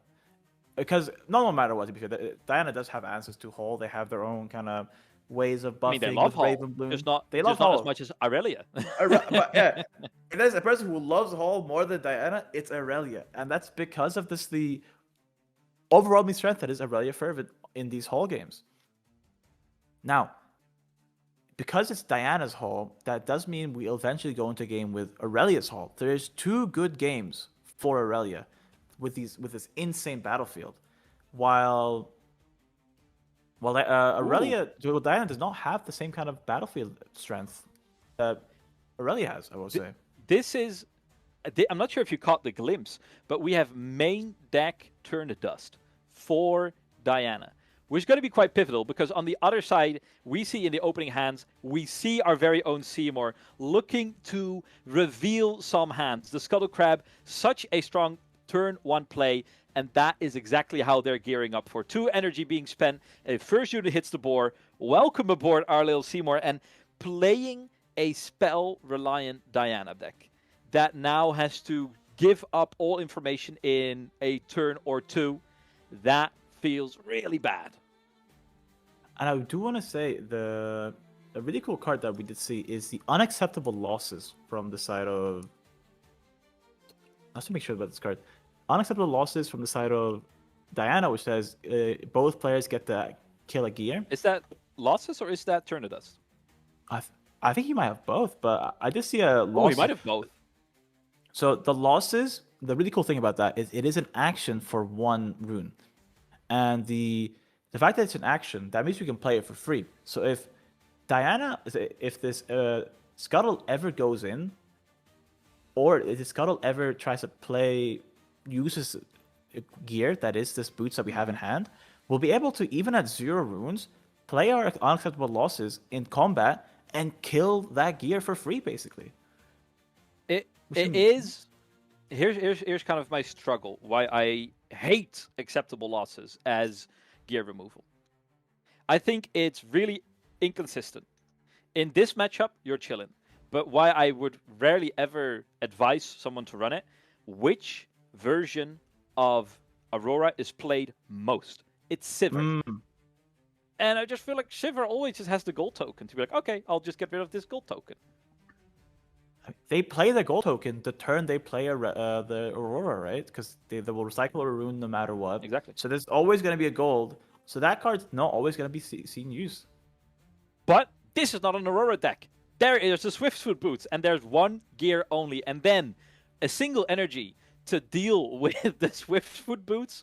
Man, you are laughing your way to the bank. And the best part is, I think this is really good play from the side of W here, saying, you know what? If I go in with the Scuttle, I'm not going to get the most amount of value, and I'm going to let my opponent have a way to kind of use his energy in the showdown. Imagine if we try to conquer with the Scuttle, we'd use his unacceptable losses, and technically the Diana would be 1 rune up. So the Aurelia player saying, I'm going to slow down for a turn, not make sure my opponent does not have an easy way of playing this card, and they have to play it on their turn, waste their resources. I will add to this. If you are the Diana, how important is it that you are playing on your tempo cues? I have seen many a player say, oh, Diana really kind of relies on getting the game done before we properly reach the late game. Where do you sit on that debate? I feel like Diana is one of those decks where you have 2 kind of ways to think about it. Are you playing Diana as a way of a spell slinging deck, or I think like Alan ZQ did, or are you playing Diana as a platform to enable Hui, like Nice Boy did? Nice Boy, I think he ran a Frigid Jewel. When you draw your second card, give this unit +2, or give a unit +2, and Hui is always drawing a second card. So, and talking about Hui, look what has entered the battlefield right in front of us. Right on cue, and artist is always right on time. Village arrives exactly when they mean to. I love the call. Now, we have seen multiple iterations being played where like a single gear will sometimes come out to recycle some cards to make sure you can hit your outs once again. Is this the most vulnerable a Diana deck will be? I think it is a very vulnerable spot for both players, right? We're both down runes. We have both decks have answers to kind of this incoming line of play. I think the biggest thing here, and we might actually see it, this Aurelia might be dying this turn, Bandit, because we have if we have the exact combination of Moonfall, which will drag this Aurelia over, with the additional hard bargain to stop any buffs, any additional might increases. A defy to stop the entire thing. One energy is really fragile, and it's a similar fate that we've seen a lot happen to the turn 1 Dravens, right? That we would see in Spirit Forge before the bans. The fact that they are really susceptible to the fact that they have to commit in a single turn so much, and if you can punish it, they're kind of sat back so heavily. They will be moving around the Hui, getting an extra few cards. They have drawn the Hui itself, discarding the Gust to draw an extra card. Now, when you have access to the Moonfall, and you have the hard bargain open still, you cannot repeat it, but you don't have to. Is this the time to strike? It surely has to be. I think there's no time like the present. I think going for this play, there's a Moonfall, using the Diana Legend to make it a 2-cost spell instead of a 3-cost spell. And we do have 2 runes up. The hard bargains is incoming Defy. We do play a lot of Deflect, but if it's to kill the Queen, I think any price is worth it. There's a Defy to counter. Yeah, there is a Defy to counter, but you are walking into a trap, my friend. Now, just for the stacking sake, Defy coming through, that will most definitely be hard bargain. Only a matter of time before that comes through. Energy's paid, goes onto the chain, and that might just be the end of the Diana. Now, they are pulling them into the Hall of Legends, which, that's always a little bit tricky, but they will be coming out through. No energy to spend, so, relatively safe, but I can't help but notice my cheeks relax a bit now that has gone our way. I think that this is the point where you have a breath of relief if you're the Diana. You just killed the biggest boogeyman of this matchup. There is no other big threat. Thanks. Boogie woman. The Boogie Queen. The Boogie Queen. Yeah, the Boogie Queen of this matchup. And you kept to keep your kind of the Dark Prince that is Hui, right? If we keep keeping with this little analogy. Yes, EK. Yes. Go on then. Go on. Spit. So we still have access to our Hui. We do have a Right to Win in hand, I'm pretty sure. So we have this way is a lot. This could be an 8-might attacker. This could be a way at base. We have a lot of ways to keep this guy alive. While Aurelia now has to think, what is my alternative win condition? Now this is what are the outs? This was beforehand. It would be a game of I'll have to Stellarcorn and keep the engine alive for as long as possible. But now that we have something like the Vex Apathetic that also has Deflect in this matchup, we do have ways of kind of mitigating this loss of Aurelia. But looking from our reaction here, I don't think we have the card just yet. We did lose a lot. We lost a lot in these turns. We lost our turn 2 play of the boots and our turn 3 play of the Aurelia. And this might be too much see of the a tempo tension loss. and the nervousness on our Aurelius pilot's face? Like, they are really kind of going over their options, knowing that they're surely on the back foot now, not only on resources in the board, because despite the fact that Diana is in a wonderful position, that did make quite a blow to the economy of her rune resources. And for me, coming through, I really like the player camps because it gives you a lot more information than sometimes our hands will. The Stellarcorn Herder will be coming out. There might be light at the end of this tunnel, but when you have committed 4 of your 7 energy, do you have the luxury to walk in and start contesting for Targon's Peak? Because if you overstep too quickly, you stretch yourself out too thin, and they will be keeping it chill here. No, they will be readying it. I think they might be overstepping if they're trying to fight back already. I think it's one of those areas where you have to play the game to your outs. I think the Aurelia player is saying, if I can't get this Conquer right here, right now, get these 2 runes, kind of mitigate the tempo loss for this 7-mana play. If I can't get this Conquer right here, right now, the game gets too far out of hand. And I think they're saying, does my opponent have the answer?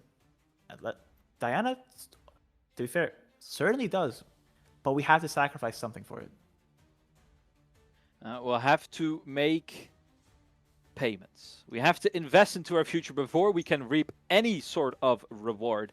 Now, looking at the state, do we even allow this to go through? 2 will be coming through. It looks like we're going to commit a Ride the Wind. That is exactly how it will be going down. Now, you gotta wonder a little bit, is this enough to squash down any resistance? And if they do draw the Hui and they do discard the unit, surely we will be overpowering. Right, for sure. I think we'll be, if we have to kind of discard one of these big units, the second Hui, the Fizz, to kind of get us to +8, to make sure that this Conquer doesn't go through. Because if this Conquer goes through, then we will have those Definitely 2 ready one of the runes. units. Definitely one of the units. But Fizz and Hui, what are you discarding here? Because I feel like with the Fizz, you can kick your opponent while they're down. That's probably the best time to kick your opponent, to be fair. Because yeah. Now, I am trying to... Did you catch a glimpse of what they actually discarded in the end? I kind of miss it if they got the Fizz or the Hui discarded.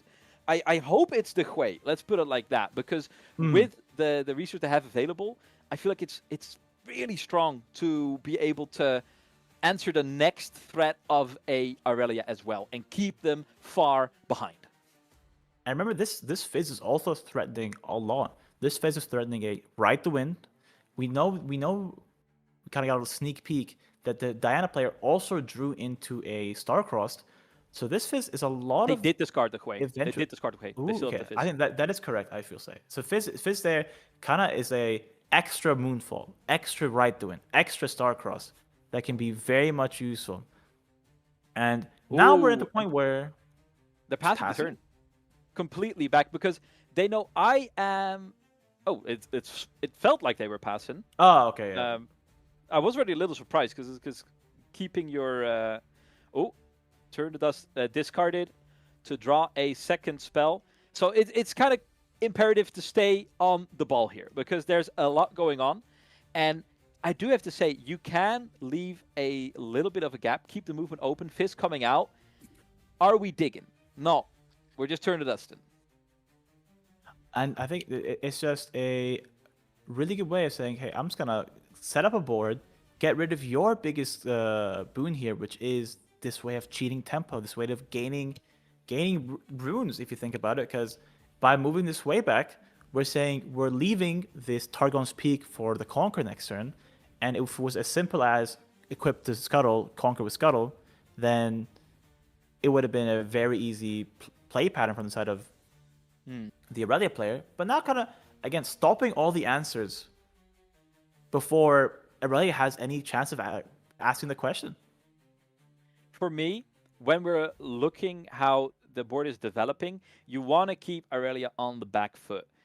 And by committing the Fizz to deal with a minor threat, I want to put out the question there, is that a bit of over-eagerness? Because to me, if they can waste more runes equipping that and then dealing with it once again, is it worth it to spend another power where you already have not that many of us, Diana, to deal with gears when you could have hold on to that Fizz and be able to Moonfall on a following turn to deal with the units that might be coming out, of which we know Aurelia has only a few. Yeah, I think just going for this Fizz, not having Moonfall, not having those cards that can answer them is very big. But also, I think it's the Aurelia player saying, I have Star-Crossed in hand. So if you ever think about having a big unit ever again, I'll just Star-Cross my Fizz back, get rid of your unit, and now I have Fizz again for a Moonfall, the second Star-Crossed. And if there's any position you want to be as a Diana player, it's this one right now. Set up for success. Irelia scrambling for answers, and the clock is ticking. Diana is set up for a whopper of a turn. And we know there is access to the right the wind, both in the deck but also in the trash bin. So if you allow a Diana to get to that glorious, glorious 6 points, any deck that is capable of right the winding will always be threatening a double conquer in their turn. And with a Hui, that is scarier than ever. Stellacorn Herder, once again, is coming out to party. There is some minor defense available. I think we did see the Defy in hand, but is it enough to prevent this Diana to put on the gas only? Will they have to break a little bit, or do they have to switch to an even higher gear? Is that even possible with only 6 runes available? I mean, 6 runes is enough for a kind of... And a 7th one, of course, with Diana. Of course. I will say, with Diana and blue-purple decks in general, I've noticed that they've all homogenized into this idea of 3s. 3, 3, 3. Starcross, 3 mana. Fizz, 3 mana. So if you're on these 6, these 9s, these 12s, you can play a lot of power cards These back to pivotal back. points. Mm-hmm. So we're as low as 6 runes is. It is a very integral kind of position to be in, because you now have access to Starcross Fist or have access to Moonfall Starcross. A lot of answers that can be made right now. But on the side of Diana, the beauty of that kind of play last turn was, if this Stellacorn ever thinks about going in with a Ride the Wind, we can just play Gust for free and just say, hey, that's game right there on the spot. Because if I feel like if that Stellacorn is dealt with this turn, I don't see Diana, the Irelia player, having the resources, having the accelerated units Surely not. to break this hold. Surely not. And there is the third way, a Vex coming through as well. Now, this is, I believe, from the art itself, not apathetic. This is the one that in combat will be discounting all of our spells and increasing the cost for our opponents. And in the Irelia matchup, I think having that in main board, such a boom, but they didn't even need it. And the moment Irelia made the commitment to play out the Irelia, and the head got cut off the snake with a crescent-shaped blade, is the moment this game fell apart. I feel, like you said, if this very next turn will be coming down in favor of our Diana, surely we're moving on to game 2. What has to change for the Irelia? Is it purely just taking a deep breath and not being more safe with our Irelia plays, or what's the deal breaker here? The issue with Irelia is a lot of the times you're kind of put in positions where you have to ask your opponent, do you have the out, yes or no? And I feel like that one time with the hard bargain, with the Moonfall, our opponent did have the out. Now, does this mean we have to delay our Irelia a further turn? Does this mean that we have to rely on other units, like the Vex, like the Stellacorn, to kind of carry the load that Irelia has been kind of carrying since set 2? Is up, I think it's up to player preference. I think a lot of the beauty of this deck is it's one of those decks where different players will play the matchup in different ways. And I think it's completely up to the side deck, the main deck, because I don't think China shows these things like the English regionals. But I do think I wouldn't count on an Irelia player out of anything. Out of any deck. And you have to be curious, and you have to be thinking on top of your feet. I do like the fact that we are not seeing a scoop. Now, that might seem obvious, but I will say I'm fairly certain that the top 8 in Asia is not played with open deck lists. So I do believe the fact that every bit of information that you can garner for yourself, you have to get that aboard.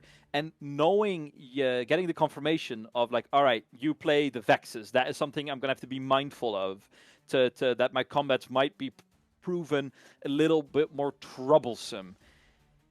That is information you need to take into game 2 that might just be able to make the difference and be able to right our wrongs from game 1. For sure. And I do think the wrong was just playing that gear turn 3. I don't think the boost of swiftness. I don't think the Aurelia expected the unacceptable losses for 1 mana to kill both gears. Well, no gear from the side of Diana, and that was such a huge tempo loss that the Aurelia had to incur. And if you think about it, that also made our incoming Aurelia turn, the turn afterwards, so much weaker. Because imagine if we had the boots of swiftness. Imagine if we had the Aurelia conquering Targon's Peak, readying 2 runes. That kind of play would have never been achievable, the Moonfall plus Hard Bargain, if we had access to Because that boost. it's easy to overlook the fact that whenever you equip, I mean, for an Aurelia player, it couldn't be more obvious. But as a bystander, the fact that your gears equipping is a window to ready it as well. It's at the core of what a Aurelia deck makes it so threatening, and it can come out of the gate swinging.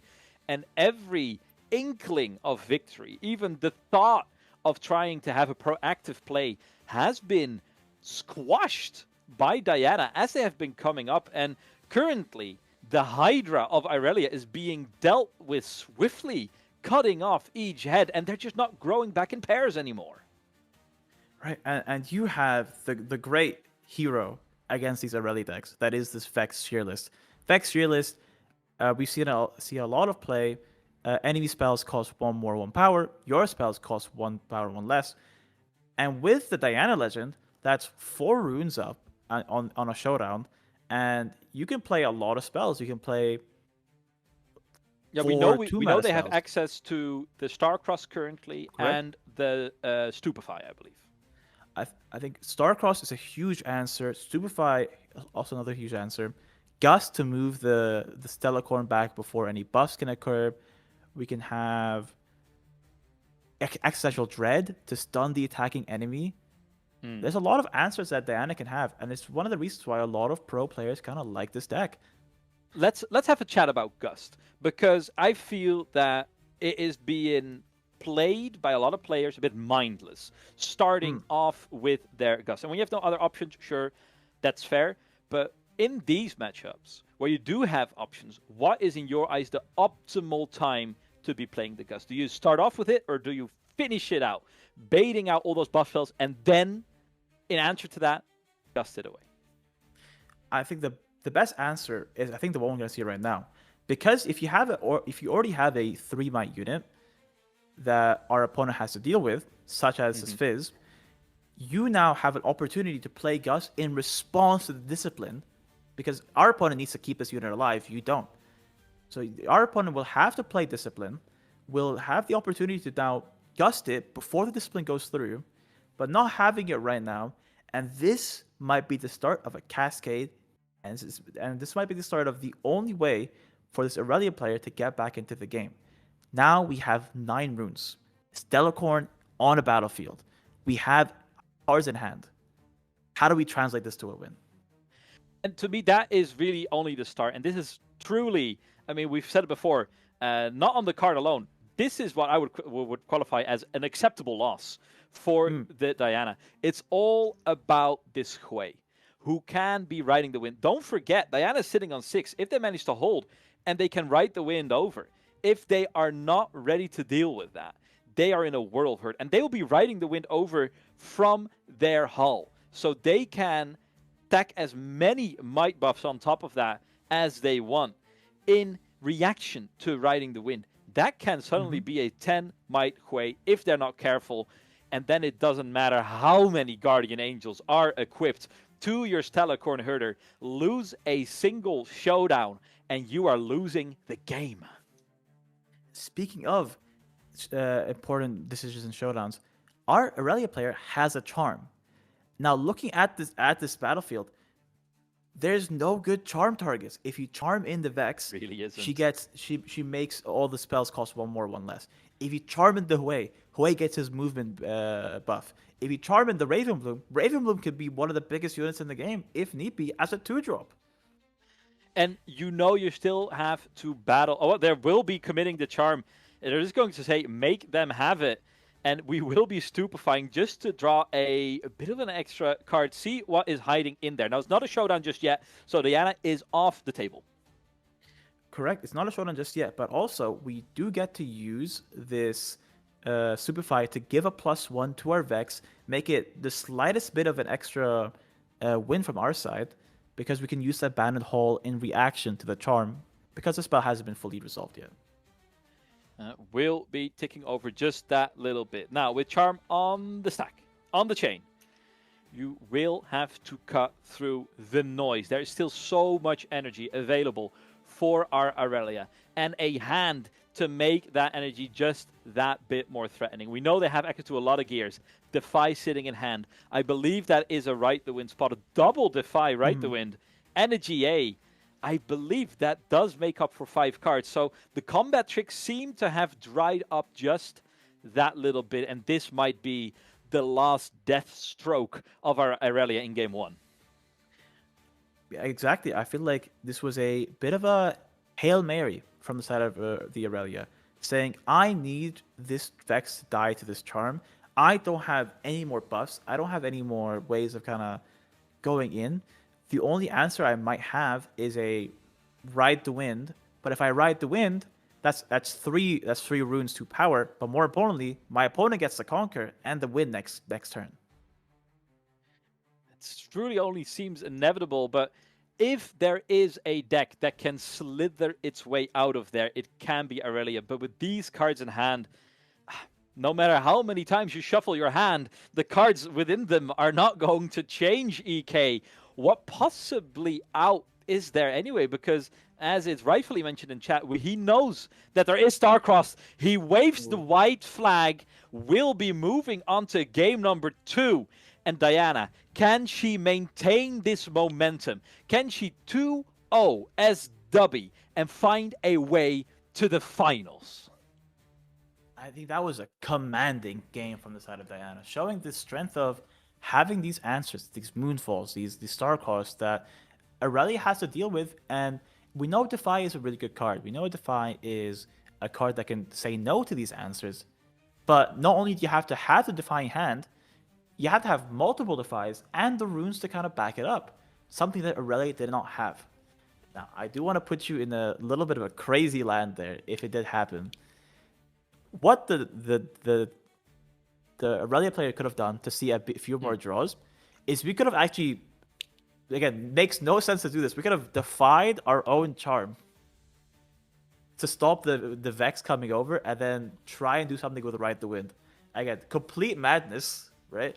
But I think it was literally the only play we could have done. You can charm the Vex out of there and then Ride the Wind yourself in response to the showdown starting, right? You get to the action phase again, dip yourself out of there, get an extra draw from the Stellacorn Herder, and you still have but it's so costly though, because the moment you pull over the Vex, you are paying an extra energy and power for all of your spells. So that is a rebuke level of investment for a single Ride the Wind. But they did have the resources available. I mean, sometimes when you're in such a bad position, I'm just going to say it like it is. When you're in such a poor position and your outs are so few and far between, even the tiniest percentage of play might still be your best bet still. And, well, let's be real here, EK. He had plenty of time to mull it over on that one. I mean, I think for me personally, it would be the fact of how many times can you say that I defied my own spell in a regional semifinals. I would have done it. Power move. I think I would have done it. Yeah, just like it's really. It's like, whoa, this guy's crazy. You know, get him the thought process for games 2 and 3. Now I want to add. We were talking about Abandoned Hall as this great boon from the side of the Aurelia. Now there's only one more Abandoned Hall game, and we kind of did see probably the best a battlefield combination for Aurelia. We saw the Targon's Peak that lets you ready 2 runes, and we saw the abandoned hall that lets your Aurelia go up to insane amount of mites because we get a +1 from the spell and a +1 for choosing from the battlefield. And it's the thought process of, now that this power battlefield combo is out of the play, can we recoup? Can we find our own ways of winning as the Aurelia player in this weaker situation? To me, when we're looking at what's ahead of us, I think there might just be a repeat of game 1, where the Diana is now fielding a Targon's Peak, knowing that when going second, that is definitely not a bad position to be in. Being able, as the Aurelia, you're ensured to go first again. You're not telling me that Aurelia is not playing her own hall. I feel like we might just have a mirrored effect of our battlefields coming through. The hall is exactly what we'll be seeing, but instead we will be getting to ready our... Is that a Hall of Legends?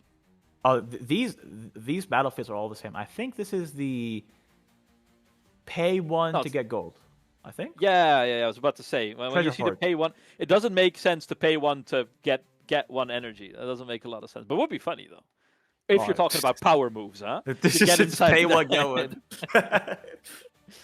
I mean, some players do have that pedigree to them, where if you respect a player so much, if they go, oh, they're so good, they're so strong, and then they make like a misplay, and we're like, oh my god, maybe they are seeing something that I'm not. Surely they wouldn't just make a misplay in the semifinals of all places. And that's the moment where you have to be confident in your own ability, and you kind of have to psych yourself up and just tell yourself, no, I am the best player at this table, no matter who is sitting in front of me. But it's so hard to turn off the nameplates in a card game when that person is sitting physically in front of you. I mean, yeah. I mean, these players are items of the Chinese meta game, and having to sit right across from one person like that in the semifinals on stream, that's a lot of pressure to handle from one person. I will say, specifically about this battlefield, the Treasure Hoard says when you conquer here, pay 1 to get a gold token. I'm pretty sure that you can't use the Diana Legend for that. Someone can just confirm that with me. Because the showdown's already over by the time the conquer period's happening, you can't use that Diana Legend to give you the +1 energy to pay for it. Because there's no showdown anymore. Yeah. So I think that is definitely you have to keep in mind. But still, when you see at the how power hungry Diana deck can get, as we saw before, I don't think at a single point Diana has exceeded 7 runes on the board. Now, she was playing very aggressively as well, making sure that there was no way back into the game for Irelia. I am curious if that same amount of luxury is available in this game, because that Targon's Peak did a whole lot of work for the Diana, being able to go out aggressively and then still have the answers ready when the Aurelia's turn to play. Right, I definitely feel the kind of the lack of runes from the side of this Targon's Peak is going to be huge, because we were incurring this power cost. In game 1, we have 5 runes, we could develop and then conquer and then get 2 more runes. So it wasn't that important that we were going down power costs in total, because our rune pool is technically 3 higher, 2 from the Targon's Peak, 1 from the Diana Legend. But now we're going to, I think, what's going to be a much slower game from the side of our Diana player, and that's exactly where Aurelia wants to be. A slow game, abandoned hall, access to these insane might totals that Diana might not have the answers to. In the end, it boils down to the engine that Aurelia can set up with the Stalacorn Herder is nigh unbeatable. It is a challenge for a Diana to keep up with that. It's very dependent on having access to the Hui, in a similar vein that an Aurelia needs access to the Stalacorn Herder. 3 copies in the deck, it's what you'll get access to. But the longer you let the Aurelia sit there and develop her board, let the open wound fester, it will surely have to lead to amputation if you don't give that the proper attention it requires. I will say, now, if you're on the side as a Aurelia player, there is an intense might game happening right now. We are in the exact same position that we were in game 1, where our Aurelia player had the choice, had the option of playing a Boots in hand. They do have one in hand, or the option to play a Stellacorn Herder. I think it was the Aurelia player, they might have wanted to play this Boots to kind of supplement the incoming Aurelia, but being scared, being mindful of the incoming unacceptable losses that our Aurelia now knows. So kind of being mentally like punished, having that mental fear of, oh, if I play these acceptable losses, if I play this gear, this Boost of Swiftness, it'll just die next turn, and then my Aurelia is going to be a lot more weak to a Moonfall, like game 1. All right, revealing Flash, putting it to hand with the Diana ability here. That can definitely be paid for with our legend. Will not be paying the 1 for now, and it makes sense, right? When you're sitting on that 5, those pivotal points of either the... Okay, they will be paying for it. They will be paying for it. A little bit delayed, but they will be paying for it, leaving us with 4 energy to play with. And right now, Aurelia hasn't shown her face just yet. And we get a glimpse at the Eclipse that is hiding in there. I think that does change the math just that little tad bit. And another big baddie showing its face. This game is running out a lot more fortunate for our Aurelia, taking a lot less risks. And now I feel like it's what game plan do you want to go into from the side of Aurelia? Do you want to take a step back? You saw how vulnerable this Aurelia play can be, even if we do have a Defy to back it up. Or do you want to invest all our resources into this incoming Stellacorn and saying, I'm going to leave my Aurelia for a future turn? That's exactly what you do. Yeah, they will be trying to punish it. We know they have the Flash available if need be. Is there a cheeky right the win to run them over to the other side of the board? Would leave them a little bit exposed, but definitely do not want to suffer the losses right now. I mean, if you're on the side of the Diana play here, you also have to be very mindful of Defy. Saying, if I use this power cost right now, this ride the win, what card am I going to lose to right now? And saying, you know what, I'm just going to go for a different play. Say, I'm not going to use Ride the Wind, not going to use Defy. I'm just going to use my Diana ability on showdowns to pay 1 and draw the Stupefy off the top.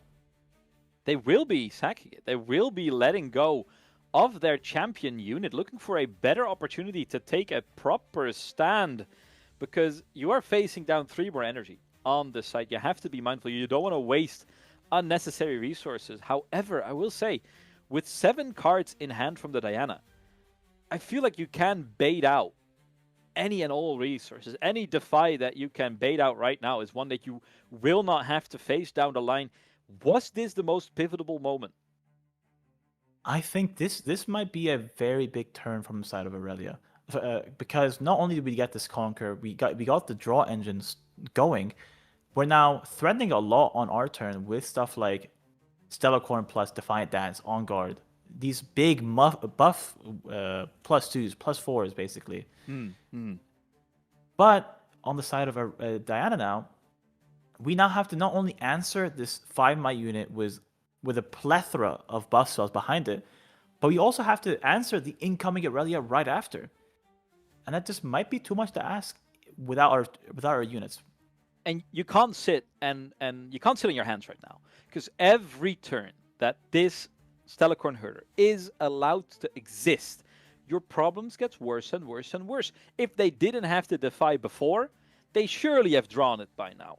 And when your problems are starting to mount and get more cumbersome to surpass, when, for instance, a Guardian Angel comes out, that is when trouble's starting to rise. And still, we haven't seen a Hui hit the field yet. One of those real diesel engines in a Diana that can keep chugging along and keep the coals burning hotter and hotter. Now you are tied a little bit. However, every single time the Aurelia leaves only a single rune open, there is room for exploitation. We also are thinking about whether or not we want to use this GA on our Stalacorn Herder, or if you want to use it on the incoming Aurelia turn. Both, I think, good options on their own. We have both with their own merits. But I think I think this Defy will be more than enough to kill the Stalacorn, and if to keep the Stalacorn alive. And if you ever invest enough resources where you somehow kill my Stalacorn through this Defy, well, you use a lot of your runes, a lot of your hand for it, and it's an incoming Aurelia with a GA and a boot coming your way. The mountain is growing, and we need to somehow reach the peak of it. Now, I'm not sure if the light at the end of the tunnel that is a Game 3 where Diana gets to go first is enough to keep us nice and chipper. For the moment, we're in not dire straits just yet, but something that comes close to it, like Fleetwood Mac or something. We're definitely in Fleetwood Mac territory right now. in the run-up to getting past this little first bastion of the Stalacorn Herder, have they overstepped? Is the GA a step too far? Should they maybe have kept the energy open instead? Like, is it too much? That is kind of my main issue. I feel like this GA is a proclamation. It's a bold statement saying, if you think that keeping my Stalacorn alive and just trying to hold on to the abandoned hall, because you can use the abandoned hall with the Raven Bloom to get your own large might units. If you ever go with that plan on the side of Diana, then the Aurelia player has a very easy line where they can play their Aurelia champion, the Fervent, ready with you equip the Guardian's Angel, ready with Legend, and that's like a 7-might attacker with 2 runes open, and we know we have a Defy. So going for the Eclipse now. Getting for the Eclipse. We know Defy is available, and I feel like you're very right, EK, but we cannot worry about the troubles of tomorrow when our life is at stake today. We have to take it step by step. It's exactly the gauntlet that is being thrown down right now. And can we keep the pressure mounted? I'll let you know, with the Eclipse taking them down just those few pegs, gotta be mindful. If this resolves, it will push up our Raven Bloom to 3. Getting through now is what it's all about. Getting off of this Stalacorn Herder. Disrupt the flow. Defy is being put out. Answers incoming. Right. I think definitely that's a hard Defy to go for, because not only do we kind of force an answer for the side of Diana, but this does make our incoming Aurelia turn that much weaker if we do lose this. All right, chain is resolved. Will we be starting a new one? We do still have the options available, and I feel like you have to make use of it right now, but it will be costly if we do have to put it in. The Isolate will kick us into our next gear. Oh, it's not an Isolate. It is the Moonfall. Moonfall. We've been going a while. I'm so sorry. It will be trying to take care of both the Tighter Turner and our Stalacorn Herder. Yeah, I think this is a very elegant solution to this problem, saying, I'm going to Moonfall, get rid of all your units in one go, using our buff from the side of Ravenbloom to kind of inch our way out. There's the Stupefy to kind of get this Conquer fully. And now this is the issue. We have an incoming turn. There's going to be Aurelia. We have nothing on the board, and this Ravenbloom student is very fragile. It's very fragile. We have dealt with today. Now, the impending doom of tomorrow seems a lot closer, EK. The horrors of tomorrow are about to be the horrors of today. Yeah, and with only that single energy there, we know we have access to the Flash. We know for a fact that this Aurelia will be tied for resources, only sitting on 6. With the equip, they can be coming out swinging. End of the turn. If you're doing all that just to lose your Ravenbloom, is that really that poorly? Because if they do commit to that line, then they are once again left extremely vulnerable. Because they will have to tap out or only leave open a single energy.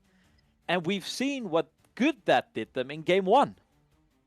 Right, and not only that, but next turn we're also threatening a way right to win from the side of Diana. And I think that enough could just be that on its own could be the entire thing that breaks this Aurelia's game plan. This GA does save us a lot, right? We have this kind of backup plan that if we do have a way of killing this Aurelia, it'll come back the next day, and we have this ganking boots incoming. This game right now has swung into the Aurelia's favor, but I still think it's anyone's. I think it's too close to call right now, because if at this point I'm not sure if there is another Defy available, but if they will be making the investment, and it looks like they will be they're looking to equip another equipment, seeing if they can get another movement out of the Aurelia, but they already used our legend. I think using our legend ability, maybe trying to supplement extra might from the side of Aurelia. You're so vulnerable to the Starcross, though. I feel like, have we confirmation that there is another Defy in hand? Because, of course, you'll always leave it open just to threaten it. But this Diana has not been afraid to make his opponent have it. Now, I do think that equipment does bring us up to 6 might at a baseline, which does mean that any one of our buffs does get over the 8 might. That way is kind of threatening. So I think just being very scared. At this point, the Hui is not an option, because we know also, and I feel like Diana should know that as well, with the amount of cards that this Aurelia has been drawing, that Defiant Dance for sure has to be in their hand right now. With the amount of cards they've drawn, and they haven't played a single one just yet, you have to be mindful of that. That is such a large swing. The only out I feel here could be the Starcrossed, the peak of Chaos Domain. They will be taking it easy, and this is where things get very, very tricky. Giving Aurelias breathing room, allowing them to untap with their Aurelia, is where things can get out of hand. Now, most notably, we do not have... Quick look. Defy. Do we see Defy? No. I don't think they have Defy on hand. There's a Starcross, though, and there is a Fizz. So there's multiple ways of getting rid of this way that we do have access to.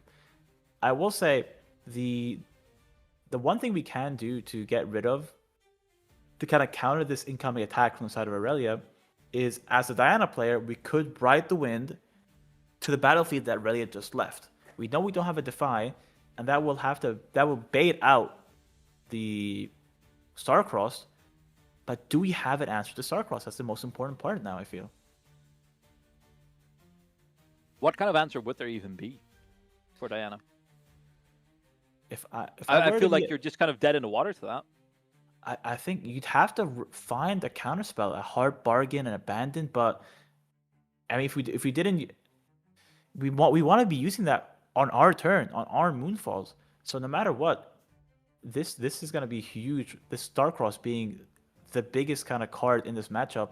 But also, if this first Starcross doesn't go through, the second one might from the side of Fizz. And this is a reoccurring theme that we have seen in the Xi'an Regionals, where I feel that we're lacking a bit of decisiveness. It's very easy for me to say when we have insight to the cards, but the passiveness and their reluctance to strike when the iron is hot is coming back to bite people over and over again, giving more and more breathing room to your opponent. Because not only are you giving them the card for turn, you cannot really respond to the fact that Hui will be giving you that extra draw for sure. Right now, getting rid of the Gus, getting another card draw in it sadly another Gus, but that is 3 more cards that they got to look at. Right, and we're getting close to these kind of bombs, these abandons, these hard bargains that we do need to answer that Starcross that I think our opponent didn't have kind of the answers to at the moment. And with these kind of draw engines, it's best to, as you said, strike the iron while it's hot. Because if your opponent didn't have the answer now, they certainly will a few turns down the line. Go Shirley, ride the wind to get another draw through. It is exactly what we're trying to do. Now you might want to be star-crossing this to prevent them from finding the answers if they haven't found them already. or do you want to hold on for a little more defensive or offensive? That is the decision that Aurelia has to make. They will be committing the resources. Where are the answers now? Now, this is a pivotal turn. Do we, as the Diana player, have the answers to this? Because if we don't, and we just play our way again one more time, It resolves. So now we're in a very bad position, because if we play our way one more time, the Aurelia player can just play Fizz in the next turn, target Starcross again, and that's our entire turn's worth of tempo just gone just like that. And they're just not finding the answers that they need. 8 cards in hand and still not a response to the Starcross. Hui is coming out, and, well, even though that fist pump might be one of confirmation, it might be one of delight as well. And there they have it. They get their second Chaos Rune as well, so they can actually pay the cost for their Starfall as well. Here is a curtain falling, potentially, for our Diana. Right, I think the Diana might be seeing stars soon. If Hey! this Fizz does come out, we will be going down 2 runes. But on the side of Aurelia, not the biggest deal. Aurelia loves Do you think being that's a bad low thing? runes. Do you think that's a good or a bad thing for Diana to be seeing stars? Because the moon is not a star, but you are around stars. What's the relationship with stars? I mean, Leona is the sun. That's a star. Well, I guess they're a hater then. They're a big hater. I've spent enough time on Tumblr to know that Diana and Leona are great roommates. Let's put it like that. This is a potentially pivotal turn. Even though we are not threatening the game just yet, this is the time to strike a rift between you and your opponent that will become insurmountable. Stellacorn Hera already did the damage, garnered themselves the resources, and now we are trying to get a hold of our rather large Aurelia. And I think it is a bit interesting for our Aurelia to start off hopping onto the hull. Whereas if they were to hop onto their opponent's battlefield and then hop back, they will be ending their turn on the hull, making sure that they, on their opponent's turn, can deal with any and all shenanigans. Wait, Ooh, what? We're not star crossing the quay.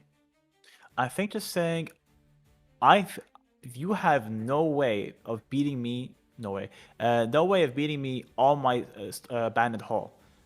I know you might have answers, but I have the counter spells, I have the buff spells to keep my Aurelia nice and pretty.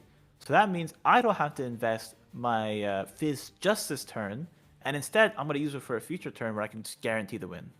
It's so scary because you're allowing the Hui to see 3 more cards if they do move to the unoccupied battlefield here. They will be drawing for turn, they'll be drawing for Hui, they can discard the Gust, see another card, now they'll be drawing the stack deck, which they can be casting in their current showdown as well. That is 6 cards that they get to look at. That is so many potential for answers, and you know that the remainder of that deck is filled with them because they haven't found them in the last 10 cards they looked at. Right, and we do see another Moonfall. Moonfall, one of the only ways to kind of move this Aurelia from this abandoned hall, from where she needs to be to kind of win this game. We also have, I think we do draw into a Tide Turner. Tide Turn, another wave proc. We have ways of finding our answers. But It stays funny. It stays funny. Wait, I love it. But we have I mean, our ways is it to kind enough? of I feel like the answer. Moonfall is simply not enough. It's Starcrossed or bust. I definitely. I feel like we're on the. There it is. I think Ooh. that was Starcrossed that was initially revealed. Ooh, that's our answer. That is our That's current our answer. for this riddle that this Aurelia player has set up for us. And how many defies do we have to get for? How many not so fast are lying in wait? This Aurelia is sitting on 6 cards. Finding Starcrossed was merely the start. And even though a good start can be a job half done, halfway there is fully not there either. Right, and I do agree. We do have 2 ways of now threatening this Aurelia. We have the Starcross and we have the Moonfall. So we kind of have ways of baiting these answers out. And I think just using this turn to dust to kind of slow down this Aurelia, I want to get more turns. I want to see more draws from the side of Wei. And this turn to dust is now. And I think you have to let it resolve, right? Even if you have the counter spells ready, this is, I feel like you might have to let this one go through, except that you might lose your most wanted piece. But the fact that you need a response for the Starcross, and they've been playing this way the entire series, kind of ramping up the intensity of their threats, of their shots that they are taking to see what comes through, and baiting out the not so fast already. You're delighted, because that is the very first answer that will not be taking care of our Starcross. Right, and I'm not sure what the hand for Aurelia feels like, because I don't think we have the defy for this incoming Starcross, this incoming Moonfall. A single hard bargain will put this Aurelia back in hand. Fizz is coming through, trying another time with the Turn to Dust. Surely, yeah, will be coming through now. It is a bit of a costly play, but developing another body also means that the Starcross is set up so they don't have to bounce their own way. And that is very much correct. And recycling the Turn to Dust. Now, we do have the options to kind of play a slower game. We can play a Tide Turner, save our way, because even though we got rid of the ganking boots, Aurelia still has ways of going to the other battlefield. And we are a little tied for money ourselves as well. Only on 4 energy. Yeah, there is Diana for a potential 5th. However, you can't really get that done. A Starcross in this situation and a hard bargain will not be enough. It will be going back to the Aurelia. And this game is suddenly alive and kicking. And Diana is is relentless in putting out jabs. A little pinch there. A little nudge in there. Not landing that knockout punch just yet, but we are looking at her channeling it up. Now, if there's one card you would be hoping for, and I just think the Aurelia got to see it as your top deck, it is the Defy. So having that Defy, we were very vulnerable a turn ago, but now we're back up. We have this Defy, and also I think we're now in a false sense of security, because the Diana player says, the Diana. The Diana player, they got their Turn to Dust resolved. We did see how the initial play, not so fast, was countered. So if your second Turn to Dust didn't get countered, you kind of get put in this false sense of security where my opponent might not have a counter spell. But now that we top decked it, we could have an answer that our opponent might not be expecting. They're going down through the wire for it. It felt like Aurelia was miles and miles ahead, but Diana is like tugging on the pants of the Aurelia, holding onto her legs, slowing her down at every turn and twist, keeping themselves within arm's reach. And the resources, just look how they are managing. Look how much energy we can work with. Next turn, they will be threatening to go to 12. And with 6 cards in hand, they surely can put it to use. Another Starcross invested from the south. Costly in the Chaos department, but do they have their own out? Right. This Starcross is going to be very big, because not only does that mean we get rid of this way, but we can get rid of this hitting card that we have set up for the way, and get to this elusive 6-point turn if we choose to ready this Aurelia. We'll be going over their options one more time. This is also the moment you have to be mindful of the fact that there's only a single Chaos rune left on Aurelia's side of the board. Tide Turner will be repeated. They will be staying on that battlefield regardless. However, Hui will be put back to hand. That's another 5 energy down the drain. And now I think the Aurelia has to figure out, how can I not only keep my Aurelia safe for the incoming turn, the 12 rune turn. That's a lot of interaction that the Diana can have, but also, can I score this 6-point for the cheapest amount possible? You have to. I feel like the power is not only in winning the game next turn, right? That obviously that's really good, but the fact that it restricts the options that your opponent have. Now they have to be mindful of the fact that they need to be prepared for you threatening the double conquer. It gives you so much less options. So much less. That's a very good sentence, by the way. As you can hear. I It wouldn't gives blame you you. We've been fewer talking for a while. options to work with, and you have to pay your due diligence. Now, every time that this Aurelia dips below 4 energy, Hard Bargain comes to mind. We know they have the Star-Cross already, and if they are allowed to untap, which is happening, our Awakening for Diana is happening right now, they can be the ones threatening to go onto those 6 points first. Right, and we do have the Defy, so this incoming Starcross, not the strongest if we go for it, but look at the hand, that's Smokescreen. We have ways of making this Aurelia a little bit smaller, but remember where we are right now. We're on the Abandoned Hall, so even with 2 runes, the Aurelia can still get up to very, very high mites. I mean, we have 1 Defy already in the bin, 1 in hand. I think that must be the last Defy. You could go balls to the wall and just say, you know what? We're going to go for it. We're going to Star-Crossed.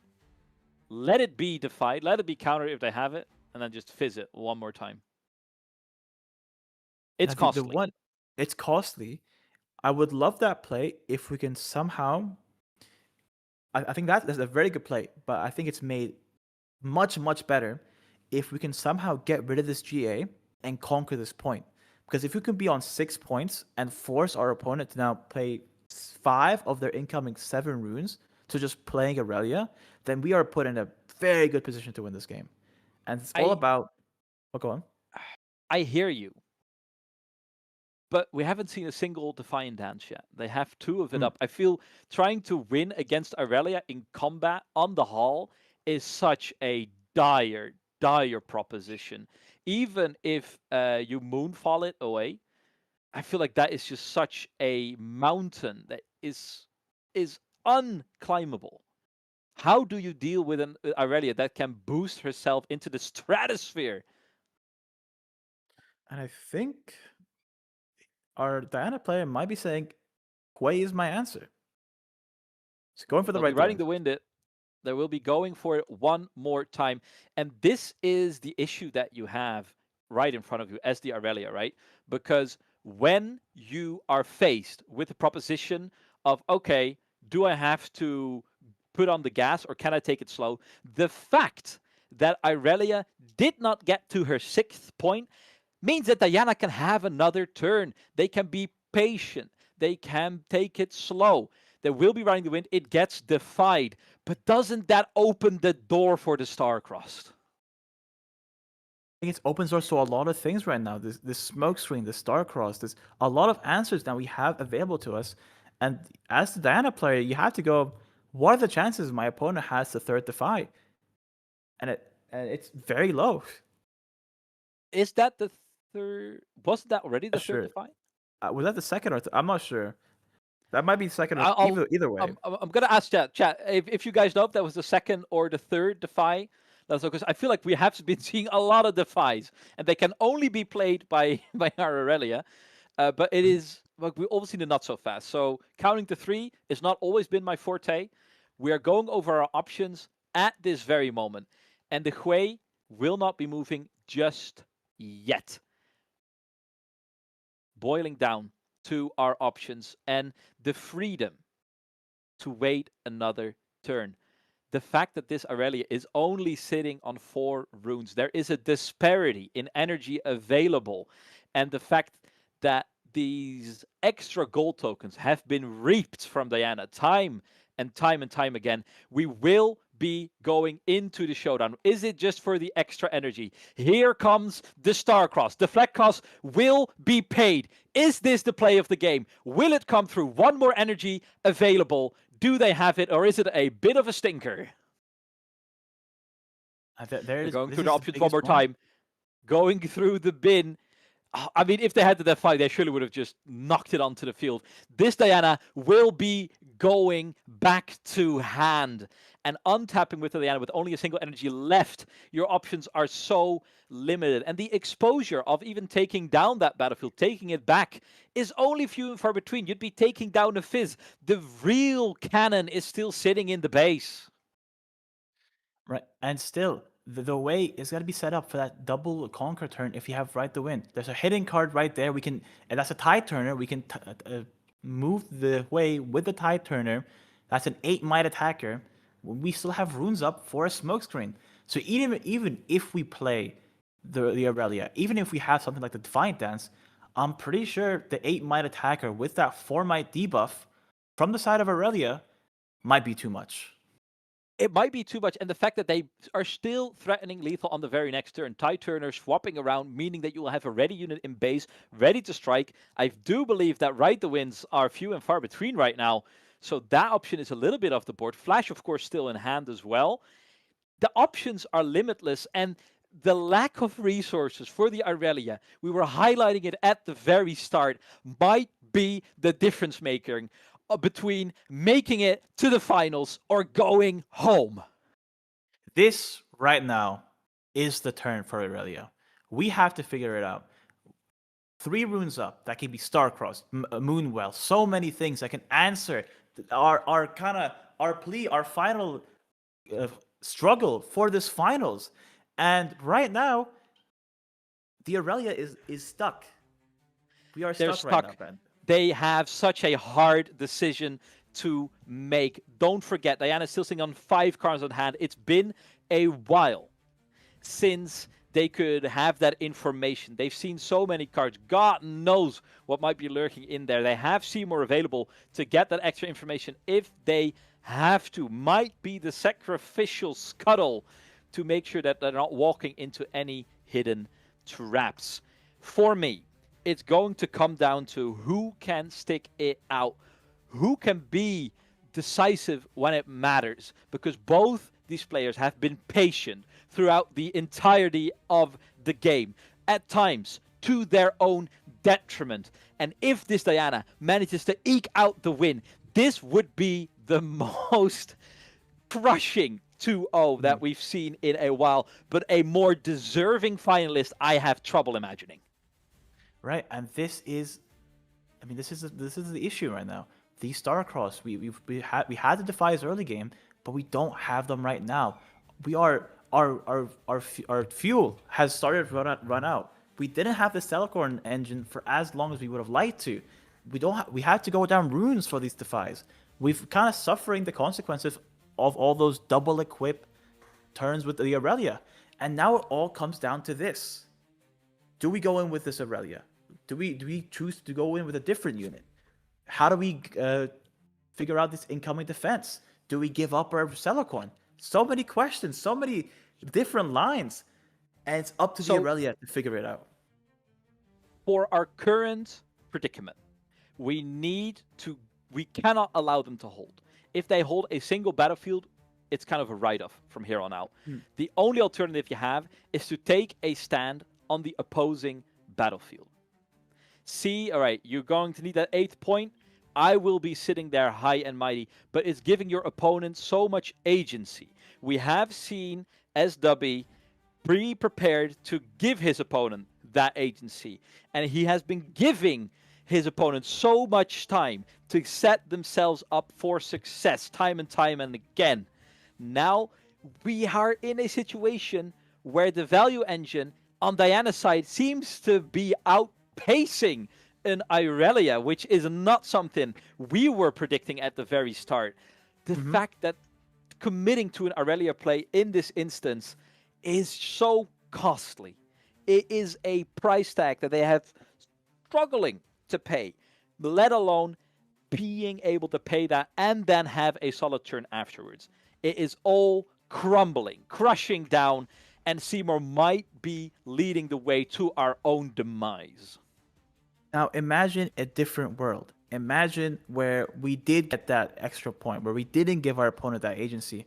We'd be tied 6-6, and now it'd be Diana faced with this game losing turn. But this Scuttle Crab is only taking us to 6, and that's not going to be the win with that 7th conquer. but it We might be have the to now foothold that think. they need to make a stand, to draw a line in the sand saying up to here and no further. However, you are facing down a mighty, mighty rough change. Because you can tie Turner the Hui onto the hall, buff them up like there's no tomorrow, draw the cards, all the spells you need, get him nice and fat, flash him back to base, and conquer your very next battlefield. They are leaving open their options, but the Star-Crossed, I don't see it in hand. It might be the last thing that they were looking for to draw, but it might be too late. Diana, can they get the job done? Holding to 7. 8 will get them to finals. Now, I don't think we have a Defy in hand, right? So this Moonfall can just move that Scuttle to the other battlefield and just that completely opens it up for the win. And we see it right now. Hui going in, looking for any answers. Gust, Rebuke, Starcross. We're going up 8 to might 8. way. We are giving over our action. Defiant Dance will be coming through, trying to switch out as much might as they can, and they are laughing. They are chuckling to themselves, knowing that it matters very little. When this chain resolves and they get another shot at actions, that Moonfall can be a ticket to the finals. Keep them coming. Another Blade Dance. You have never been this happy to see this many Blade Dances be cast in a row. Look how relaxed they are. They know that that seed in the finals might be having their name on it. Right, and that's 5-3. Finally, now we have to get an answer from the side of Diana, but we have really good ones. We have the double Moonfall, we have the Gust, we have the Starcross. How do we want to win this game is more of the answer, what the Diana's thinking. And if all else fails, we can still bail out our Hui with the tie turner that is hidden there. There's a smoke screen. Now going back all the way down, we had that +4 from the Defiant Dances, back to 1. So it's 1-3 But it's right now. It's all a diversion. We're playing the might game, trying to lull them into the sense of all right, bring out those counter spells. They're really jabbing, nibbling away at their might. If they can get it done like this, lovely, dovely. But they don't have to. They have a backup plan that seems nigh unbeatable. A third Defiant Dance is, it's a drop in the bucket because they are playing on different levels. They're not playing the same game, EK. They are going down the Moonfall. Will it even be necessary? It's so hard to keep myself contained here. Right, I think it's just we're trying to fish. We're trying to fish for this last counter spell. Does it exist? Is there an also fast? Is there a Defy? How are we going to stop my Moonfall? And I think one more spell can guarantee this right now. Yeah, they have so many backup plans. They have the Starcross ready to go. They have Moonfall to bail them out. Many roads are leading to Rome. All of them bring Diana to the finals. The nodding is there. They will be moving over. And when Showdown finishes, we might have a finalist. 2 energy left. What can you get done? It's surely not. GG is called. We have our finalist after a grueling series. That's one of the Dianas gone and dealt with. One more remains. It's the battle of Azir and Diana. Right now, Azir and Aurelia on the other side of the battlefield, and one of those will face his Diana in the grand finals. What a hard-fought victory! Never in my entirety of casting games have I seen a Diana work so hard to get a 2-0 victory. Never has a 2-0 been this tight before. I was fully ready to go into the series, calling Diana the underdog, having to climb a mountain that seems too tall to overcome. But they did it in 2 games, and not by sheer luck, not by top decking the right answers at the right time. If anything, they were top decking none of their answers until they drew 2/3 of their deck. This is what it looks like to fight your way into the finals, to claw yourself there on the skin of your teeth. And I do agree. I think also the biggest surprise for me, winning not one, but both abandoned hall games. That's where Aurelia is at its strongest, saying where you are, where you want to be, I will beat you on my own terms, in your own house. So I think it was just a great play from the side of Diana. And we've highlighted it before, but this tendency to bait out any and all interaction, everything that was countered it felt like a fake out, but it feels like a lose-lose situation where, all right, am I going to allow them to take my Boots of Swiftness away or my Guardian Angel, or do I want to prepare for the Star-Crossed? And I feel like the decision-making was so tough for them, and so tough to be in those positions where you have to choose between, all right, losing a lot or losing a little bit. Winning can look like losing the minimum in a situation, and Diana made sure that at every twist and turn, Irelia was losing the most, including a spot in the finals. Now, I'm reeling, and I'm sure you are as well. We have been going for, I think, over 2 hours now. So I'm going to send it to a short little break. Make sure that we are re-energized when we're getting back to the finals, refreshen up a bit, get that drink, rehydrate, and when we are going to the finals, we are looking for a showdown of the ages. Don't go anywhere. See you next time.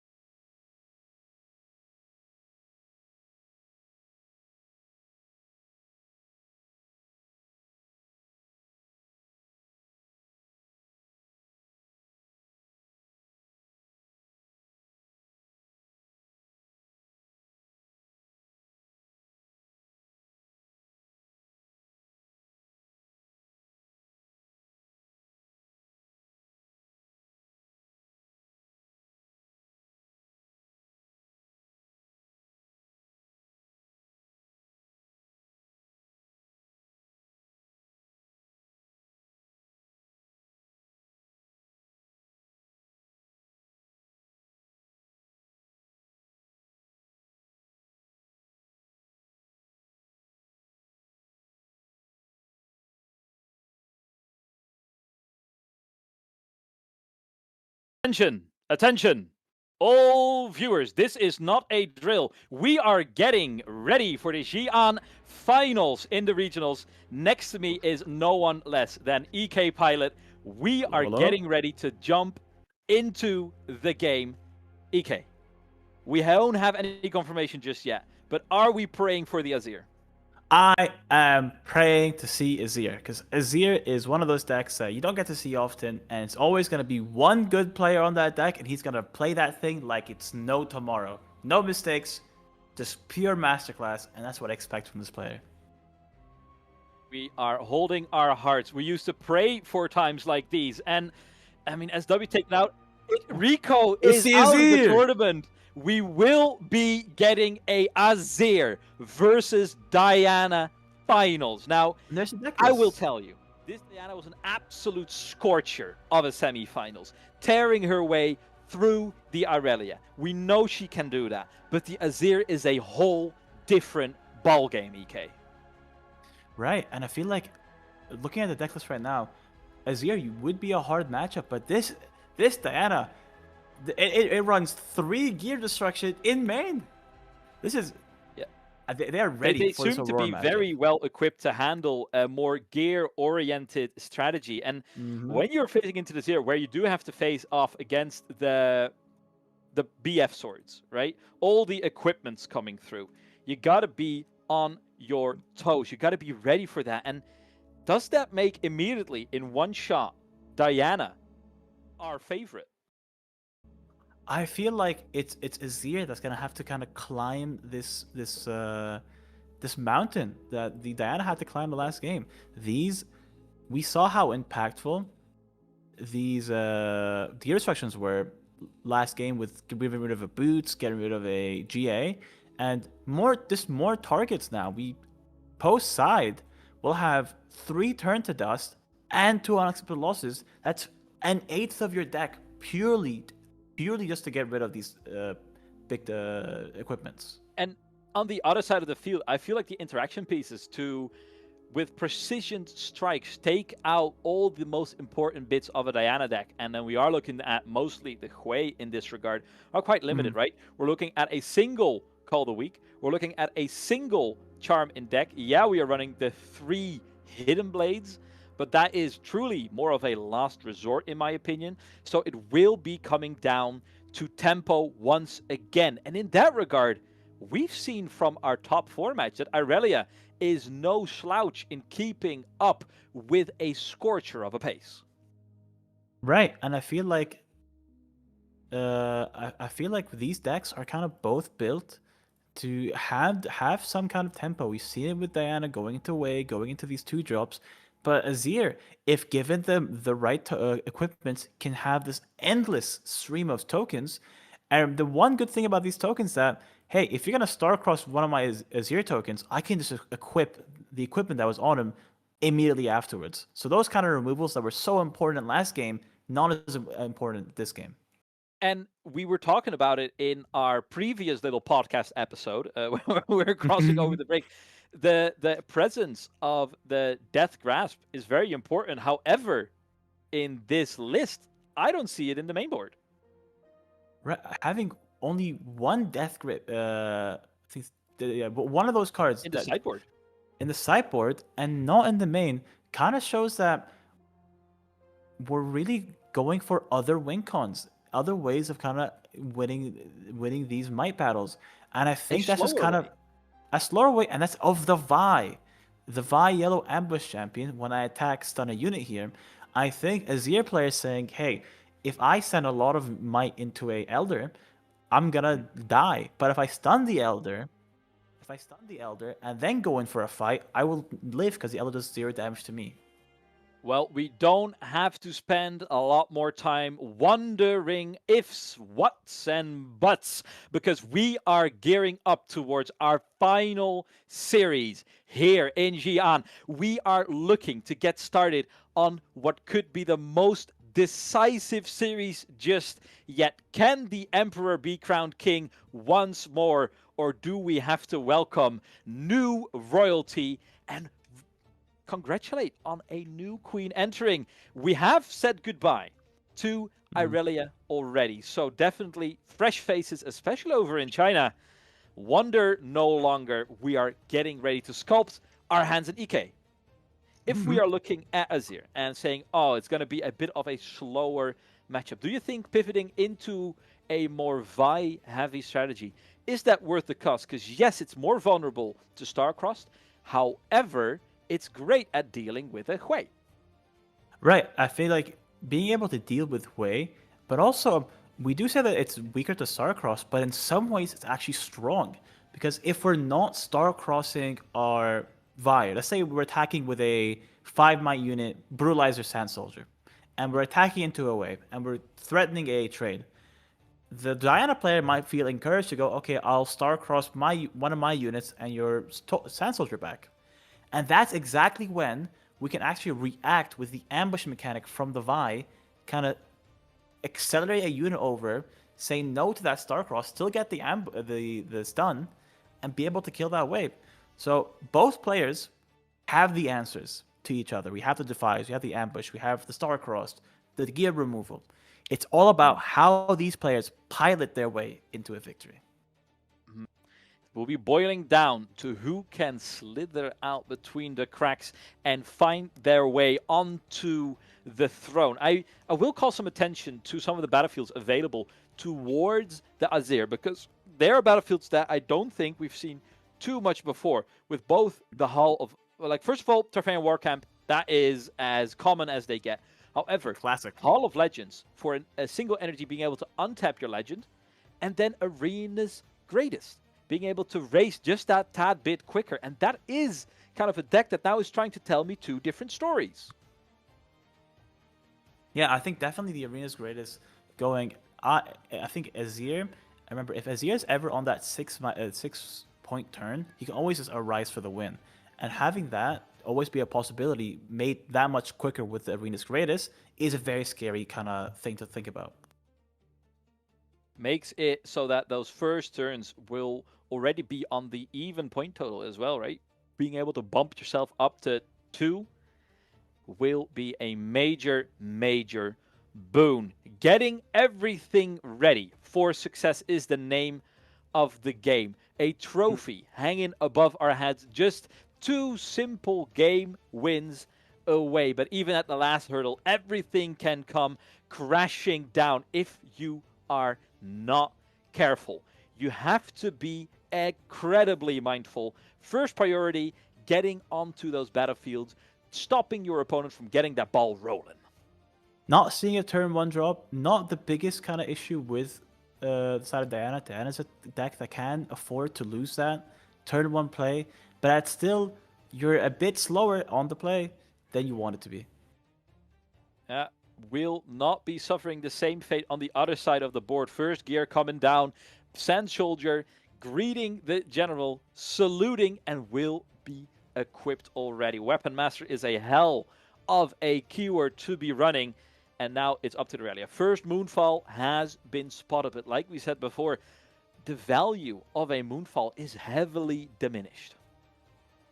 I will say the important part about this incoming attack from side of Azir is Azir does not have to kind of worry about Gust in the situation, because as soon as he moves into the Trifarian War Camp, he'll be a 4-might unit, 2 from the base, 1 from the equipment, and then 1 from the Trifarian War Camp. So that means there's no possible timing for the Diana to play this Gust on that unit. And that will be definitely be beneficial, and especially taking into consideration the fact that there's no Doran's Blade either, right? Which usually would give the assault, which you don't get on an open battlefield, as we learned today. Also not on their domains, but we don't talk about that. So even the most minute of a might buff will be pivotal, at least in this very first game. Such assurances will not be guaranteed going on forward. In the side of Diana's corner, we're just simply developing, taking it step by step. Right, and now we see this very simple game from the side of Azir, slowly but surely getting these equipments live, getting our future turns that much stronger. That is a 5-might attacker on the side of this BF sorted token that the Diana has to deal with. And if And if they don't attack with it, they can just park it right there on that Trifarian War Camp. And now Diana has to think about, how do I want to deal with this? Reminder that Diana does not run Watcher, so we don't have a very clean way of accelerating this Watcher, giving... You're going to be forced to take your options as they are presented to you. And Ride the Wind will be absolutely pivotal, which is in that prime territory to be defied. And the painful part on the Azir's board, right, is we know for a fact that this Diana is running close to 0 gears. And that makes the fact that you're running a double salvage in your main board as Azir a little bit more painful. Might want to reintroduce an Added Death Grip or a Guardian Angel if you really want to. Another Vi in that sideboard as well that will be looking to make an entrance in game number 2. And our first showdown for Diana is a fact. Starcross on the top of the deck will be revealed, will be put into hand. But having to reveal that is vital information, and you will have to keep that in the back of your mind as our Azir. Facts are facts, though. With Azir already onto the battlefield first, the clock is ticking for Diana. She has to sway the tide, fight a way upstream, and make sure that she can, because she can't just sit it out. There's no way to cheat the tempo like that, and our very first Moonfall will be attempting just that. Right, using this Moonfall, we have the Abandoned Hall trigger, so we do have a very easy, clean kill from the side of Diana. That's one less Sand Soldier to kind of deal with. We still don't have the point lead, but this is a very big tempo turn if we can get any unit on our backfield right now. A Ravenbloom student, anything that can kind of attack into the next turn will be huge. And this is kind of the disheartening part of playing into an Azir. The fact that you had to invest a Moonfall, where you had to give up the might to deal with a token, is a little feel bad. We're not going to activate the Diana trigger once again, even though we are going into a second showdown this turn. For me, not being able to deal with these gears at the very moment will prove troublesome. We need to find the way, we need to find it quick to make sure that these acceptable losses are hitting the field ASAP. Now, the important card I'm looking at right now, Bandit, is this Fizz in hand. We always have the second... Well, we actually might be going for it. There's the Fizz. Are we Moonfalling again? Choosing to use that same Moonfall, going down 3 runes this turn, just to kill both tokens. And now it's Diana who's very much ahead on board. Yeah, and this is also calling to a halt that advantage that Azir had where the clock was ticking. Diana had to take action. Action she took, but it came with a heavy, heavy price tag. You got to be mindful of the fact that if Azir wanted to really, really badly, they could be accelerating out there, take care of Diana, but what is the price of that? Truly. Let them waste their resources, but be mindful that you don't give them the breathing room to recuperate, because I know some Irelia players who are surely regretting that line of action. For sure. I think this really putting the tempo of the game on his own terms. This Diana player just saying, you know what, you're the one that's going to have to now find ways of making these tokens, finding answers, and you know I have Starcrossed, and you know I have Fizz, so that's 2 more tokens that will be eventually gotten rid of on my turns if I choose to. So I will at least get a sizable point lead, but I am sacrificing a lot of runes to do so. Yeah, you have to make sure that you're not falling behind too far. And I will say the aggression from Azir's side should come sooner rather than later, because Azir has trouble drawing as many cards as Diana does. So those heavy, heavy turns with a lot of runes available to you are not as efficient, as effective as a Diana can do that, where she can constantly top up her hand with the Hui, with the stack decks, make sure that all the pieces are always there. And Azir doesn't have that luxury. So playing the long game against Diana might prove detrimental. That's why I'm not too surprised to see the Azir coming out accelerated. Right, and now we have this accelerated Azir. We kind of put into 2 different questions. Do we A, want to now summon a token with our 1 might gear, and then push up to that Trifarian and try and hold? Or are we trying to send all our eggs into that Abandoned Hall basket, but then again, it's very hard to hold there when our opponent has more access to spells like Superfy, like these small spells that will make use of this hold much better. Yeah, but now is the opening that we were looking for, right? We know that currently they can't make the spells work, and now it is up to our Azir to make sure that his Emperor can live to fight another day. Tools available to ensure that our boy makes it home safely, EK. What is immediately the cards that are springing to mind to you? So this is probably the last turn where Moonfall can have a good kill on the side of Azir. Usually when you Moonfall on Azir over, he'll bring all his homies with him. But if you look at the board, there's no tokens. So if we have the Moonfall, we can try and kill this Azir. But we do know the Azir has some answers. There's stuff like Hidden Blade we can use. There's stuff like Discipline that we can use. And as much as Dana loves casting spells, there's a lot of answers, and we don't have enough runes. We don't have enough runes or resources to kind of play all of them all at once and cover our bases. And you have to be mindful of the fact as well, when you're engaging with a single unit onto that battlefield, you have to be mindful of the fact that this Azir could be hard casting the Hidden Blade. I mean, it is a little ways away when you think, all right, but he held it, he didn't hide it. But do not underestimate the tricksiness of these pro top players over in Asia. And you have to be incredibly mindful of the fact as well that you are playing into the Azir. If you fall behind the tempo train already, you're in for a world of hurt. Some extra Stupefy coming through, making sure we get to draw those cards.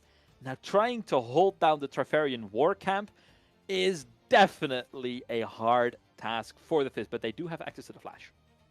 Right, we had access to Flash. We draw 2 Gusts, and these Gusts are never going to be that useful. Remember, the minimum might of these tokens is going to be 4 on that Trifarian war camp. So not the cards you want to see right now, but we're just trying to look for any bodies, anything to kind of use to beat this Azir. Away, a Ravenbloom, some kind of might increaser. They're not showing up just yet. Might need to. I don't know what would attract a Hwei to your hand. What's like a nice canvas, like an easel, Ooh. maybe cheap some, cheap brushes. Some nice like color. Free brushes. A white van with 3 brushes on the side. That'll sure be able to lure him out. Second Fizz is hitting the table. Another Stupefy will bring down our Azir just that tad little bit, but mostly it will be drawing us another card. And in this regard, that was not the way we were looking for. Right. I think the Vex is still a good answer for this deck, but much slower and less on the mic. So it might not be the answer we're looking for right now, but at least we found a unit to play next turn. For next turn, 2 energy is all that is left to us. Azir will be untapping onto the Hall, will be going up to his 3rd point, and the timer is right back on. If Diana cannot break that tempo, they will be going into a game deficit in the Xi'an finals. Now, let it be known that I don't think we've spotted a Rise just yet, unless he just top decked it. I don't think it's kind of hard to get a feel for the hand that he's playing with, but the investments have to come rather sooner, because like we said before, a lot of runes available to the Azir, not the optimum position to be in. Right now on 6 cards, you're mighty comfortable, but that is a well that will dry up. Right, I think the Arise, as you said, is a really good card here. Being able to summon 2 tokens, have those just readied up for next turn. At 3, right, if you have it right here, right now, this could be pivotal, but not seeing it, I think doesn't matter as much, because this Eye of the Herald, a usual 1 might bonus on the attack, now being a 2 might bonus with the Trifarian War Camp. Will be going up and up and up. And I will say, we do have to take a look what is some of the potential that we'll be holding out for, right? Because I think a unique addition to the Azir build that is in front of us is the double sacrifice that they are running. So possibly, if they do want to make the investment for it to star-cross any tokens later on in the game, either this one or the upcoming ones, the ability to top up your hand just that little bit, it's kind of like a pseudo Hidden Blade. Right, and I feel like both players know each other's deck now. So the Azir player holding up 5 runes, you have to be cognizant of a surprise defender, which is the Vi. You And gotta the be Vi, careful. yeah, the Vi not getting the stun off, that's correct, but still being a 5 my body, which might be too much if we have to invest something like a Starcross to get the Azir off the field. You gotta be keeping in mind as well that any Moonfall trickery around the... any Moonfall trickery for Diana on open battlefield, right, will shut off that Vi stun as well. So they're being introduced as those surprise defenders. So Moonfall, mitigated value, it's already been used twice, but the payoffs, like we said before, the fact that you're only getting rid of tokens and you're not addressing the underlying issue of those gears coming out to play each time again, feels like those half measures. And despite the fact that Diana is sitting on 8 cards, these gears have been roaming free all game. Right, and the important part is that the Diana player really wants to play this Vex Shields right now. But a charm, a series of calls could be the last mistake that this Diana makes. We saw how important it is for these big units to die in the first game against Aurelia. And if this Vex is played at the wrong time, sees the wrong card, this just might spell doom for our player. But those who have been watching top 4 as well, we saw what happened when you leave out such a precious unit unprotected. A single energy definitely feels quite unprotected. Diana can aid with another energy, but you have to be counting your blessings. These are the type of openings that Azir has to be looking for and has to be looking to punish as well. And if you can get another move on your Azir going in with a second token with Weapon Master as well, you are suddenly looking to introduce 3 bodies on the Tarfarian War Camp where you wanted to be already, spawning another recruit. They are set up for success, aren't they? I think very much so. The one issue is usually when you have a Vex like this, being able to say, oh, if you try to hidden blade my unit, I'll just flash it back. The issue is we don't have enough runes. We can only do that in a showdown. And if the Azir player just says, well, I'll just do this prior to the showdown, I'll hidden blade as the first thing on my turn, I don't think we have the answers as the Diana player. And this Vex doesn't have deflect either, right? That is just pathetic. That is trying to run rampant on that. So for now, they are limited in their options. Now, if we do look at their options for hidden cards, and I will be picking out the deck list right in front of me, I mean, Tide Turner is showing up as the first one, but I think that's all the tricks they might have up their sleeves. I think Tide Turner is to kind of add 1 extra might with the Trifarian War Camp, just as a little buff, right? More use as a combat trick rather than a movement trick right now. And it's up to the hidden blade.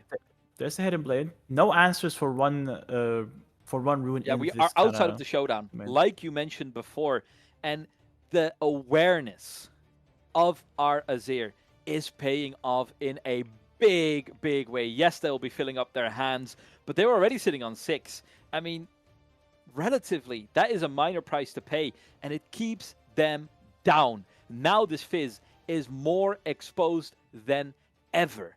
And for a single energy, what can they really be threatening out there? A Stupefy at best. You're overcoming that still with your other recruit.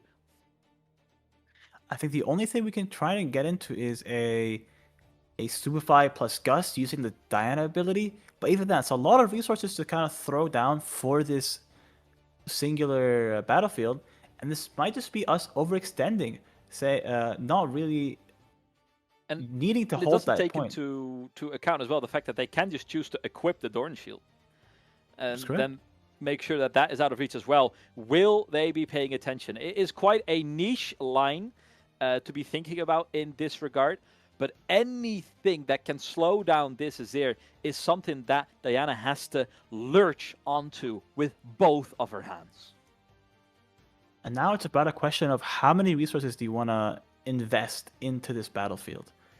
Because we are only going up to 5.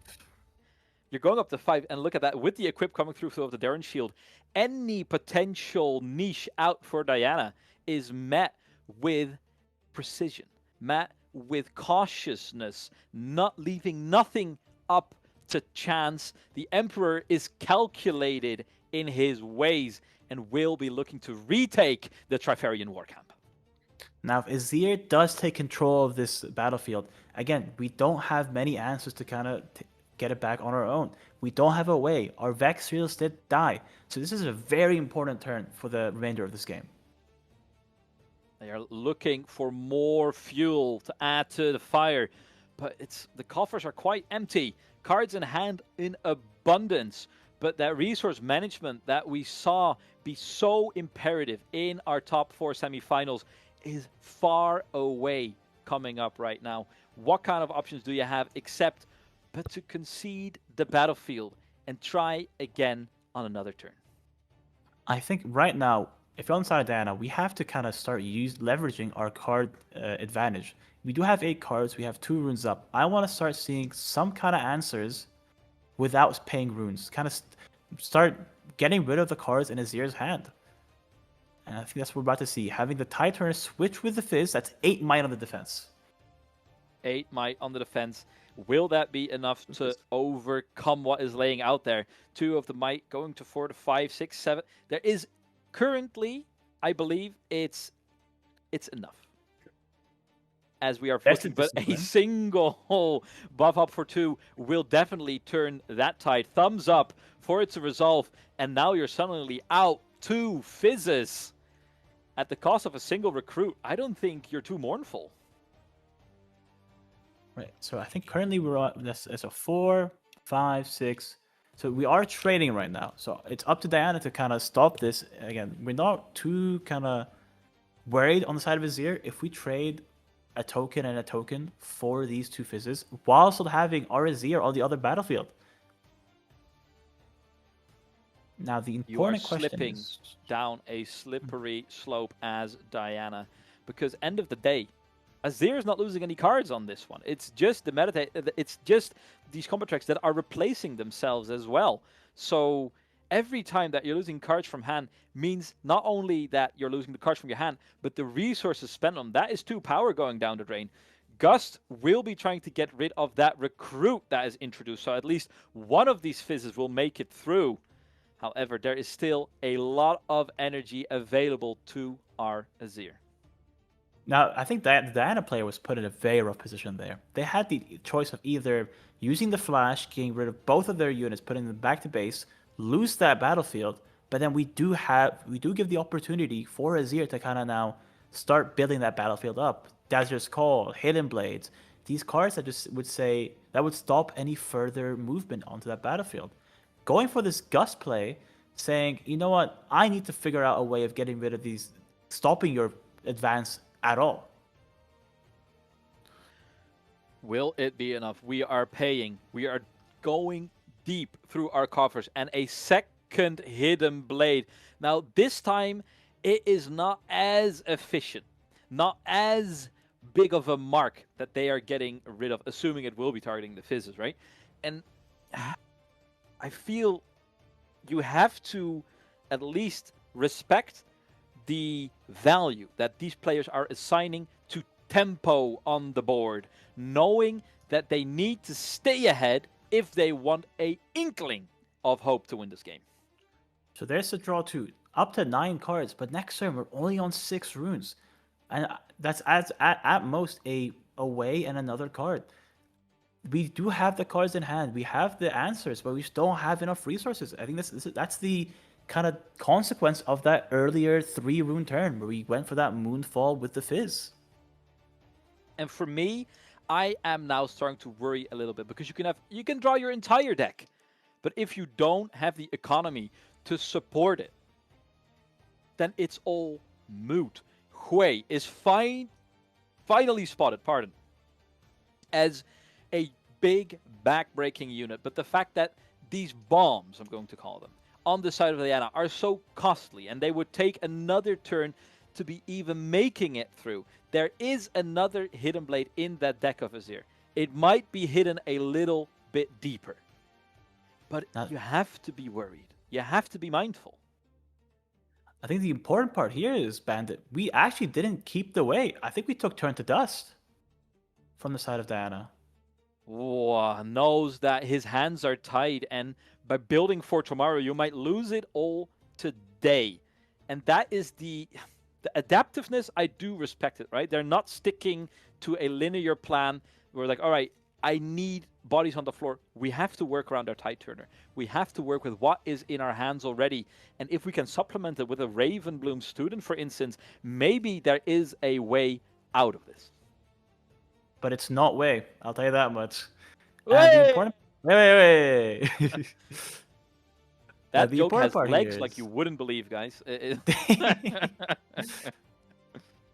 As up we to are the Azir contemplating player. our earlier sins as Azir, we are introducing more and more Sand Soldiers. And by kicking this Diana down for the count, you are giving yourself more breathing room, because every single turn you want to be pumping out those Sand Soldiers, amassing yourself an army that is insurmountable by any sorceress. Right. There are some saving graces here. We're only on 5 points. So that doesn't mean we have one more turn for the inevitable killing turn that is the 6 point to 8 points.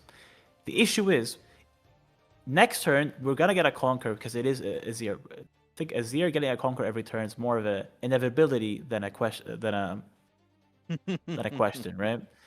And the important part is, how do we now deal with the Arise upcoming? Because Arise plus Azir on the play, the Azir chosen champion, is one of the strongest combos in the game. And I just don't think we have the runes to kind of supplement that.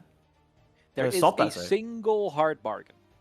A single hard bargain in the deck of Diana. And I'm fairly certain that at least half of the deck has been plowed through right around now. Yeah, right? yeah. We see how plentiful the trash pile is. And there's 10 cards in hand. We roughly went through half of it. So 50-50 to make sure that a hard bargain will be answering that Arise. If that were to happen, is that our opening to get us back into the game? One wasted turn from the Azir. Is that enough? I think if there's any deck right now you don't want to give extra turns, extra runes to, is this Diana. And cards in hand. If we had just a few more cards, one more body, this game would be flipped on its head. Would be yeah. Is Diana that and the the problem Dragon's right Team. now for Diana? She doesn't have enough cards in hand. 10 is not enough. But- Does your greed know no bounds, EK? When is it enough? I wish, but like again, you could have 20 cards in hand, but if we don't have the runes to play it, we have to go for these subpar plays. This turn to dust, that's not gonna do much because this BS sword, yes, has given us a lot of might, but what are we dealing with? We're dealing with a single 2 might unit. It's like putting a band-aid on a gushing stabbing wound, and even that might not resolve. Will be defied. I'm not fully sold if that is defy worthy, unless there's a second one hiding in hand. I will say, Azir is playing his cards rather close to the chest, both metaphorically and physically. I mean, to be fair, if you're on the side of Azir, you're not really threatened by a Starcross, because at worst, he's Starcrossing the damage of a Starcross one of your tokens away, you don't mind, you just make another one.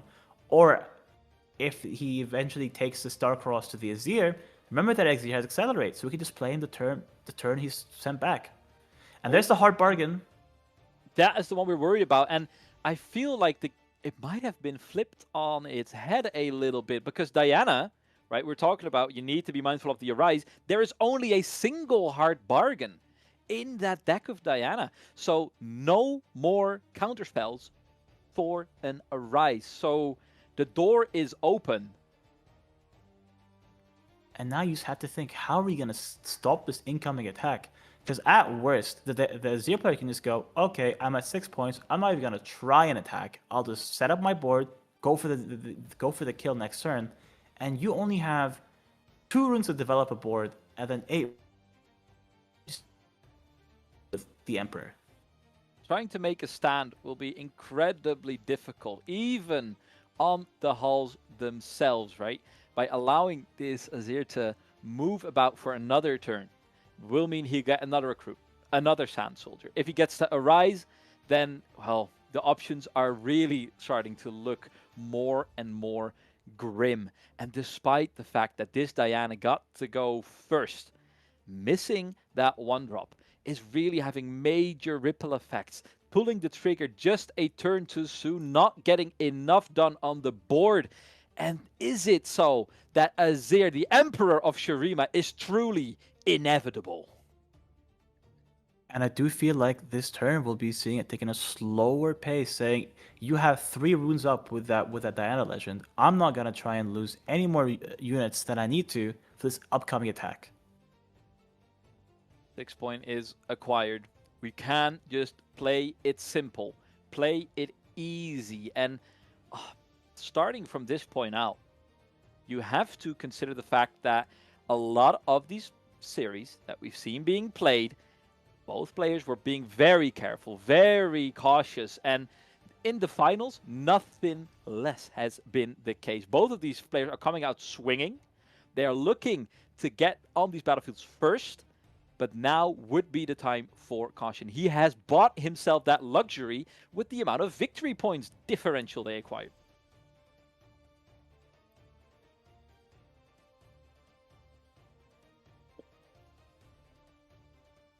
Pondering, thinking, mulling over their options one more time, moving on to the Trifarian War Camp instead.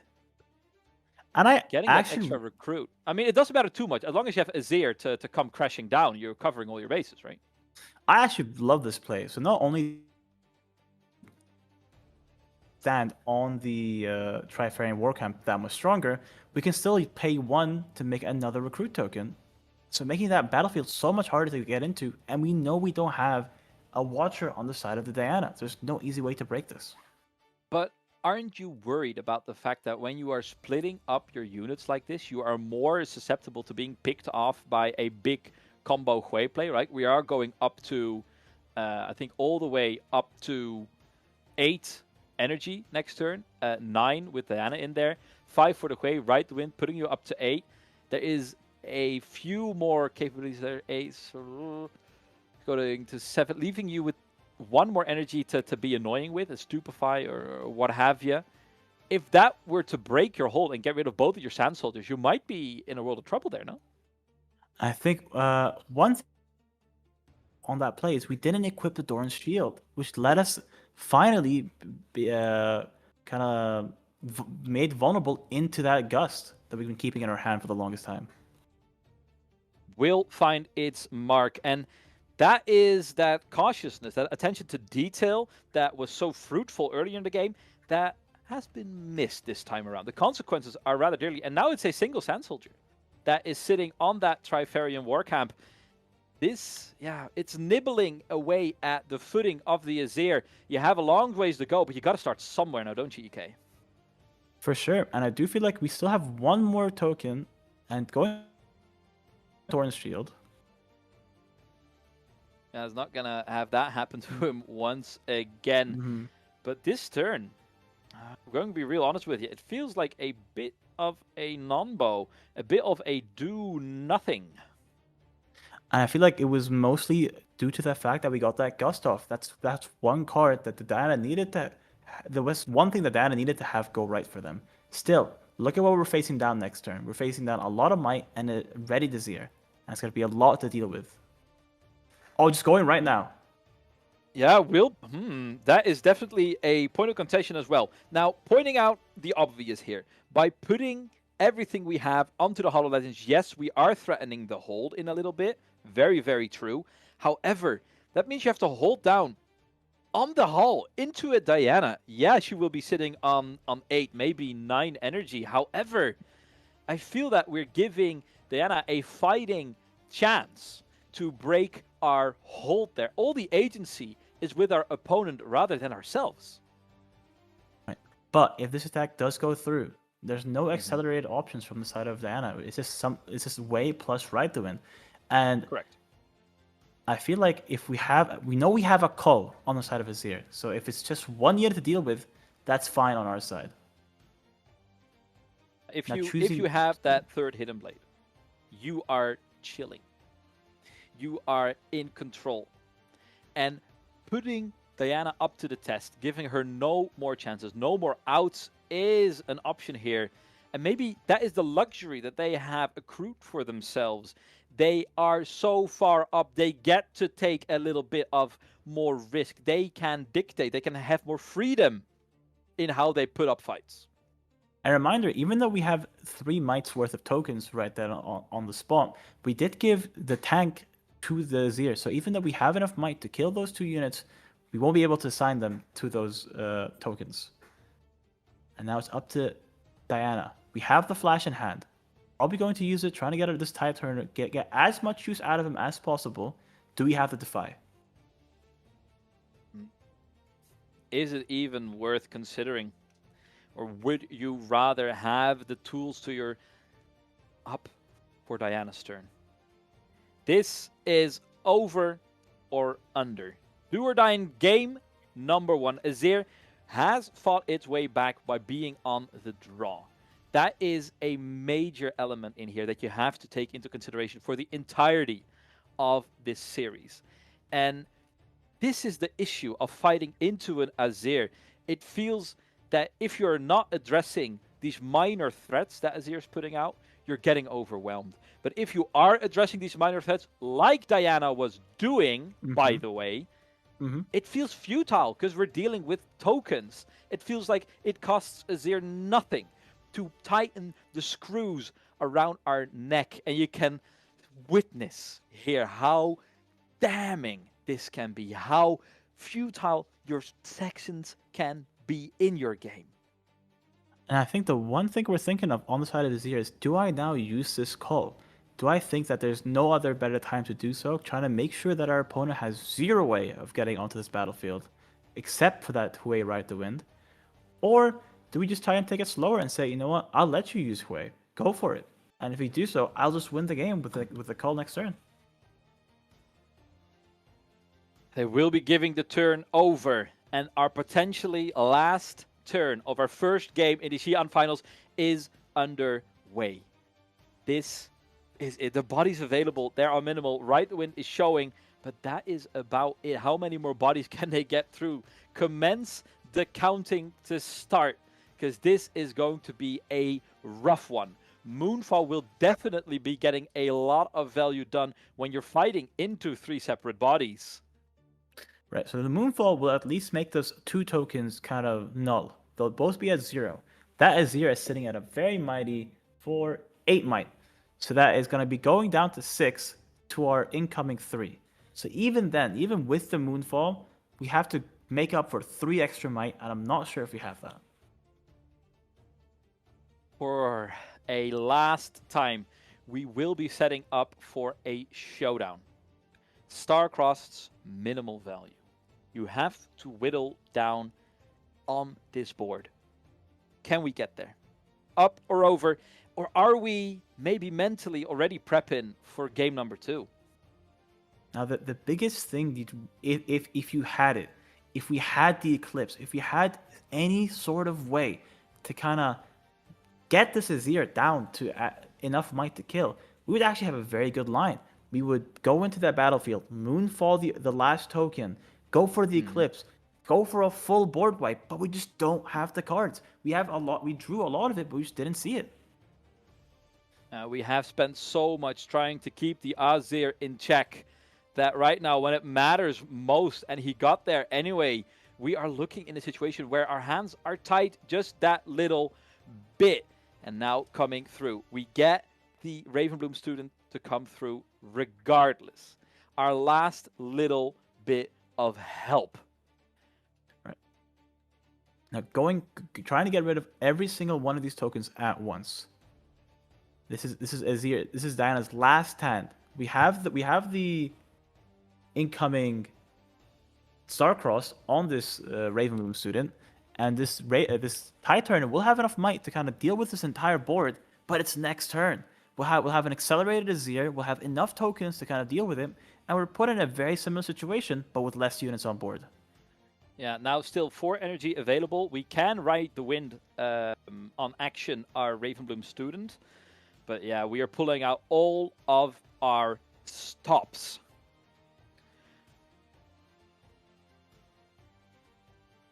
So let's For see. The those total. who are wondering to do the math, what is the threshold that we have to overcome right now with all the gears being attached as well? I think it's 4. I think 7. is it 5 might currently? So Azir's on 4. He has the BF that's 6 on the 7. Sand Soldier. 7. Well, other Starcrossed. As Starcross will be coming down a last time, a Hail Mary, like we said before. Being mindful of the 2 energy ready. We haven't seen it even considered once. The way these spells are resolving is going rather quick. The answers might not be there for our Azir. I mean, the answers might not be there, but remember, the answer will come next turn. That Azir is back in our hand. He can be accelerated. We have enough equipments to just send him over. And now we're making Diana ask the same questions. Do you have a way of accelerating a unit over to my battlefield and beating my 8, 9 might while I still have runes up? Gonna be a tough one, and all these gears standing around waiting to be picked up by the next line of conscripts over from Shurima.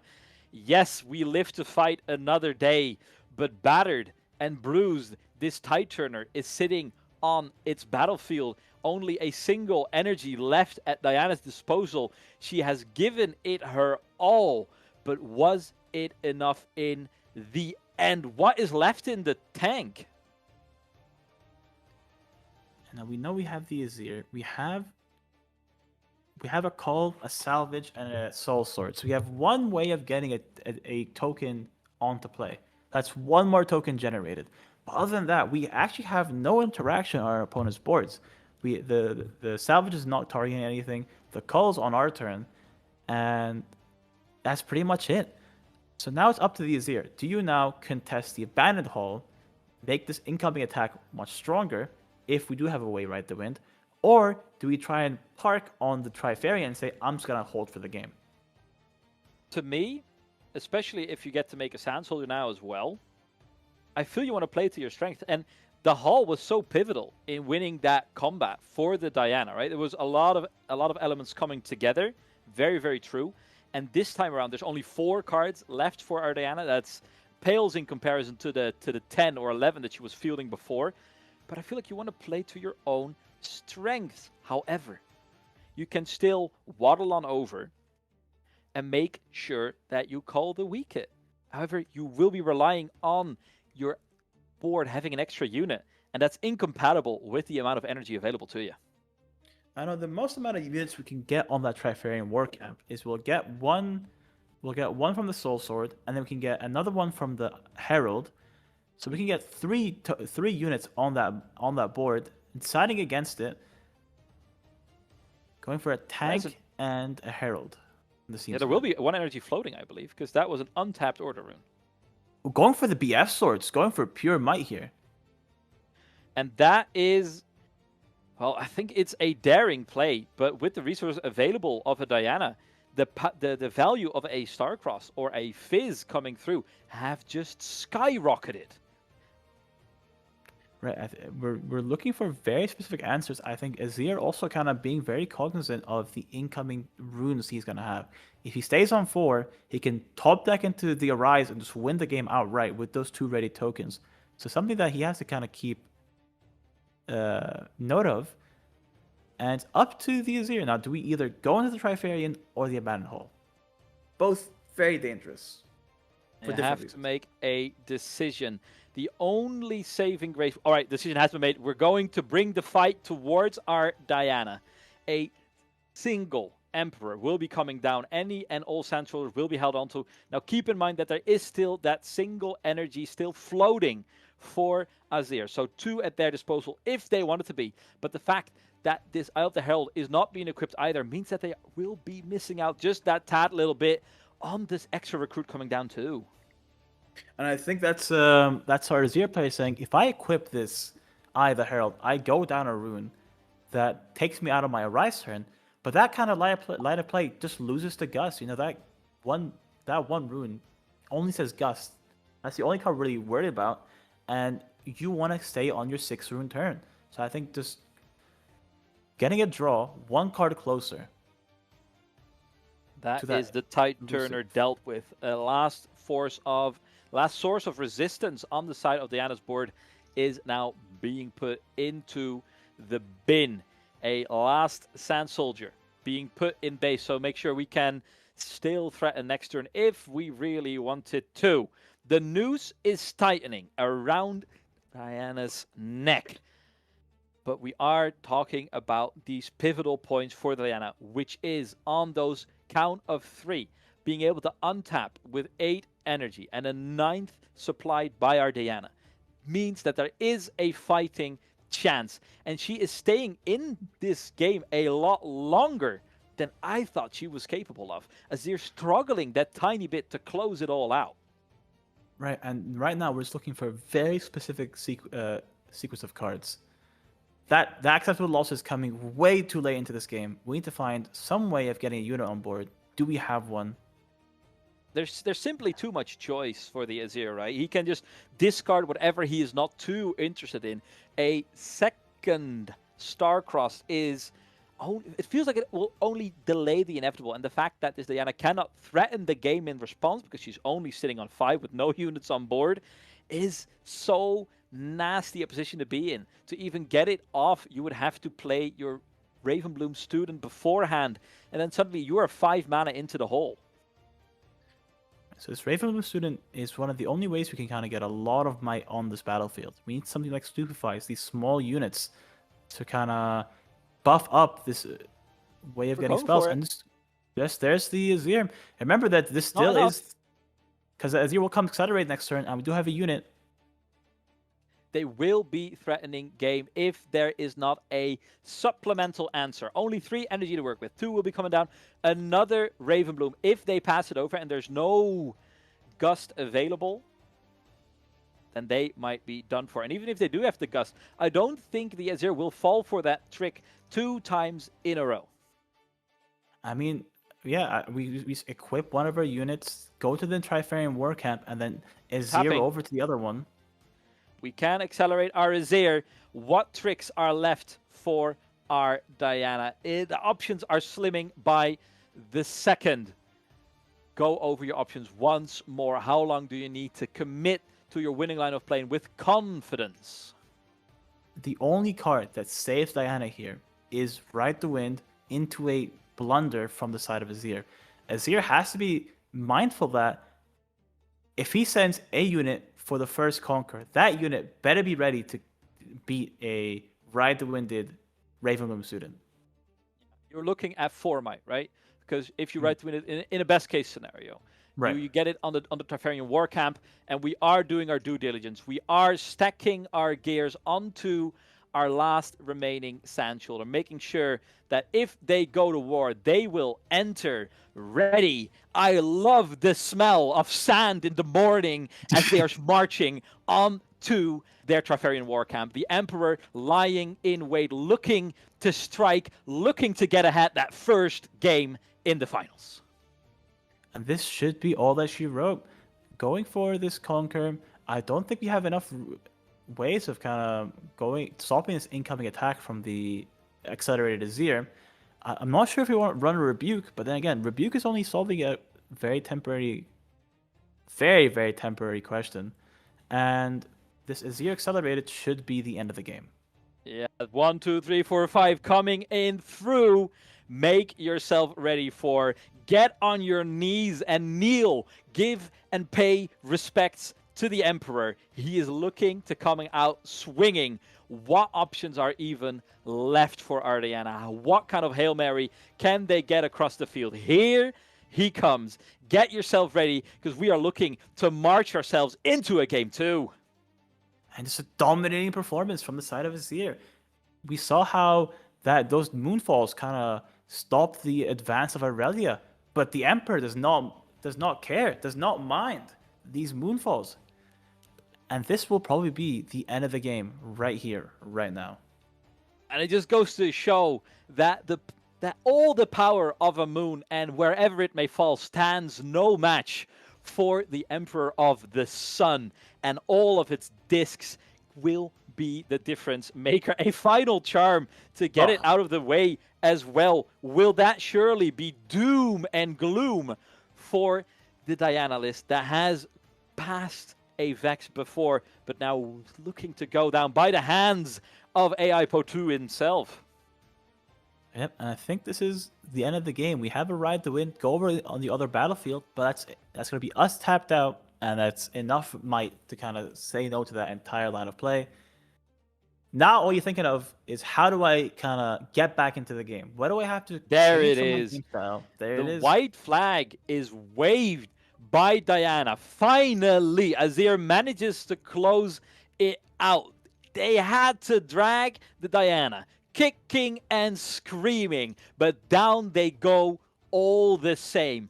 Now, while we take a moment to get our sideboards in order, I think it's probably best if we just kind of walk ourselves through it from Diana's perspective, right? We have a sideboard, it was spoiled before, and if we take it out right in front of us, we have a Vex Apathetic in that sideboard, lying in wait. More turn to dusts, more gear interaction, more star-crossed, and even a time warp. What I feel like you're overwhelmed with options that would be great to play into Azir. I feel like Azir right now has a lot of openings. These gear hates, this Vex Apathetic, this switcheroo. We have a lot of ways to kind of say no to the advance of the Emperor. However, I will say, this Azir, he is a champion. He is a set 2 regional champ AI.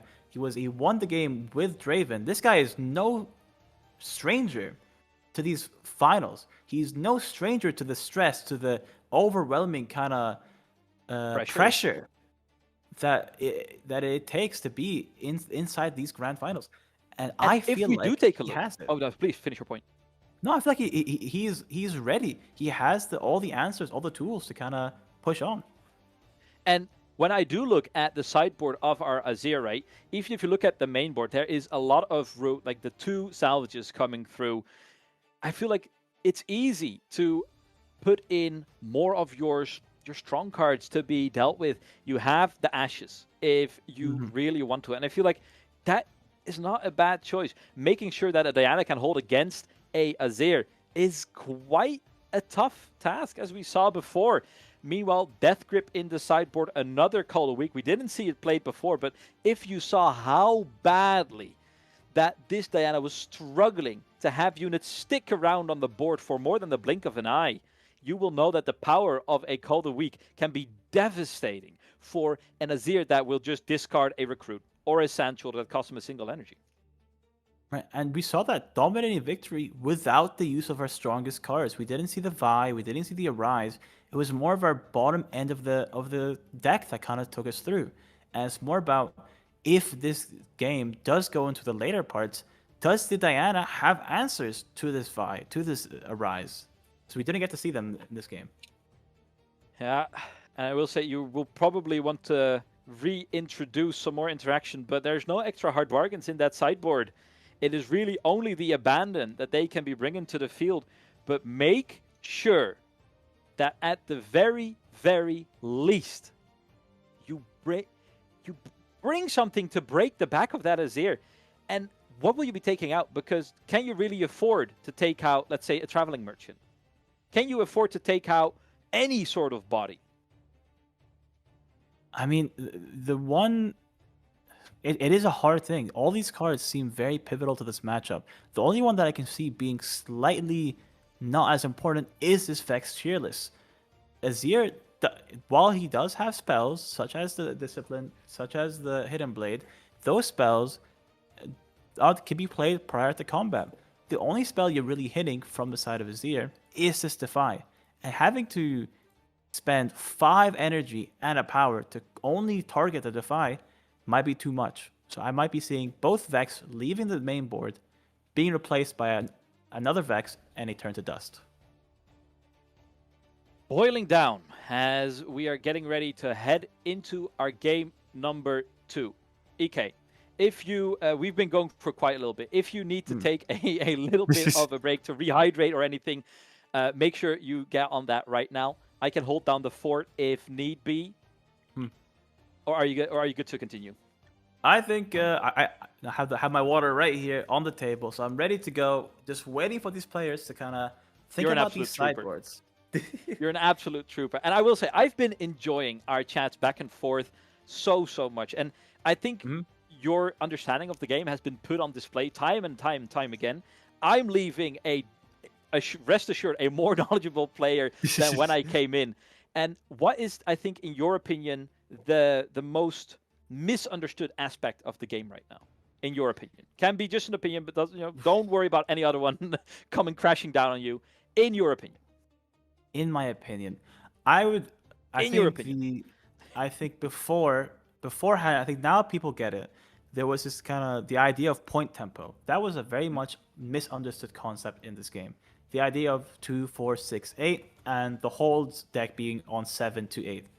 And I feel like that was very much not thought of from other side of players. I know sometimes I look at a new player saying, "Hey, you're overextending right now.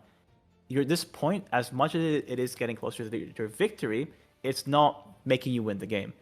And that was initially my initial thoughts on what the biggest issue with players are. Now the issue I'm seeing with players is mulligans. I feel like the mulligan. That's a fresh the topic. mulligan stage. The mulligan skill is one of the hardest skills inside Riftbound. It's one that Why I is it so hard? myself. So yeah, you have to think about it, right? You are faced with a blank canvas, which is your legend and which is your opponent's legend, right?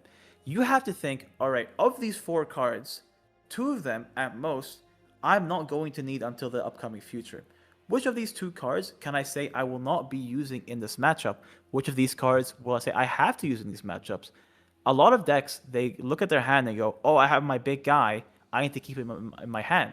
But then, if you keep your big guy in hand, that's cards that you won't be seeing for 3-4 turns. I know this is a huge topic when it comes to Master Yi, one of my decks, where Rune Runner is one of those cards that's it's your high end, it's your top end, and it's Rune Runner, and a lot of times people have to mulligan Rune Runner away, but they just don't want to. And it's because they think, "Oh, this is the big guy, this is the point of my deck." And all that means is that card that should have been a discipline, a defy, and not so fast, is now just sitting dead in your hand for the first 4 turns of the game. And we saw it before, right? When you are playing the game in Riftbound and you are like, "Oh man, but I know what will be following up the play." And when you're worried sick about tomorrow, you can lose sight of what's right in front of you. That it doesn't matter what's going to happen tomorrow if you can't get through today. And being on the more aggressive side of your mulligan, aggressive is a bit liberal of a description here, but it's all about ensuring your early game, in your opinion. Am I correct in deducing that from what you said? I think, yeah, the idea of tempo being so important inside the game of Riftbound, right? And a lot of players kind of say, "Oh, I need my big unit to fill my top end," but they neglect to see that, hold on, we need to make sure that we get to the top end without giving up a lot of our tempo. Boiling it down to yep. to just like something that someone can apply in their local Nexus night, right? If you have to boil it down to a single sentence for people that they have mastered, or they're at least aware of the fundamentals, know what the cards do. Like, hey, how can I improve my mulligans? In one sentence, what do you tell that player? I think you always have to mulligan 1 card, at the very least. You never in Riftbound have hand. That's point 1. And point 2, think about when you have Baron, Rune Runner. Do we need this card now? Or we need further down the line? How much further down the line? Is it so far down the line that it won't come up? Then we mulligan it away. Do we need another card right now? Get rid of it. That's a lot of sentences, my guy. I'm sorry. So here's my focus on today. Don't worry about tomorrow. Make sure you get through that early game. And I think if you take into consideration the ripple effects that we've saw in these early games, both in our top 4, but now once again in the finals. Ooh. Making sure that you are applying the right amount of pressure into your early game. Investing, not too much, but not too little. You don't want to give your opponents free reign, but if you overinvest for a mediocre payoff, as I think I'm comfortable labeling that Diana early game, where we went deep into our coffers to get rid of some tokens, that is not the payoff, the return on investment that you are looking for. So the nuances in these early games and the ripple effects that they can have throughout the entirety of the game can never be underestimated, and also kind of makes it that we could talk for hours about this. Right. Sorry, I think I might have lagged out. Did you get my last point when I said find the earliest answer? No, please repeat it. Sorry, I'm having a little bit of internet issues. That's fine. The one sentence I can say for people trying to make their mulligans better: look at your opponent's deck, find the earliest answer to their upcoming plays. What are these decks playing quick? Like Diana, Hui. What is our answer to Hui? Get Diana or mulligan. Don't think about, oh, I need this big card for later. No, think about how do we answer our opponent's tempo as quick as possible. And, the other side of that medal as well. Sometimes, I know that a card like this, I don't want to cut it just yet, but it's an acceptable card. Being able to stow that on the bottom as well, making sure that it will be a while before you even get to see that card again, can be working out in your favor as well. Now, as we are taking our sweet time to get our sideboards in order, I hope it's not Rico that is responsible for slow playing the sideboarding. He's just flipping every adaptatron. Yeah, they'll take every single second that they can. To me, when I am looking at a finals performance, and I do notice that I'm talking a little bit in circles here. Before the final, I think we should just take a break from the finals for the moment, because there'll be plenty of time to talk about that later. And I don't want to exhaust all of the topics for during our games as well. What kind of soup do you like, EK? You a soup guy? I love me some miso. Do you want to... I believe you cut out for a second. Sorry. Again? How long do you think we'll need to be into the next game? I hope less long than it takes us to discuss my favorite soup. Because I see your miso, right, and I respect that. That is a respectable stance to have. But me, personally, big smoked paprika fan. Smoked paprika soup. I feel like this. You thought the ceiling on Leblanc was high? No. Smoked paprika soup is where it's at. You might say, oh, but what about onion soup? And I'm like, that is a very respectable stance to have as well. Onion soup, great ceiling. However, poor onion soup is really down in the gutter. Right. That will knock you on your butt. But a poor smoked paprika soup, I feel like anywhere you go, that will at least... That's like margarita pizza. You can't really mess it up. And if you do mess it up, still smoked paprika soup.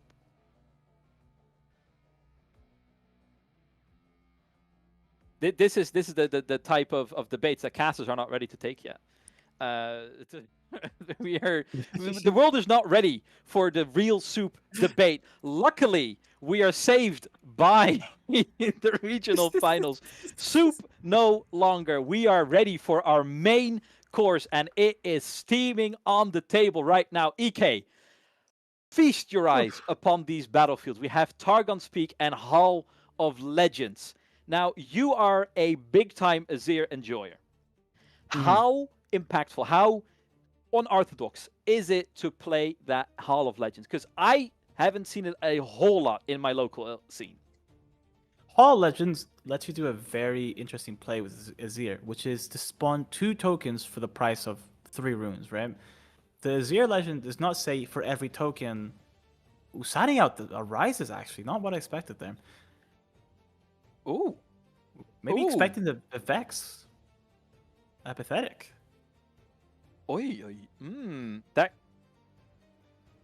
Okay, so it's hard for me to confirm because I'm not sure if they have full deck lists of each other. For the finals, yes, I think they do. They do. But he knows there's only a single Vex. Well, it's the And you Vex have in the so main, many hidden right? blades. Yeah, but that is the spell Vex. There's only a single Vex apathetic in Diana's sideboard. So if you do side that in, there's only one card out of 40 that will be threatening a Arise game plan. Now, the unorthodox choices never stop coming. And taking out, I mean, the gear interaction, that makes a whole lot of sense. Mm-hmm. Gonna have to give it that. Vex apathetic coming in, Switcheroo coming through as well, and more turn to dust. These gears are not long for this world, and they can't be. Is that the reason why we're taking out Arise as well, knowing that we're not going to have as plenty of gears available to us? Yeah, I think that's a very good take, saying our opponent's going to be spending a lot of their runes in making my Arise weaker. So if I just don't run as Arise and go for the Azir, go for the Azir, go for the Vi as my kind of top ends, then I'll be doing a lot better than expected. This would be a whole new level of adapting on the fly. Is this what it takes to be a 2-time regional champion? It would be the very first time that a regional will be won by the same player. Yeah, wait, yeah, this would be our first repeat, I feel. It would, and that would make them the first one to really be a cut above the rest. And only when you take bold and decisive action, you can find yourself in a meteoric rise towards the top. Our hands are getting sculpted. And remember, guys, you always have to mulligan. EK said so. Yeah, I think right now we're mulliganing, trying to find... We know we have... We don't have a 2-drop, so trying to find it for a mulligan. Not seeing it, but we do have a stack deck. Oh, we did see it. There's a Ravenbloom. And already much better than our first game. Fists are bumped, and we are getting ready to be underway.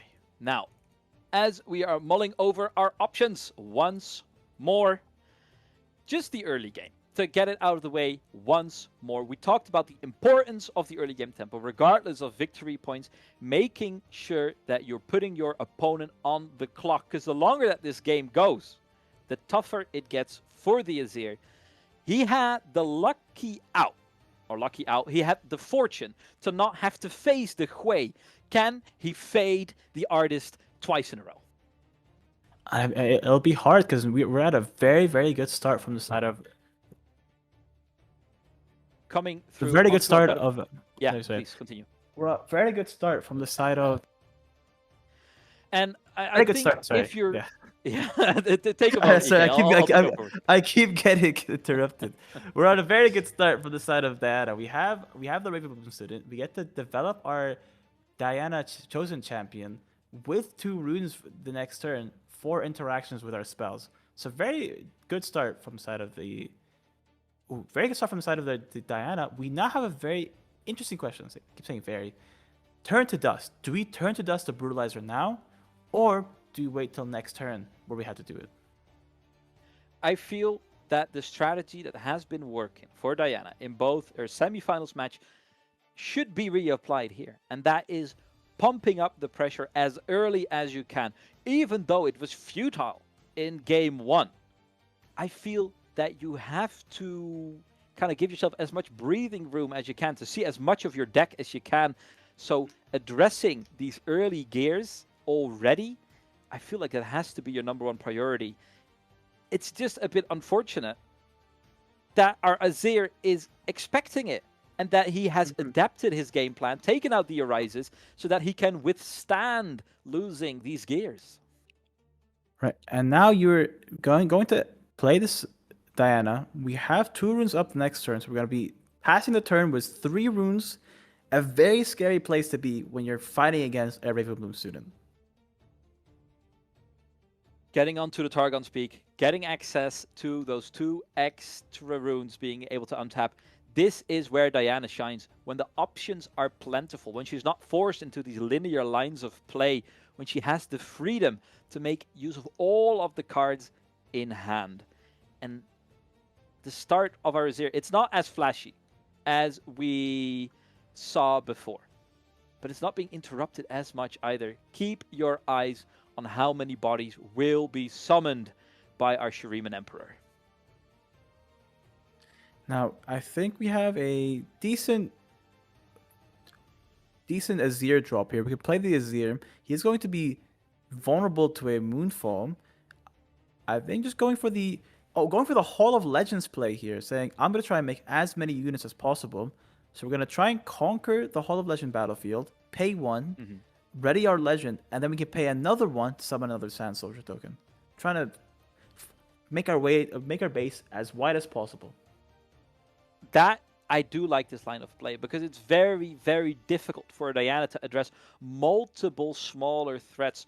In our run-up to our finals match, we were trying to do our own little shot at cracking the meta, and a lot of decks struggle to address the issues that are presented to them when they have to answer, let's say, 5, 6 separate units in base, and all of them can be at least threatening on their own, not necessarily back-breaking, but with the fluidity of these gears and who can hold them, you have to be mindful that at any second they can collapse upon your neck. And the important part is the Diana player here can just gust this unit away, force some discipline, some kind of interaction. Do we have it from the side of Azir? And these are the type of plays that you are looking to get to stick as a Diana, gunking up the gears of war for our Azir, making sure that everything takes just that little bit longer. It's kind of like interrupting the supply lines of the Azir, because even if they do address this situation, it costs them another card. It costs them another rune if they want to defy it. So you're putting pressure on the limited resources available. In game one, he was managing it with flying colors. But if you get in that situation where the pressure mounts early, you might be in a tight spot. And having to use a defy here is not as good as it might seem yet. So we do get this conquer, we do get to summon another token, but that's one of our 3 defies that just happen to go away for a singular gust. Not the spot you want to be in. The resource trade-off is heavily favored of the Diana, and this is just the most illustrative point to show how important it is to both of these players to get these early victory points going, to make sure that there is a timer onto this game, even if that means that they will be losing units in the process. Now, we do have our first opportunity to now play this way on our side. We do see a Moonfall. Moonfall can get rid of 2 tokens on the side of Azir. Having choices, we can get rid of 2 tokens. We have the turn to dust, get rid of another equipment. So we can kind of start hacking away at the Azir's base. But again, we saw how the Moonfall on tokens did last game. Wasn't the highest of impacts because these tokens are so replaceable. They're expendable. They're a drop in a bucket of the war machine of Shurima. This moment, I feel you have some time and space to work around with. If you manage to just stick out for your Hui, leave it in base, and develop up next turn, yes, we'll be giving a lot of room to our Azir player to develop in kind.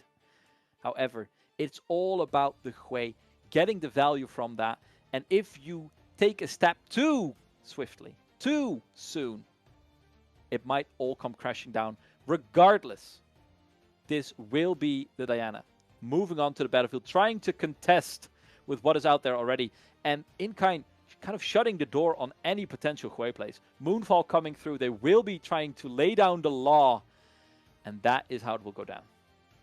Yep, so that takes care of 2 of those units. We still have one last token. That token can still crack back for 6 might with the Brutalizer, with that Doran's Shield. So not the end of the world if you're the Azir player, but also now with this turn to dust, that Brutalizer, which would have been a +3, is no more. Whittling away at the gears available to the Azir, and that is starting to hurt. Even if they do untap, you are kind of struggling with the cards in hand. Like we said before, yes, you have access to these unending stream of Sand Soldiers popping up left and right, but it does not really cover the fact that the card draw options in your deck are limited. They are coming down to the sacrifices, to the hidden blades. Now it's now Azir on the back foot for the first time in the series. Strong control in game 1. We still have a 1-mana open to kind of bluff our way into another gust if need be. And it's Azir that has to kind of start building his board bit by bit, summon that Sovereign. It's not Sovereign. I forget the name of the Azir card, but summon the yellow chosen champ, get more tokens, get more gears. And it's going to be a tough ask in the situation. You know what I'm kind of struggling with?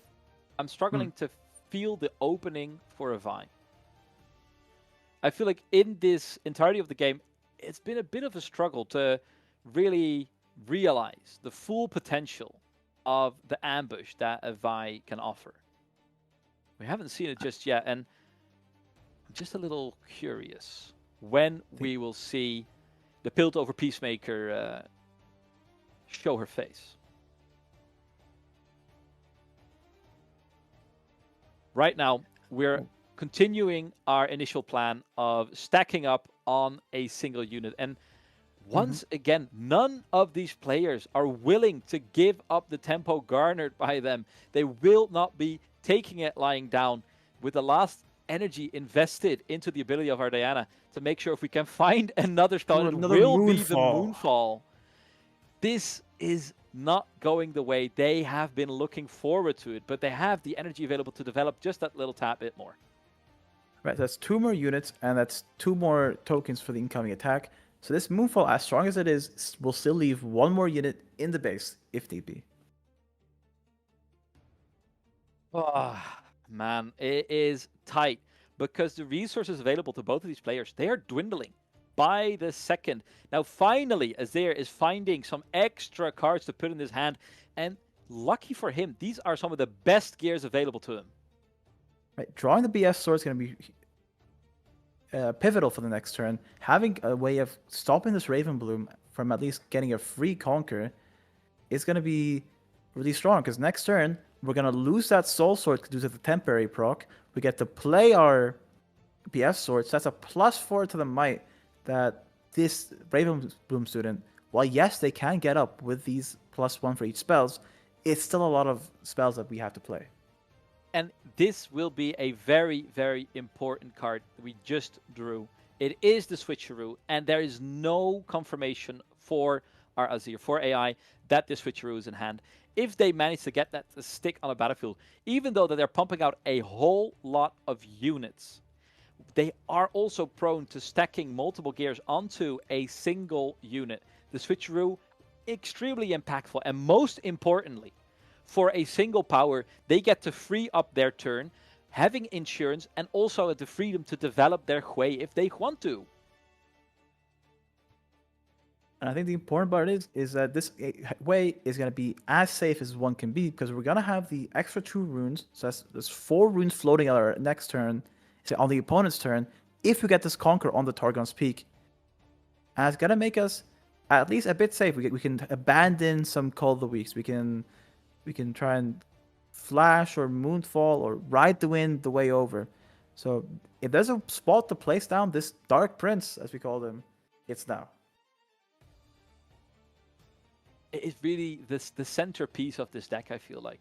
And the fact that we didn't see it played at all in the previous game was such a restrictive force. Now that they finally have it in hand, there is reluctance to play it, because the moment you play it, you're also leaving it out just that tad bit vulnerable. You know there is access to the single charm for the Azir, and it can't come late enough for this Diana.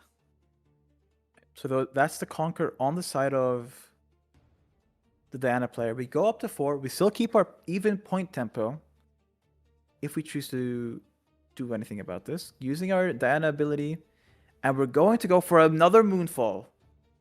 And this keeps on happening. Diana is keeping up the pressure, trying to keep this Azir on the back foot. But with every passing turn, I feel that the Azir is getting a little extra unit to stick around, an extra gear that can be picked up by a future soldier. It feels like Diana is fighting a losing battle despite having her own missiles ready to go. Now, with only 2 runes, do we still feel that this incoming Kuei is going to be safe? And the answer seems to be... There he is. There he is. Dark Prince stepping into the light.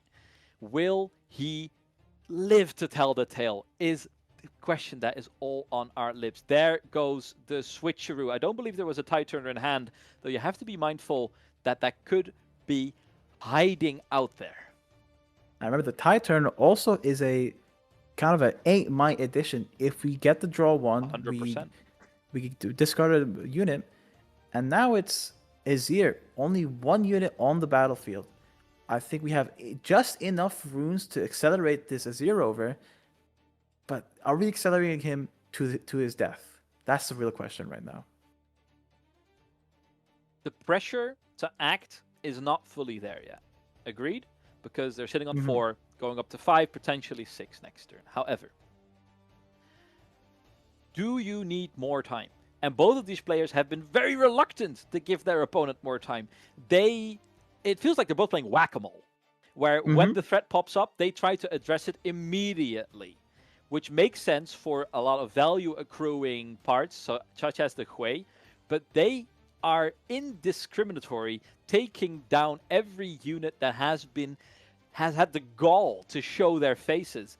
And the price of that is that, look at the resources available. The hand of Diana is decimated. Only 2 cards left, which is very, very low for a Diana deck. 6 runes on the untap in a little bit.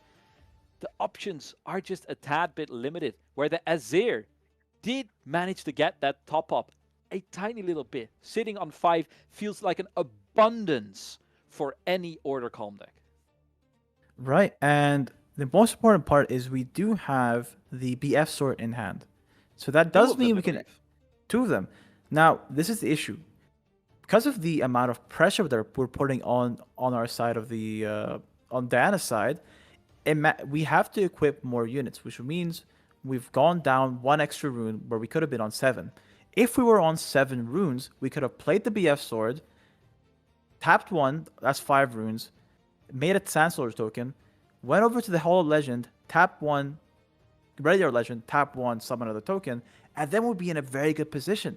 But because of the pressure, because of that aggressiveness, that this Diana has shown, it's not a play that we can do.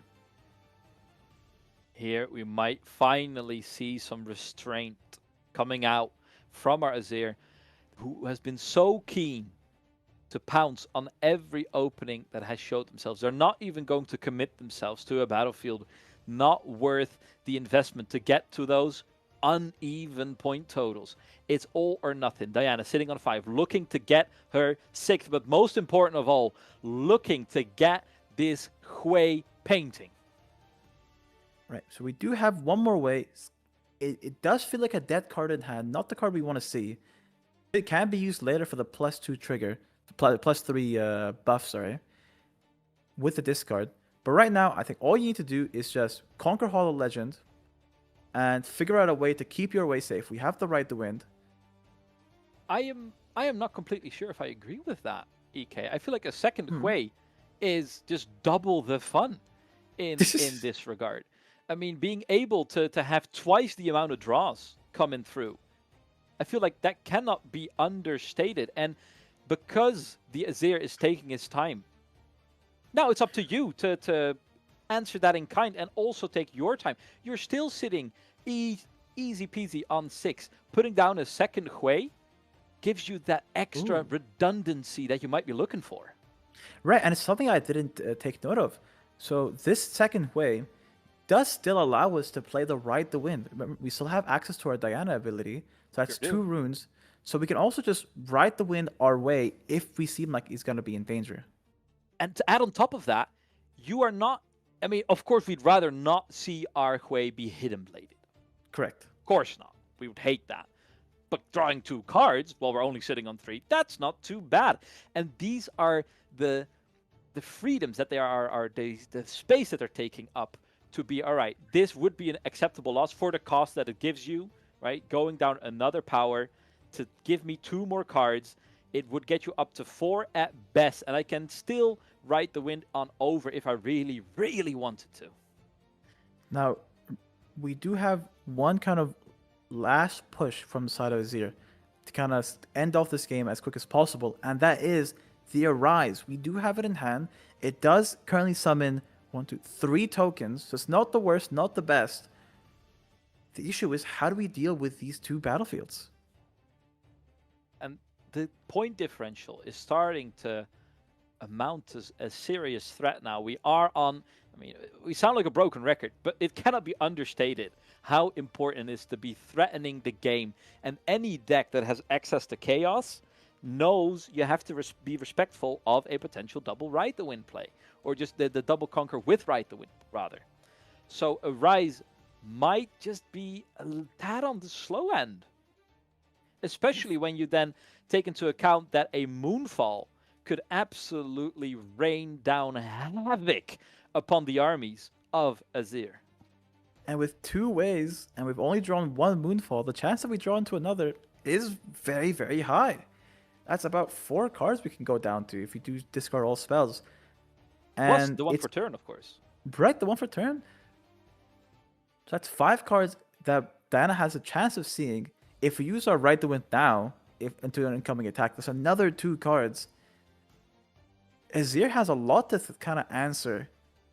And the point difference, the aggressive plays from the Diana kind of secured her this wonderful position to be in right now.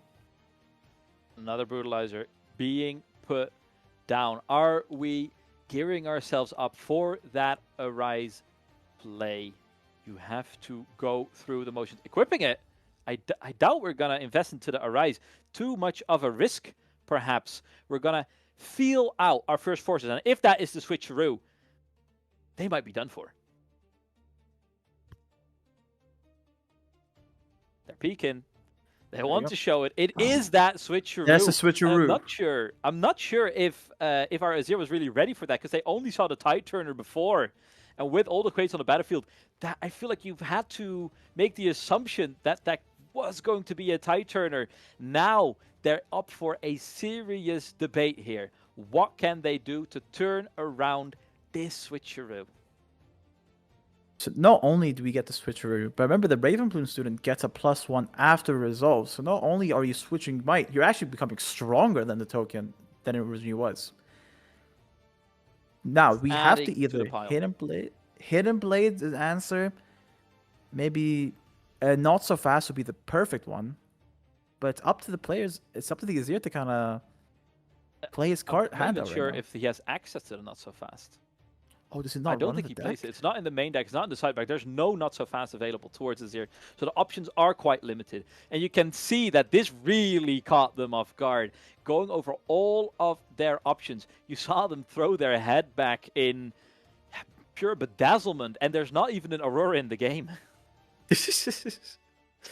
I mean, if you're the Azir, this switcher is having you see stars. You know, you've seen Aurora all day.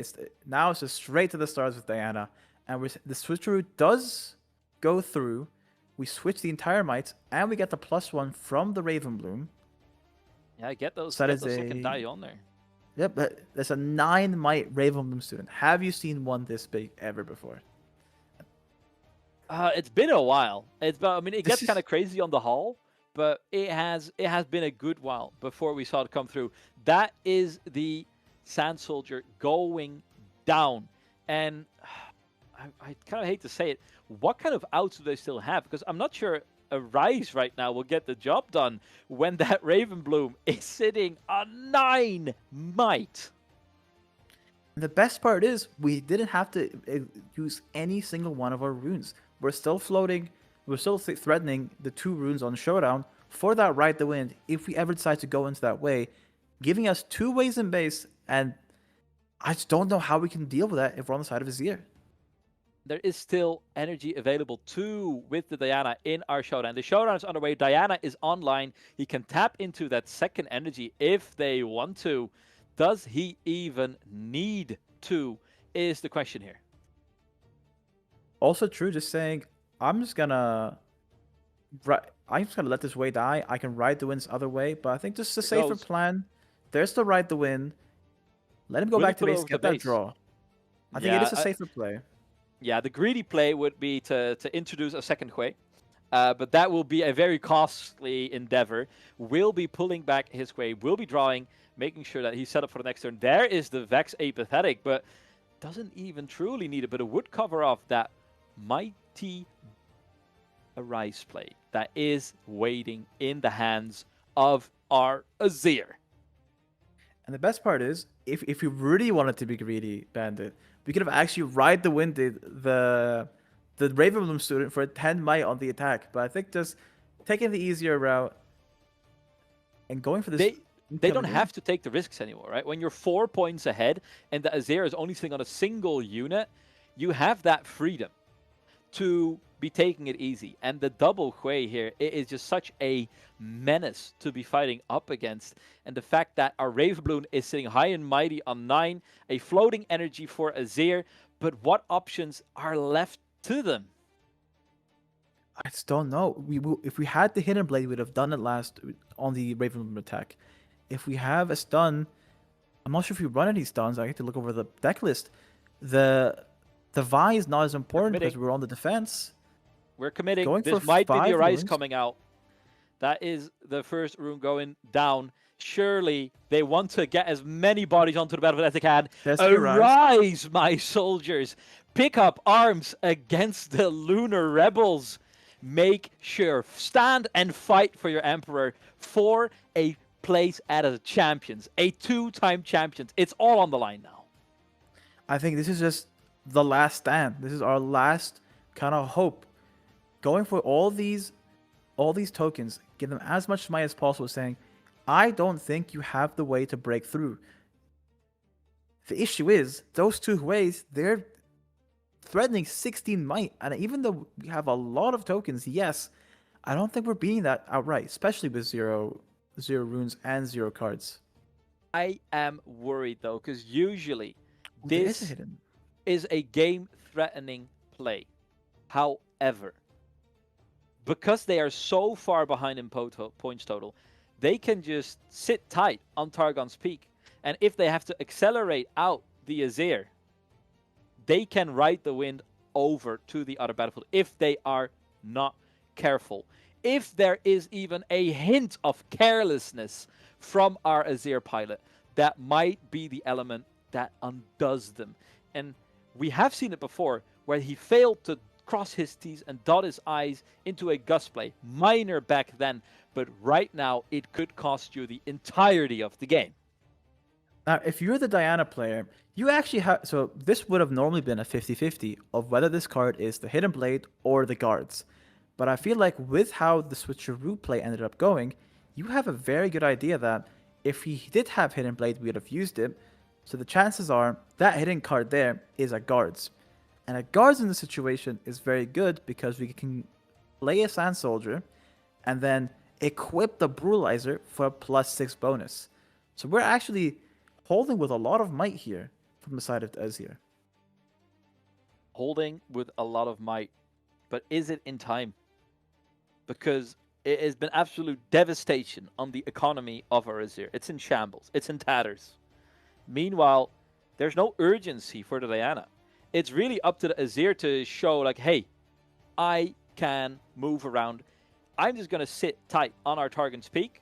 I can maybe muck about with our Huis, move them, draw some more cards, see if we can dig into the flash, or maybe reach ourselves for another Ride the Wind. But it's really up to Azir to fight his way back into the ring. Diana can sit high and dry. Trying to calculate the amount of might that we'll have. So that's 6, 8, 10. Currently, that's 16 might on the battlefield. When we play the Guards, we would be on 2 + 1 for the Brutalizer, +2 for the 5, Brutalizer, is like 5 extra.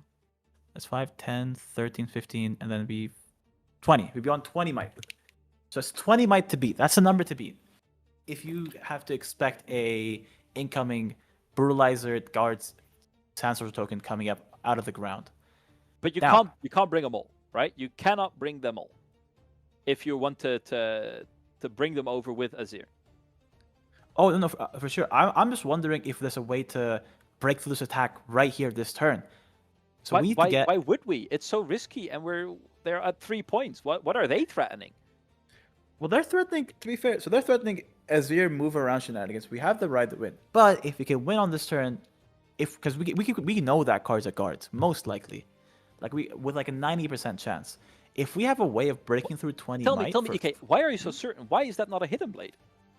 Because we would have used the hidden blade on the Ravenbloom student last turn. I feel. With the when we switch a route, because we did lose a lot of tempo. They will be taking a fight. They have what looks like to be a third way, but another Vex sitting around 2. Now, the fight will be deadly. And when is this fight a success? Vex will be put into the bin. 8 might sitting already there. How many Sand Soldiers can they take out? 8 might. That's 3 of them taken out of the equation.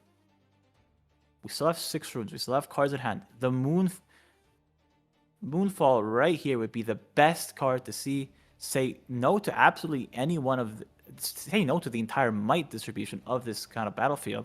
Not one that we have right now, though. Value for it would be tremendous, but it might not be enough. We have seen Diana play this before, where they are drip feeding their threats, right? Trying to bait out as many elements one by one. We saw them do it with great success against the Aurelia, and now they're trying once again, not putting all their eggs in a single basket, but spreading out their threats. The reason we want not we're trying to dig for a specific card, I think it's because we have a Gust in hand. So the Gust in hand can completely nullify the guard's Brutalizer combo. So that means we can actually, if we have a way of getting a little bit more might, which would be from going into Targon's Peak, discarding a unit, and then ride the wind over, we might just have the game right here, right now, and it's Diana.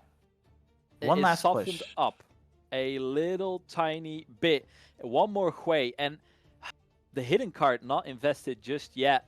Holding on for just a tad bit longer. Is it enough to give our Diana second thoughts about committing to a play right now? They have been so eager to get it done as soon as they possibly can. Will this turn be any different?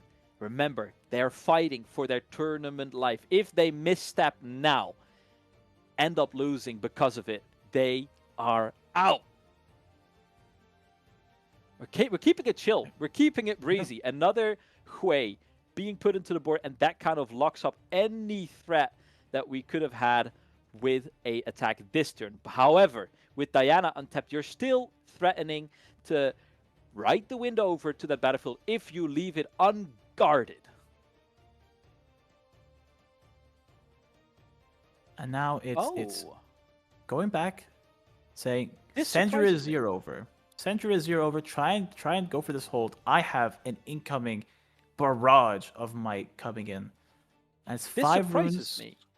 EK, we are pulling back our Ravenbloom student, but that is also relieving any hold pressure from our Diana. And I feel like it doesn't really alleviate the pressure from... I think it's very telling to take back the Ravenbloom student here, because it takes your foot off the neck of the Azir, because you're no longer threatening the game immediately on holding. It gives wiggle room to our Azir, and that was the undoing of the Aurelia. Is this cautiousness of are we paranoid? I feel like with this incoming Azir accelerated, if we choose to do it, kill whatever it is on that battlefield, right? We have enough might, you have enough ways of kind of moving your tokens over to beat me at my own battlefield. I will just move back 2 runes from this. So it's always going to be a smart idea to kind of get in there. Oh, sorry. So I think the Azir attack into this Targon's Peak is kind of guaranteed no matter what, because you're gonna go get back those 2 runes, and actually deciding against it right now, going for a different sort of play. The lines are kind of baffling, and I always like to be locked in. Do not misunderstand me, but they are more than happy entrenching themselves onto this Hall of Legends. But that is a whole lot of eggs in a single Sand Soldier's hand when you are facing down the barrel of a deck that plays Star-Crossed, that can move over units with a Moonfall to the other battlefield. I feel you are susceptible to interactions. You are dire need of holding on to your last strains of play, and that is what the Asian players are exactly so good at. They will never give up. They will never surrender, even when it all looks lost. Hui will moving out to the battlefield, drawing just a little more acceptable losses, and turn to dust available here. Those are too slow. Coming through. There's the Star-Crossed. That might be the last piece of the puzzle we need. That's exactly what we need from the side of Diana now. We can Star-Cross away the Sand token. Yes, we have guards to get a +6, a +5 token with the Brutalizer. But I think this might be too much. Turner getting another draw trigger for our Hui. They are gearing up for war. All the pieces are getting there. Hard Bargain is purely a luxury right now. Acceptable losses cast aside for a Moonfall on top of it as well. Nice. And with Diana available, with the power of 3s, all the pieces of the Avengers are getting assembled to bring down the shining blade of a lunar guillotine, cutting off the head of any Shuriman resistance. And there it is. There's the Moonfall. We don't have any answers. That hidden card just spells doom right there, and that's game 3 of the finals. We are sticking around for a little bit longer, EK. We are going through it all. This finals is delivering and then some. I think it's probably best to take a step back.